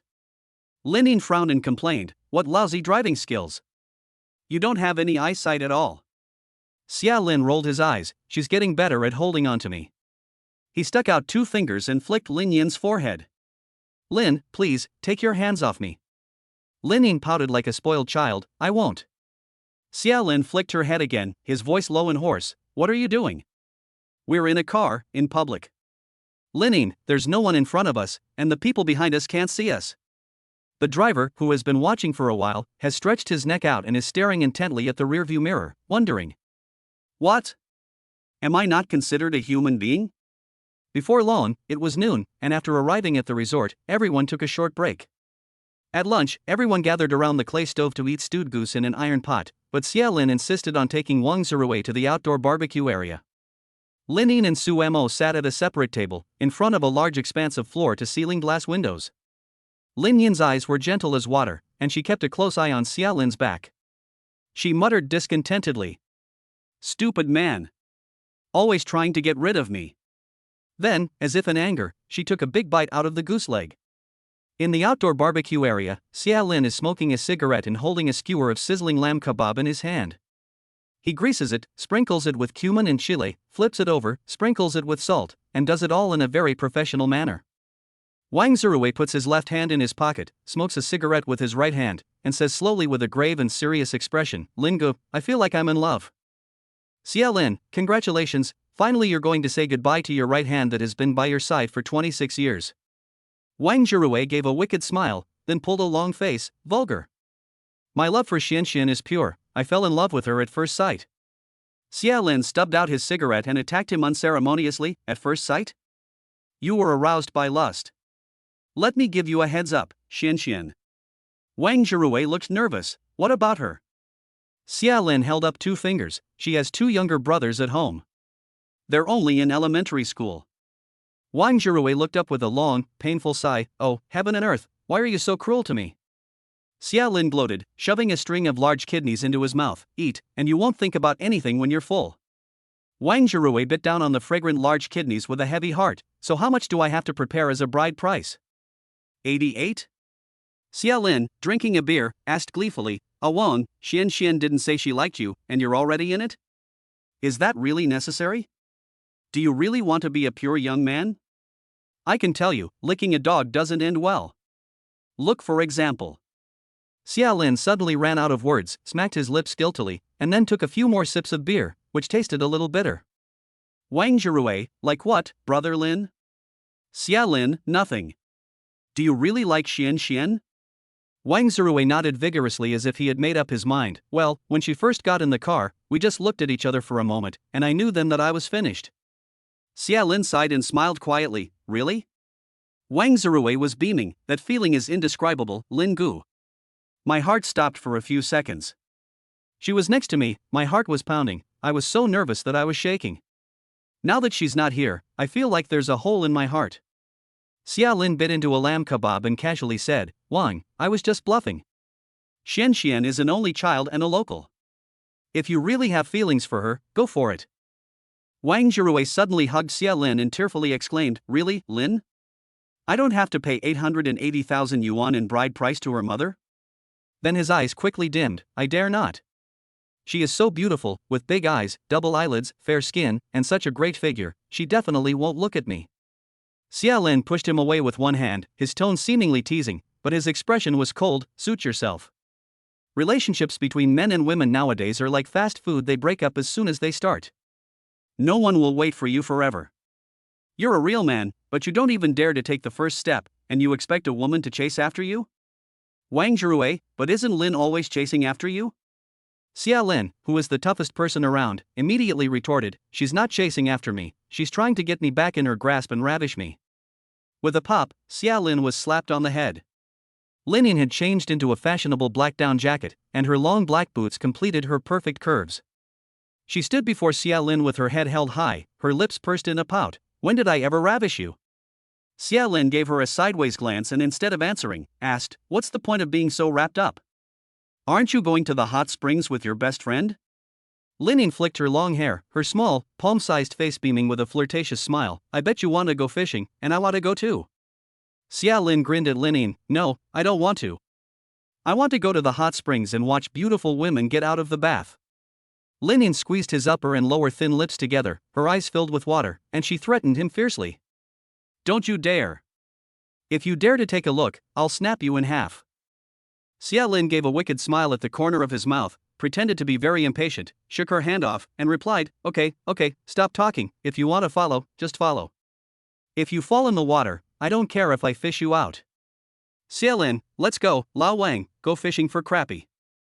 No one answered, and Xia Lin turned around again and realized that Wang Zhiruwei had already taken Xian to the wild fishing area. Xia Lin exclaimed, "Old boy, you've got something there." Lin Ying took the opportunity to put her arm around Xia Lin and swayed back and forth. She could, "Hurry up, honey, I want to eat the shad you caught with your own hands." Xia Lin snorted, "Do I look like a shad? Do you want to eat it?" Lin Ying nodded vigorously, her eyes shining with stars. "Yes, can I eat it tonight?" Chapter 57 Remember, don't kill anyone. Eat a poop. Xia Lin quickly shook her off and ran away, turning his head. Lin Ying did not chase after him or get angry, but instead smiled at him with a face of adoration, following behind him. "You cheap, smelly man." After a fun-filled day, everyone was a little exhausted, and after the evening gathering was over, they went back to rest. Lin Ying spent the afternoon with Xia Lin, squatting by the lake. Not only did they catch very few fish, but Lin Yin's nose was beginning to run. She insisted on taking Xia Lin, Su Mo, and the others to the sweat room to get rid of the cold. From a physiological perspective, men's bodies generate heat more easily than women's, so their body temperatures are generally higher than women's. Xia Lin and Wang Zirui stayed in the 60°C hot steam room for less than 5 minutes, and then ran out, their faces red and their bodies covered in sweat. They were in the public rest area of the sweat room, in front of a low table with 4 short legs. Xia Lin's clothes were dripping wet, and large beads of sweat were rolling down his forehead and sliding down his cheeks. He gulps down a large glass of herbal tea. Wang Zirui, sitting opposite him, is also sweating profusely and gulps down a large piece of chilled watermelon. Both of them say at the same time, "It feels great." 10 minutes later, Lin Ying, Su Mo and Xian follow them out. Lin Ying is holding a small folding fan in her hand, fanning Xia Lin while teasing him, "Is it that hot?" Xia Lin leaned back, propped his hands on the tatami mat, and said lazily, "I'm almost cooked." After coming out of the sweat room, Lin Yin's originally fair and translucent face now looked even more rosy and dewy, and a small bead of sweat had appeared between her eyebrows. The soft hair that had originally hung obediently on either side of her ears had also flown onto her face. Xia Lin stared at her. Her delicate and pretty face, her voluptuous figure, her soulful eyes, her slightly parted red lips, and her gentle smile. In that moment, Xia Lin's heart went haywire. He reached over and gently pulled Lin Yin's slightly messy hair behind her ear. His voice became a little hoarse. "I was too busy playing to even think about my hair." Lin Ying stared at Xia Lin without blinking for several seconds. Then she tilted her head to the side and revealed her right profile. Xia Lin frowned. "What?" Lin Yin's voice was overly sweet, and this side too. The remaining 3 people present shuddered. The 3 of them looked at each other, their eyes darting back and forth. Afterwards, they quickly moved to the next table, creating an opportunity for the 2 to get close. With the third party gone, Lin Ying became even more unrestrained. She held onto Xia Lin's arm and wouldn't let go, and Xia Lin's head ached from her persistence. Trouble. Xia Lin said he didn't like it, but he still gently took Lin Yin's thin hair on the other side of her head in his hands. Lin Ying happily took Xia Lin's hand and started to act up. "I want to drink freshly squeezed juice." "Xia Lin, go ahead, there's plenty." Lin Ying in a sweet voice, "Go get it for me." Xia Lin's mouth curled up, but he said in a strange voice, "Okay." Xia Lin walked over to the service counter and said as usual, "1 mango juice, please." Surprisingly, the waiter knew Xia Lin. He exclaimed in surprise, "Brother Lin?" Xia Lin then noticed that the short, thin man with a crew cut standing in front of him was in fact his friend, Sun Shang. Xia Lin was overjoyed. "Xingzi, what are you doing here? What's going on, you're back too?" Sun Shang scratched his head sheepishly. Hee, I've been back for a long time, Brother Lin." Xia Lin handed him a cigarette. "What are you doing here?" Sun Shang lit it for Xia Lin and replied with a smile, "I took the option to buy a house with the full payment after collecting my salary. It's close to home, I don't get tired commuting, the salary is not bad, the work is stable, and I don't have much education, so it's pretty good." Xia Lin nodded in agreement. "Well, it's not easy to find a stable job these days, so do a good job. What time do you get off work? Let's have a drink." Sun Shang glanced at his phone and replied, "I'm working the night shift today, Brother Lin, let's hang out tomorrow." Xia Lin smiled and replied, "Okay. I'll find you tomorrow." Xia Lin went back with a juice in his hand, his seat still warm. But he heard someone talking about his name, a familiar but strange man's husky voice coming from behind him. Xia Lin was full of suspicions. He half turned his head and glanced behind him with the corner of his eye. It turned out to be his high school classmates. As he watched, Xia Lin's brows furrowed into a knot. What a coincidence! Everyone he wanted to see and didn't want to see was all gathered together. Lin Ying noticed his unusual behavior and asked softly, holding a juice carton in her hands, "Xia Lin, what's wrong?" Xia Lin shook his head and listened carefully to the voices behind him. Su Chao, hey, have you heard from Xia Lin? I heard from Chu Lei that he seems to have returned to Dongshan. When is Chu Lei coming? Wasn't it 9 o'clock? It's almost 12 o'clock. Zhao Haotian's face showed a strong sense of disdain. I'd say Xia Lin is a jinx.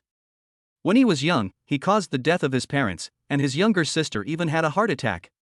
After a few years of peace, his uncle cheated on his wife and ran off with the money, the family company collapsed, his aunt went to prison, and his grandmother passed away. Back then, it was quite a scandal in Dongshan. Xin Du gave a derisive smile, adding fuel to the fire, and mocked, yes, he was the only one who got away with it. He even married a rich and powerful wife. I heard that his wife is a beauty, what a waste. Lu Kai sneered with contempt, coldly mocking, what wife? Xia Lin, this prodigal son, was dumped long ago. Look at the way he's muddling along now, it's really satisfying. When he was at school, not only was he a good student, he was also a rich second generation. Any girl with a bit of looks would turn around after him, and we could only envy him, fawning over his smelly feet all day long. With a few stinking dollars in the family, he was arrogant and unruly, and didn't bother to talk to us. He thought he was better than us, what a jerk. Hearing this, Xia Lin's negative emotions that had been accumulated over the years and buried deep in his heart were on the verge of exploding. He was burning with rage. His face was dark, his eyes full of murderous intent, his fists clenched. His veins were bulging, extending from the back of his hands to his thick arms, and his whole body was trembling with rage. Behind him, the jeering grew louder and louder. Hey, do you think Xia Lin is useless, that's why his wife dumped him? Ha ha ha ha. Finally, Xia Lin could no longer control himself. The adrenaline in his body was surging exponentially, ready to explode. Lin Ying also had a dark face, her voice calm, go if you want to, but remember, don't get someone killed. Xia Lin suddenly stood up, nearly knocking over the table. He strode over, grabbed Zhao Haotian by the collar and lifted him up like a chicken. Zhao Haotian's eyes were wide with terror. Thank you, Xia Lin. The other men were shocked, their bodies as stiff as if they had been struck by lightning, and they sat there in shock. Xia Lin's face was full of anger, and his cold eyes gradually narrowed. You have a foul mouth, and I'm going to teach you a lesson, he said, and raised his right arm high into the air, delivering a fast and fierce punch. The dull sound of impact continued for a long time, and his opponent was completely unable to fight back. Xia Lin even had time to speak. When you were at school, you were so poor that you couldn't even afford to eat. Every month, you licked my ass and followed me around, calling me brother and master. For 3 whole years, I topped up your meal card every month and raised you up to university. Am I cursed? Am I really that cursed? Is it working? It didn't take long before Zhao Haotian's face was unrecognizable, and the blood he spurted out splattered the floor. He was so confused by Xia Lin's attack that he couldn't even cry out for mercy. Xia Lin had completely lost his mind and threw him to the ground like a lump of mud. He turned around and dragged the stunned Lu Kai up again, raising his eyebrows and sneering, happy? Satisfied? To be fair, it's about time I got some satisfaction too. At this moment, Sun Sheng quickly ran up to Lin Ying and whispered, sister-in-law, before brother Lin started, I unplugged the surveillance camera. We are the only ones left on this floor. Lin Yin's expression did not change, thanks. Su Mo and the others had already gathered around Lin Ying as soon as they heard the commotion. Su Mo looked worried. Ying, do you think Xia Lin went too far? Lin Ying, no. The scene was so bloody that Wang Zhirui raised his hand to block his vision, his expression distorted. General Lin, what should we do now? Lin Ying quickly looked around and said decisively, go over there and lock the door from the inside.